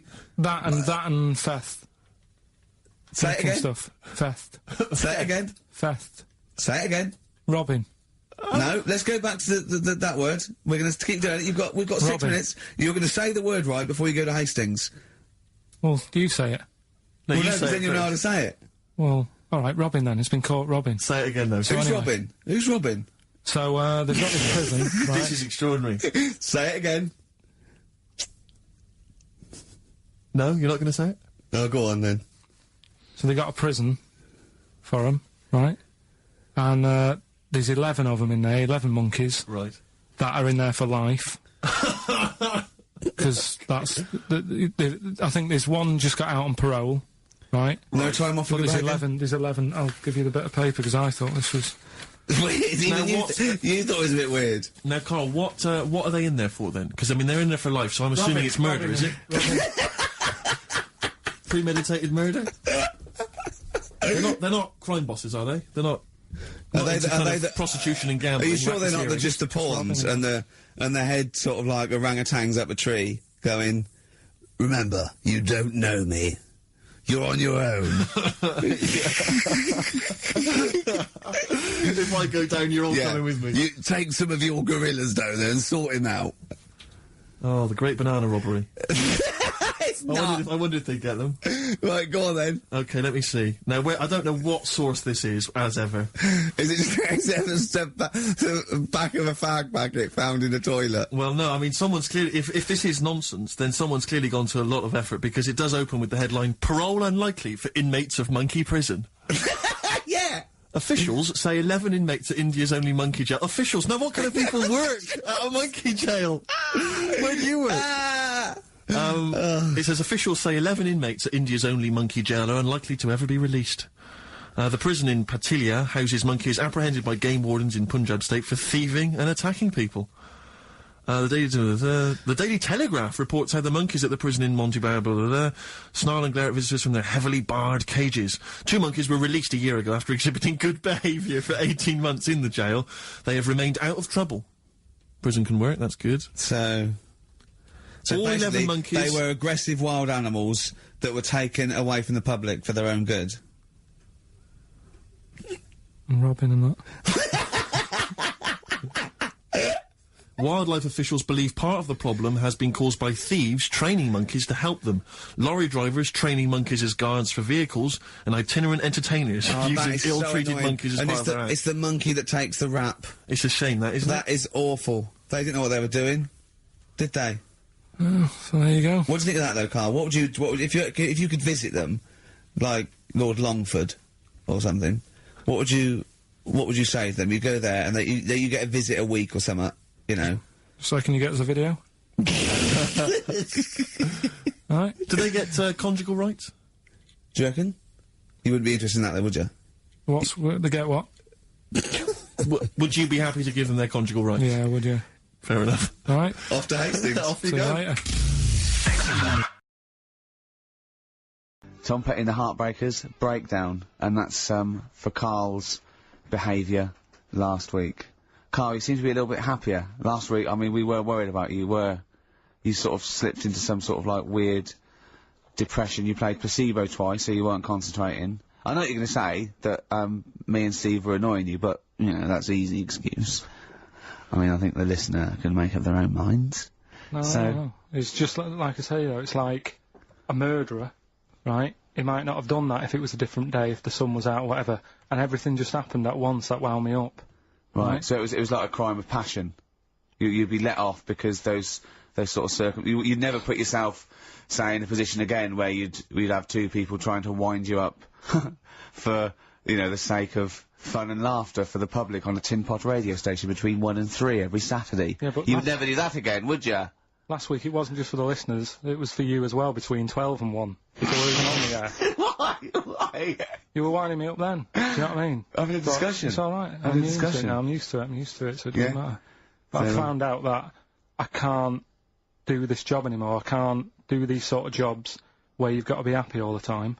We don't have to be happy all the time. No, you do, You really. forget that. You forget that for the... Yeah, you but know I what I mean? can't. Do you know what I mean? I've got things going on in my head. And Do you think when Bobby Dabrow's had a bad day that he doesn't go on stage and give 100%? No, but that's Do you think Les Dennis let all that stuff get in his way when he did that theatre tour to the people in front? Sometimes he had audiences of 7, 15 8 people. Yeah, and he just went, it's them. right. It's not my private life. Forget that. Bang. Yeah, but good on him. Yeah. He can do that. But what I'm Yeah. saying is I can't. He's a professional. So I was talking to Suzanne about it because, you know, it did get me down last week. Suzanne's your therapist? Sort of minder. Yeah. Saying to her, you know, I can't do this sort of job. Normally what I do in the week, you know, I'm tucked away in the studio. If I'm annoyed, no one knows about it. I get my head down, I get on with it. Mate, do you tell him? Go on. you know Next. what I mean? Next. Right, Next. yeah, but sorry, but what's your point here? So every Saturday you've got to come here, You've got You've got to be happy. We've got to go, oh, Karl, are you alright? Oh, you're alright, your hair looks nice. No, but you know what I mean? That's the first time, innit? Normally people listening go, he's a happy fella, do you know what I mean? They It never sounds- think you're a happy fella, Karl. Well. They've never heard you laugh. No one has ever... seriously, we get emails all the time. No one's ever heard you laugh. Yeah, They've but never heard you laugh. I'm still happy, you don't have to... Well, are you? Yeah. You don't look happy. But anyway, that's the problem with this job. And, I was thinking about it, if... do you know, like, if you're a doctor Sure.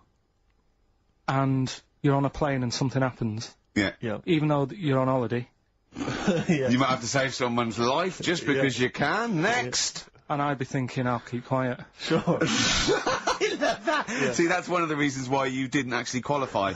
as a surgeon.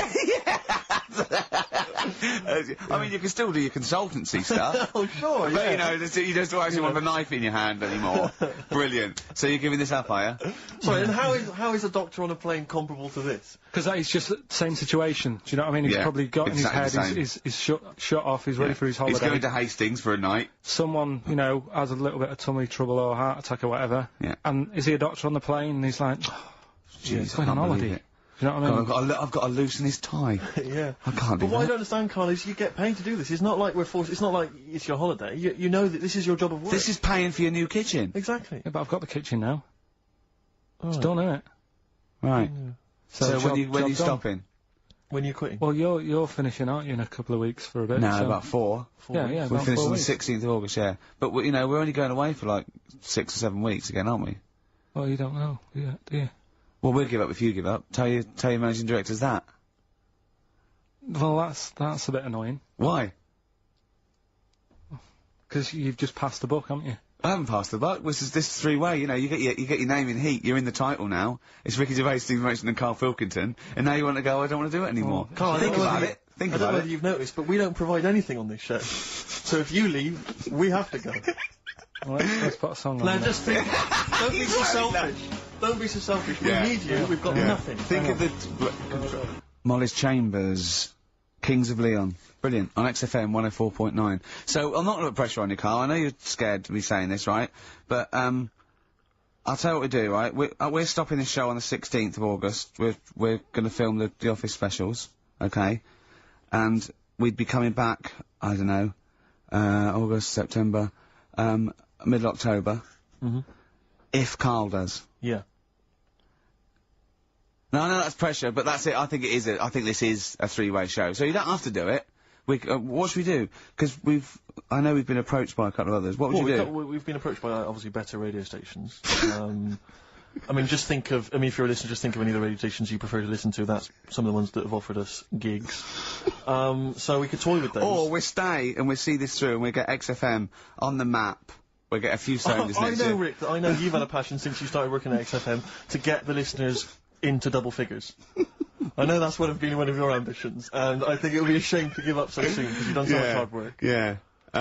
So that's what we need to think about. I think so. We've got what? We've got 4 weeks left. And that might be 4 weeks forever and never coming back, or 4 weeks for like an 8-week period. And that's for you to think about. So think if you enjoy the next 4 weeks, Karl. Yeah, but like I said to you though, the reason I did this was to get that kitchen, right? Now, Brilliant. as we speak now, right? Builder's in the flat. He's been annoying me. Of course he has. Of course he has. What's he been doing? Well, when he turned up on Monday, right? Yeah. Wanders in, and the first thing he says to me is, said, the pub across the road, is it any good? I said, well, it doesn't matter, does it? You're working on the kitchen. Think of saying that to a builder. Probably making conversation. Probably meant, do they do a toasted sandwich? Because I've got a half-hour lunch break. Not an hour, like Karl Pilkington. So, I'll pop in there and get a nice, you know, cheese and tomato sandwich, Is that packet of genuinely crisps. what you said to him? Yeah. The first thing you Yeah, said so to him? Suzanne had to go at me saying, why have you said that? He hasn't even started on it yet. I cannot believe that. You're unbelievable, Karl. And you say it's us that are rude, crass, I wasn't being thoughtless. rude. I just was letting him know. Do you know what I mean? I know what He they're up knows to. what he was there for. He had it down on his little docket. Do the kitchen this week. Yeah. He didn't come there and go, what did I come out for? Was it to go to the pub for a week? Why am I wearing these overalls? Yeah. Who's the little bald mate twat insulting me? Let me just check. Let me call the head office. I wasn't having a go though. I mean, they should have finished it yesterday, and they're Yeah. there now, right, Yeah. on their own. And what annoyed me is they turned up late today. Hold on, Karl. I've just realised something. they're probably listening to the radio. That's, I assume, tuned to XFM, isn't it, in your kitchen? Yeah, but they don't know it's me, do they? You know what I mean? No. They'd go, he's got a whiny mank voice as well. So's the bloke who owns this place. And the bloke who owns this place, when I said, what's that pub like across the road, said, well, you won't be bothering with that, he's working on this. No, he won't be able to put two and two together, will he? You've suddenly, the penny's dropped, hasn't it? You've suddenly realised, look at his face! Yeah. He's suddenly realised they might know it's him! And they could be listening, and they're gonna clean you out, mate.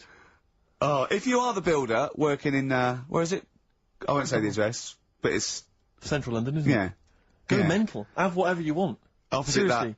that pub that you Yeah. like, that you're... That, He'll probably be in there now, so he won't be listening. Oh, insulting, You know what I mean? insulting a That's a British further workman. He should So have been in just go today. mental. He should have been at 8 this morning, Just which annoyed go me anyway. mental. Why? I really don't understand why they've got to start so early, right? Yeah. But he said he'll be there for 8, turned up at 9:30, right? Wanders in, and what annoys me is, he could have left all this downstairs. He had a paper under his arm, Yeah. one of those crossword books, and a pot noodle. Now, I'm not being funny, but most of them take quite a bit of time. A crossword book, he's not happy with just the one that's in the paper. If you're listening, if you are the builder that's listening now, doing Karl's flat, what about pissing in the laundry basket? Lonesome Day, Bruce Springsteen, on XFM 104.9. So, you've realised now that the builder could well be listening, knowing exactly who you're talking about. There's a chance of it. Do you know what I mean? Yeah. 'Cause I didn't think about it, but you're right, you know, was tuned onto that. I think he did flick it on, thinking about it, thinking back. If so, yeah, he's probably listening now. No, he probably isn't. He probably listens to about half hour. If he's got any sense, he turned it to Heart or Virgin or Magic or something, but, you know, there is a chance. Good advice to the listeners. Yeah. If you've got any sense, if you finish Yeah. your crossword puzzles. I think, you know, according to our figures, there's a 5% chance of him listening to it. Yeah. So, if we want to be accurate. Although he isn't a house with it tuned to that, so I think puts him right up to 50% straight but away. then again, Rick, he's got a job of work, so Yeah. why would he be listening to this show? Well, he's doing a crossword at the moment. Yeah, well. You better hope he's not listening. Well, I mean, they do annoy me. I'm sticking by it. Yeah, Anyway, come about on, builders. you might as well keep digging, yeah, go on. No, I'm just saying, they do annoy me, the way they wake you up at 8 and then... Well, that's when they start work. Because I told you, I mean... Oh, we'll leave that one then. Yeah. No, but it's like, the other day when they came in, I always like to test them, do you know what I mean? When I had some work done on the last flat that was in, right, that was renting, the builders were in, sorting the shower out and that. They woke me up about 7:30. Yeah. Right? Were you in the shower? No, Good thing about cleaning this shower, there's never any hair down the plug hole. Yeah. Right. So, I left early to come to work, right? Sure. And I thought, I wonder what they're doing. I wonder if they have started. So I walked back to go back in. They'd left the flat and they were sat outside having a Starbucks. And it just annoys me that they couldn't do that first. Do you know what I mean? Have your breakfast first, then come and wake me up. But don't wake me up to then get me out of the flat and then say, right, let's go and have Well, breakfast. they've probably lads." got to get in, haven't they? Don't What they? for? What for? They can put all the tools in the little lobby bit. Do you know what I mean? Yeah. Just winds me up. Sure. Now the thing is, the guy today who's doing the tiling, that's narrowed it down a bit more, right? When I knew he was in there, I went out for a bit, had a cup of tea and a bacon butty, Yeah. right, at a cafe, and I went back and I was really quiet, put my key in the door and opened it really quick to see what he'd be doing, and he had actually you started work, so fair play to him. What if he'd just been exfoliating himself naked on the kitchen floor? Yeah. I'd say, right, caught you. Don't use my what I mean. exfoliate. Yeah. Yeah. So, Yeah. Well, Go people- through the, instantly, if people you're annoy listening, go through the wardrobes upstairs. Go I to the think there's wardrobe, good get some up there. stuff, yeah. they won't get anything. I've put everything in places where they wouldn't think of looking. For jewellery and stuff. So you're thinking that Where they have you should, put the jewellery? maybe in the salt cellar or something? Yeah. Just do some... I'd say what I do is I take the toothbrushes in the bathroom, just put them in the toilet, flush it, and then Yeah. take them back again, just put them back in there. Leave them nothing. Leave them out. When they were coming last week, I brought the biscuits to work. Suzanne was like, "No, You one didn't you've got really? no mates." You no, brought I your did. I brought biscuits into work. No, it wasn't a tin. It was just a packet of good quality cookies. Good quality cookies! Yeah, you thought I'll be down if they're Oh, God. But Oh. that's what Suzanne always says. Don't know, why you like this? Because, it's not as if you've been sort of harmed as a kid or anything. But I like the fact that you once said to us that you don't need friends. You don't like friends because they're a bit of a pain. Because they call you up and they want to be with you. Yeah, but mates are a hassle. I woke up today, right, and I think it was might have been on 5 Live or something this morning in the bedroom, right?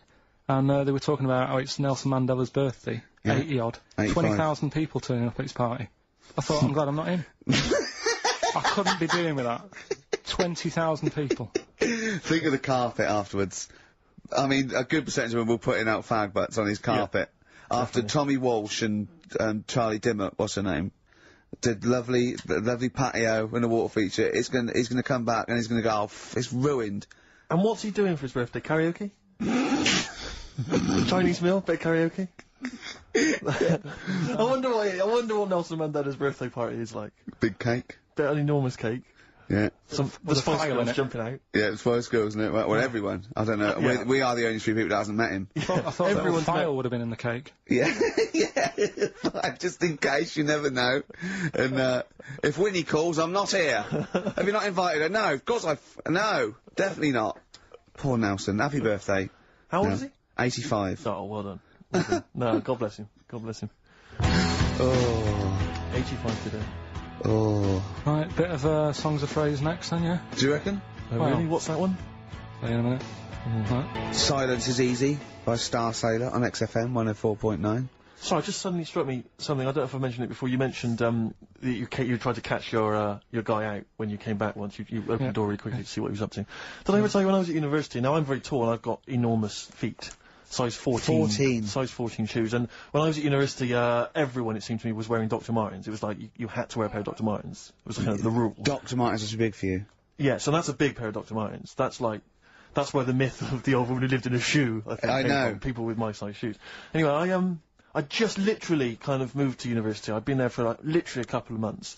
And obviously in that first period, you're quite keen to kind of, reinvent yourself, strike yourself, try and give an impression of perhaps being quite sophisticated, worldly, cool, all those things that, you've left behind all your childhood friends, so you're trying to, develop something But you didn't new. bother, you didn't? What, sorry? You didn't bother? No, I was working hard on it, and I was kind of, I was doing alright, and I had my tie-dye shirt, I was looking good. And, so I was trying, working hard to try and seem kind of cool and, not freakish. And, I came back from studies once, and I came in, and there's a little old cleaning lady that kind of would always come in every day and clean up our halls of residence. And I came back, and my door of my room was open, and there was like a little huddle of people just peering in, right? And I thought, this is odd, that my door's open and I'm not in there, and there's people staring in the door. And I looked in, and the little cleaning lady had my Dr. Martens on and was clumping around, Making them all laugh. making them all laugh, doing an impression of me. That's amazing. Imagine that. and that's Imagine in the the first- psychological scars that has. I know that she's more popular than you. Yeah, exactly. And they go, come on, Maud, let's go to the JCR. Exactly. And they carry her down. They go, drink, drink, drink, drink, drink. And she goes to you, Steve, you better have that spotless by the time I come back. And you go, alright, I will. Alright. But what I like is the fact that I'm sure that that's not part of the cleaner's code. The cleaner's code is you don't have the keys to everyone's room so you can go through their belongings and play practical jokes. I mean, surely it's a kind of, there's a trust. She must have looked like a wall bracket with a I went bowling with him once the first time, and we went bowling at this place. Where was it? I mean, Finsbury Park. And I'd never been before. And he goes, "You got to wear special shoes." I went, "All right." He went, so. He goes, "Have you got size 14?" And she went, "Yeah, I've got one pair." And she put them on the table, and they look like crusty. Honestly, honestly, it looked like. It was. I just started laughing because they're so long and thin anyway, and they're multicoloured, aren't they? They're two colours, and it looked like Krusty's Krusty the Clown's feet. And then this teacher just went, all right, 14. That is big, isn't it? It is a huge size shoe. You're right. Yeah. And it was just the one cleaner in them. Just the one, sadly. She did have loads of kids eventually and brought them up in there. In there. Well, we got songs of phrase, Right, haven't we? songs of phrase then. Okay, let's just have a look at the prizes. Let's just remind us again what exactly songs of phrase is, because I know a lot of people put it out of their mind week by week. It's a phrase that's, been said on the show a few times, right? I mean, you remember classics like what was? We've had hairy Chinese kid. Yeah, there's this hairy Chinese kid. Stop squeezing my head. Karl, you're an idiot. Karl, you're an idiot. Some classic phrases. Classic phrases, and so you use various old-time songs and you put them all together, and that spells out the phrase.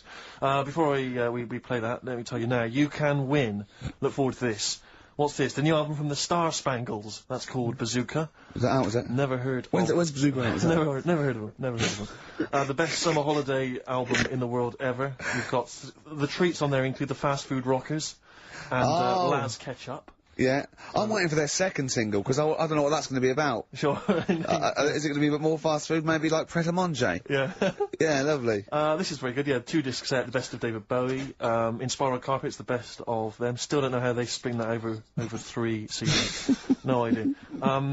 Bowie's is one. Yeah. We mentioned it last week, the American Song Poem Anthology. That's kind of a kooky collection of songs. And we've also got a couple of DVDs here. Stephen King's Rose Red. I've never heard of it. Straight to video. Yeah, made for television. Yeah, yeah. Will never be seen at the cinema. And I'm sure there's a lot of nerdlingers listening, so they will be loving Richard Dean Anderson in Stargate SG-1. Yeah. Free inside, there's a collector's card, plus you can win some exclusive memorabilia. Brilliant. So I think a pair of their... Right, all you've got to do is listen to these, like, 13 songs, probably, to a well-known stupid phrase. It's only seven different songs, right? Well, just get the most you can. Just be rough. Artist or song, it'd do, right? And the phrase is, about me dad nicking from, telephone boxes, right? You got to give them a clue, because they've got to know what they're listening for. It's hard enough when you know. Daddy's never going to stop robbing from telephone box. Is that it? Yeah. So what are these songs then? Go on in. It doesn't matter that some people don't know what that's about, do they? Doesn't matter. No, they're not. Well, your father's a thief. Is the point. Email only. Ricky.gervais@xfm.co.uk. Let's hear it. All right. From...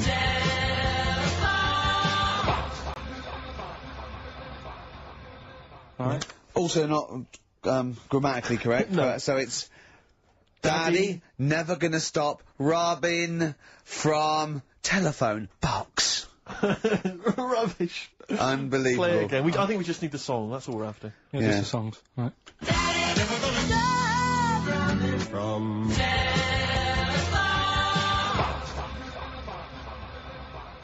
Just again? Well, This is a desperate feature, It isn't it? really is awful. From... See, Rick, if we took more of an interest in this show, we'd have come in, listened to that, We'd and have say said we're not no going to play way. it. We'd have said no way. I don't we're care doing how long that. you spent on it. We've got a reputation. Yeah. We've won awards. We've won major awards. We're not putting that tat out. But Yeah, no. you know, that's what. But we're just giving the listener what they're used to. exactly. So I think more fool them for listening. Ricky.gervais@xfm.co.uk. Eminem, Business on XFM 104.9. Karl, can I ask, because after last week's show, when you had your breakdown, you went off to Hastings with your girlfriend, stroke carer, Suzanne. Now, what does she... Because whenever we meet Suzanne, we bumped into Suzanne recently at the BBC, Ricky and I. She's always very nice to us, very polite, we have a nice little chat. But I'm always wondering, what is it that she thinks of us, really? You know, because I'm assuming you immediately go home and whinge. No, but they tortured me. You saw they tortured me on air. Now, what does she make of us? Did she listen to the show last week? Yeah, she did, yeah. She knew I was annoyed. Right. So, she sort of gave me a look like... You know what I mean? Like that, when because we went to Hastings. That wasn't because you had, like, Marmite or something over your face. No, it was like... So we didn't talk for a bit, I just was like, you know, getting over it. Sure. Thinking, I'm sick of this. Yeah. Right? You know, is the new kitchen really worth it and all that? I phoned him up, left a message after the show. I said, "You seemed a bit quiet when you left. I just want to make sure it wasn't anything I said." Oh. Well, no one... You're still doing your Samaritans work? yeah. And did it ring, or did you just ignore it, let it go to answer machine? I think I turned it off. I left it off, didn't I? Yeah. I just left it off all day and But that. what does she make of us? Does she genuinely think... Does she not really like us? It's weird, because there's no one who she doesn't really like, which annoys me, because she says to me... Well, she says to me, I'm the opposite, do you know what I mean? I'm like, oh, everybody annoys you. Yeah. And it's like, well... But that's my choice, right? Sure. And that's why I don't bother getting mates and that, 'cause Sure. it's just hassle. Yeah. Right? Yeah. But the problem is, sometimes me being like that affects stuff that she wants to do. So, you know, if a mate... Like see her family and friends. Well, let's not say her family or friends, but say if one of her mates had a baby, Right. right? Right. I mean, you know... Naming no names. So this happened? Well, I've just got to You got to be Watch careful what I'm you're doing, haven't I now? 'Cause of old The builder who knows you're slagging him off and saying he nicks stuff. Yeah. So, you know, she's got a few mates who have had kids recently. Right. Yeah. So one of them had a kid. Yeah, go on. Right. And, she wanted to go and see it, right? And she said, you can come with us, and I was like, you know what I feel about babies. Sure, you've seen one, you've seen them all. Yeah. They all look like Mouse Smith. Why do I need to see another one? Yeah. Right? And she's like, yeah, but come and see it, you know, you get on with them. Come and see them. And I was like, it's a long way away. Yeah. Do you know what I mean? That's probably narrowed it down again. Yeah. So, and that annoys her, because I can't be bothered. Do you know What what I did mean? you say? Did you say, oh, no, I'm not coming to see him, I don't I'm like not him? going all the way to Swindon. What did she, did you, yeah, or Birmingham, or Cornwall? Yeah, well, you know who you are, if you had a baby. Yeah, sort of in the but- last and sort Karl of didn't show up. Karl didn't show up. And Suzanne said, what excuse did she say? You were working or busy or? No, well, to be fair, I was working, right? And they Yeah. are nice people and Oh, stuff. now you're backtracking, because No, now, I'm just do they saying, yeah. listen? Yeah, Do they listen to the show? They might do. So you know they listen to the show. So once again, you've got an anecdote where the people who you've admitted to not liking to see their baby or No, care about no, them no, are no. listening to the show. No. Maybe it's, I don't know, maybe the builder's listening once They're again. nice people, I like them. Just all right. They're babies. just sneeze in the chili pot. When the kid's older, I'll go and see him. Yeah. Just, do you know what I mean? When it's got its own little character. As a baby, it could be any baby. Do you know what I mean? It's got nothing to offer me. I know what you mean. It could be a toy baby. But you know what I mean? It could be a It's bag of sugar. No, I know what you mean, yeah. Yeah. When it can start talking and, you know. Lend Play you around money. with it. yeah. yeah. Got good toys and stuff. It's well worth Yeah. going, but at the Yeah. moment, Yeah, nothing. I'll see it when it's about He 6. goes, oh, you want to go? Yeah, brilliant. Put it to bed. Let's have a game of Scrabble. Yeah. Do you know what I mean? Yeah. But yeah, that's what we were talking about on our way to Hastings last week. For me, that's where I went to chill after the. Of course, after the And that's thing. where you decided you couldn't give 100% to the public if you weren't having a good day, like me and Steve do. Come rain or shine on a tin pot radio station that really doesn't, keep me in frappuccinos these days. But we'll say once again on air, this is official, and this is not to put pressure on you, that me and Steve are going away for a couple of months on the 16th of August to do the office special, and if Karl doesn't come back, nor will we, because I see it as a three-way thing, and that's the truth. Rick, you've said that a couple of times now, as though you're expecting a flood of emails and calls. Nothing. No, I'm just trying to get in pressure There's been nothing. because I know for a fact that they want us to come back, and I know. I think maybe not the listeners though. No, the listeners don't care. don't care This is then. good, they don't care who stands in. Do you know what I mean? Incidentally, what frequency is Magic? It's 105.4. Worth checking out because I had a great. Heart is Bill Withers over 106.2. I think. Virgin's 105. Bloody good station. What is that? 105.8. Yeah. Which is Well, check press good. for details, but Yeah. or watch some cable TV. There's some good stuff on. Yeah, Kisses 100. That's easy to remember. There's a new Ride album out, gentlemen. I think you're probably quite excited. It's London's Heart 106.2. It's released on the 4th of August, and it's all the BBC sessions, all the stuff that Ride did over the years for Virgin 105.8. for BBC, and this is one of them. It's called Time Over Time. I think it was from the album Going Blank Again. It's very good. Play it, Karl. I play that for Pippa, who requested some Ride. That's from a new compilation called Waves, and it's the BBC recordings that Ride made during the 90s, and I think that was originally recorded for BBC Radio 1. That's a good station. Radio Bloody 1. good station. That's a good station if they're interested. Radio 1. So one of the. I think they pay quite well as well. Well, I enjoyed working for them. I know we used to work for them for a period of time. Until we got fired for slagging off. Simon Mayo. I think it was Simon Mayo. Do you remember that? I can't quite remember it. Well, we used to do this thing, Mary and Hobbs at night, and we were getting a bit busy, and so we were constantly handing in shoddier and shoddier work. Right, we used to hand it like that and hand it to them. A theme there. A theme, I know, yeah. And to the point where they kept going, oh, like every other week they go, we couldn't put it out. Why? Well, because it was the most offensive, or it was inaudible, or it was twaddle, or you didn't record it. You know, there was things like that. Yeah. And then I think the straw that broke the camel's back was Simon Mayo had just broken the Guinness World Record for DJing, and we were going, oh, that's brilliant, yeah, in an air-conditioned studio with loads of scrotes getting cappuccinos for him. That's not work. Our dad used to build walls, that's work, not sitting down.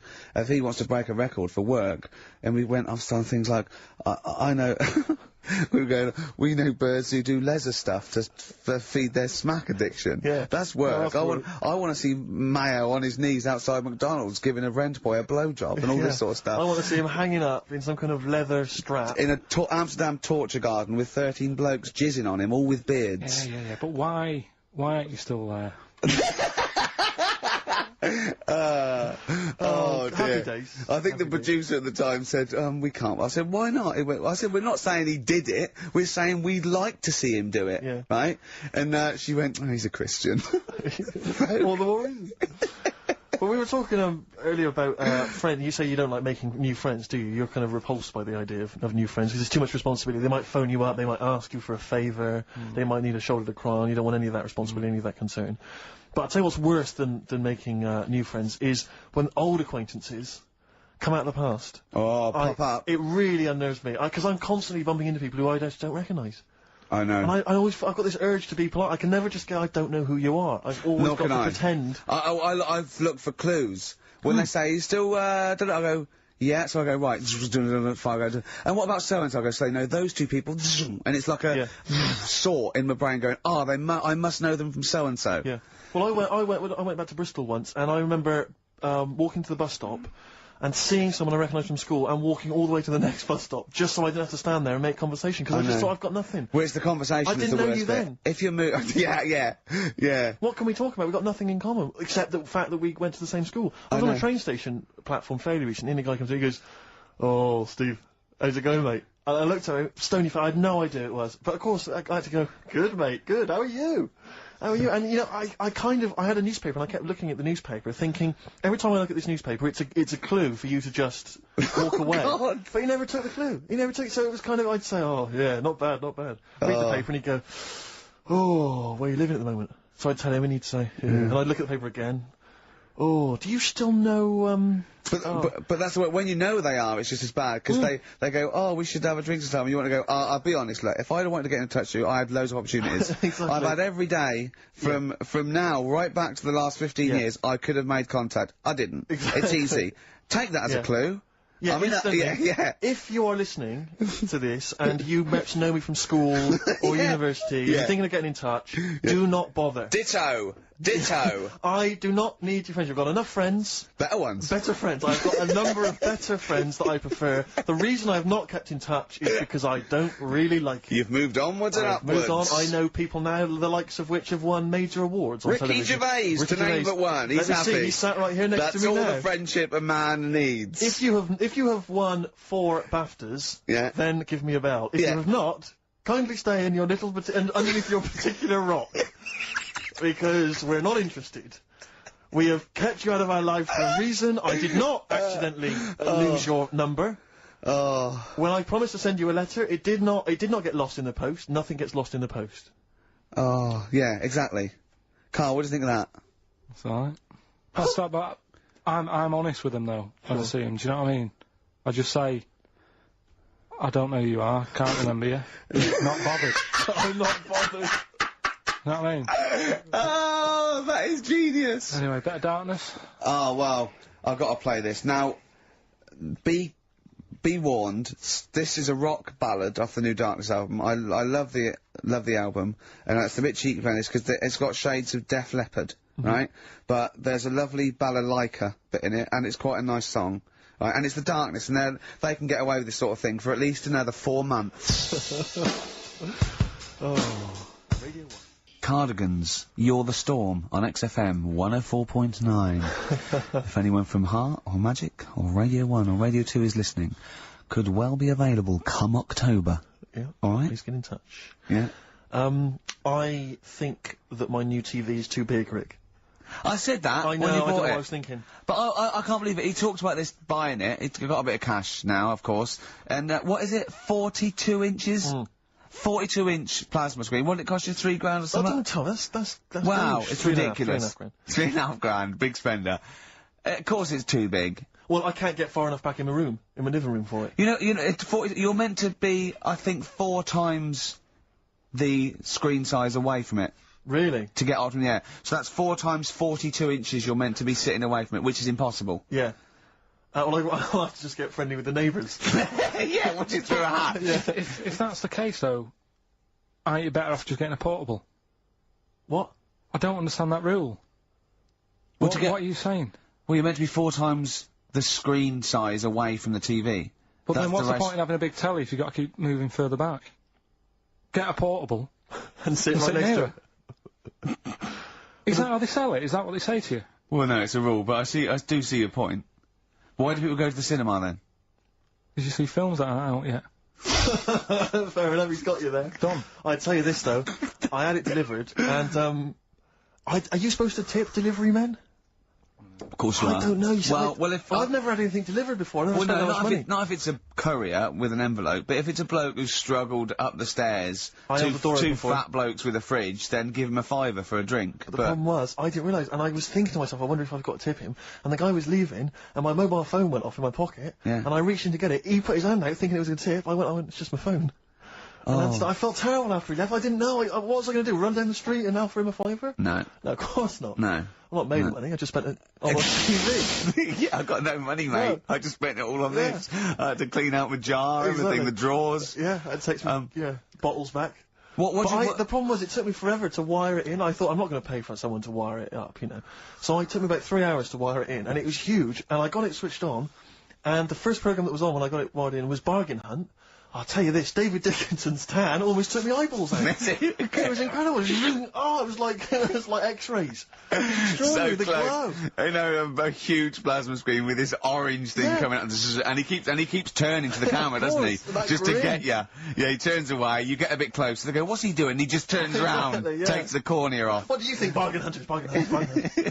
Oh dear, well, that's why I'd buy a plasma screen to watch Bargain Hunt. I mean, it's good, because this is the problem, is because what do you watch? I mean, have you watched anything that's been worth having? The only thing I've watched really worth watching. 24. Well, 24 works great, but also films. Obviously, that's the main reason I bought it, because films just look amazing on there. Yeah, DVD on the plasma screen. That's it. You're into films and that. It's just that I only, I've just got the 5 channels and flicking about, and I'm not impressed. I mean, I can understand why more people listen to radio and stuff. Yeah. Well, not this one, but go on. Well, when was it? When was the last time I sort of sat down and had time? Because I'm always busy doing stuff and that. Sure. Moaning takes up about 3 hours a day. When did Wimbledon finish? A couple of weeks ago.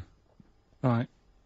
Found myself sat there, right? I'm not having a go. I know we've stopped Cheeky Freak of the Week and all that, right? So I'm not going to be having a go. Christ. I sat there. I'm scared. No, I'm not having a go. You've always got to remember that. Go on, just get on with it. Get on with it. I'll apologise after. I'm just saying, watching Wimbledon, it wasn't, one of the major games. It was little fellas in a wheelchair having a game. Little fellas in a wheelchair. Right. But for me, I mean, great. They're doing a sport and everything.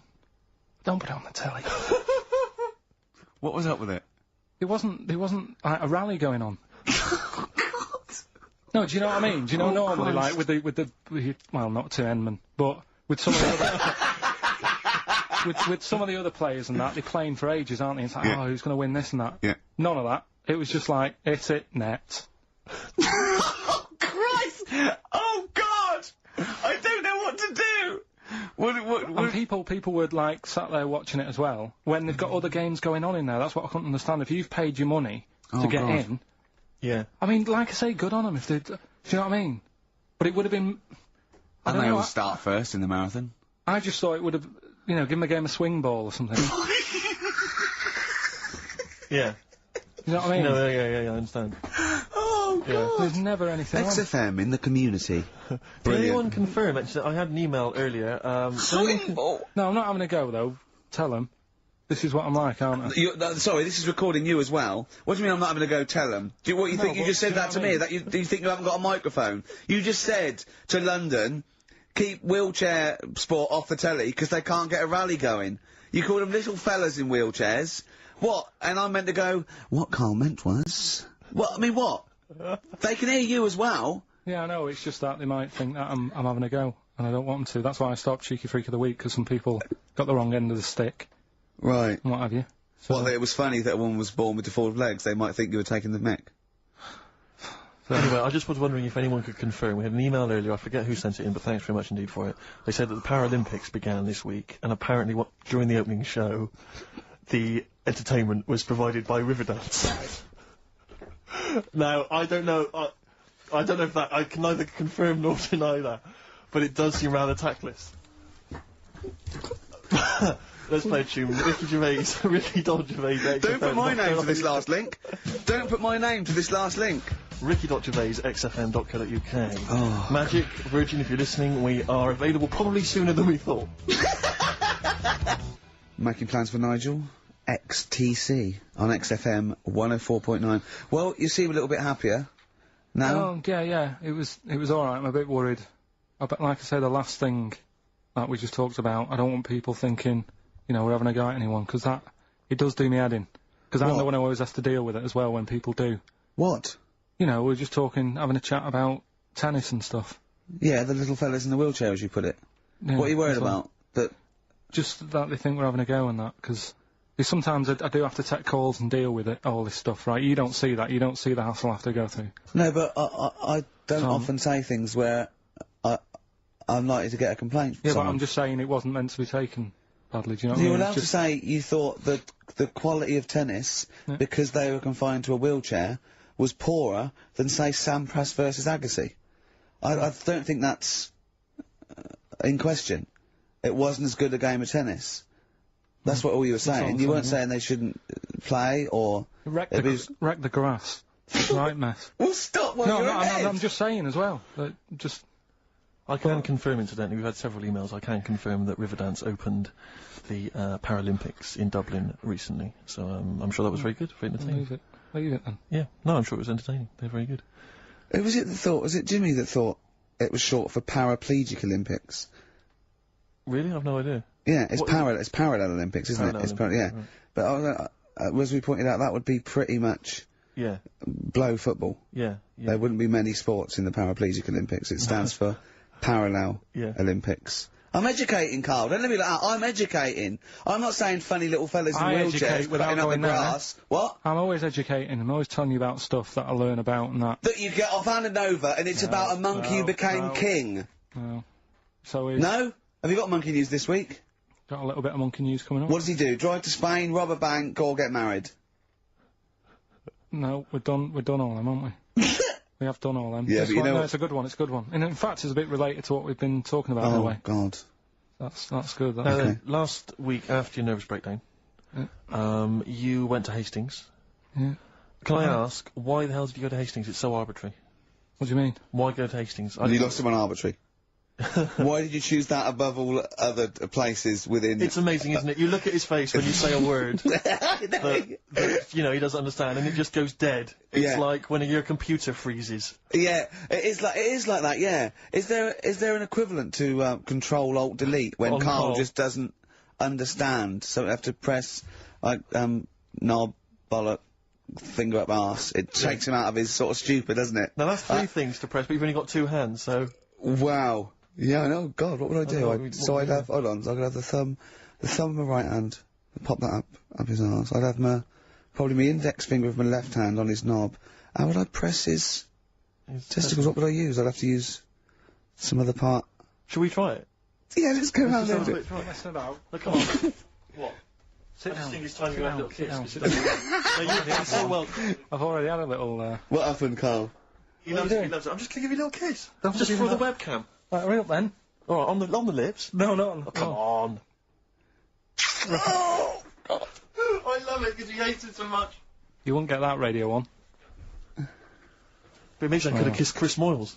What? I could have kissed Chris Moyles on Radio Little 1. Milesy. Give Milesy a little kiss for all his good work. Do you enjoy that? Yeah, it's good. Yeah. What happened to Chris Miles's show? Is he not on anymore? On the TV? Yeah. No. Turns out he was too fat and talentless. Do you want to tell us about Hastings? Where did that come from? Eh? What? Yeah, Hastings. Yeah. It's alright. Yeah. What's there? Not much. It's just one of them Is there a places. Yeah, it's good. I think that's what's good about it. Nobody knows, right? Because last weekend it was roasting, and you saw pictures of Brighton, and it was heaving. Yeah. Right. Hastings, hardly anyone there. And yeah, it's got a nice little beach. Yeah. Sand? Sandy No, beach? pebbles. Well, that's all right, isn't it? You don't, no. you don't want the sand. Why don't you want sand? Of course you want Yes, sand. a little bit, don't it? It's murder building a sandcastle. No, you just sit Yeah, there. but you can't walk on pebbles, can you? It's, do you mean? Well, it's all kind of, it's sort of a bit, you know, dodgy It's underfoot. alright. The only annoying thing is, right, it's one of them places that it's great to visit for a day, Yeah. but I wonder how people who live there get by. Why? Because all the shops are like them things that you go in, and it's like a little pebble with a pebble stuck on the top, and it says Hastings on it. So every shop does that. If you want bread and milk, You're done for. it's murder. Yeah. There must be a supermarket. I didn't see any. Seriously, it's all novelty things like that. Yeah. And then when I got back into London, Their houses. Yeah. Just covered in pebbles and, like, seashells and stuff. Oh, not rock for tea again. but the funny thing is, right, it's the first time I sort of noticed somewhere like that when you go, what do you do if you just want some Brillo pads or whatever? I'm walking in London. Never concerned me, that. Never needed Brillo pads in my life. No, but you know what I mean, the sort of things that Yeah. it's a bit tricky to find, but in London, you've got the coverage. Yeah. Now, the weird thing is, I was walking home from, had a drink the other night, right? Yeah. Walking down the road, and there was a shop that just sold, in London, chess pieces Yeah. Is that the one on Great Portland Street? round the corner from it. Yeah. Yeah. Well, I think that's Well, mental. I remember being in Brighton once and seeing a shop, and all it sold was the foam you put inside cushions. Yeah, there's one of those at Pentonville Road. But I don't know who opens a shop like that. I know where these I'll tell things you, are. There's a hole in the market. Yeah. What was that shop we walked past yesterday? And it was like something really, really... Oh, chef uniform shop. Yeah. It's Dundee Street. I'll tell you what, I opened a chef uniform. Mainly sort of check trousers and white hats. But there must be a lot of chefs around. I'm eating all the time. Someone's making the food. The funny thing is, on the chess shop, right, they mustn't have been doing that well. And someone must, the the bosses must have been sat there going, not really working this, is it? Yeah, right? people only buy one chess set in their life. Yes. Right. Yeah, but the funny thing is, on the door it just said, come in and browse. Which I thought was odd. Did right? you? No, it's shut. Right? but the funny thing is, right, so you can imagine them sat there going, oh, not doing that well. And it's changed, they've actually changed the name of the shop now. Yeah. And now it says chess and bridge. Right, they've had to expand. So they've opened it up a little bit. Yeah. Yeah. But still, What do you buy for bridge, if not I don't a pack know. of cards? I don't know. I don't know, I don't play bridge, but I don't know, I don't think you need a lot of stuff for bridge, except a pack of cards. I remember going A table. when I was on Three friends. on holiday once in Devon, past a shop. I don't know if you ever need it. If you ever need an antique marionette, let me know. I know where there's a shop. Okay, yeah. Antique marionettes. I know. Again, you only need one, unless But I you're a want to know collector. who goes into this business. Well, son, what are you doing? Going to university to do law, father. Well, there's a factory there that makes the little plastic bits that goes on the end of chair legs. Do you want to take it over from me? We're not ready, no. It's all set up. Yeah. It's all set up. Oh, God. All right, Dad, but just for a couple of years. Someone's got to make them. Someone's got to know. make the little plastic bits that go on the end of chairs. Well, if you make them, call us on the 123497734. Weird though, innit? Weird. Weird, though, isn't it? Right, listen, songs of phrase answers next. We'll go out of the Well, way. I'll tell you what, play it once more, so that people have got a chance to actually enter. Hang on. If you can't be bothered. Keep talking. Oh, I can't be Should be ready, Carl. This is terrible. There we go.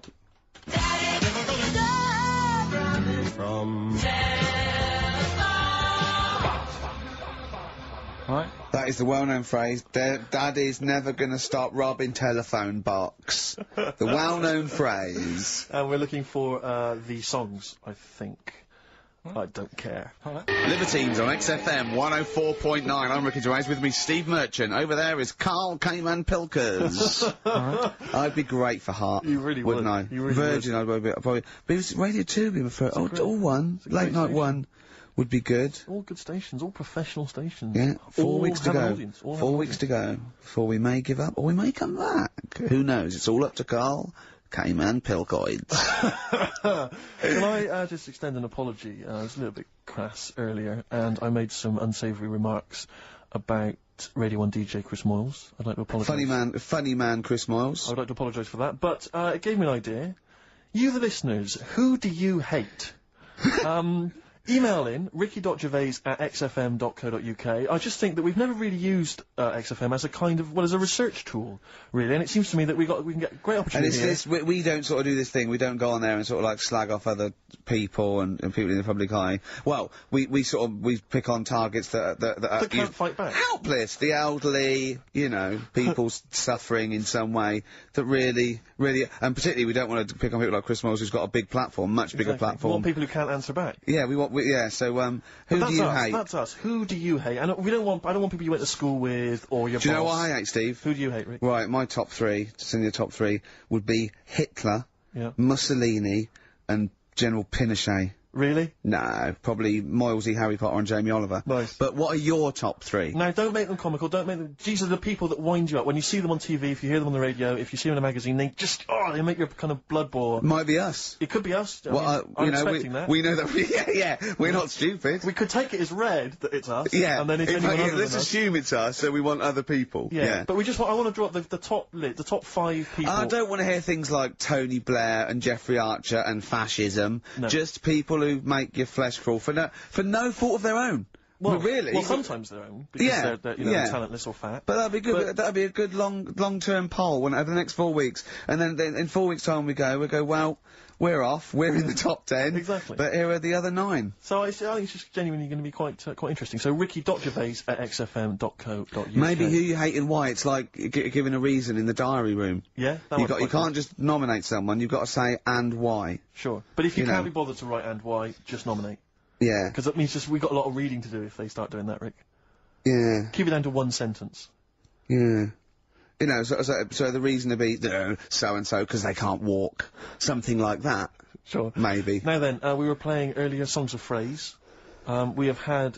I mean, the answers I could literally count on the fingers of one hand. Now the right answers, even less so. But do you want to play it once more, Karl? Oh God.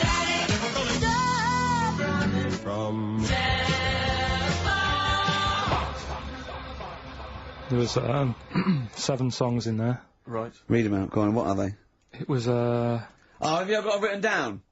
I can remember them. Daddy Cool. Right. Boney M. Boney M. Yeah. Never Gonna. Gives was You from Up. Rick Astley. Yeah. Never Gonna. Write them down. Stop. Sam Brown. Right. Robin was Miss Robinson by Simon and Garfunkel. Mrs. Robinson. Yeah. Hang on a minute. That's not Robin. Oh. From Russia with Love, Matt Monro. Right. Telephone hanging on the telephone, Blondie. Right. And then Box, Living in a Box. By Living in in a a box. Well, listen, no, I Brilliant. don't think anyone got them all right. No. If you did get them all right, I'm sorry, but I gave up checking the emails a long time ago. So I'm going to give it to Michelle Flower because she got a few of them right. So well done, She Michelle. got a lot right there, actually, well done. Good. Well done. She got 5 out of 7, so well done, Michelle. And you get all those great prizes. Incidentally, we mentioned that Stargate SG-1. I'm Yeah. sure you look forward to that, Michelle. That features Richard Dean Anderson. Had a lot of emails, people saying, is that the same Richard Dean Anderson or Dickie Anders that used to email in and said he loved the show? What's happened to Dickie No, I've Anders? not heard from Dickie for ages. So, Dickie, if you're listening, Richard Anderson, if anyone knows Richard Anderson, what's happened to him? I think we know his top 3. Yeah, exactly. So, yeah, Dickie Anders, if you're still out there, get in touch with Anders. Little saucer. Oi. Yeah. So, Hey. Anders. I just was going to say, you know, you're talking about people who annoy you and that. Yeah. Right? Not many sort of celebrities annoy me because I think, well, some people like them. You know what I mean? Yeah. Yeah. But things that affect me, like the builders. Right? You're a Builders- philosopher. Go on. Builders annoy me, right? Sure. Yeah. And you could say that's a bit of stereotyping, but all the people who I've met who have been builders have always annoyed me, right? So that's... That's because they've been working on your house in your space. I mean, that's like all the builders that have been round your flat making a noise when you're trying to get some sleep have annoyed you. Well, that, Brilliant. but also someone in the office in the week, right, who works here. Yeah. He's a good lad, named Lenny, right? He's called Lenny. He proposed to his missus Yeah. using XFM. So, What, he like, came on he popped in Zoe's show, right? His girlfriend sat out there, she didn't know what was going on, she was asked to come in. Even she wasn't listening, and she was out there. She'd probably had a Walkman on or something. Yeah. But just that She was just to Jono. He had to fax Jono with the request. Dear Jono, I am broadcasting from Mexico at the moment. Can My you ask girlfriend's my... listening to you. Oh, God. London's Hot 106.2. Great But station. it's just that thing of, like, abusing your position, I think, annoys me. Do you know what I mean? Yeah. Because I just was thinking, if he worked for a cab company, would he have done that over... That's one of my Do you know hates. what I mean? People abuse. Do you know what I hate? Dictators who have just sort of like, they've got there by unfair means, now they're sort of like hurting the, like, little people and that. Really? Yeah, that's what I hate the most. Yeah. Do you know what I don't like? What? Famine. No, it winds me right up. Famine and disease. Oh, I get so annoyed with it. Tune from Wilco's called I'm the Man Who Loves You from their album Yankee Hotel Foxtrot, XFM 104.9. Who do you hate? Ricky.Gervais, xfm.co.uk. Fascists. Ain't that brilliant? Van Dando, All My Life. Beautiful. On XFM 104.9. Well, that's nearly it. It's the big one. It's what people tune in for. They probably tune in about 10 to these days. For Monkey News. With, Karl Pilkington. Can we hear the jingle? Only 4 to go. Oh, chimpanzee, that Monkey News. Right, this one's about a, it's been emailed in to me. Right. I haven't really had time to check it out this week. No, you're joking. Been busy. Ooh, I hope it's not stupid. Goes back to 1908, and the person's saying it's, you know, it's a good story and that, and they're surprised I haven't picked up on it yet. Right? The Olympics, right? In 1908 in London. Apparently it was meant to happen in Italy, but it was cancelled. Don't know why. Right? And it happened in London. Anyway, 400 metres. Right? It was meant to... there was a fella who was going to do the run, right? And the favourite to win it was this Bulgarian guy, right? Who was like a newcomer. Okay, these are the few things it cannot be. 1, he injures himself, so a monkey steps in and wins. 2, he does a drugs test, it turns out that he is a monkey. So if it's either of those, right, I'm gonna go mad. So anyway, so the fella, right, this favourite, everyone's putting the money on him, thinking, yeah, he's going to do it. Is he hairy? Is this bloke hairy? So anyway, so the race happens. Yeah. And everybody's lined up, ready to run. And, you know, everyone's saying, yeah, he's going to win, he's going to win. Then suddenly, bit of murmuring going on, people going, oh, what's going on here? Right. He's eating a banana. And there's a fella in the lane next to him, right, he's going up, who's that? He doesn't look familiar. Oh, Christ, Karl. Keep going. Right, doesn't look familiar, who's he? You know, Weird, what's going on, what's going on, what's going on? Yeah, what is it, what is it? Or who is it? I mean, not what is it? So they go in. So they say, well, he might not be that any good. Do you know what I mean? He might not be good. He might. It's just a bit short, and doesn't matter. He's only 3'6", and he's hunched over on his knuckles. So I didn't realise it was fancy dress. So I don't think he's gonna be any good. No. So the race starts. Oh, he's put his finger up his arse. That's weird for runners to do that before a race. It's weird, isn't it? Yeah. Race starts. Yeah. The fella that no one recognises wins it. People go, what's gone on here? Yeah, sure. Do you know what I mean? We had our money on the favourite. What's gone on? Who is this guy? Yeah. Anyway, he stood up there, right? He's looking well happy. Yeah. He's lifting the trophy and everything. Right. Long arms. That trophy's higher than...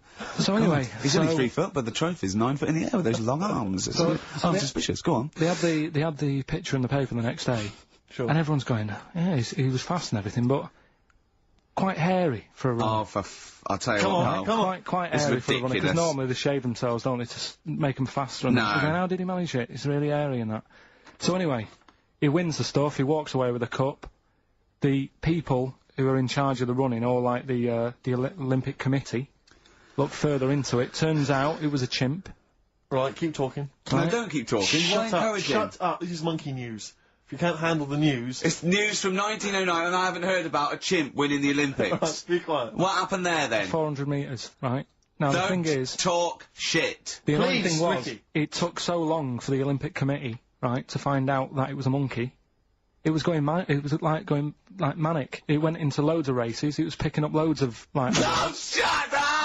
Right? It became a celebrity. It was doing endorsements on TV. Don't talk shit. It said he managed to win the same race 4 years later in Athens because. How did he get to Athens? But it's a joke. They're winding you up, Karl. Weird. It's not weird. It's right. I do not believe it. Well, that's okay. There's only 3 of them to go then. Right, because we're probably all leaving in 4 weeks' time, and that's the end, I've got to get onto a sort of mainstream radio station, because I don't think there's any other sort of tin pot place like this, is there? No. So I'm gonna clear up my act a little bit. I've got an album from the Capital Radio Library, and it's the best punk album in the world ever, so if Capital are listening, I'm just gonna show that I can do a mainstream. I'm gonna play a classic song and I'm gonna announce it right and everything. So if you get a job on a decent station, you'll take me with you, will you? we're a pair. Brilliant. So okay, here we go. Right, if anyone's listening, just to show that I can do mainstream radio. Okay. Well, that's all. Okay. Well, you're getting nervous. You're getting nervous. Okay. So come on. Shall I get a monkey and do it? It's all right. It's all right. Okay. Well, that's about all there is time for today. You've been listening to Ricky Gervais with me, Stephen Merchant. Across the way, K-Man Pilkers. We're going all the way back now, a classic song from the late 1970s, and this is Devo with Mongoloid. Jane's Addiction, Just Because on XFM 104.9. I'm Ricky Gervais, with me, Steve Merchant, and Karl Pilkington. We're all here then. Oi, oi. About 1:05. Yeah. Got 2 hours to go. I imagine you've got all kinds of treats lined up, Rick. Well, there's lots of things on the show. Great music. You know, Nirvana, Radiohead, The Darkness, to name but 3. Can I play you something from Led Zeppelin later? Yeah, please do. And maybe some Neil Young. Oh. Now, coming up also on the show, we're continuing a thing we started. We've only got 4 weeks to go before maybe we either give it all together or go away for a couple of months. Is it 4 weeks or 3 weeks now? Is it 3 weeks? I'm not Oh, I don't know. I think it's the 16th of August, isn't it? Cannot end soon enough. Wow. Might be that it'd be a shame to end it forever, but it's all up to Karl. But again, he's in a grumpy mood. We've tried to try and up his attitude, and it's them, it's the listener that counts, Karl, not us. We may be feeling bad, but you, the listener, count. You come first, yeah? Okay, up, yeah? Big 'em up. Big up London. Big up you, the listener. Karl, leave yourself at home for a little while, yeah? We're going to continue that thing we started last week. We're doing the list of the most hated people in Britain. It's not us, it's the listener. So we're, keep coming with those suggestions of people you just, obviously, you don't hate them. We don't want a list of mass murderers, dictators and politicians. You can't have them, but, mass murderers and politicians, what's the difference? Good point. Good point.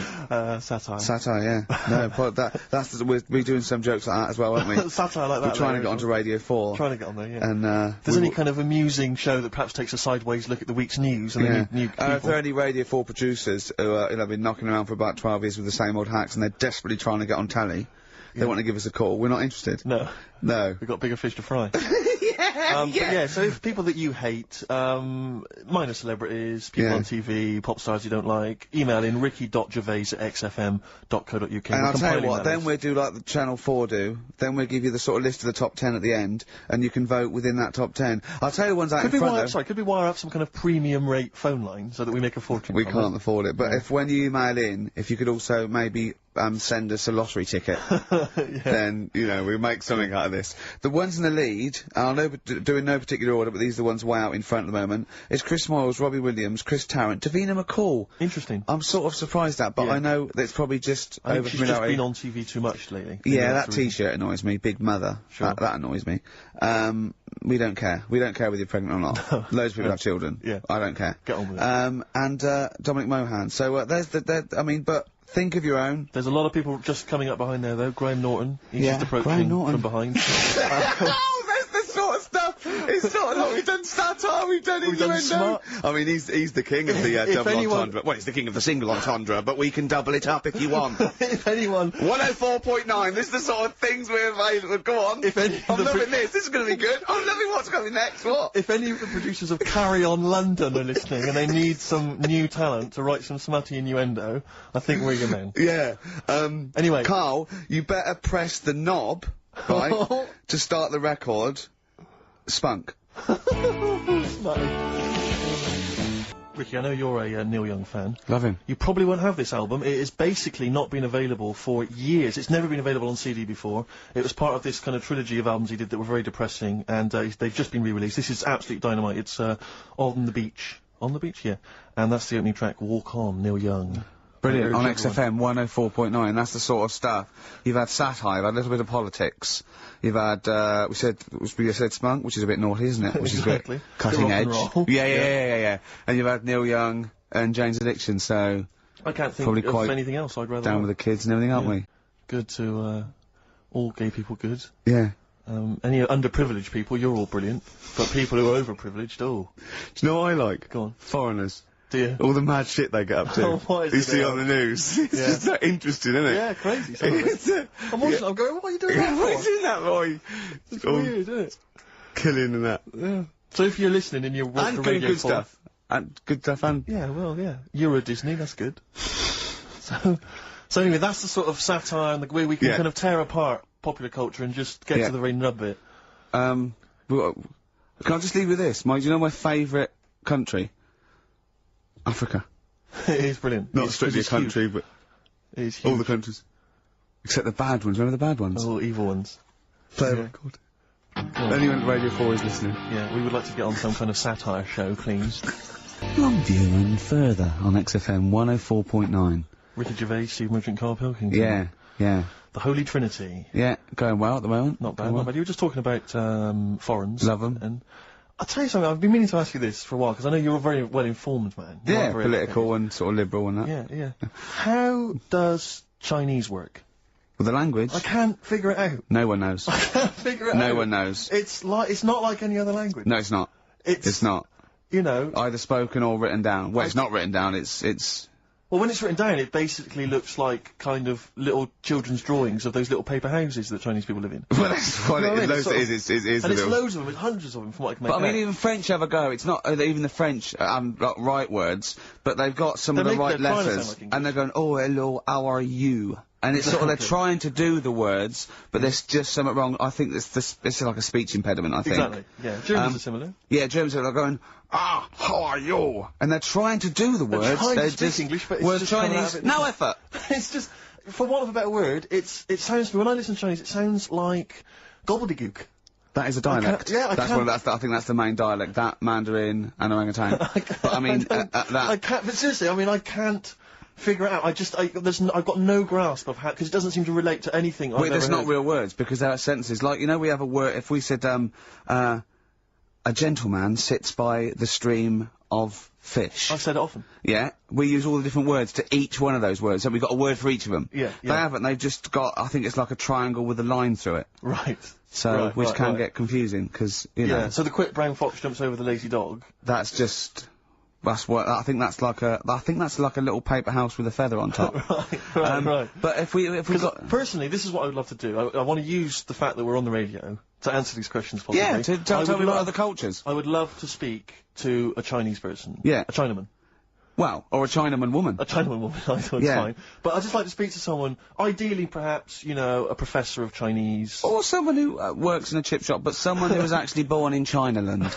Someone born in China. Someone born in Chinaland, a Chinaman or a Chinaman woman, just to talk us through exactly what they're going on about. Exactly. And it's just because I'm very ill-informed. I've only really seen, Chinese people in kung fu movies. You know, so Chinatown? Chinatown, walking through Chinatown. As we've said before. Not really a town. Not really a town. More of a novelty street. More of a novelty street, a slippery novelty street. Exactly, yeah. So, Because I remember watching Kung Fu a lot. They always used to speak, they always speak very slowly, don't they? they do. They're very kind of mysterious. Yeah. Inscrutable. And they never really they are unscrutable. You cannot screw a You Chinaman. cannot screw a Chinaman or a Chinaman They are woman. unscrutable, they are non-scrutable. Yeah. If yeah. I was to go out in the street now and try and scrute a Chinaman... You'd have no chance. I would not, because they are inscrutable. You could not screw a Chinaman for love nor money. They are anti-scrutable. Yeah, yeah. I could possibly scrute a Chinese woman. Well, I That's don't think they're you'd pretty have any inscrutable. luck. You've had no But luck. anyway, if you are a Chinaman or a Chinaman woman who can just tell us basically how it works, how would you teach us the basics of Chinese if we were going to go to China and we wanted to interact? Where would we start? What would be the first words we would say? How would we say them? How would we write them? Please help. This is going to run and run. What's the number, Karl? 08700 800 1234. See, proper normal talking there. From Karl Pilkington. Whole lot of love from Led Zeppelin Classic. On XFM 104.9, I'm Ricky Gervais, with me Steve Merchant, Karl Pilkington. We've not heard much from Karl this week. We haven't heard much from anyone who can speak Chinese for us either, so We'd knock that one on the head. I don't think we'll be learning Chinese today, Steve. What annoys me is I'm going to go out into the world still ignorant. I know, yeah. The only Chinese I learned was, from Benny Hill. No, Benny Hill could speak fluent Chinese. Well, the only ones I know is, you silly idiot is Siri Iria. Yes. And Bloody Foreigners is Bloody Foreigner. Yeah. That's all. I mean, it's just a matter of it. Get you by in Peking, but I mean, you come in, you hit a dialect and you know, your worms meet. Sure. Carl, yeah, we haven't heard a lot about from you. We've been going here, we've done a few features already. We've, talked about, different parts of the world, different parts of the globe. Do you speak any languages? No, not really. Well, still struggling with English. Yeah. Yep. Learn a few words. I mean, literally. So. About 4,000, I think he's got. I've had a lot of emails, actually, people saying, Carl, please don't leave, we don't want to see the show ending, blah, blah, blah, blah. And we've had a couple of calls bringing back, Cheeky Freak of the Week. And do you know what Carl said? He said, a bloke on the phone said, oh, bring back Cheeky Freak of the Week. He went, can't, not allowed to, I don't know, you know. And, he went, oh, go on. He went, well, no, I had a story today. A fella born with 2 dicks, but I can't do it. Now, Carl, you cannot not do a feature about a fella born with 2 dicks. Well, look if we need it. I mean, how much more have you got on the Chinese? We've done that. We've nailed Chinese, we've done it. That's done, that's put to bed. Fella with 2 dicks, please. No, we might get round to it later. But, like I say, Cheeky Freak of the Week. Sort of, we've put that on hold at the moment. Sure. Right. So, what have we got? What are you providing then today? Have you got a quiz for us? Yeah, we've got, what's her name if you want? We've got, We've got what? What's her name? What's her name? No, Is that a new one? Don't know. Yeah, what's her name? Yeah, what girl am I thinking of? Song's a phrase. Song's a phrase. We've got that coming up. Alright. Monkey News, I Monkey News is safe, isn't it? That's a Monkey News, that goes out. I told a bit of Monkey News. I did a photo shoot at the zoo this, week, and, one of the people in charge... Trying to make yourself look good. yeah. They told me that they used to have an orangutan, right? But, it escaped, it worked out, it lifted up a drain, got out the drains and got out up into the zoo. It actually did a Coldix type escape, right? And, Karl goes, what happened? I said, well, they sort of like, they surrounded it and sort of got it back in. He went, that's no good though. I mean, it's not Monkey News unless it steals a car and goes to Spain. Exactly, yeah, or opens a small I mean, that's real. That actually happened. Yeah. But it's not real unless it, you know, takes a gun, gets mistaken from a president, and, you know... runs the country for 3 years. There was some more news about London Zoo this week about it. They're all excited because we've got an anteater in there. Right. This week. So. Is that good? Is that exciting? No, I think they've had an okapi born. It's got a long nose. It's like a sort of tapir type thing. Not interested. I've said to you before about if an animal's named after what it eats, how interesting is it? Do you know what I mean? But an anteater is the only one, isn't it? Well, get rid of them. Do you know what I mean? There's lots in there. What other ones are there? Well, there's flycatchers. There's lots of animals that are named after what they eat. What's a flycatcher? That's a bird, isn't it? Seems ill-informed. I can't think of many beyond anteater. You're talking about, because you're talking about zoo though, and I was watching the news last night, and it had, a feature about Madame Tussauds. And they were saying that they scrapped many of the royal family. Now, I don't mean this, but I've never understood the appeal of Madame Tussauds. I just, genuinely, with no irony, cannot see the appeal of sort of having my photo taken next to a waxwork of J-Lo. I know.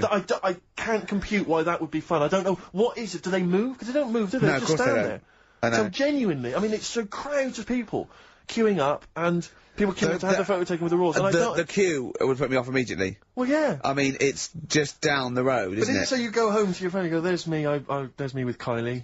It's not Kylie, is it? Her eyes oh, look no, a bit it's just funny. a wax effigy. Oh, I thought you met her. No, it's just a waxwork. Right. It's not even the real person. If you've been to Madame Tussauds, if you have any understanding of why the appeal there, email and tell me. Let's not diss them, because they might melt down, Ricky Tomlinson one day to do me. Sure. You never know, you know. Or Rick Waller. Yeah. So I don't want to put them off. But seriously, I mean, I'm not being... You know, Roy Kinnear might be in there. What is the appeal? Genuinely, what is the appeal? To walk around a number of...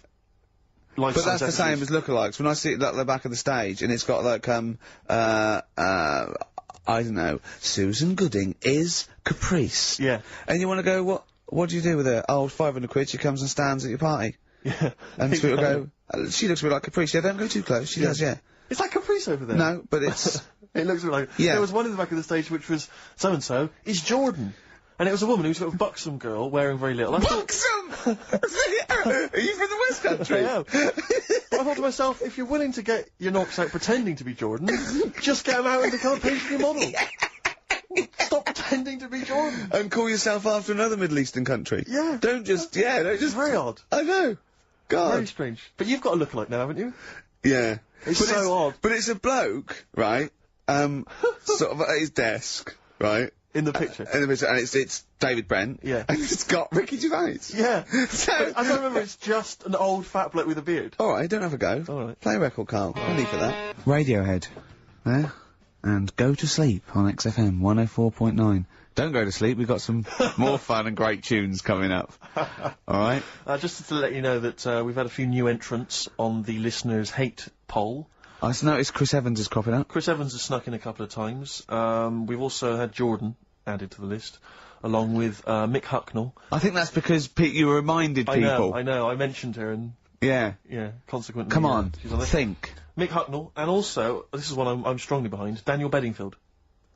If you've Yeah, ever but I heard can't him hate interviewed... him. Oh, if you've heard him interviewed, he's such a knob. Is he? He really is a bit... Don't get involved. We see, the good about this is we don't get involved. This is not...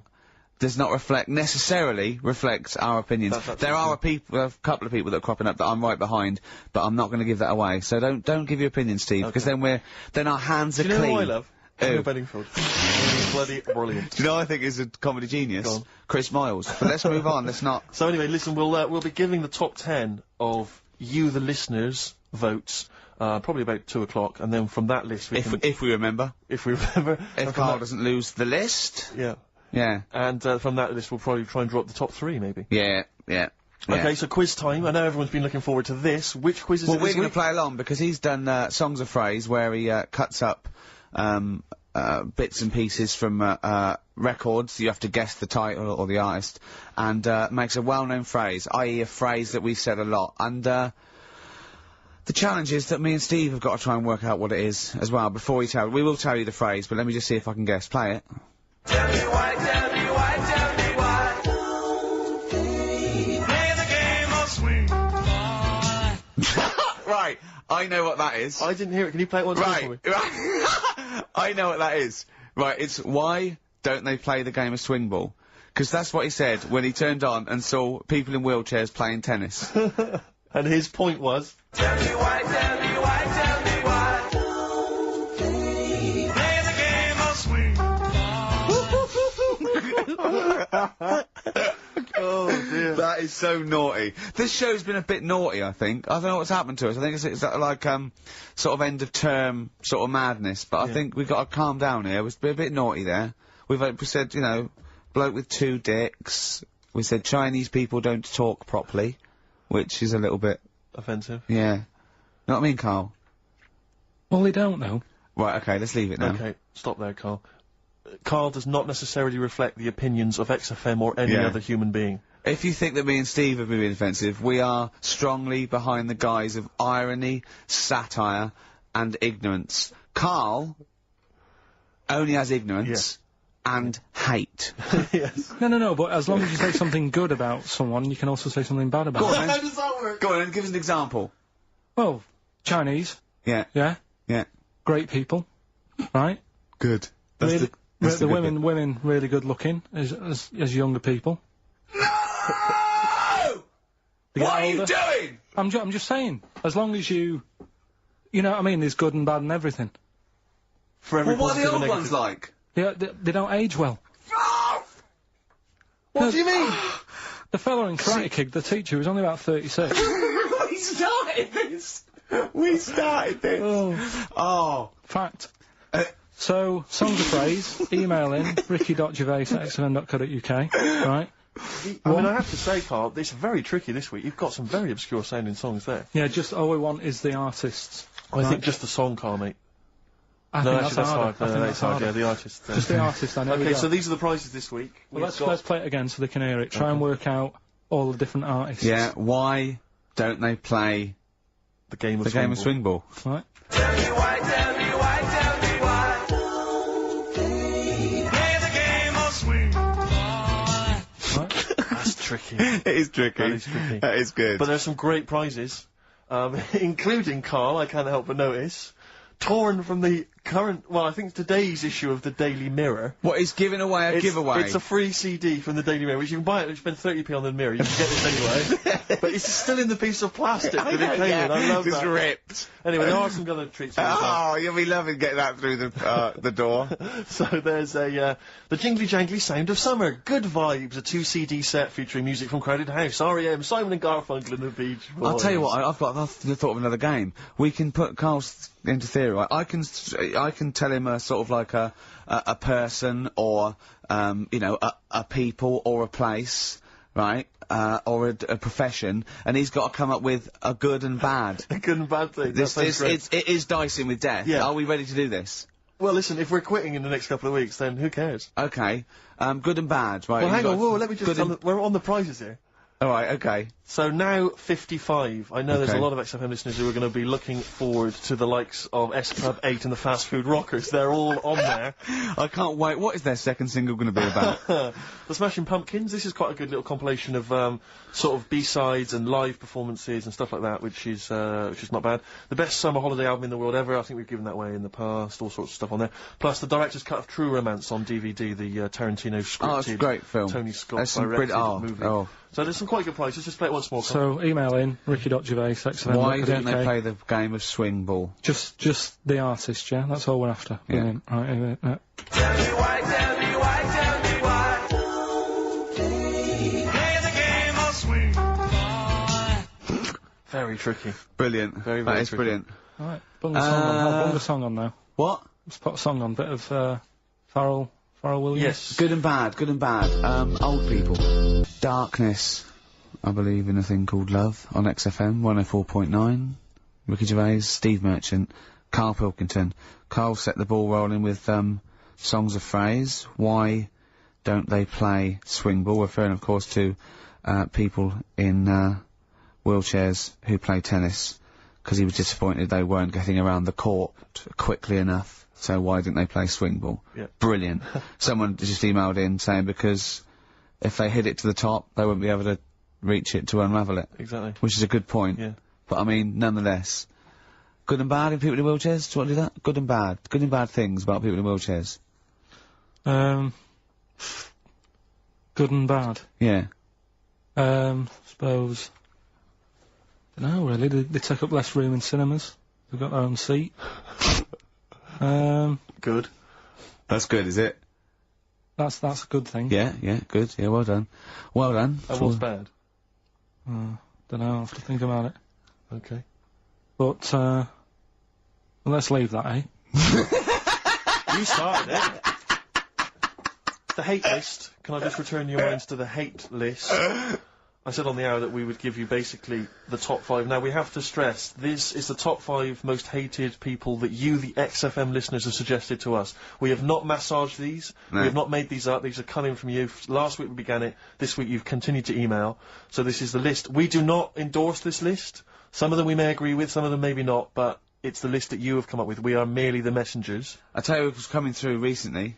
Cameron, but he didn't make the top 5. I'm afraid he was just a late Williams entrant. dropped out of the top 5. Robbie Williams surprisingly dropped out of the top 5. Yeah. So let me tell you now, in no particular order, this is the top 5 that you're voting for. XFM listeners. Well, I say XFM listeners, people who listen to this show. I mean, XFM listeners aren't typical radio listeners, and I think our listeners aren't typical XFM listeners. Right. So, I don't know what this poll, what it's worth. What any poll's worth, but I mean, this one is probably worth very little. I think in a way it's sort of worth less. Yeah, go on, who's the top 5 in no particular order? We want you, the listener, to then just vote, email in with the one name that you hate the most, and then from this list Out of we this can list, figure yeah. out the number 1. Okay. But this is in no particular order. Chris Tarrant, Yeah. a surprising entrant. Davina McCall. Well, I don't think he's that surprising. Well, anyway, 'Cause, I mean, I'm not these- going to editorialise. No, I'm not saying, I'm saying I imagine XFM listeners pretty much despise someone like Chris Tarrant. Okay, well anyway, Chris Tarrant's on there. Davina McCall. Yeah. Patrick Kilty. Right. Graham Norton. Right. And Chris Moyles. Now, I'm not going to say anything. Those are the names that you have drawn up. There are lots of others that didn't make the top 5. Richard Madeley was on there, Michael Flatley, Vorderman, bizarrely. Michael Flatley's a weird one. Very strange. So Jamie Oliver, a lot of votes for him, but he's not made the top 5. So those are the top 5. Just email in with the number 1 that you hate. And we're talking about someone another pointless, inane poll. Exactly. And this time we did it. Oh, dear. Moyles, Norton, Kilty, McCall, Tarrant. It's your choice. Who would you have Ricky out of this? Gervais. Who would you have in your list, Karl? You're allowed to talk because people know your opinions don't matter. So, what? I honestly don't really hate anyone. That's that nice. much.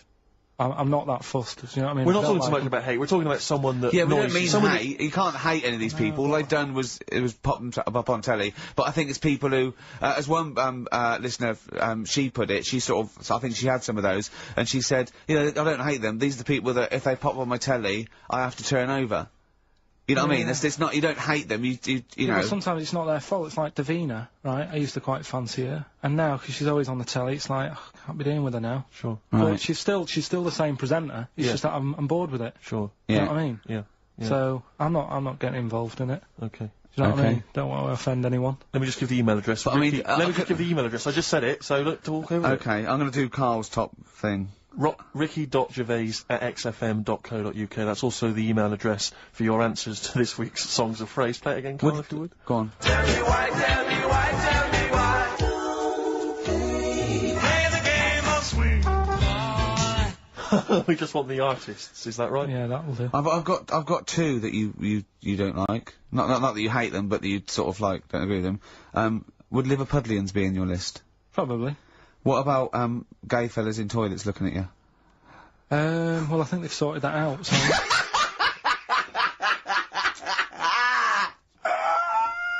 One of the prizes this week in Karl's goodie bag features this song. Play it, Karl. The Monkees. Pleasant Valley Sunday. God. Monkees, Pleasant Valley Sunday. Brilliant. XFM 104.9, Karl Pilkington. This show is monkey heavy, isn't it? It is monkey heavy. Karl, if you were president, would you sort of make it compulsory to maybe have a little monkey? Everyone has a little monkey of their own? Little chimps out and out, old age pensioners? It's not a bad little, It's funny, you know, because there was, a story the other day, when I was looking for Monkey News, right? There's a story about a couple who couldn't have any kids, right? There's something wrong with them, but they really wanted a kid. And they got some, dodgy email address where they could buy a baby online, right? It was someone who would have a kid, and you could buy it for $3,000 or something, right? Yeah. So anyway, they got one, they got picked, and they're like, brilliant, there's the money. Got the baby and everything, they were loving it. You know, playing with it and stuff. As it got older... Feeding it. It got area. Oh, shut the oh, Karl! Turned out they'd been sold a chimp. You maniac. You stupid mank twat. How Don't on earth? talk shit. That is as if... They didn't know it. Oh, don't talk. Are you mental? You I love the fact stupid. that didn't make it into Monkey News. I know, yeah. Well, it's a bit sad though, we don't like to bring the feature down. Yeah. But And how long was this into... It got area. They're born hairy! They're not born like humans then develop hair, because they go, hold on, we better get the chimp stuff kicking in now, because we're in the jungle. School photograph, they were like, hang on a minute. It looks a bit weird. Oh, you are just the rubbish. Mad, innit? Mad, innit? Mad, innit? Imagine, oh, God. But Just anyway. imagine if he was in charge, we did put him in charge of the country. Terrifying. Wouldn't that be amazing? Let him run the country. Just for a week. Or the mayor. What would you do if you were the president, or the Lord Mayor of London, or the Prime Minister Karl. I wouldn't do it, like he's gonna be offered it! It's a hypothetical question, Karl. No, but Suzanne was, my missus, if you're a new listener. You keep her, sure. Yeah, help her. She was watching the news, trying to follow some heavy stuff. And I'm like, The weather? What? You know what I mean? I just was like bored, and I was reading about that mouse that had an ear on its back and stuff like that. So she said, well, you take notice of this. Should be, you know what Ricky and Steve are like. They try to teach you stuff and you don't even want to learn. So to try and get me interested in it, she was like saying, what would you do if you're president and stuff. Yeah. And I can't be dealing with any of it. What did you come up with? You must What would have. your slogan be? What did you come up with? Did you come up with anything? I had a little, the design of it, right? I said I'd have like red and blue, to sort of, do you know what I mean? Both sort of major sides into one. Well, that's broken the back of it. That's a pretty good manifesto so far. Anything else? What's on the second page? I had like, KP looks after me. That would be the badges, would it? Yeah. That's good. I'm a KP nut. Yeah. KP looks after me. Yeah, brilliant. That's about as far as I went with it. What would you do? What about, you know, policies, transport, crime, you know, just law and order? Yeah, what would you do with crime? What would your initial approach be? Would you introduce guns? Should police carry guns? Nah. No. Would I have to worry about that? Okay. No, good point. Good point. No, what I'm saying is, though, I mean, Tony Blair isn't sorting everything out, is he? No, but he has a say in most things. Does he? Well, go on then. What are the problems at the moment? Aren't they sorting out? Well, generally, what's the best way to combat? Would you bolster up the prison system? Would you introduce more community service? Would you go harsher for say I don't know drugs? Would you go harsher or less harsh? There's pros and cons to both, isn't it? Because of course you can't see to condone it, but some people, you know, you don't want to go through the court system and cost taxpayers thousands of pounds of money for someone, I don't know, the difference between smoking a spliff and dealing crack. Do you know what I mean? You have to all these things. Have I lost you? Yeah, I'd just think about it for a bit. Do you know what I mean? Brilliant. You'd think about it for a bit. Yeah. Probably ask Suzanne. Do you know what I mean? This is amazing. Get her help on it. Yeah. What about the foreign situation? Would you have supported Bush in his war on terrorism? You're aware of this war that we had recently? Yeah. Sure. I mean, if I was new, though, couldn't I just say, look, new slate. Do you know what I mean? Let's start again. Yeah, of course you can. I'm in charge now. Let's see if we can sort this out. What would you do then? Then see what happens. Brilliant. Suck it and see. Brilliant. This is excellent. Now, this is not really your jurisdiction. This is not really your area, but I imagine you'd have some powerful friends who might have a say in it. Go on. Yeah. What would you do about single-sex marriages? Same-sex marriages? See, this Cameron. I thought Cameron had blown it on Big Brother because they said, you know, what do you think about gay fellas getting married? And he went, no, in the Bible it says, you know, a man and a woman. And I thought, oh, he's put off a lot of. Yeah. I don't think many Christians tune into Big Brother, but we know the gays love it. Yeah. They love Big Brother, don't they? The gays. Yeah, so interesting. But what would your take be on that? Same-sex marriages? And then what? Having a kid? Well, just let's start off with, you know. That's all right, isn't it? Do you know what I mean? Just let them get on with it. It's not affecting anyone else. Sure. Yeah. Sure. Right. But it starts getting tricky. Right. When you get a kid. Okay. Go on. Why? Well, it's just tricky, innit? Do you know what I mean? Well, yeah, you could be right. I'm not giving any. I mean, you know, we're not. There's no right or wrong it's answer. All right if you were in if you lived in the jungle, right, with no one else, yeah. Right, and you just had these two fellas, right, yeah. looking after you, but because you got no one else looking in on that, saying, "Oh, you're a bit weird, aren't you?" Do you know what I mean? But as soon as you come so to... why have they got married? Do you think that gay people turn to a bloke because they couldn't get a woman? If there's two fellas go away and they're in the jungle, they go, we're definitely not going to find a woman here. We might as well bum. That's not how homosexuality starts. People don't. It makes you wonder. No, it does make you wonder. Gays don't go, well, I'll tell you what, I haven't seen a woman I fancy yet. I'll try a bit of knob. No. But what I'm saying is, right, if you're brought up in like a little jungle, right? Yeah. How are you brought up? Someone just puts you there. I don't know what this is about. Steve. I can't be bothered. Go on, mate. I'm listening. I'm fascinated. I can't be bothered running the country. Like, I'm too much trouble for you. KP takes care of me. Alright, fair enough. What I'm saying is, right, if you're brought up in a jungle, right, what do you mean brought up? Just let him finish. What does he mean brought up, though? Like Tarzan. You've got to tell me what you mean by brought up.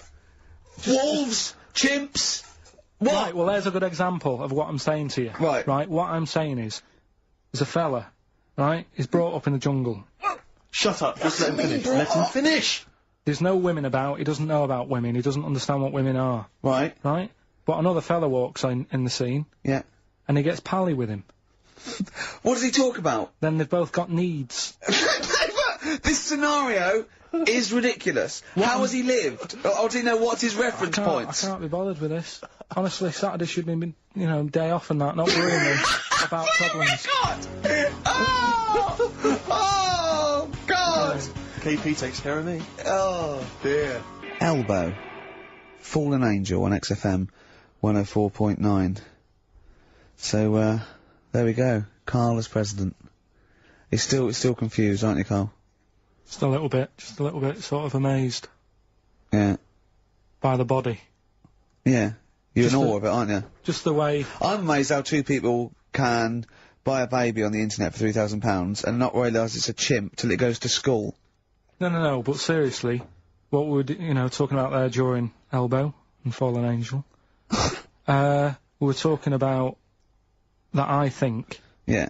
If you're locked up, well, not locked up in a room, you've got a normal life, except there's no women in it. Yeah. Right? But how would that happen? What would this point of reference be? How would you bring up a person can I just ask you and something, totally... Go on. How can infinite monkeys and a typewriter... Right, again, I've told it before, right? That is not... You don't actually have to test that model. It's basically a model for that explains the nature of infinity. Okay? Yeah, but... I've told you before. It works because of the definition of infinity. There's nowhere in the world you'll ever be able to get an infinite amount of monkeys and typewriters to But anyway, all I'm saying is, I think if you don't know about women, would you crave for a woman, even though you don't know they're around? When you hit sort of puberty, your hormones will kick in and you'd start getting urges. But for what? If you don't know about it? You don't have to know about it. If you grew up and you started feeling hunger, you wouldn't go, I wonder what that is. You'd go, get me a sandwich, I'm starving. It's different though, it's different. But I'm not, but we're not saying it's all hardwired or people can't change their natural state. We do it all the time. We fight nature all the time with conditioning. God, it's weird, isn't it? Yeah, well that's that one. I'll tick that. It's weird, isn't it? No, the body is. There was something. Yeah. Did you read that thing the other week about Man with two penises? No, we don't need that. We don't need that. Lawyer who got in office realised he was actually an orangutan and they just shaved him and put a suit on him. From Hugo Boss. And the funny thing is, he won the case and the judge said, well, don't send him back to jungle. Let him set off on his own. Budget, wibble and podge. You'd make the best judge in the world. No, there was a fella... Here's a banana. There's a fella who, was in a coma for 20 years. Just, they kept, like, taking him through, like, the normal day. They'd take him to Alton Towers and stuff. He doesn't know anything about it. Just kept going through the motions. Don't know if they kept charging him. Kept putting him through all that. He eventually came out of it. 20 years. And went, stop taking me to Alton Towers, it's shit. I just thought, imagine how much post making, eh? How much post?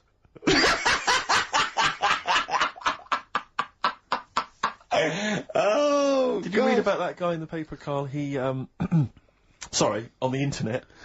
He, in about, I think it was about 1984, 85, he had a terrible car accident. But this must be it. He went into a coma. This must be what he's talking about. Well, they didn't take him to Alton Towers. Of course they didn't.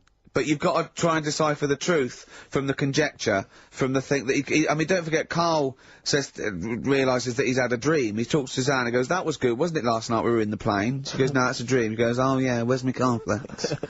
You got to, you know what I mean, I can now decipher what he's actually seen, what he's read. Well, go on, what did you... Well, I'm assuming it's the same guy. It is the same guy. It was a guy in some small American town, and he'd had a car crash, and he'd gone into a coma, and his wife had left him. She'd gone on with her life, because he'd been in a coma since then. And he had just woken up recently. Marriage wasn't working. Marriage wasn't working. He just wasn't paying enough attention. She was pregnant at the time, and so now his daughter is basically the same age as he was when he went into the coma. And, he's just started coming around, he's just started making jokes. They said, how do you feel? He said horny, which I thought was quite witty for a man who'd been in a coma for however many years. But anyway, yeah, so he's slowly trying to rebuild, what life he can. That's What do you make interesting. of that, though? Because the thing is that he's missed... Imagine what he's missed, Carl. Imagine the music that he's missed, the Live TV Aid. programmes, Missed the Live news. Aid. Live Aid, he's missed He missed, completely. The Phil Spice Collins Girls, playing in 2 continents in one day. which, frankly, I'd be devastated if I discovered that. Missed happened. Bros. Yeah. Yeah, so he doesn't, so he put on ripped jeans and they go, passe. They just have to send him a series of those, I Love 1986 Exactly. programmes with Kate Thornton filling him in on what he's missed. Exactly. Peter Kay reminding him of space operas. Yeah, he Richard remembers Burton those. talking rubbish. Yeah. So, Extraordinary though, isn't it, Carl, to think? Mm. No, obviously So, not. had he aged much? Because he hadn't had any problems or anything, no worries. well, Is that he probably wouldn't have, physiologically, he probably wouldn't have the wear and tear of a 43-year-old man. Was that a good Because kid? he wouldn't have had sun, he wouldn't have had sort of nicotine, beer. Unless they were just feeding that to him. Anyway, to try and still, bring him round. yeah, yeah. You'd feel groggy though, wouldn't you? Yeah, you might feel a bit groggy, yeah. Yeah, Well, he's not fully back to normal. I mean, there's No, some it's- kind of residual brain damage. yeah. But nevertheless, he can form sentences. He's got no real memory, so he can't remember a lot of things. It was just when I saw Carl, it, have that's you been in what... an accident? So, giving the answers out for what's his name? Oh, later, play a tune. I'm Yeah. bored. Bit of Snoop Dogg? Oh, play Snoop Doggy Dogg from 1993. And What's My Name? Long time ago. It was indeed. 10 years ago. XFM 104.9, Ricky Gervais, Steve Merchant, Karl Pilkington. Songs of Phrase. We've had very, very few entries. I really think people aren't interested. They really have just given up. I mean, seriously, That's the one thing, that's the one thing you contributed to this show, Carl. And it's the weak link, I the think. missing link. In the chain. The missing link. Oh, do you reckon there is one, Carl? Do you reckon they'll ever find the missing link? Wandering around Manchester. Wait a minute, Carl. The stats then. Let's have the answers, if we can. Right, it was, Well, let's specials. play it once more. Alright. Tell me why, tell me why, tell me why. Specials. Yep. Jermaine Jackson. Game of swing. Right, it was, Play the Game of Love. I think that was Wayne Fontana and the Mindbenders. Right, you think, but you're not sure. Louis Armstrong was the, Don't Mean a Thing if it ain't got that swing. Mm-hmm. Yeah. And Queen, Don't Stop Me Now, We're Having a Good Time, and that. We're having a ball. We're having a ball. Yeah. Well, I mean, considering you yourself weren't entirely clear, I think it's only fair to give it to Paul Brown, who got some of the answers right. PB, you are getting those prizes. well they done, are P. on their way They're to you winging their now. way to you. Okay, the stats are in for the XFM listener hate list. Some interesting results. Go on then. Reverse order. Okay, 5th In place. 5th place, interesting, Davina McCall. Yeah, I think that's is a reflection of her being on telly all the time and running out of stuff and being a bit over the top and yeah, 4th position, yeah. Christopher Tarrant. Okay, well, I mean that's I wouldn't have thought he's the favourite. There is Role a model joint of- go on. 2nd place. Go on. Graham Norton Yeah. is alongside in 2nd place. Patrick Kilty, which means Chris Moyles is the winner with an overwhelming vote. And I swear to God, I have not done anything to those stats. Yeah. That is exactly as they've come in off the email. We do not give our opinions on this. Do That not was the condone that. XFM listeners, but well done. Thumbs up, you all win a We're going prize. to play you some nice records because of that, aren't we? I reckon they'd sort of prefer some ads. Either's fine. Yeah. Feeder. Forget About Tomorrow. On XFM 104.9. When I was at university, my best mate was a bloke called Wally, and he was doing psychology, and I was doing philosophy, and we both got into this theory called determinism, which is about the state of the mind, and it's a materialistic view that everything is part of the causal web, and everything has a reaction for something that happened before it, and by the way, Karl, do not confuse this with fatalism. Determinism is not predictive. It's just that if a brain state happens again, then anyway. The famous Everyone one is, the famous one is if a butterfly hadn't shaken its wings, Queen Victoria wouldn't have sneezed. Everything's inextricably linked, right? We're thinking that, right? And we're thinking, what if you changed one word in like classic songs or one note in Beethoven's symphony? Yeah. How it just wouldn't work. Well, I've always thought that come on baby, light my fire. Yeah. Not as good. That sounds brilliant. Yeah. Enigmatic, interesting. Not so good. More pedestrian if it was come on baby, light a fire. Yeah! Just one thing wrong! Yeah. That would be great. Just sitting there, Paul McCartney comes to John and he goes, alright John, written a song. He goes, well she was just 17, well you know what I mean. The way she looked was way beyond compare. I wouldn't dance with another. I'll stop you there. Go on. I'll stop you there. What's the matter? Something not quite right with that. I love the song. It's great. Yeah. Just once more. for Well, us. listen, don't be too harsh. I mean, because we write our own songs. No, but sure, we can still put both our John, names I think to you're it. a great talent. I think you're a great talent. Well, I'm just saying. listen, you hippie, right? Well, not yet. Well, not yet, but I mean, there's a Japanese bird outside looking Don't in. fancy him, I'm not interested. No, well, listen, well... And I'll never right? change my view. Right, now listen, right? I wouldn't dance with another... Is that bit? Is it that bit That you don't bit's like? not Is it the... working. I just like the... Could you try and... Is there a different Well, pitch okay. you could go? I wouldn't dance with another... So again. You don't like the... Is I'm it the just noise? not sure the girls are going to go crazy No. for it when we do that Just bit. think, just think of... Is there anything else you've got? I love the idea of just changing one Yeah. lyric. Radiohead. Well, that was their classic song. Creep. You can't really change that, can you? Burke. What if they called it Creep? I'm a Burke. I'm a twat. I'm a knob. But don't worry about determinism, Karl. Please. Just because it says we don't have a free will as such, you know, it's more an illusion. It's not whether we choose our choices, whether we can choose, you know, to choose our He choices. knows all this. But don't, as I say, do not confuse it with fatalism. It is non-predictive and does not change anything. I mean, the moral upshots are frightening because if we have no free will, then are we culpable for our actions? But again, it changes something because you've got to take people out of society that are harm. Karl has often said that. You alright, Karl? Am I still the president? Yeah, go on. Yeah. No, I'm just asking. I'm not. Yeah, what would you do? What would you do about determinism? Change it. I'd have a day off. If you were president of America, would you ban guns? It's in the Constitution. Everyone's allowed to have them. I don't know. I'd have to think about it. I just love that. Imagine all your different aides and the Secretary of State and generals coming to you, and they come out and they go, what did he say? He goes, he said he's going to think about it. Again, did he say that again, did he? Yeah. What was he doing? He was on over looking at monkey news. Apparently, a chimp stole a car and drove to France. Ah, Brilliant. no, monkey news. You're talking. I'll tell you what, should we have a great song, then monkey news? It'd be an absolute treat. What It'd be about a great little bit of David Bowie, Sorrow? Yeah. Didn't write this one, but I mean, he sings it bloody well. David Bowie, Sorrow, on XFM 104.9. Nearly there, but, you know, we're working our way up to the grand finale. The bit where Karl spouts absolute nonsense from a dodgy source on the internet about a monkey who did something impossible.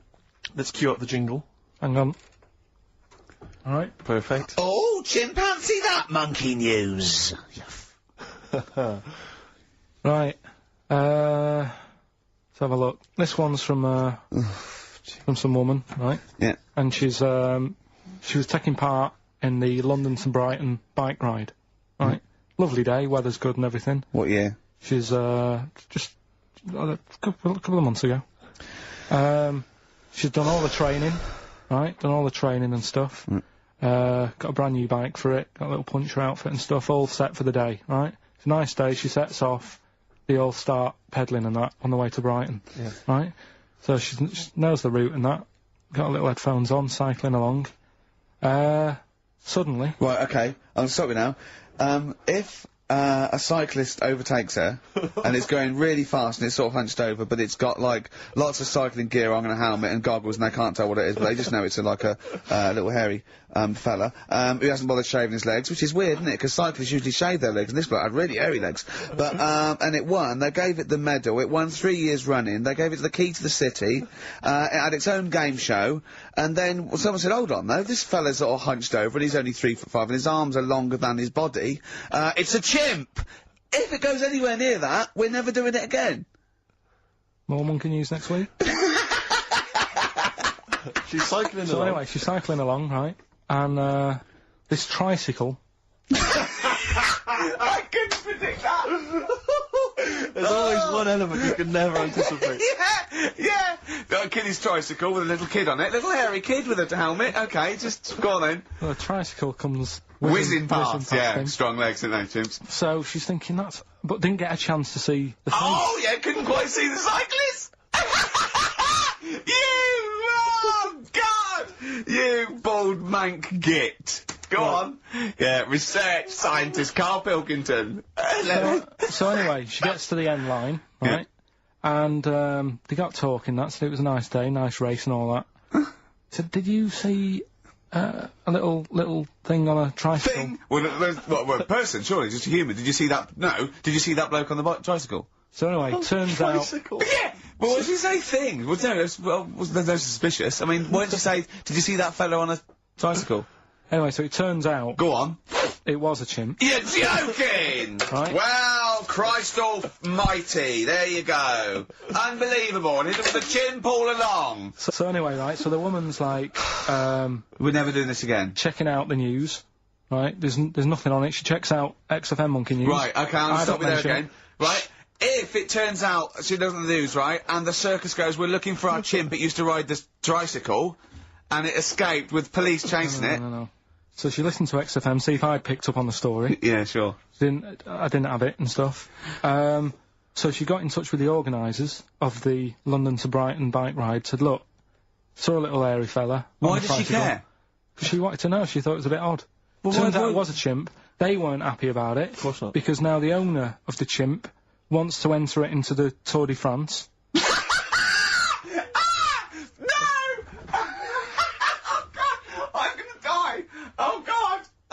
In 2005. Now, a couple of questions. I trust you'll be able to answer these. Oh, God! Steve, help me out. How did it get hold of the tricycle? I don't know. Okay. Okay, no, that's fine. That's not an important point. Look, that's important. How What's the did matter it- with you, Steve? He doesn't know that. How did it know to...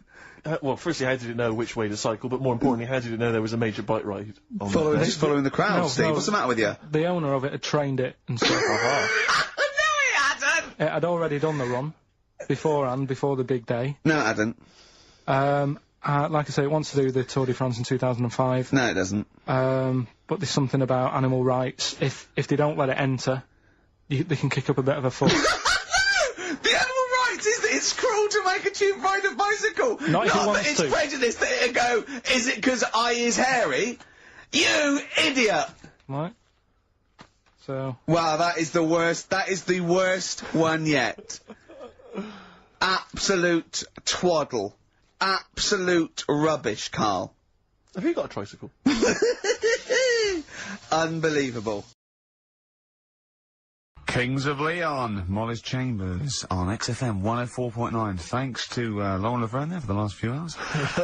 Coming up, we have got some great music, Steve. We've got Kings of Leon, as you heard. We've got Elbow, we've got The Darks, we've got Coldplay, Coral, Rolling Stones, we've got some Springsteen, The Smiths. Do you not mean you need any more? And with all that, we've still got Pete Skinner with his wacky weather report. Excellent, good old Pete. Hey? Nice to have him back. Good day, Steve. Got some here, brought in. It's just a normal soup. It's Rooster's Pride. What flavour soup is that, Steve? Oh, I know you brought that, and it's all a genuine article, and it's cock soup. Can I have a close look at that? Maybe there's some more humour I can draw. What, you want a closer look at my cock soup? Just a cock soup. Let me just...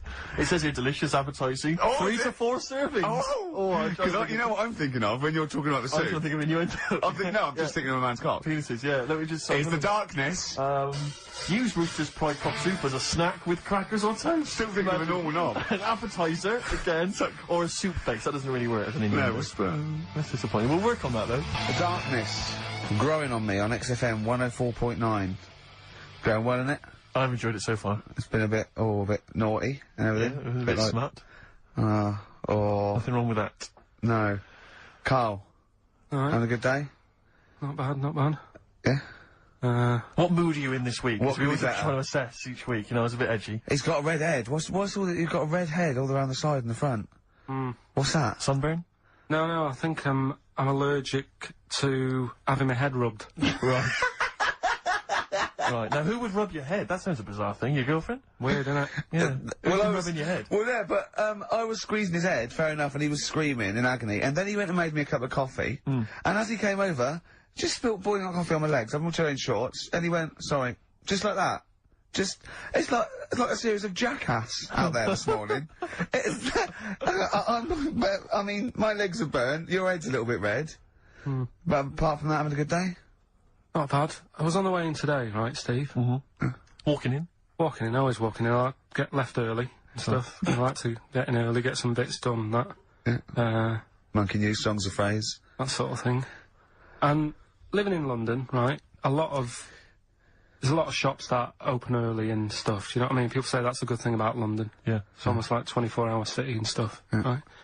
I'm walking in and there's like, you know, you've got your news agents open. Obviously. You know, selling newspapers and that's good, they've got to be open early. Then you've got your coffee shops, your Starbucks, your... Have a cup of coffee in the do you know what I morning. mean? They're doing well in the morning. Then you see, like, the odd restaurant, and you think, well, maybe they sort of got the doors open, but they're preparing for lunch, so you think, fair enough. Yeah. I'll let that pass. Yeah. Carrying on walking down the road. Bondage shop. Open. Sure. About 10:30. Yeah. Busy, was it? There's a couple in. Really? Some good offers. 10:30 for a bondage shop. I'm assuming if you're into bondage, though, you stock up at any time, day or night. I mean, you don't... Yeah? Well, I assume it... I suppose you get up and you go, ooh, I've got nothing on, I need to be a bit tied down. Yeah. I need some rope. These clothes are too baggy. I need more belts. Oh, God. I need more straps. Yeah, get some rubber on my face. Weird, don't it? What were you doing in there? So, just having a browse. But, so a bit worried, really, because the things that I've noticed this week, like that's probably a little bit smutty. You've brought your soup in. I just found it out there. Sorry, yeah. It is Rooster's Pride, cock soup, noodle soup mix, chicken flavour. But, I mean, do they not know that is obviously just going to be used on the Graham Norton show and Chris Tarrant when he's doing his show abroad? Yeah. I mean, do you know what I mean? Well, how could they call it cock soup in this day and age? Don't keep saying it. Well, no, it's fine, because you can say cock as long as it means the male we've done this. Oh, do you mean the chicken? Yeah, look, it's a picture of a chicken. Yeah, sorry. What did you think it meant? No, I don't know, I don't know, my head. Okay. Sorry. Yeah. But, yeah, there's something else that's a bit sort of... A bit blue? A little bit blue, but then it's real as well, do you know what I mean? Well, it's a problem. excuses it. Go on. There's a programme We couldn't have said the cock soup if we'd made it up, but because it's real, it's fine. Yeah. We also couldn't have said the cock soup if we'd have meant a male penis. Thankfully we don't, so... We mean a little chicken. Go on.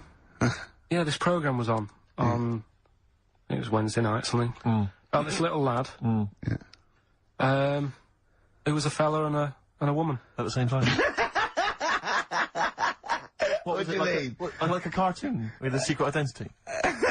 By night? What do you mean? He had both By day a sex? boy, by night a woman. He had it all. What you... Sorry, wait. So he had male and female genitalia? So what do you call someone that's born like that? Weird. Yeah. What's the term for it? Go on. You know it. We've talked about it before. Aphrodite. Nearly! So close! Hermaphrodite. Yeah, hermaphrodite. Yeah. That's weird, don't it? Yeah. And he had the ball. Yeah. And he had the... Well, what happened was he was born, right?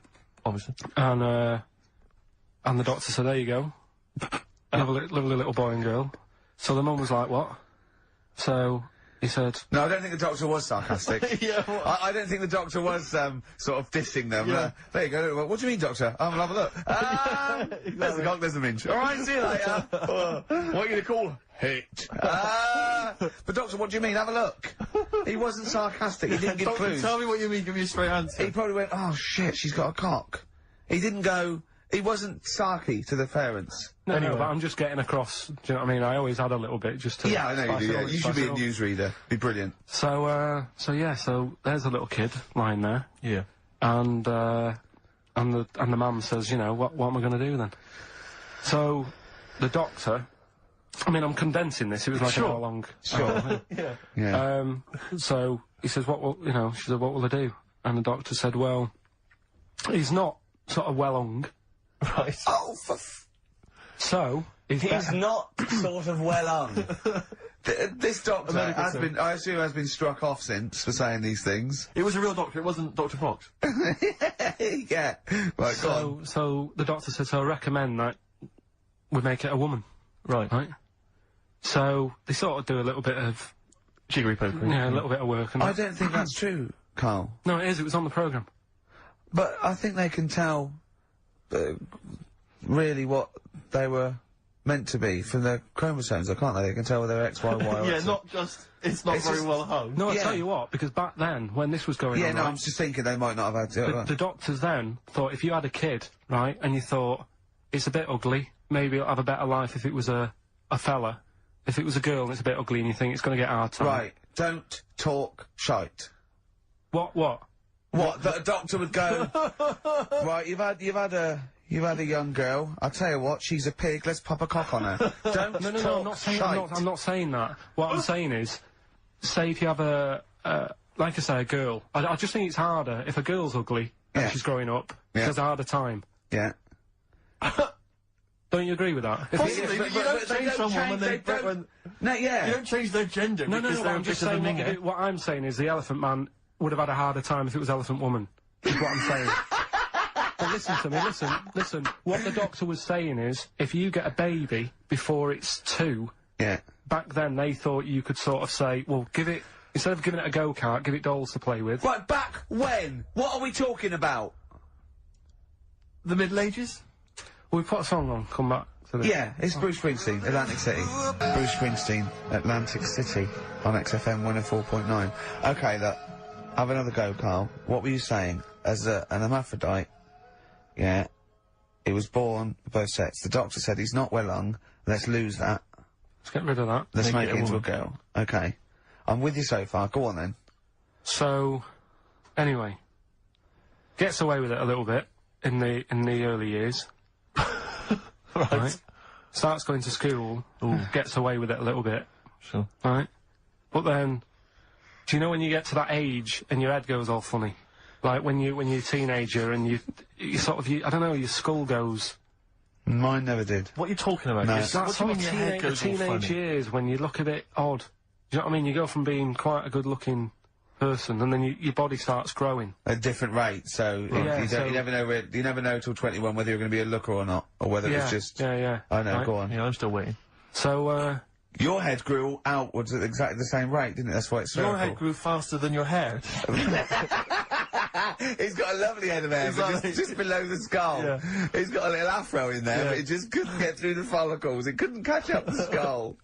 Expanding. Oh, bless him. Oh, come on, Baldy. but the thing is, right, so you see these pictures of the lad stroke woman Yeah. who's trying to be a woman at the age of 14, 15. Yeah. She's got one of them big heads, Right. like okay. a lad. Doesn't, she starts having a hard time. She doesn't want to play with the mates, with the dolls and all that. She's more into go-karting and that sort of thing. Gets to an older age, Yeah. decides to go back, is now sort of with a woman and having a life of a fella. But did did the doctor keep it for him in case he needed it? No, he's had one put on though. Has he? Where'd he get that from? Dunno, maybe that bondage shop. What do they do when they do that? Do they put on a... What do they do? Maybe someone could call in and tell us. If you're a woman, and you have a... Do you want to speak to someone who's got that information? Yeah, I do want to know. What do they If you've use got it that to- information, I don't want to talk to Do them. they construct one? Do they construct it? From plasticine. Or do they whack on a dead one? What? What? Whack on a dead one? Yeah. What? What? That's not. It's not. What do you mean? No. When a woman has a knob put on Yeah. to have a sex change, where do they get it from? Is it constructed? Do they find, like, I don't From know... a donor. A donut? From a donor. Oh, well, yeah. A donor? A What? donor. Yeah. Yeah, but presumably it's like... Maybe there's someone who well, wants after to they're become- dead, I mean. No, I thought maybe Very there's- few people... It's not like giving someone a kidney and then sort of like Maybe celebrating if with you're them. a guy and you want to become a woman, you've That's got one to true. spare. That's true. Well, a swap. Yeah, just do a little swap, probably on the internet or something. Or Noel Edmonds. What do you mean? What, On Swap Shop. He's not a man. No, but he could go, we got a fella here who, got a lovely, nearly new, unused piece. Wants, Yeah, Keith Chegrin out in What's- kind of Bognor Regis. wants a couple of tits and a fanny for that, so, call in. It reminds me of the, do you remember the John Wayne Bobbitt story? Which Yeah. it always seemed odd to me. I never really kind of got all the information. Do you remember that one, Karl, where the woman cut off her husband's penis because When he was adulterous or sleeping. something? I think she drove off, I think and he threw it woke in the up woods. quite She quickly. yeah, that's so much better than the alarm than the clock, alarm isn't it? call, yeah. Yeah. And she threw it off. She threw it out of the car window. into the woods, Yeah. and he went and found it. Yeah. But imagine if he'd got to the hospital and they'd sewn it back on, and he'd gone, "That's bigger than I remember." I'm not sure this is mine. How many of you cut us where we done Paul the Knots? We done Paul the That's Knots, where- I know. Yeah. That That was an extraordinary story. And then, bizarrely, he became a porn star. Yeah. Yeah. Very strange life that man's had. Well, it is a bit of a shock to the system, isn't it? Oh, cutting your knob off. I know. Do you remember that French bloke, the performance artist of about 1910? Do you remember him? No. He, as a performance art, he cut his, in a theatre, he cut his knob off to a crowd of people. Now, What? That's only a one-night trick, though, isn't it? Exactly. But what if there'd have been a bang outside? They went and encore. He went, what? Yeah, or they looked outside because a car backfired. He went, "Do you see that?" I go, "What?" I go, "Oh, just cut the..." Did you? Yeah. Think of that. Sacre bleu. I know. French are funny, aren't they? Cutting your knob off for your art. Weird, isn't it? Longview. Further on XFM 104.9. As we're having so much fun with penises, Yeah. I thought perhaps I should just mention... That's a slogan. We should just mention this story, briefly. It's in the paper today. A Russian is selling what he claims is Hitler's mummified penis for £12,000. Yeah. Ivan Zadurprov says his ex-Red Army soldier dad hacked it off as a souvenir after storming the tyrant's Berlin bunker after his suicide in 1945. Yeah. Not. You Why convinced? did he wait till now? Yeah. He's found out that. That might get a bit of £12,000. £12,000. It doesn't seem a great deal. Doesn't seem a great deal of money, really. Well, it's useless, isn't it? True. You're not going to be able to use it. It's not going to be able to. It's not going to be a donor. Imagine that if you walked round. Yeah. You'll never... Making love to a girl, you'll never believe who this is. yeah. You never believe who's doing you, Yeah, love. exactly. This is gonna freak you out. This is, just relax. Exactly. Okay, sit down now. Was I that got a all little right? surprise for It was you. brilliant, yeah, so you enjoyed it? Yeah. Right, are Did you you a notice- fan of the Third Reich? Exactly. Well, no, awful racist. Okay, let's go a different tack. Yeah. You did like the sex. I love the sex. Okay, then. Yeah, it's not gonna be Hitler's knob, is it? But, I like the idea that, I mean, you're you're in the Red Army. Yeah. You've just stormed Berlin. Yeah. 1945. You crash into You've the bunker. you've gone through terrible. Terrible. How you've lost 20 million comrades. Unbelievable. Oppression It's been everywhere. going on for years. You're in there, you see the man. Yeah, here he is. He's dead. He's dead. The figurehead and leader of one of the most despicable, You turn to your friends, there's a tear in your eye. Yeah. And your immediate thought is, I ought to chop off his todger. Yeah. Yeah. Well, no, I said Bagsy. I said Bagsy Bagsy's Winkle. I said Bagsy is Winkle outside. Whoever it was. Yeah, I didn't know it was going to be Hitler. Brilliant. It's just, I can't, it just doesn't make sense. It's ludicrous. It's ludicrous. And I don't know how is he expecting to prove this? Because I want some proof. Well, I think that's why he said that. He probably started off with, oh, I've got Hitler's face. And they went, brilliant. Oh, let's have a look at it. What do you mean let's have a look? Well, just check Hitler's face. Obviously I know what he looks like. Oh, yeah. No, it's not. Yeah, you know what no, it's not his face. What wouldn't you know what it looked like? Well, I mean, no one's ever seen his genitals. That's what I've got. Yeah. I've got his. It's got a little swastika on it.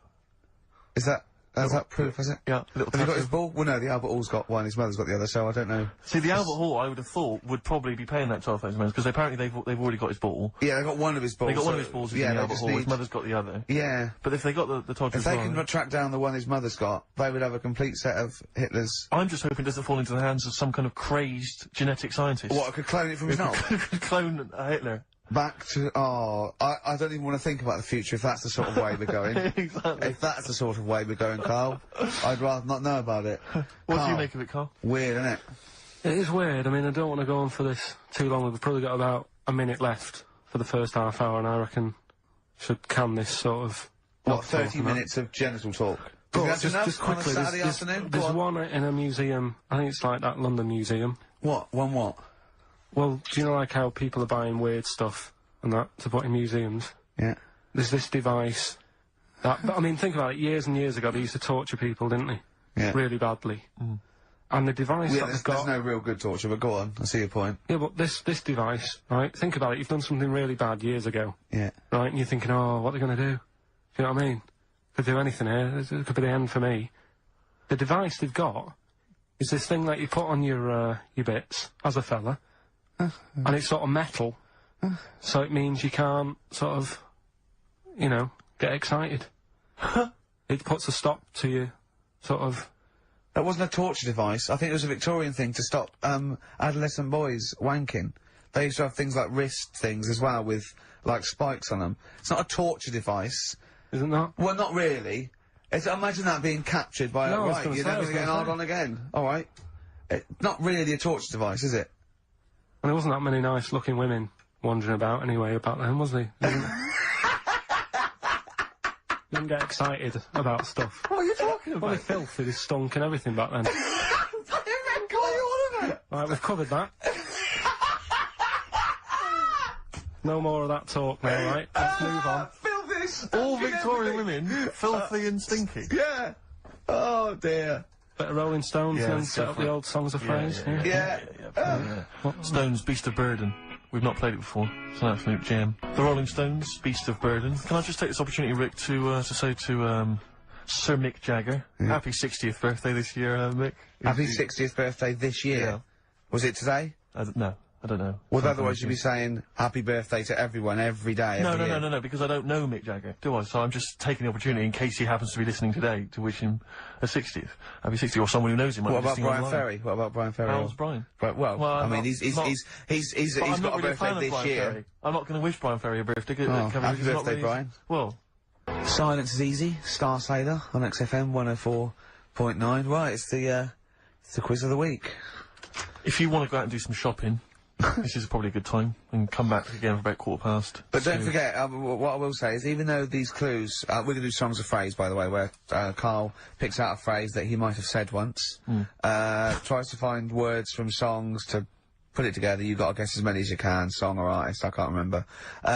But even though you might look at it and go, that's mental, I don't know any of them, you might win if you get 2 right.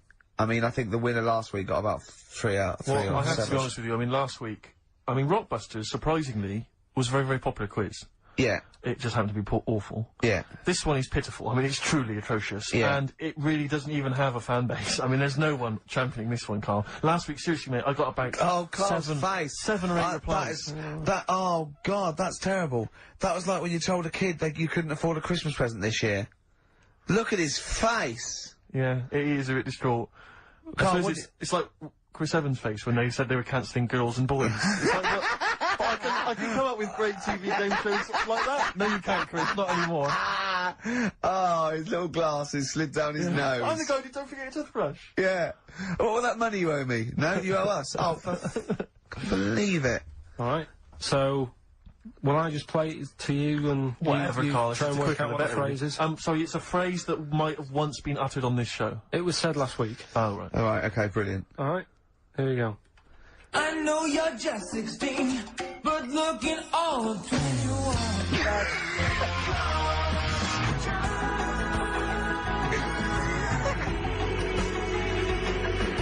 Look older. Right, I didn't quite hear Right. I know what that is. That's ridiculous. it. What was Right? it? What it is it's something like, right? You're only 16, but you look 26. And the Chinese look older than they are, or something. Because he said that the Chinese don't age well. That is mental, Karl. It's the most convoluted, ridiculous, racist piece of material ever to be uttered on radio. Play it again. I know you're just 16, but looking all of 21.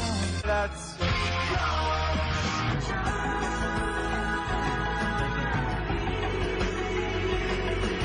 Look older. okay. You're just 16 and looking on 21. That's because the Chinese look older.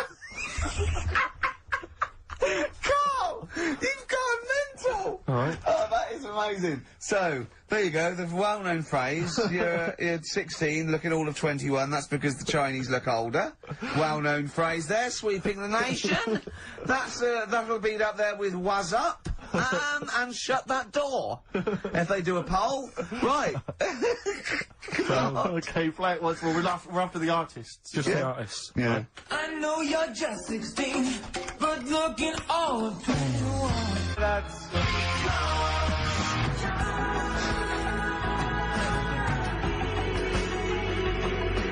Look older. Unbelievable. Alright, let me tell you what the prizes are. We've got, I assume this is the new album from Mower. Everyone's going crazy from Mower. I've not heard people stop talking about Mower. But there it is. We got the new album from the Webb Brothers, which might be quite good. The Polyphonic Spree album, the best dance album in the world ever, which is ideal perhaps if you're having a barbecue and you've got lots of 8-year-old children coming. The Polyphonic Spree, I look at them and I think, well, you know, a pretty good band. But, if that album sounds like $1 million, you're gonna make like 40 quid each. I know, it's extraordinary. I mean... They're the sort of indie equivalent of the So Solid crew. Yeah, you're not gonna make any money. The manager's getting 20%. Exactly, yeah. And also on DVD, Red Dwarf Series 1, so, some absolutely barnstorming places.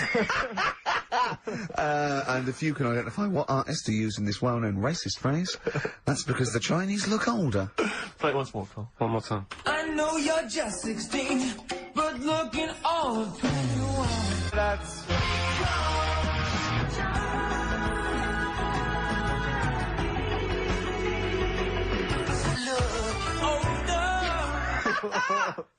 Oh, Ricky.Gervais at xfm.co.uk. Play a record. This is Radio Panic, The Smiths on XFM 104.9. Well, we've done the first half hour, which is mainly genital related. Then we've kicked in with, some racism. You have to guess what artist. It seems appropriate at this juncture just to mention something that's in the paper today. Dominic Mohan, I know you're a big fan, as am I. He is just writing about the demise of Radio 1, or as he perceives it, and talking about the Radio 1 breakfast show, and apparently it's lost lots of listeners. And he says, talking of the BBC, it must act swiftly to replace Sarah Cox and look to exciting and inspirational figures like Jonathan Ross, Anton Deck, Johnny Vaughan, or Ricky Gervais to try and save Radio 1. He's right. I mean... He's right. Has he ever heard this show? What is he talking about?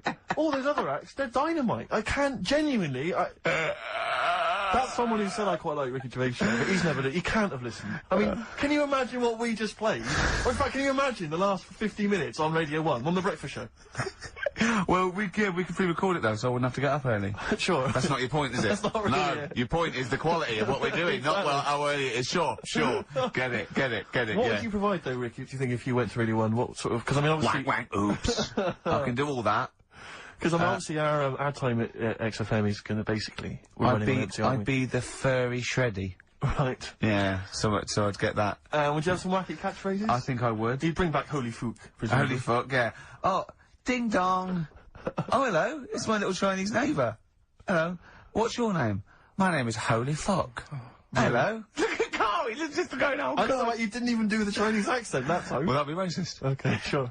I mean, yeah, Sure. it's just his name's Holy Fuck, and there's nothing wrong or with funny about that. that. So yeah, you'd have that, you'd have have crazy that. comedy characters, you'd probably have some wacky quizzes. Yeah. Oh, look, it's Dirty Old Queer. Hello. Now he's a new character to me, I'm quite excited, he sounds very modern and contemporary. Yeah. A new spin on an old idea. Yeah. Just tell us a little bit more. Oh, wow, he's an actor, isn't he? And, Right. and he likes to, take it up. Alright, well, that's just, if anyone from Radio 1 is listening, and Yeah. they've listened to Dominic Mohan in the paper, they thought, yes, you're right, we need some new blood at Radio 1. Ricky Gervais has got a myriad of comedy characters. Yeah. Whack, oops. I can do sound You can effects. do sound effects. So- You could probably do funny voices like Chris Moyles, couldn't you? Yeah. Wow. Not as good, but I can... What about comedy songs like Moyles? Again, not as good, but I mean... Do you remember when Moyles rather hilariously changed the words of This Is My Moment by Martin McCutcheon to This Is My Motor? We listened to it, though, didn't we? Unbelievable. I remember when he was doing a competition, this was pathetic, wasn't it? We were listening to, Radio 1 once on our house, right? And, I don't know why, we just wanted to, I think it was research, wasn't it, for The Office? Yeah. And, he was doing this, he had to phone in with... We were listening to idiots. And No, I'm not saying that. And he was doing this competition, you had to call in with, some, songs that are golf related. And people were phoning up going, drive the cars. He was going, drive the cars, good. And I was on that phone, I must have wasted about 40 quid, and I wanted to get through and go, hello, Chris, it's not Milesy, yeah? It's Derek here, I've got one. Oh, go on then, Derek, what is it? Something like Spandau Ballet with golf cart and that. And I just wanted to, and I waited. I thought the joke's on us. Yeah. I waited that phone bill just to say something stupid. Oh dear. Oh. His show's better than this. Yeah, anyway, if you've got any hilarious golf-related song titles that you'd like to email in... What's the number? Oh, let me email in. ricky.gervais@xfm.co.uk. What would a song title be if perhaps we were doing something about, I don't know, air travel? Yeah. If you've got any crazy ideas, email in. We'd love to hear them. Yeah. Brilliant. I've got a thought of another golf one. Okay. You know, Duran Duran? Something down the fairway or something like that. Alright? Girls on the putting green? Yeah. Or something? Alright? Yep. Oh, hello. Have you introduced you? My name's Holy Fuck. I'm Dirty Old Queer. I could do all that. Ding dong, whack whack, oops. Elbow. Fallen Angel. See, they're the odd one out, you see, because of what they're like, and who they are and how successful they are, I can imagine saying, will you please welcome to the stage, Elbow. Indeed. But yeah. I wouldn't have.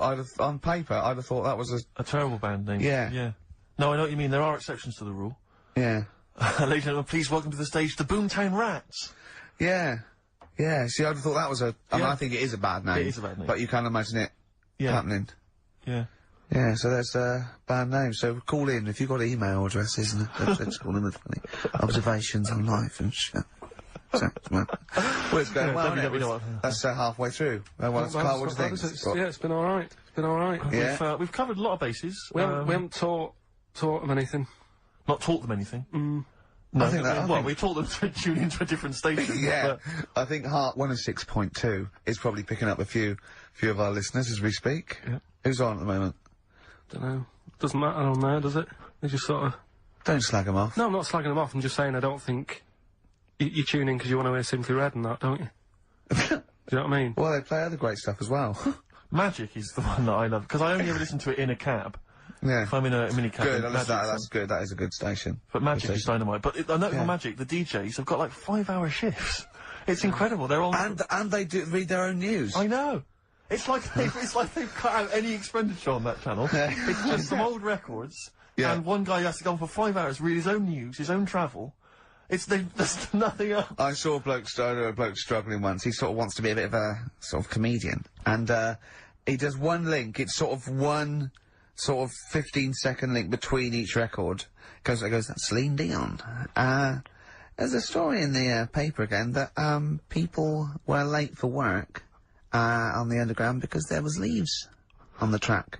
Just wondering if leaves are ever late for work because there's people on the track. It's Simply Red. Oh, bless him. I still think he's got to come up with them for like 5 hours. He's been sweating. Before I was going, I'm going to kill myself. I'm going to kill myself. Chair's almost finished. Thinking the story about war on Iraq. Imagine if I can't do this anymore. I can't imagine if humans become extinct. With leaves. Dinosaurs would kill I don't know what I'm doing. Oh my God! Look at Karl's face when I said that. The man moth. Yeah. They've cloned a man moth. No, but that's the sort of thing I think we need now, right? We've covered a lot of stuff. What, education? Teaching, yeah. Well, okay, what do you want to know? Don't know. Have you got something? Can you educate us on anything? I've been reading bits So could we bring back just for one night only, educating Ricky? Oh, I'm excited. Yeah? Do you think it warrants that? I don't know enough about it. You know what I mean? About what? It sounds perfect. Play the jingle.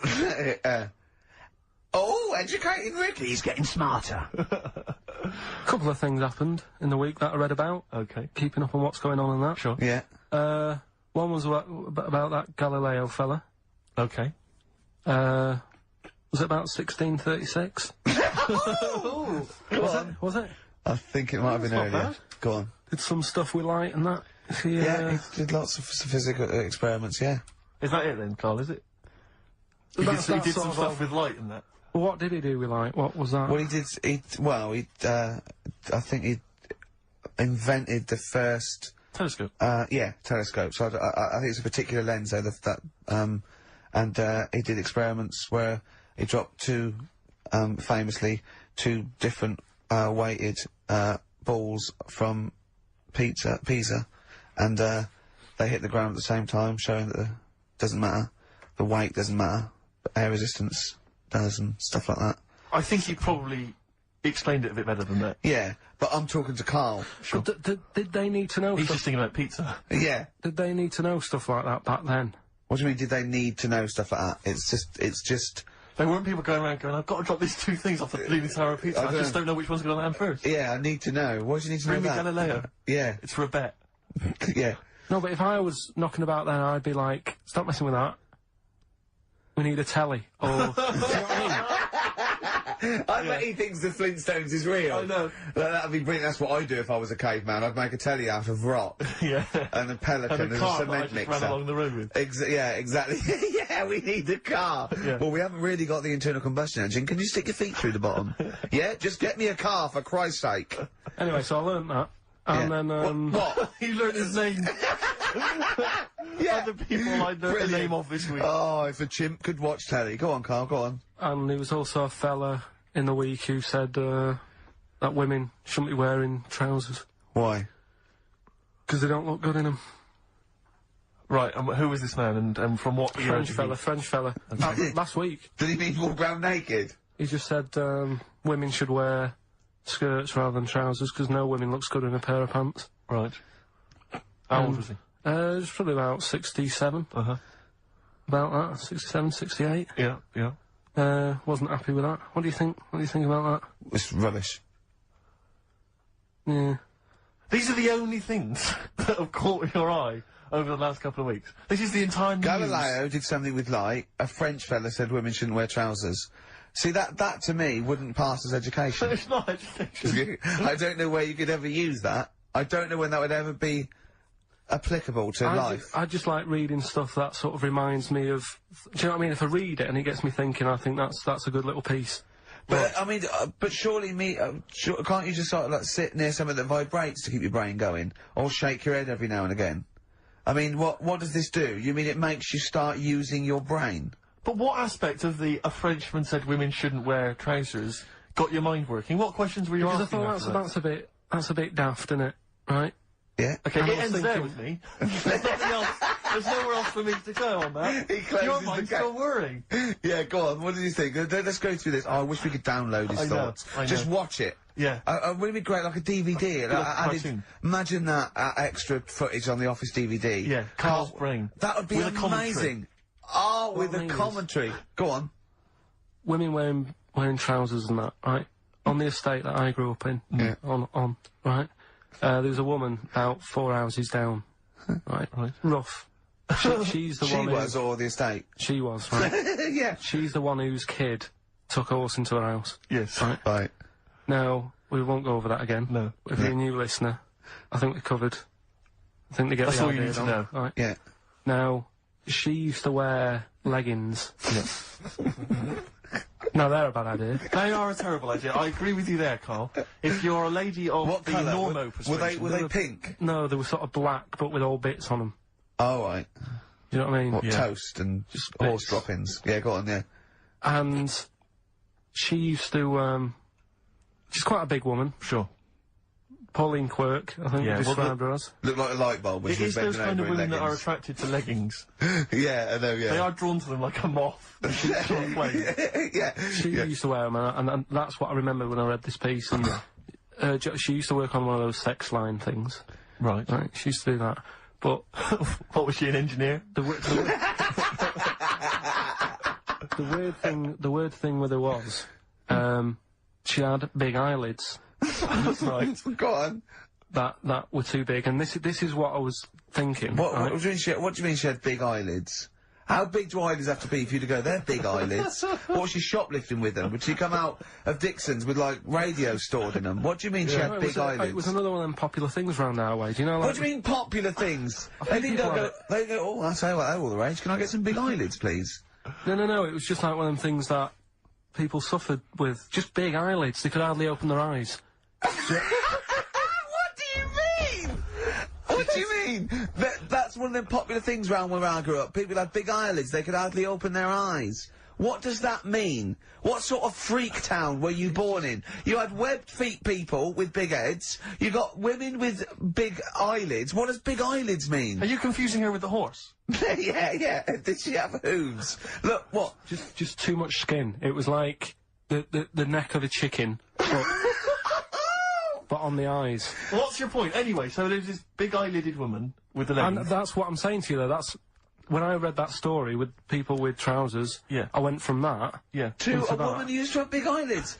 I still know the point. But then, and also the other bloke who had the eyelid problem was a mate of mine. Right. His dad had it, and same problem, massive eyelids. I don't know what that means. I don't know what that means. I used to say to my mum, "Oh, I'm going round to Dave's house," Yeah. and Or Drew say, Pig, well, as you call him. that's all right, but make sure his dad doesn't take you out in the car because he could hardly see. He had to have his head. He gets to tilt his head back to keep his eyelids Make open. sure! Didn't he have a couple of matches with him at all times? What a load of gobbledygook. I know. But this began as educating Ricky. I know, So it's what, like he was people thinking, with eyelids. But it's like you're supposed to make that leap as well. Yeah. If I mentioned the trousers, Ricky will probably be thinking about people with big eyelids and women wearing leggings. Play a record, Carl. Got nonsense. Adverts. No. Oh, all right. Muse, time is running out on XFM 104.9. Just a couple of emails just to update you on what's coming in here. Go on. Natasha has emailed us. She says that she's of Chinese origin, and at 27 she often got mistaken for 24. So your notion that Chinese people don't age well is obviously factually incorrect. Yeah, well, we didn't need... Thank you for saying, but I mean, honestly, trust us, Natasha, we didn't need you to tell us that. We know Karl is talking absolute nonsense. Wait till you get to 30. Oh dear, now this is quite a nice email from Paul. He says, let Karl know that I have a Chinese friend called Oi. Imagine the confusing and amusing situations we're getting to. We're out and about in busy Soho. Oi! Does his surname come here? Lightning wit from Karl. Wait That's nice. till you're 30. Yeah, I know. Brilliant. But no, actually, we've had a surprising response to Songs of Phrase this week, despite the fact everyone has agreed that it's a racialist. They've nevertheless had a go, so keep your answers coming in, because we may as well. You're a hit, Karl. You're a hit. What, have we still got monkey news? Yeah, that's still coming up. Yeah? Later on. We're not doing Cheeky Freak of the Week anymore. We're not. No. No? Don't want to upset people and that. Sure. But there is a good freaky programme on this week. Go on. I think it's on Channel 4. Yeah. Got a woman with a big head on it. No, I think it's BBC Two. Is it? Yeah. Alright, well, look Unless out for there's that. two on, because that'll be a great week for you, wouldn't it? Brilliant. Won't be coming out. Is that the one when you said... Go on, say right, say what you said when you saw it. The woman with the head Yeah. just said it looks like a cartoon. I just think... That's so mean. I don't want to discuss No, that. it's not mean. It is mean, Karl. Again, Steve, if we were in a restaurant and I'm arranging to meet her, and I said to the guy on the door, I'm meeting, Lisa, or whatever her name is, yeah? Right. What does he look like? Well, looks like a cartoon. I'll be over there. Do you know what I mean? I don't think he'll get mixed up. What would you say about me and Steve again? If you were meeting us? No, it just starts getting nasty, doesn't it? I'm meeting, Karl Pilkington. We're very busy. What does he look like? He looks like Charlie Brown grew up. He's got a complete little round bald head, and he's got a gormless look on his face. He's over there, mate. Yeah. Alright? That started the ball rolling for you, Karl. I love that it's okay to say what you like about people if you go, yeah, but if I was looking for her in a restaurant... I know, but... Yeah. And why have you arranged to go on a date with this woman? Be a good night out. For her or for you? Well, I'd like to have a chat with her. You know what I mean? Just find out what worries her and... You know what I mean? Because some girls People really like have you. things. Yeah. Like their hair being a mess and that. Yeah. With her, it's like, at least your problems. You know what I mean? Fine, alright, well let's move on then. We're not doing Cheeky Freak of the Week anymore. No. Let's do something nice. Let's talk nicely about things. What's happened nice in the world, Karl? What do you like in the world? When you get up, when you go, oh, that was a brilliant day, What do you do when you go, oh, that was brilliant? We had a game of snooker. You like snooker, don't you? You and Steve played snooker last week. Yeah, but things are always ruined. Do you know what I mean? I might be having a nice time having a game of snooker. And then, we're having a proper battle. And I'm trying to concentrate on taking a shot, and then you'll say things like, look at his little monkey hands. When I'm going for the black. Do you know what I mean? Yeah. Or maybe I'll say, I'm just going to the toilet. Yeah. And then one of you will follow me in and peer over the door. Oh, yeah! Tell that one. That was when you were actually in a cubicle sitting down, wasn't it? Yeah. And Steve Merchant's head appeared and went, all right. And you went, what if that wasn't me? Oh, that was great. Doing a George Michael on me. That is one of the benefits of being very tall. You can look over. You can look over the stalls into lavatories. It looks like a giraffe house. You're sitting down there and you look up, right? And he's peering over the top. Oh, the fun we had. Oh, it's great, isn't it? But anything intelligent. It's like the monkeys. We are like the monkeys. Aren't we, us 3? I wanted to write a thing for the darkness. I want to write like the new monkeys. Like a TV show? Yeah. Do you want to do that? Yeah, alright. Yeah, okay. Well, if they're listening, or their radio show, a record company listening, or their manager, big fan of the Darkness, my favourite. Hang on, don't make a promise like that. No, my favourite band at the moment, we'll do a pilot, them and the Monkeys. But don't make Running that round, promise. speed it up, they can have their songs in it, they can write songs specially for us. What if they can't act? And it's them, they can act, they just act themselves running round. We're getting people like McGee and that, to come in and sort of be the actors, and, you know, all those posh actors that appear in Ali G and that. It sounds like a lot of hard work. Yeah? Yeah. Okay, forget it. Knock it on the head. Yeah, let's play Radiohead. Radiohead and Let Down off OK Computer on XFM 104.9. Right, let's think of some nice stuff then. Annoyed I was yesterday. Go on. Just got off the train, and guy comes up to me and he says, "Excuse me, can you spare some change? I'm from Liverpool and I'm homeless." And I was so angry. I was in a bad mood anyway, and I just wanted to say to him, well, there's your mistake. Go back to Liverpool. That's why you're homeless. You're in London. Well, he might have been homeless in Liverpool and thought... Well, why'd you come down here? Well, where would you rather be homeless? Liverpool or London? Well, Algarve. Well, no, but I mean, I'd certainly... Do you know what I mean? But just... Why am I supposed to say I'm from Liverpool and I'm homeless? Why is that supposed to be a persuading factor? Just annoyed me. I thought there was enough problems here already. He's going for a double sympathy vote. Yeah. I'm homeless and I'm a Liverpool. He could have just said I'm from Liverpool. I'd have given him some change. Guy he was from Manchester once. I gave him my sandwich. Yeah. There's a thing the other night, right? They do this programme.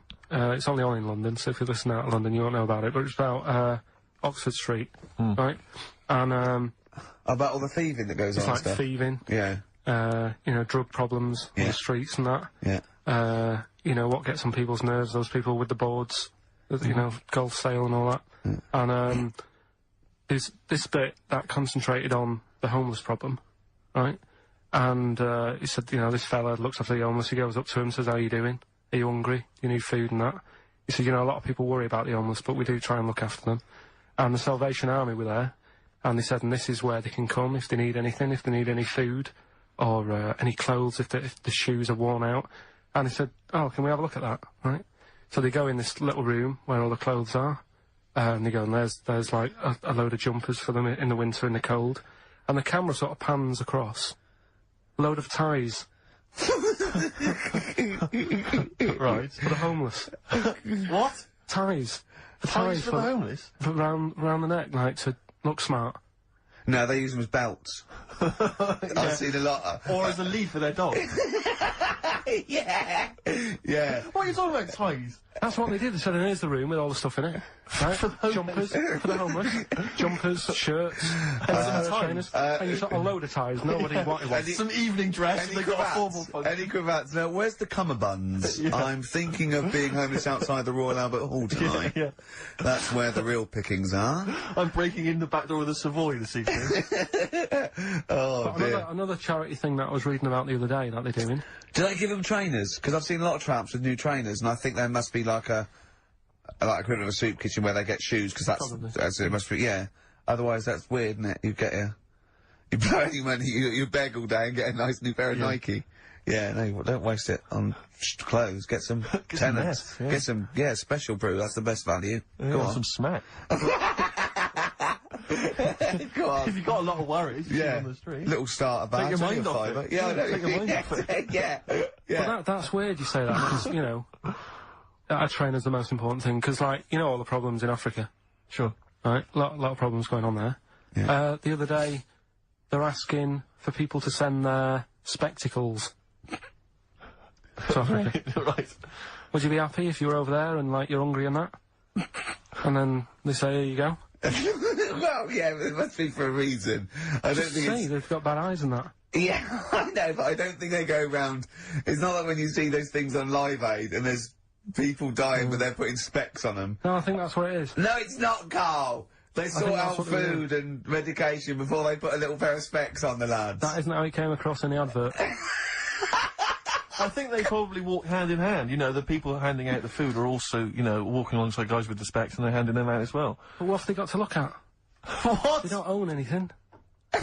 They'll realise how bad everything is. God, it's rubbish here, isn't it?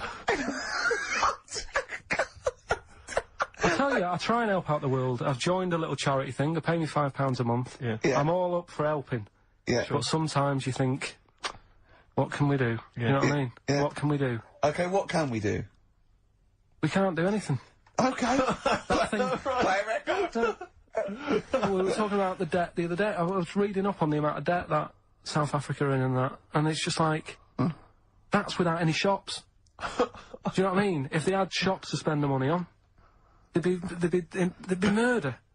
That third world debt isn't because they bought too many smeg fridges from us. It's shopping. Look, who's been shopping? I have. Oh, well, you've gone over the top. You're on a budget now. Yeah, You're getting nothing but grain and blankets for the next year because you go mental. Who just spent £1 billion in Dixon? Oh God! Forthcoming single from The Thrills, that's called Santa Cruz.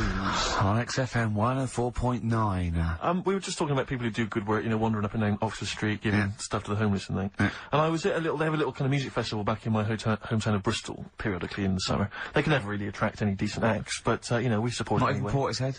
No, they never Tricky? No. Right. I think that, well, this year it was Robert Plant, who sang lots of old blues covers, and people were quite bored until he played Whole Lot of Love at the end, and then we sort of went, "Really? You should have done all the old Led Zeppelin and stopped playing all this other nonsense we're not interested in." So I was set this for Exactly, next time. yeah. Robert. No. But I was just snuck off into the woods for, you know, a waz, because I'm quite rock and roll like that. And I was passing, and these are a group of people, and I've always thought they never get enough praise, enough credit, and I genuinely, and I mean this with entirely sincerely, I really do. I don't mean to be, I'm not taking the mick at all. But the St. John's Ambulance people, they're absolutely blinding because they all look like nerds.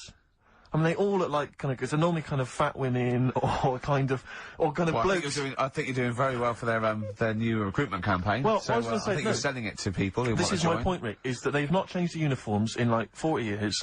And it is normally, it's normally the kind of, the nerds from your school who went into it or whatever. It's kind of old people. I saw them, they were all sat around in this little area. No one was, you know, nobody just sat around, they were bored, they weren't really enjoying the music.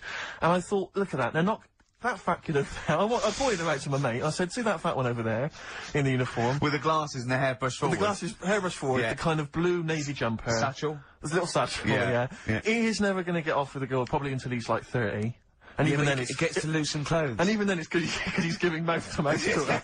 Yeah. Right, and I thought, he's never going to get anything. And I'll tell you this, all these trendy young girls walking around in their kind of, you know, cool summer gear, in their trendy tie-dye and the like, I'll tell you, when one of them, you know, takes something that's a little bit dodgy that they bought off some guy with dreads, right? And then they're desperate for him, and they zip in there. Oh, quick, my friend's, you know, passing out, she's had a funny turn, and he's straight there with his water and his medication. Oh, yeah, they need him then, but he don't get any action the rest of the time. You know, and that's what annoyed me about it. I thought, they're doing a bloody good job. They turn up at sports events, at festivals, no one gives them the time of day, you never hear any good praise about them, and they're there, sat there, Steve, hot or cold. Tell me the truth now. Did you join the St. John's Ambulance last week to get some birds? Got no action. Really? I had no action. And I've been passing some dodgy E's around all the festivals.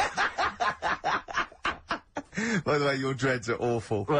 you can see they're fake. They're made out of newspaper. They're awful. You really do look an idiot. But seriously, I'm all joking aside, I genuinely wanted to give some massive props. If I could give some big ups to the St. John's people, because I genuinely, without any joking, I genuinely think they do a brilliant job. Could I just say how good I think the Salvation Army are? Because you see those elderly ladies with surgical supports, a lot of them, all look like Thor Herd. Yep. Well, that's a prerequisite to get into that particular army. And they play that bloody tambourine, rain or shine. Yeah. And they are just, all they're trying to do is, you know, save you from burning in hell. And they don't get any respect. Have the Salvation Army, do they, like, would they have to get called off? Yeah. If all other armies... it'd be the Gurkhas first, then all the regulars, then the TAs. I think then, it's I think then it's sort of like police, Lifeguards, yeah, but down to I think AA, and then it's the Salvation Army. Right. We send the Salvation Army. Obviously, if you know, really, we lost a lot of casualties, Sure. you know, and they're the last to go. Yeah, but they are all highly trained, aren't they? All those old women, yeah. they can kill a man Yeah, with a single blow. Yeah, yeah. So good to them. Good to John's Ambulance. Good to Salvation Army. You know, big up. But I think we should just, you know, if I might introduce a new feature every week, let's just give some props. Let's just give some massive respect to someone who doesn't get enough respect. Yeah. Who doesn't get enough respect? Who's done a blinding job? Oh, Mother Teresa. She's gone now. She's gone. She won't be listening anyway. Who's the best person there is? Who's the best person there is? I'll tell you what, I'm gonna call, either Karl Vorderman or, Esther Ranson and say who's the best one you've ever met that, you know, did something. Yeah. Alright? And we'll heap praise upon them next week. Yeah. Great. What? I just don't like, you know. They know they're doing a good job. Right. If I did that job, I want a pat on the back. You wouldn't need a pat on the back. And people are starting to, you know, it's like Karl Vorderman. I like her. She's alright. She does a good job. But now that Better Homes, they only tend to turn up at people who have had problems. Do you know what I mean? Right. Well, you leave can have a new it. kitchen. Okay, wait. Go on, what do you mean? No, it used to start off and it's like... I haven't seen Better Homes. What is Better Homes? They go around and do someone's house up. Right. Do you know what I mean? But then they get a bit of bad news. And Karl thinks, I'll cheer him up, I'll give him a new kitchen. Yeah. And it annoys me because if you haven't had bad news, it doesn't mean you're not worth a new kitchen. Did you send in an application? Yeah. You say that I'm bald, I'm from Manchester. Well, if you'd written that, they'd have rushed round. Yeah. What do you mean? What they say, so-and-so's had a bad year, his mum died, he lost his leg, and all he's ever wanted is a chaise longue and a hostess trolley. And the annoying thing is, right, they might not be the ones who write in, it might be a neighbour. Yeah. But they also get something sorted out for them. Really? So even though the neighbours had a bit of bad news, they go, oh, cash in on this one.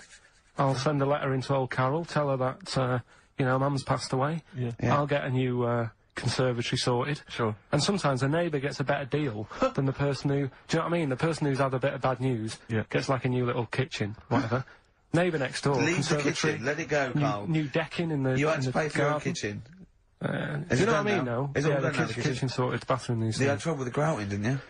Yeah, don't we? Oh no, we got to do, oh look, play a record, we got to do the results. And then we got to do Monkey News. Could we quickly do the results? Well, you say we've got to do the results. There's not people hanging on for them. Let's do it, just knock it out there before Well, let's play a tune, let's come out and do it. Eddie and the Hot Rods, yeah, surely. Eddie and the Hot Rods, do anything you want to do, that's uplifting, isn't it? Oh. The drumming, brilliant. Takes me back, all the way back to 1978 on XFM 104.9. What were you doing? What are your memories? I was actually probably dancing around miming the drums to that in my bedroom. In fact, I remember... Were you nude? No. I remember, I had that What were you one wearing? on a What were you single, wearing? but I'd got it from an old jukebox, so it didn't have a middle. Sure. Right, I think they're called dinked, right?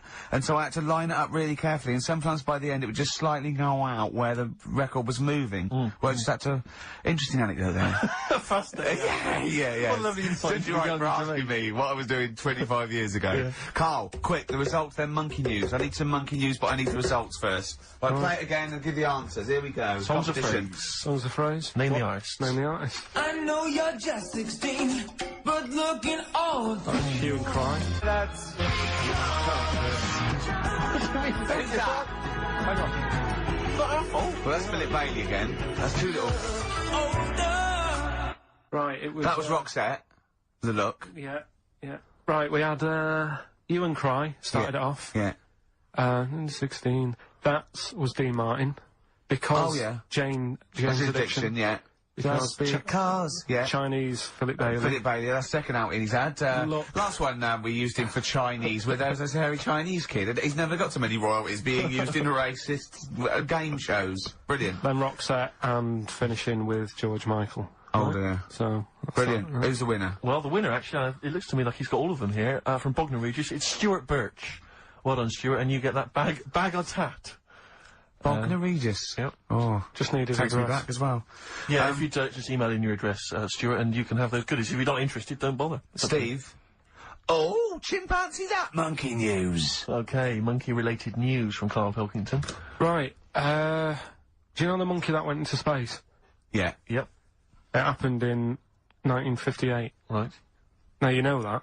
Yeah. Yes. What did he do next? What did he did the do monkey do next? Yeah. One appearance on Celebrity Squares, and it was like forgotten. Right. Yeah, cut a novelty record. Yeah, just like Rick Waller. I'll tell you what happened. He got back and all that. He got back. Heroes welcome. NASA sort of said, you know, you did a good job. And that's where a lot of people think, you know, it all ended. Sure. Yeah. But NASA were like, well, hang on a minute. We He's spent a lot of trained. time, we've trained him up and stuff. So he's like, you know, he's saying, sure, you know, I've learnt a lot, I've still got it all, I've kept it all, I know what to do. So they said, right, we'll use you. So he turned into, like, a bit of a trainer at NASA. We wanted to send you out on the top of an organ. yeah. Put on this little bellhop outfit. Could you smoke fags? Yeah. I'll have a go. So they were getting in new monkeys. You know, the main man at NASA was saying, can you teach these the sound? He's going, of course I can. Do you know what I mean? I remember it all, I know what's going on, I'll tell them what buttons to press, what to do in emergencies, that sort of thing. It was technically sort of employed by the army. Right, Because that's can I just fit in here? I don't know the story, Karl, and I might embarrass myself here. You've got an army of people out there that will probably send me an equally deranged email from a different website, but I'm pretty sure when they sent the monkey into space, it was to monitor his physiology. He didn't press any buttons or learn to dock or take off. It was just the effects of weightlessness and space on, basically a primate. I'm pretty sure he was tied in with electrodes to his head. So, well, yeah, I'm pretty sure. I could be proved. But even if that were the case, and he had learned to press one or two very basic buttons... Definitely not. Definitely but not. even if it were the case, I'm pretty certain they wouldn't have brought him back to train up Neil Armstrong. Right, definitely. Go on. Going, Neil, what are you going to say when you come out there? Yeah. I was thinking of just saying, hello, I'm on the moon. Hello, it's made of cheese. Don't say that. Don't What say about... I've noticed that you got little legs, Yeah. right? But mankind stepped forward. Well, how could I put that? I was just going to say, hello, I'm on the moon, it's great to be here, wish you were here. I've got to think so Hi, better than that. Mum. Yeah, go on. Anyway, basically he got back, they sorted him out with a nice pension. He was happy. Because of, like, the rank that he got, he was like, you know, he had loads of medals and stuff. He said, right, we'll make him a colonel. He got that. Like I say, he got a pension. How was it end? He died in 1969. He was buried with his wife. He passed away. His wife! I'm sure it just goes on to a different website about something completely different. And Yeah, it's you're just talking about Buzz Aldrin. Yeah. His page is missing. Oh, dear. So... Well,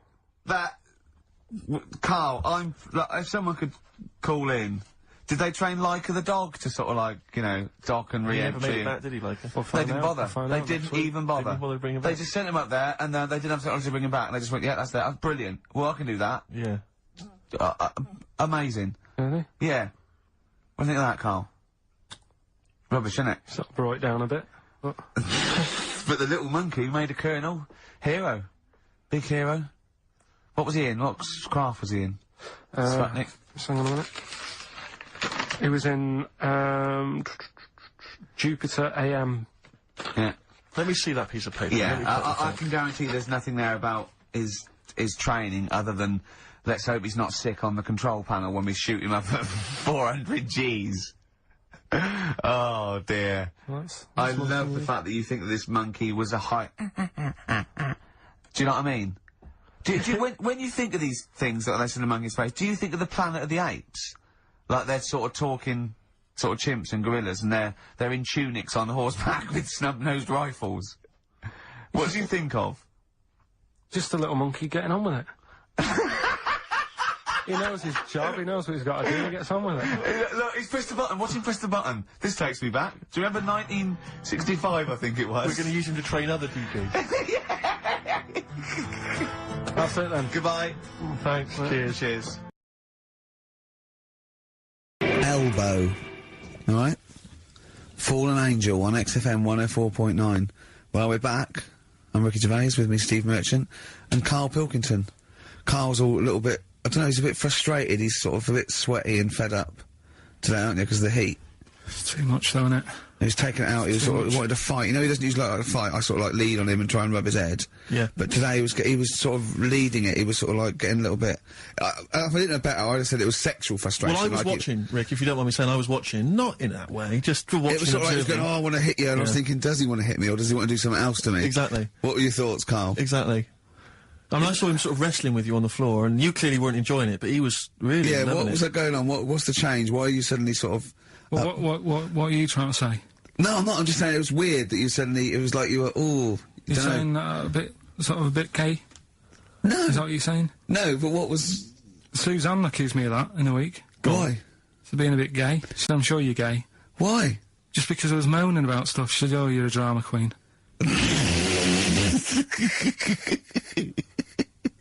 Right, well that's What were you moaning about?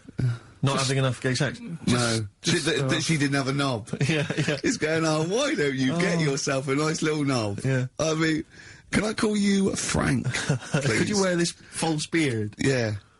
It's just, well, we'll talk about it later. It was about the Seven Wonders. I just wasn't that impressed. He wasn't impressed by it. He said, well, we'd say that, yeah.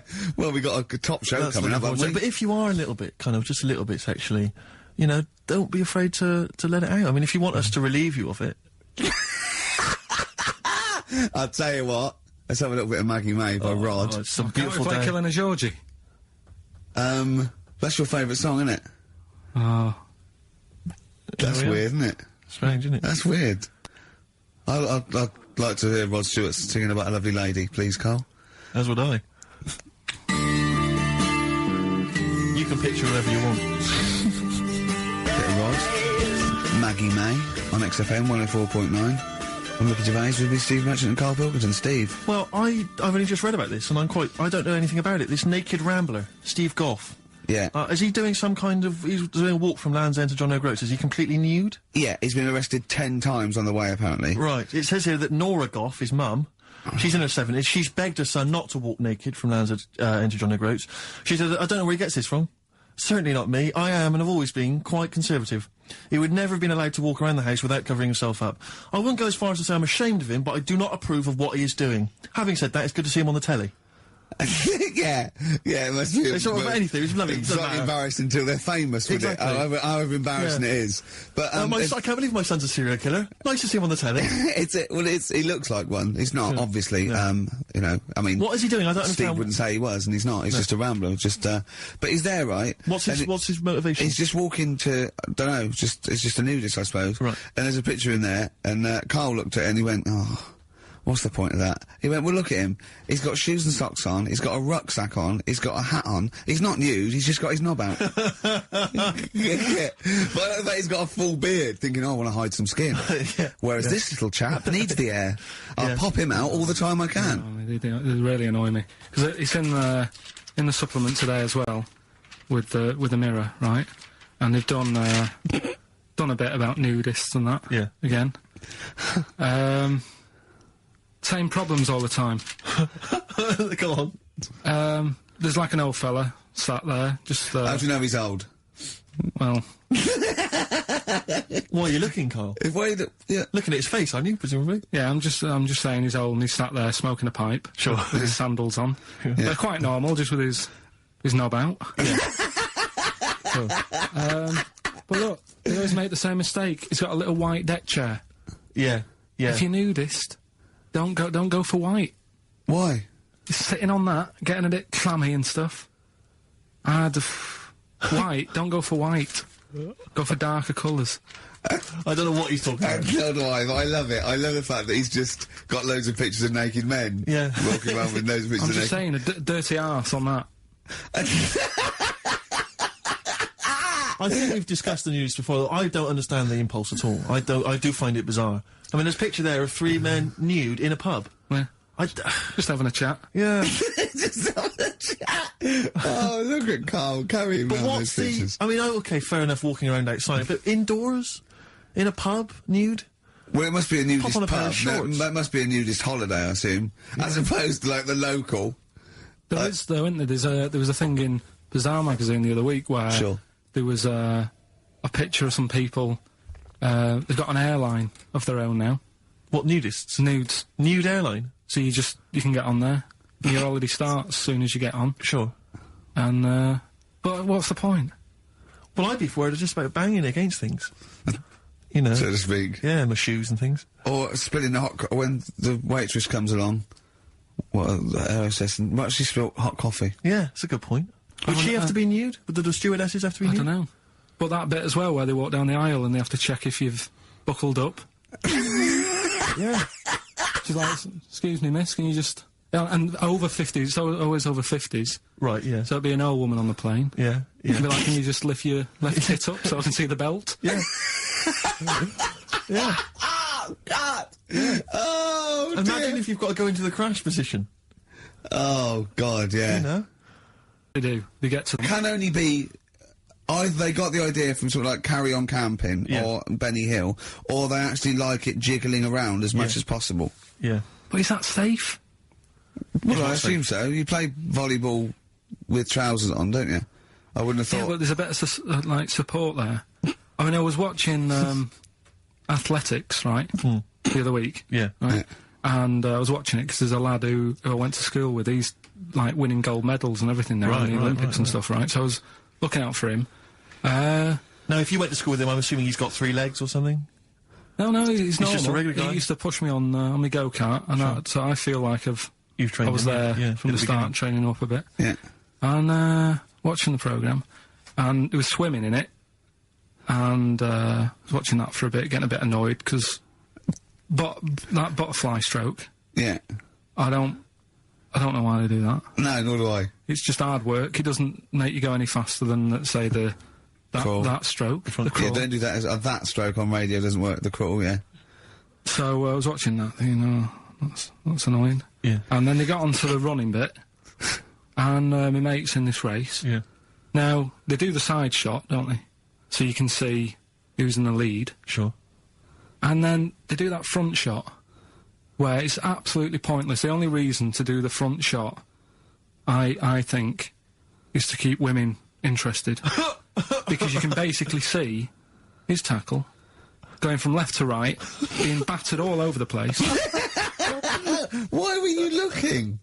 Seriously, you had no choice. If you wanted to watch it, it was like, I was interested if he was going to win, but it's like, you know... But why did you turn over and watch Charlie's Angels instead? Because I wanted to see if he won the race. But... Or flip back at the end. Just flip back to get the result if you don't... Well... Yeah, or at least turn away or close your eyes on the front shot. No, I wasn't. I just...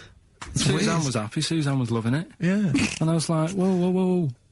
Yeah. Just go to the other shot. But they were showing you the front shot and running along there. They could have just shown the top half, but they didn't. Sure. It was there. It's just heads moving along at 25 miles an hour.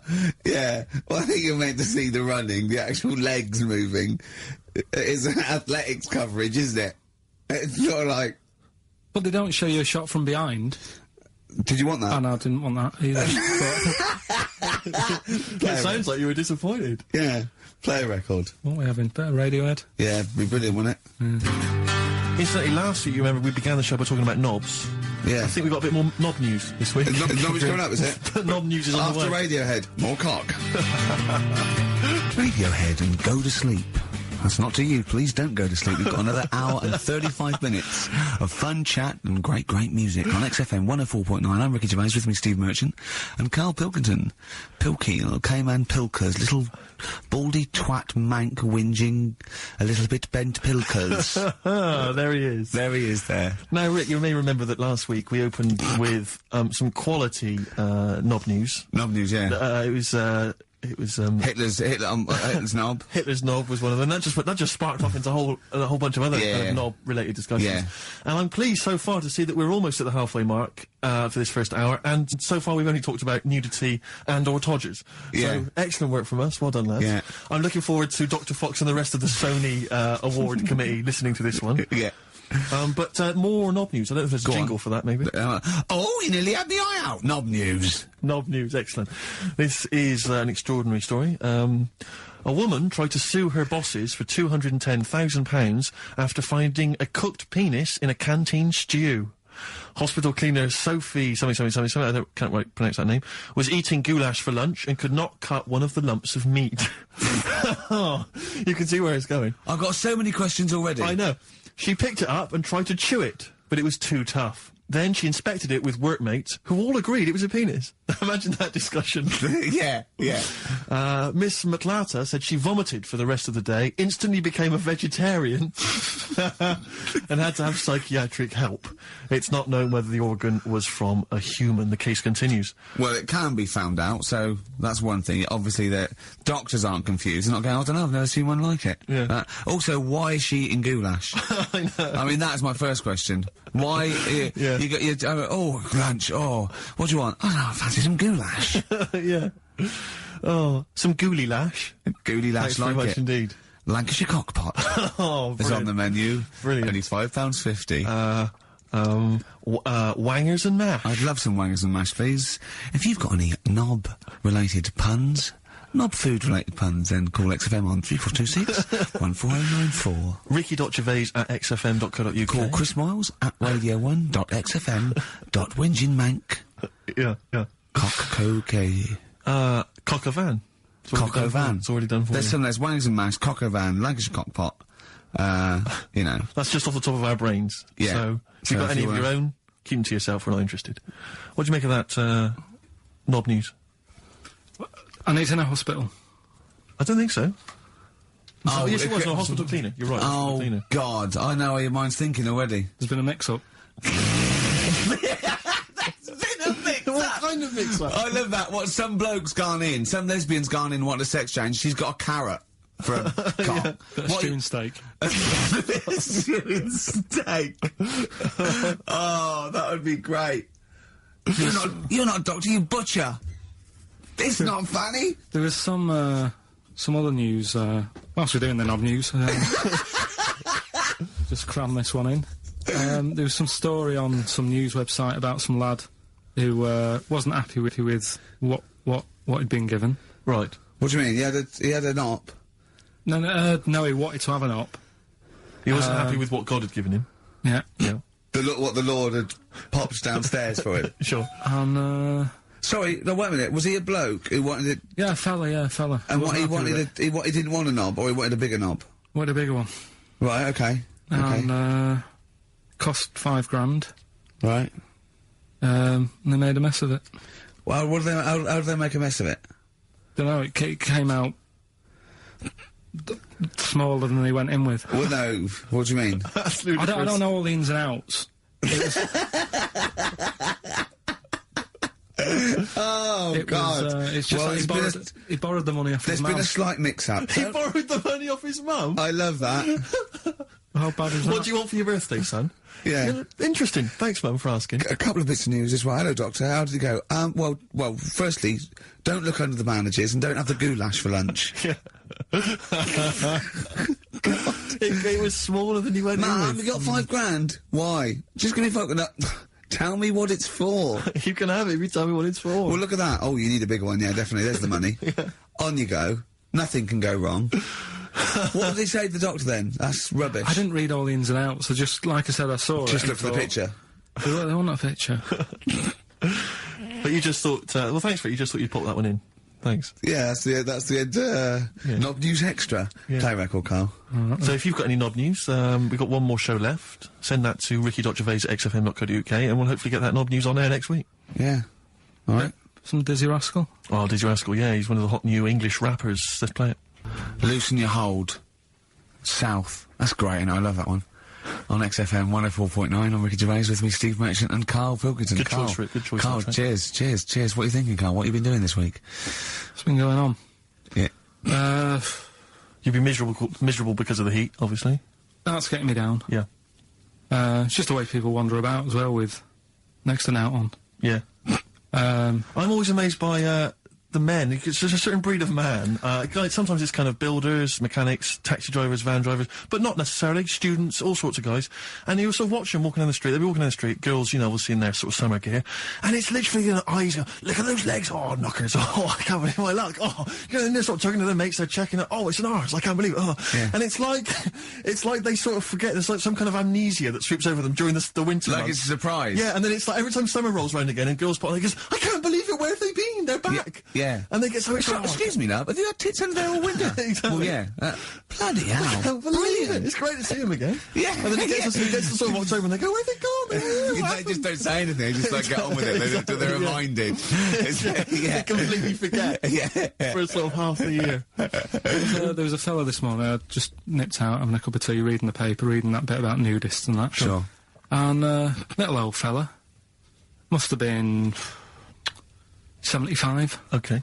Walks past, shoes, socks, sort of shorts, but because he's old, I don't think he's got like a normal pair of shorts. They were like suit pants, but short. So really smart shorts that I've never seen before. Yeah. But the thing is, with him being old and thin, Yeah. it's just, don't do that. Don't walk around like that. What, the legs? The legs and the back. He looked like a little tortoise without his shell on. And everybody outside the cafe. I've always wanted to see a tortoise without its shell on. Yeah. Just to see if it would run really fast and go, this is brilliant. Just scamper along. I saw a grotesque thing. I think it's Britain's fattest man. I'm not sure. He was huge. I mean, I don't wish him any ill, but so big, it was ludicrous. He was waddling down Oxford Street, and he was, I mean, genuinely, you know, I'm not a big fan of, you know, ginormous people. Rick Waller, for instance, turns my stomach. This guy was twice as big. He was extraordinary, and he sat down on a big bench and literally took up the whole space. And he reached into his bag, he's having his lunch, and he was eating an apple. And I really felt like I wanted to slap him on the back and go, it's a bit late for that, mate. Well, it's probably starting now. He's probably starting thinking that I'm going to make a change. And imagine if you'd have said that. Yeah. And it'd been awful, wouldn't it? Yeah. He cut it in half, put it between two slices of chocolate. Yeah. I mean, I don't know how you get that, and waited for a pig to come past, shoved it in his mouth. Exactly. Just swallowed it whole. I don't know how he gets that big. And he was like, he'd come out to sort of soak up some of the sun. You know. Well, you look better with a tan. I suppose so. Yeah. Yeah. Was he wearing loose black clothes? He was, of course he was wearing That loose works black up to a point. Yeah. And then, you know, it's not fooling anyone. Was it vertical stripes? Yeah. To make it look thinner. Just people just walk past and think it's night. Yeah. So, Karl. So that's you know, that's been annoying me with the weather and that. Yeah. And then I love the warm weather. Although I can't sleep at night. I had 2 hours in front, just went and lay down in front of the window, in front of the French window, just because it was just too hot last night. But if I can sleep, I love hot weather. I love walking around when it's sunny. It's better for you. People are usually happier in hot weather. The sun is good for you. I mean, it has been hot. I mean, it's 100 degrees. It's probably too hot to work, but... Mental, I can't think straight and stuff. You know your little baldy head, isn't it bad for it? Because it just... Doesn't it get you... make your brain a little bit hot? Well, I mean... I'm just got my head on show. What about the nudists? Worry about them before you worry about me. Right? You know, another thing that happened in the week, you know, I've just had builders round, sorting the kitchen out. Yeah, sure. So virtually skint. But another problem happens. Boiler starts playing up. Right. Right? So, and you've got to have a shower in this weather. You've got to be able to have a shower and that and freshen up and what have you. Well... I have a shower every day anyway. I mean, 2 sometimes, but yeah. Yeah, but if you haven't got any hot water, you can't, can you? Right? Cold shower's alright, isn't it? Mm-hmm. Go on. So anyway, fella comes round. Yeah. 90 quid. 90 quid? 90 quid. All he did, turns up, says, oh, yeah. Just bang it. 90 quid? Bang the boiler. That's 90 quid. Last time I banged a boiler, it cost me 90 quid. And there was a lot of leakage then. Yeah. So I you know. I understand where you're coming from. Yeah. I do sympathise. But you know, like, I catch them out as well. Do you know, like, you know, I know they're up to no good and stuff. They don't earn the money. Sure. And he was in the bathroom, so I sort of creep up and I try and stick my head round the door to see what he's up to. When a bloke in the bathroom? Right. That's weird, isn't it? So you creep up to a man in the bathroom and put your head round without seeing you. Go on, though. Fair enough. Right, do you want to go over what happened that time when we were in the pub and I go to the toilet and you're trying to get in? What happened? Is that normal? Go on, what happened? Go on, go on, I'm not ashamed. What happened? Go on, say it. Say it. What happened? Well, don't start a story and then don't finish it. Come Or on. we'll do it later. Tell us now. He was in the cubicle, and he got in the cubicle to have a piss to avoid me annoying him, right? So what I did, I got some of that liquid soap, and I just put it over and squirted on him, and he came out going, look, it looks like someone's just effing jizzed on me. I've got effing jizz on me back. I had to walk through Soho without me back. I was walking to Soho, and when was it we had to go to the, when we went to the Ivy with those people? Wednesday. Something like that, yeah. We had a business meeting, right? And, we were walking up the Ivy, it was about 11:30, and I was going down Old Compton Street, and as I got to just going past Mamma Mia, something hit me on the shoulder. I looked down, and obviously it was bird shit, but just for a split second, I thought it looked like jizz, and I just thought, oh God, because no, and I sort of woke up and I thought, right, I got to wash my hands and like get in. It obviously wasn't jizz. It was pigeon shit or something, right? But I had this pamphlet once when I was at ULU. Terence Higgins Trust left this pamphlet, and it was all stuff like safe sex, and it was stuff like. Honestly, I swear, it said things like, you don't have to have full intercourse. It said you can do lots of other things with your lover, like... It said, like come into some fruit, e.g. a melon. It says, with friends, just come on the back of one of them, right? And then this is the bit that made me think, and I thought, oh my God, when I looked down sort of my shoulder, it says, come out of a window! Yeah, on any passing celebrity. Oh God! Oh, I'll get that pamphlet. If anyone's got that pamphlet, it was brilliant. So, yeah. Good, right, well, let's play a Do you record. reckon Noel Edmonds did stuff like this on his show? He's back. Oh, dear. Smith and Usk on XFM 104.9. Before that, we had Spunky News. Spunky News. Coming up, Monkey News. That's the sort of linked. This is Dr. Fox is no better than this. No, you must see we're getting better now. Yeah. Have you got any other news there, Karl? Well, you were just talking about bird muck. What a classy show this is. Yeah. I imagine someone just having a barbecue, tuned into this. Yeah. Can you turn the radio off? He's talking about coming out of windows again, darling. It's putting me off my sausages. No, what? I was walking down the street and this pigeon, sparrow, whatever, did its thing, and it landed on my ear, and I was like, oh God. So I thought, well, I'm not going to wipe it off. Why not? Because I don't want to get it on my hands. Right? So I thought I'd leave it till I get home. So it's probably So about... you went to work. Oh, met some friends. Yeah. Oh, Yeah. about midnight. Went on the pool. So I was best man, so after the speeches, that is brilliant. No, it was on there for, I don't know, half an hour or something like that. Brilliant. Get home and get Did it some... not kind of slowly ooze down your neck? No, it's fairly hard. Right. And, sort of corroded my ear. What are you talking about? Why did you leave it there, though? Why not just wipe it off with something? I didn't have I can anything. walk round with... Pop in a newsagent and buy some tissues. But then I look stupid. What do you mean? Where is the bird smuck on your ear? Brilliant. They're all wearing that now. But no, what is it they eat? It's alkaline. No, it's really strongly alkaline, isn't it? Or is it acidic? I don't know. Maybe someone knows. Is bird muck acidic or alkaline? But it's corrosive, yeah. Weird, Yeah. isn't it? Weird. Weird, isn't It it? didn't seep into your brain. Yeah. Listen, do you want to set up Songs of Phrase? Yeah. Oh, God. If you've not heard the show before... I thought we weren't doing this week. I thought we weren't. No, we'll do it once, right? And then next week's the last one, so we'll do Rockbusters. Leave That them might out. be the last one ever, depending on whether Karl decides to come back Yeah. in October or not. I'm bored of it. I told you I'm bored of it. Why are you bored with it? I get bored quick with stuff. Yeah. I told Suzanne the other night how lucky she was that I haven't got rid of her yet. Do you know what I mean? things. You put on a soft music though first, didn't you? You didn't just like start getting that around. You know you're a very lucky girl. Sorry? Well, I used to get bored with you and that. Yeah. Oh, dude. You're lucky you haven't pissed off. Yeah. Do you want to open the champagne or what? Well, she was annoyed the other Karl, night. what's that on your ear? Don't worry about it. Pigeon shit, aren't it? We're walking to the pictures, right, to go and see Bruce Almighty. Sure. Why? And just something to say, innit? Yeah. So you were trying to sneak in the back.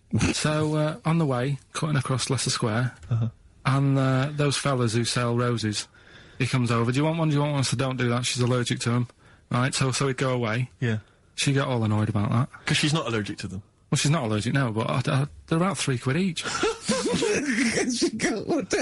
the point of that, Karl, is not that she really wants a rose, it's that you're willing to spend £3 on her. Taking us to the pictures. How much was that? That was £8 each. Did you pay for it though? But didn't you ever... If I know you had her dressed up as a small child. Yeah. Me and my son, please. Or you've made her sit on your shoulders and wear a long coat. Yeah, exactly. Anyway, listen, songs of phrase then. You paid for her to go in and then you went and had a pint while she watched it. Yeah, there's no point in both of us seeing it, but tell me about Tell it, me what won't it's you? like. Oh, right, songs of phrase. So let's explain what songs of phrase is. You do it. Okay. Oh, really? If you think that Karl is bored with life, then you will be even more bored once you have heard this particular quiz. The gist of it is that Karl has taken a well-known phrase or saying... no, stop you there. Not a well-known phrase. Something that he said once. On this show. Yeah, probably. And he's somehow compiled together a number of different songs which have somehow built up that particular phrase or sentence. If it's anything about Chinese people, Philip Bailey will be involved. That's all I can say. Okay, let's hear it then, Karl.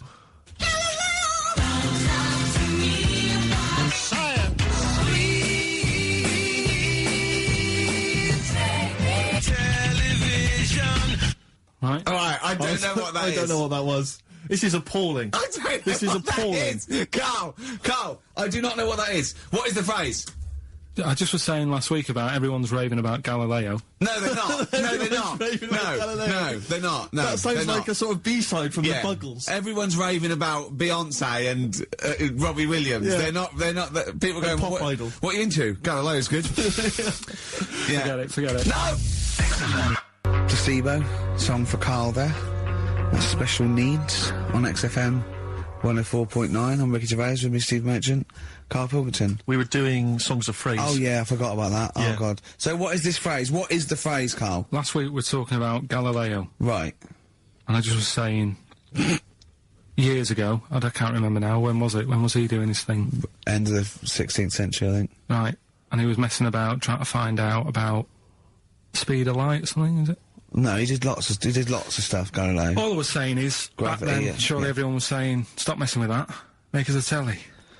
You know what I mean? There was other things that people would have been happier with. Sure. Back then. Like they Yeah. didn't So have. the phrase exactly is what? The well-known phrase is what? Galileo, well, it goes like this, doesn't it?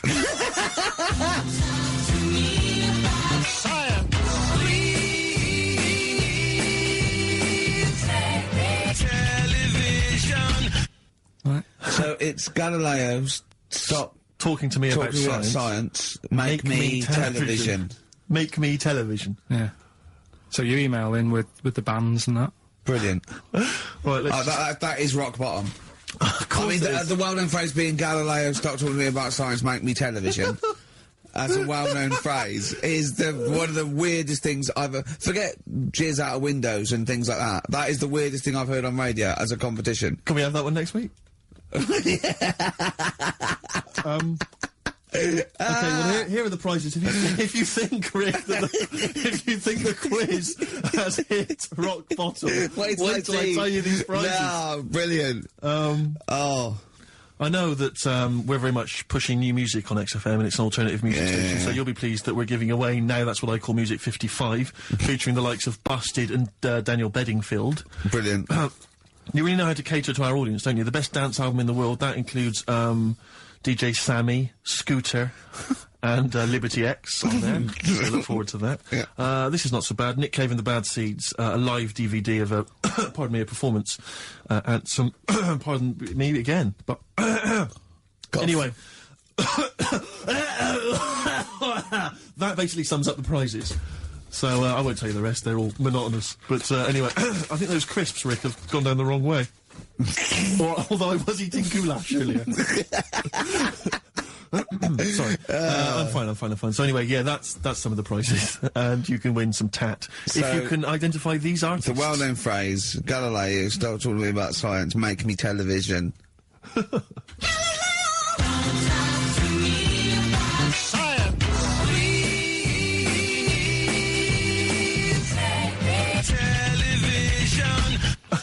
Just so appalling. But easy this week, I think. Those, yeah. Play a record, Karl. I mean, it's ridiculous. Ricky.Gervais@xfm.co.uk. The Pixies on XFM 104.9 Holiday Song. You're talking about people coming round and just banging the boiler and charging 90 quid. I think it was last Christmas. We had a dripping tap, right? And it started off just dripping a little bit. And then after a couple, I thought, you know, we'd get that sorted out. We couldn't actually turn the tap.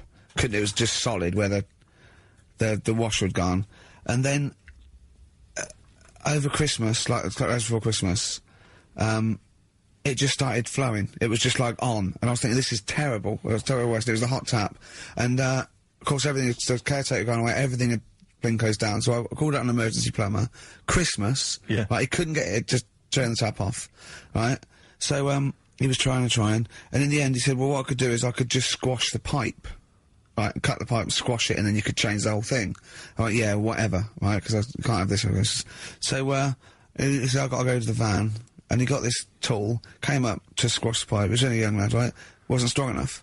So I had to help him squash the pipe. Right. He squashed the pipe, cut it, put a little nozzle on it, you know, just to seal it, right?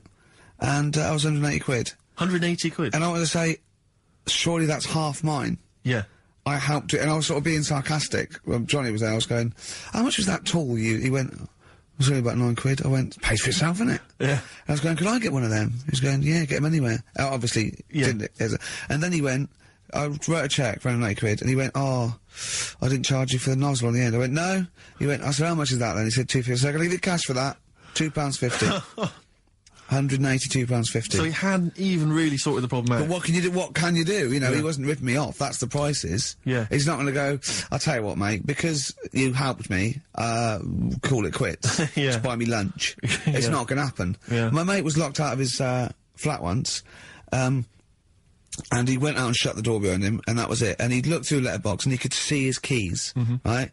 Phoned a locksmith, says, look, can you come round? I can see my keys, right? I just have to go out, and he went, well, yeah, but that doesn't matter. I said, I'm going to try it, it's 90 quid. And he went, 90 quid? He went, but I can see the keys. He went, yeah, I can get them for you. And he went, and my mate said, you're going to come round, you're going to charge me 90 quid, and you're going to scoop my keys up with a bent coat hanger. And the locksmith said, have you got a bent coat hanger, mate? It's brilliant. But it's a fair point, isn't it? It Do you know is what a I valid mean? point, that's it. What can you do? Yeah. I'd have gone, ha, thanks for the expert advice, and then asked the neighbour for a bent coat hanger. And they went, well, we'll call it 100 quid. Yeah. But that's more expensive than a locksmith. Well, yeah, because you're going to illegal traders. Exactly. We've got no licence. Yeah. We've got to pay a little bit more in case we get fined. Exactly. But that's what was going on when, you know, the fellow was round the other day fixing the boiler in the bathroom. Just wanted to make sure that he was working on it, because it all went quiet in there. Mm. He had the door shut. I'm trying to have a little quick sort of peep, seeing if he's doing anything. And I push the door. Just like, like this sounds. But just pushing the door slowly, and he's going, "Don't come in." I was like, "What are you doing?" Well, what was he doing? Dunno. But then he's like, 3 down. Probably doing a crossword again. That's what annoys me. The way that, you know, it's all secret. You're not coming in, and you hear the odd bang now and again. He's probably sat there, crossword, 3 down, giving it the old. Just now and again. With his foot. Just annoying. Yeah. How much did he charge you? 90 quid? It's just under 90 quid. Yeah. Yeah. And all he said was, you know, give it a bang. If you don't work again, give it a bang. What does that mean? Is that an air block? And they just like, what is it? I don't know. It's not that complicated. You wouldn't think a boiler's that complicated. It's not like understanding, you know, how a fast breeder works or a computer. It's a big lump of metal without water in it. How can we not know how that... Yeah. We were discussing yesterday, me and Glenn were trying to work out how our fridge works. Right. It's pretty cool. Magic? It is the magic comes down the electricals into the frozen peas. That's what I thought. Yeah. Yeah. Can't still talk about, I know it's something to do with the hydrofluorocarbons can exist at much lower temperatures without freezing. So when they enter the fridge, sort of under pressure, as they flow round, because the pressure goes down, they take energy from the It's perhaps a discussion to have in the pub, but not on the air. I still can't figure out, I've never quite understood how a plane stays in the air. It always unnerves me when I'm in a plane. Turning a tap on, getting water. Basically gonna go, Karl goes walking. Yeah. Yeah. Here's a bit of science for you. Go on. Right. Read the other day. Yeah. If you dug a big hole, right? Oh, God. Started digging, say in, wherever, the Trafalgar Square, right? Yeah. You dig a big hole and you keep digging. Yeah. And you go right through the earth. Right. Out to the other side. Yeah. So you're somewhere in Australia or something, right? Yeah. And then you go back to, come back to London. Right. Stand next to the hole, jump in it. Apparently, you can jump through the world in 42 minutes. It's interesting. But then I was thinking, will you fall? And then when you come out the other end, would you fall back again? Well, yeah, you would, wouldn't you? What would happen is, you'd accelerate 10 metres per second to the centre of the Earth, but you'd have such inertia, you'd nearly go as far out the other end before it was like a bungee jump. So you'd nearly get as far as the other end, and then you'd go back again, and you'd keep going until back and forth, getting further and further away from making it until you went sort of back and forth in the centre, and then you'd stay still in the centre. Have you drilled a hole through the earth? Get in touch. Email xfm.co.uk and just let us know how you got on. Did you get to the other side? Did you get to Australia? Did you buy one of those funny cork hats? Did you see Paul Hogan? How does a fish work? Darkness, growing on me, XFM 104.9. I'm Ricky Gervais, with me Steve Merchant and Karl Pilkington. I lost him, didn't I, in a little conversation? Yeah, there. you were talking about quantum physics, to be fair. Yeah, I was just explaining what a black hole was, because we were talking about that as well last night. And just halfway through, he just went, yeah. And put his headphones on. Brilliant. Yeah. Oh, it's the thing about Karl is he speaks with such authority about things that he thinks he knows about. Monkeys. And when you try to explain to him about stuff, you know, he goes, no, of course ghosts exist. And you try to explain to him why it's conceivable they don't. No. He can't be bothered with that. Yeah, you did all your learning at about 12, didn't you? Yeah, but I'm still picking bits up now. Said without irony. Oh, brilliant. What have you learned recently? Anything interesting recently you've learned? Darwin, that's why I was asking you about him. Right. Yeah, Darwin, we know what you did, didn't you? I don't know what he did.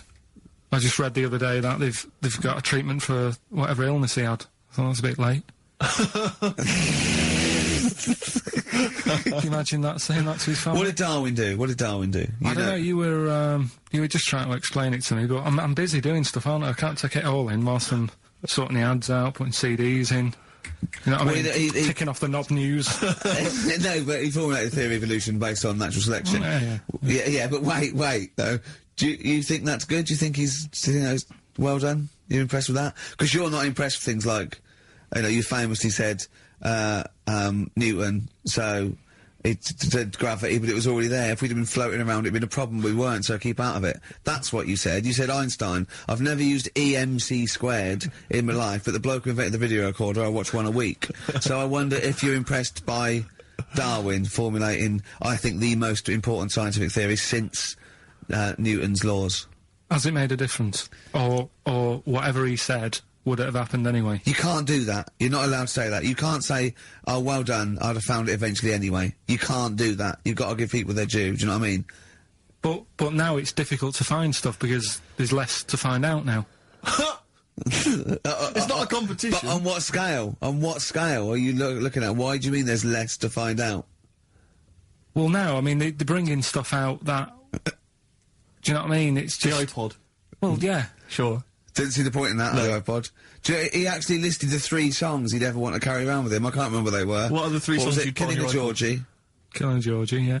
Yeah, what else? Probably have Elvis in the Ghetto. Right, yeah. Moving. Living in the City. Stevie Do you know Wonder. what I like? Do you know why that? Because that's like a little film to him. Yeah. That's 3 songs where there's a little story. He knows the ending. Yeah.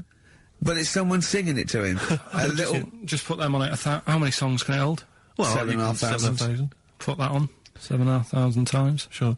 Well, you don't need to, do you? I mean, that is like that joke. The wish.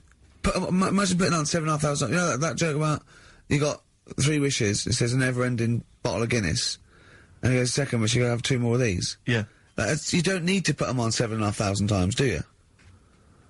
No, you don't have to. Never mind, Carl. Never mind. Answers rushing in, we should point out, for the quiz. Most of them agreeing that it's pointless. Some people have called it... It's songs of phrase, of course. Some people are referring to it now as songs of arse.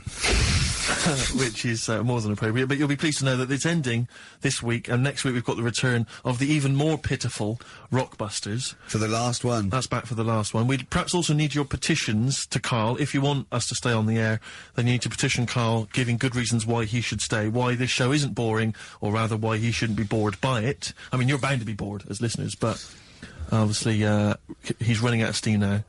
What are you fed up with? You're just fed up with, in general, are you? I mean, you want your Saturdays back, do you? Just want a bit of a life back, that's all. But you don't do anything with your life when you've got it. Why don't you do this instead of, like, your day job? Can't. It's more important than my day job, innit? That's what earns the company money and that. Know what I mean? Well... So... Why don't you do a regular show then? Sack someone who's, you know, quite frankly, not pulling their weight. I've done that. I did that years ago. What do you mean? Done it.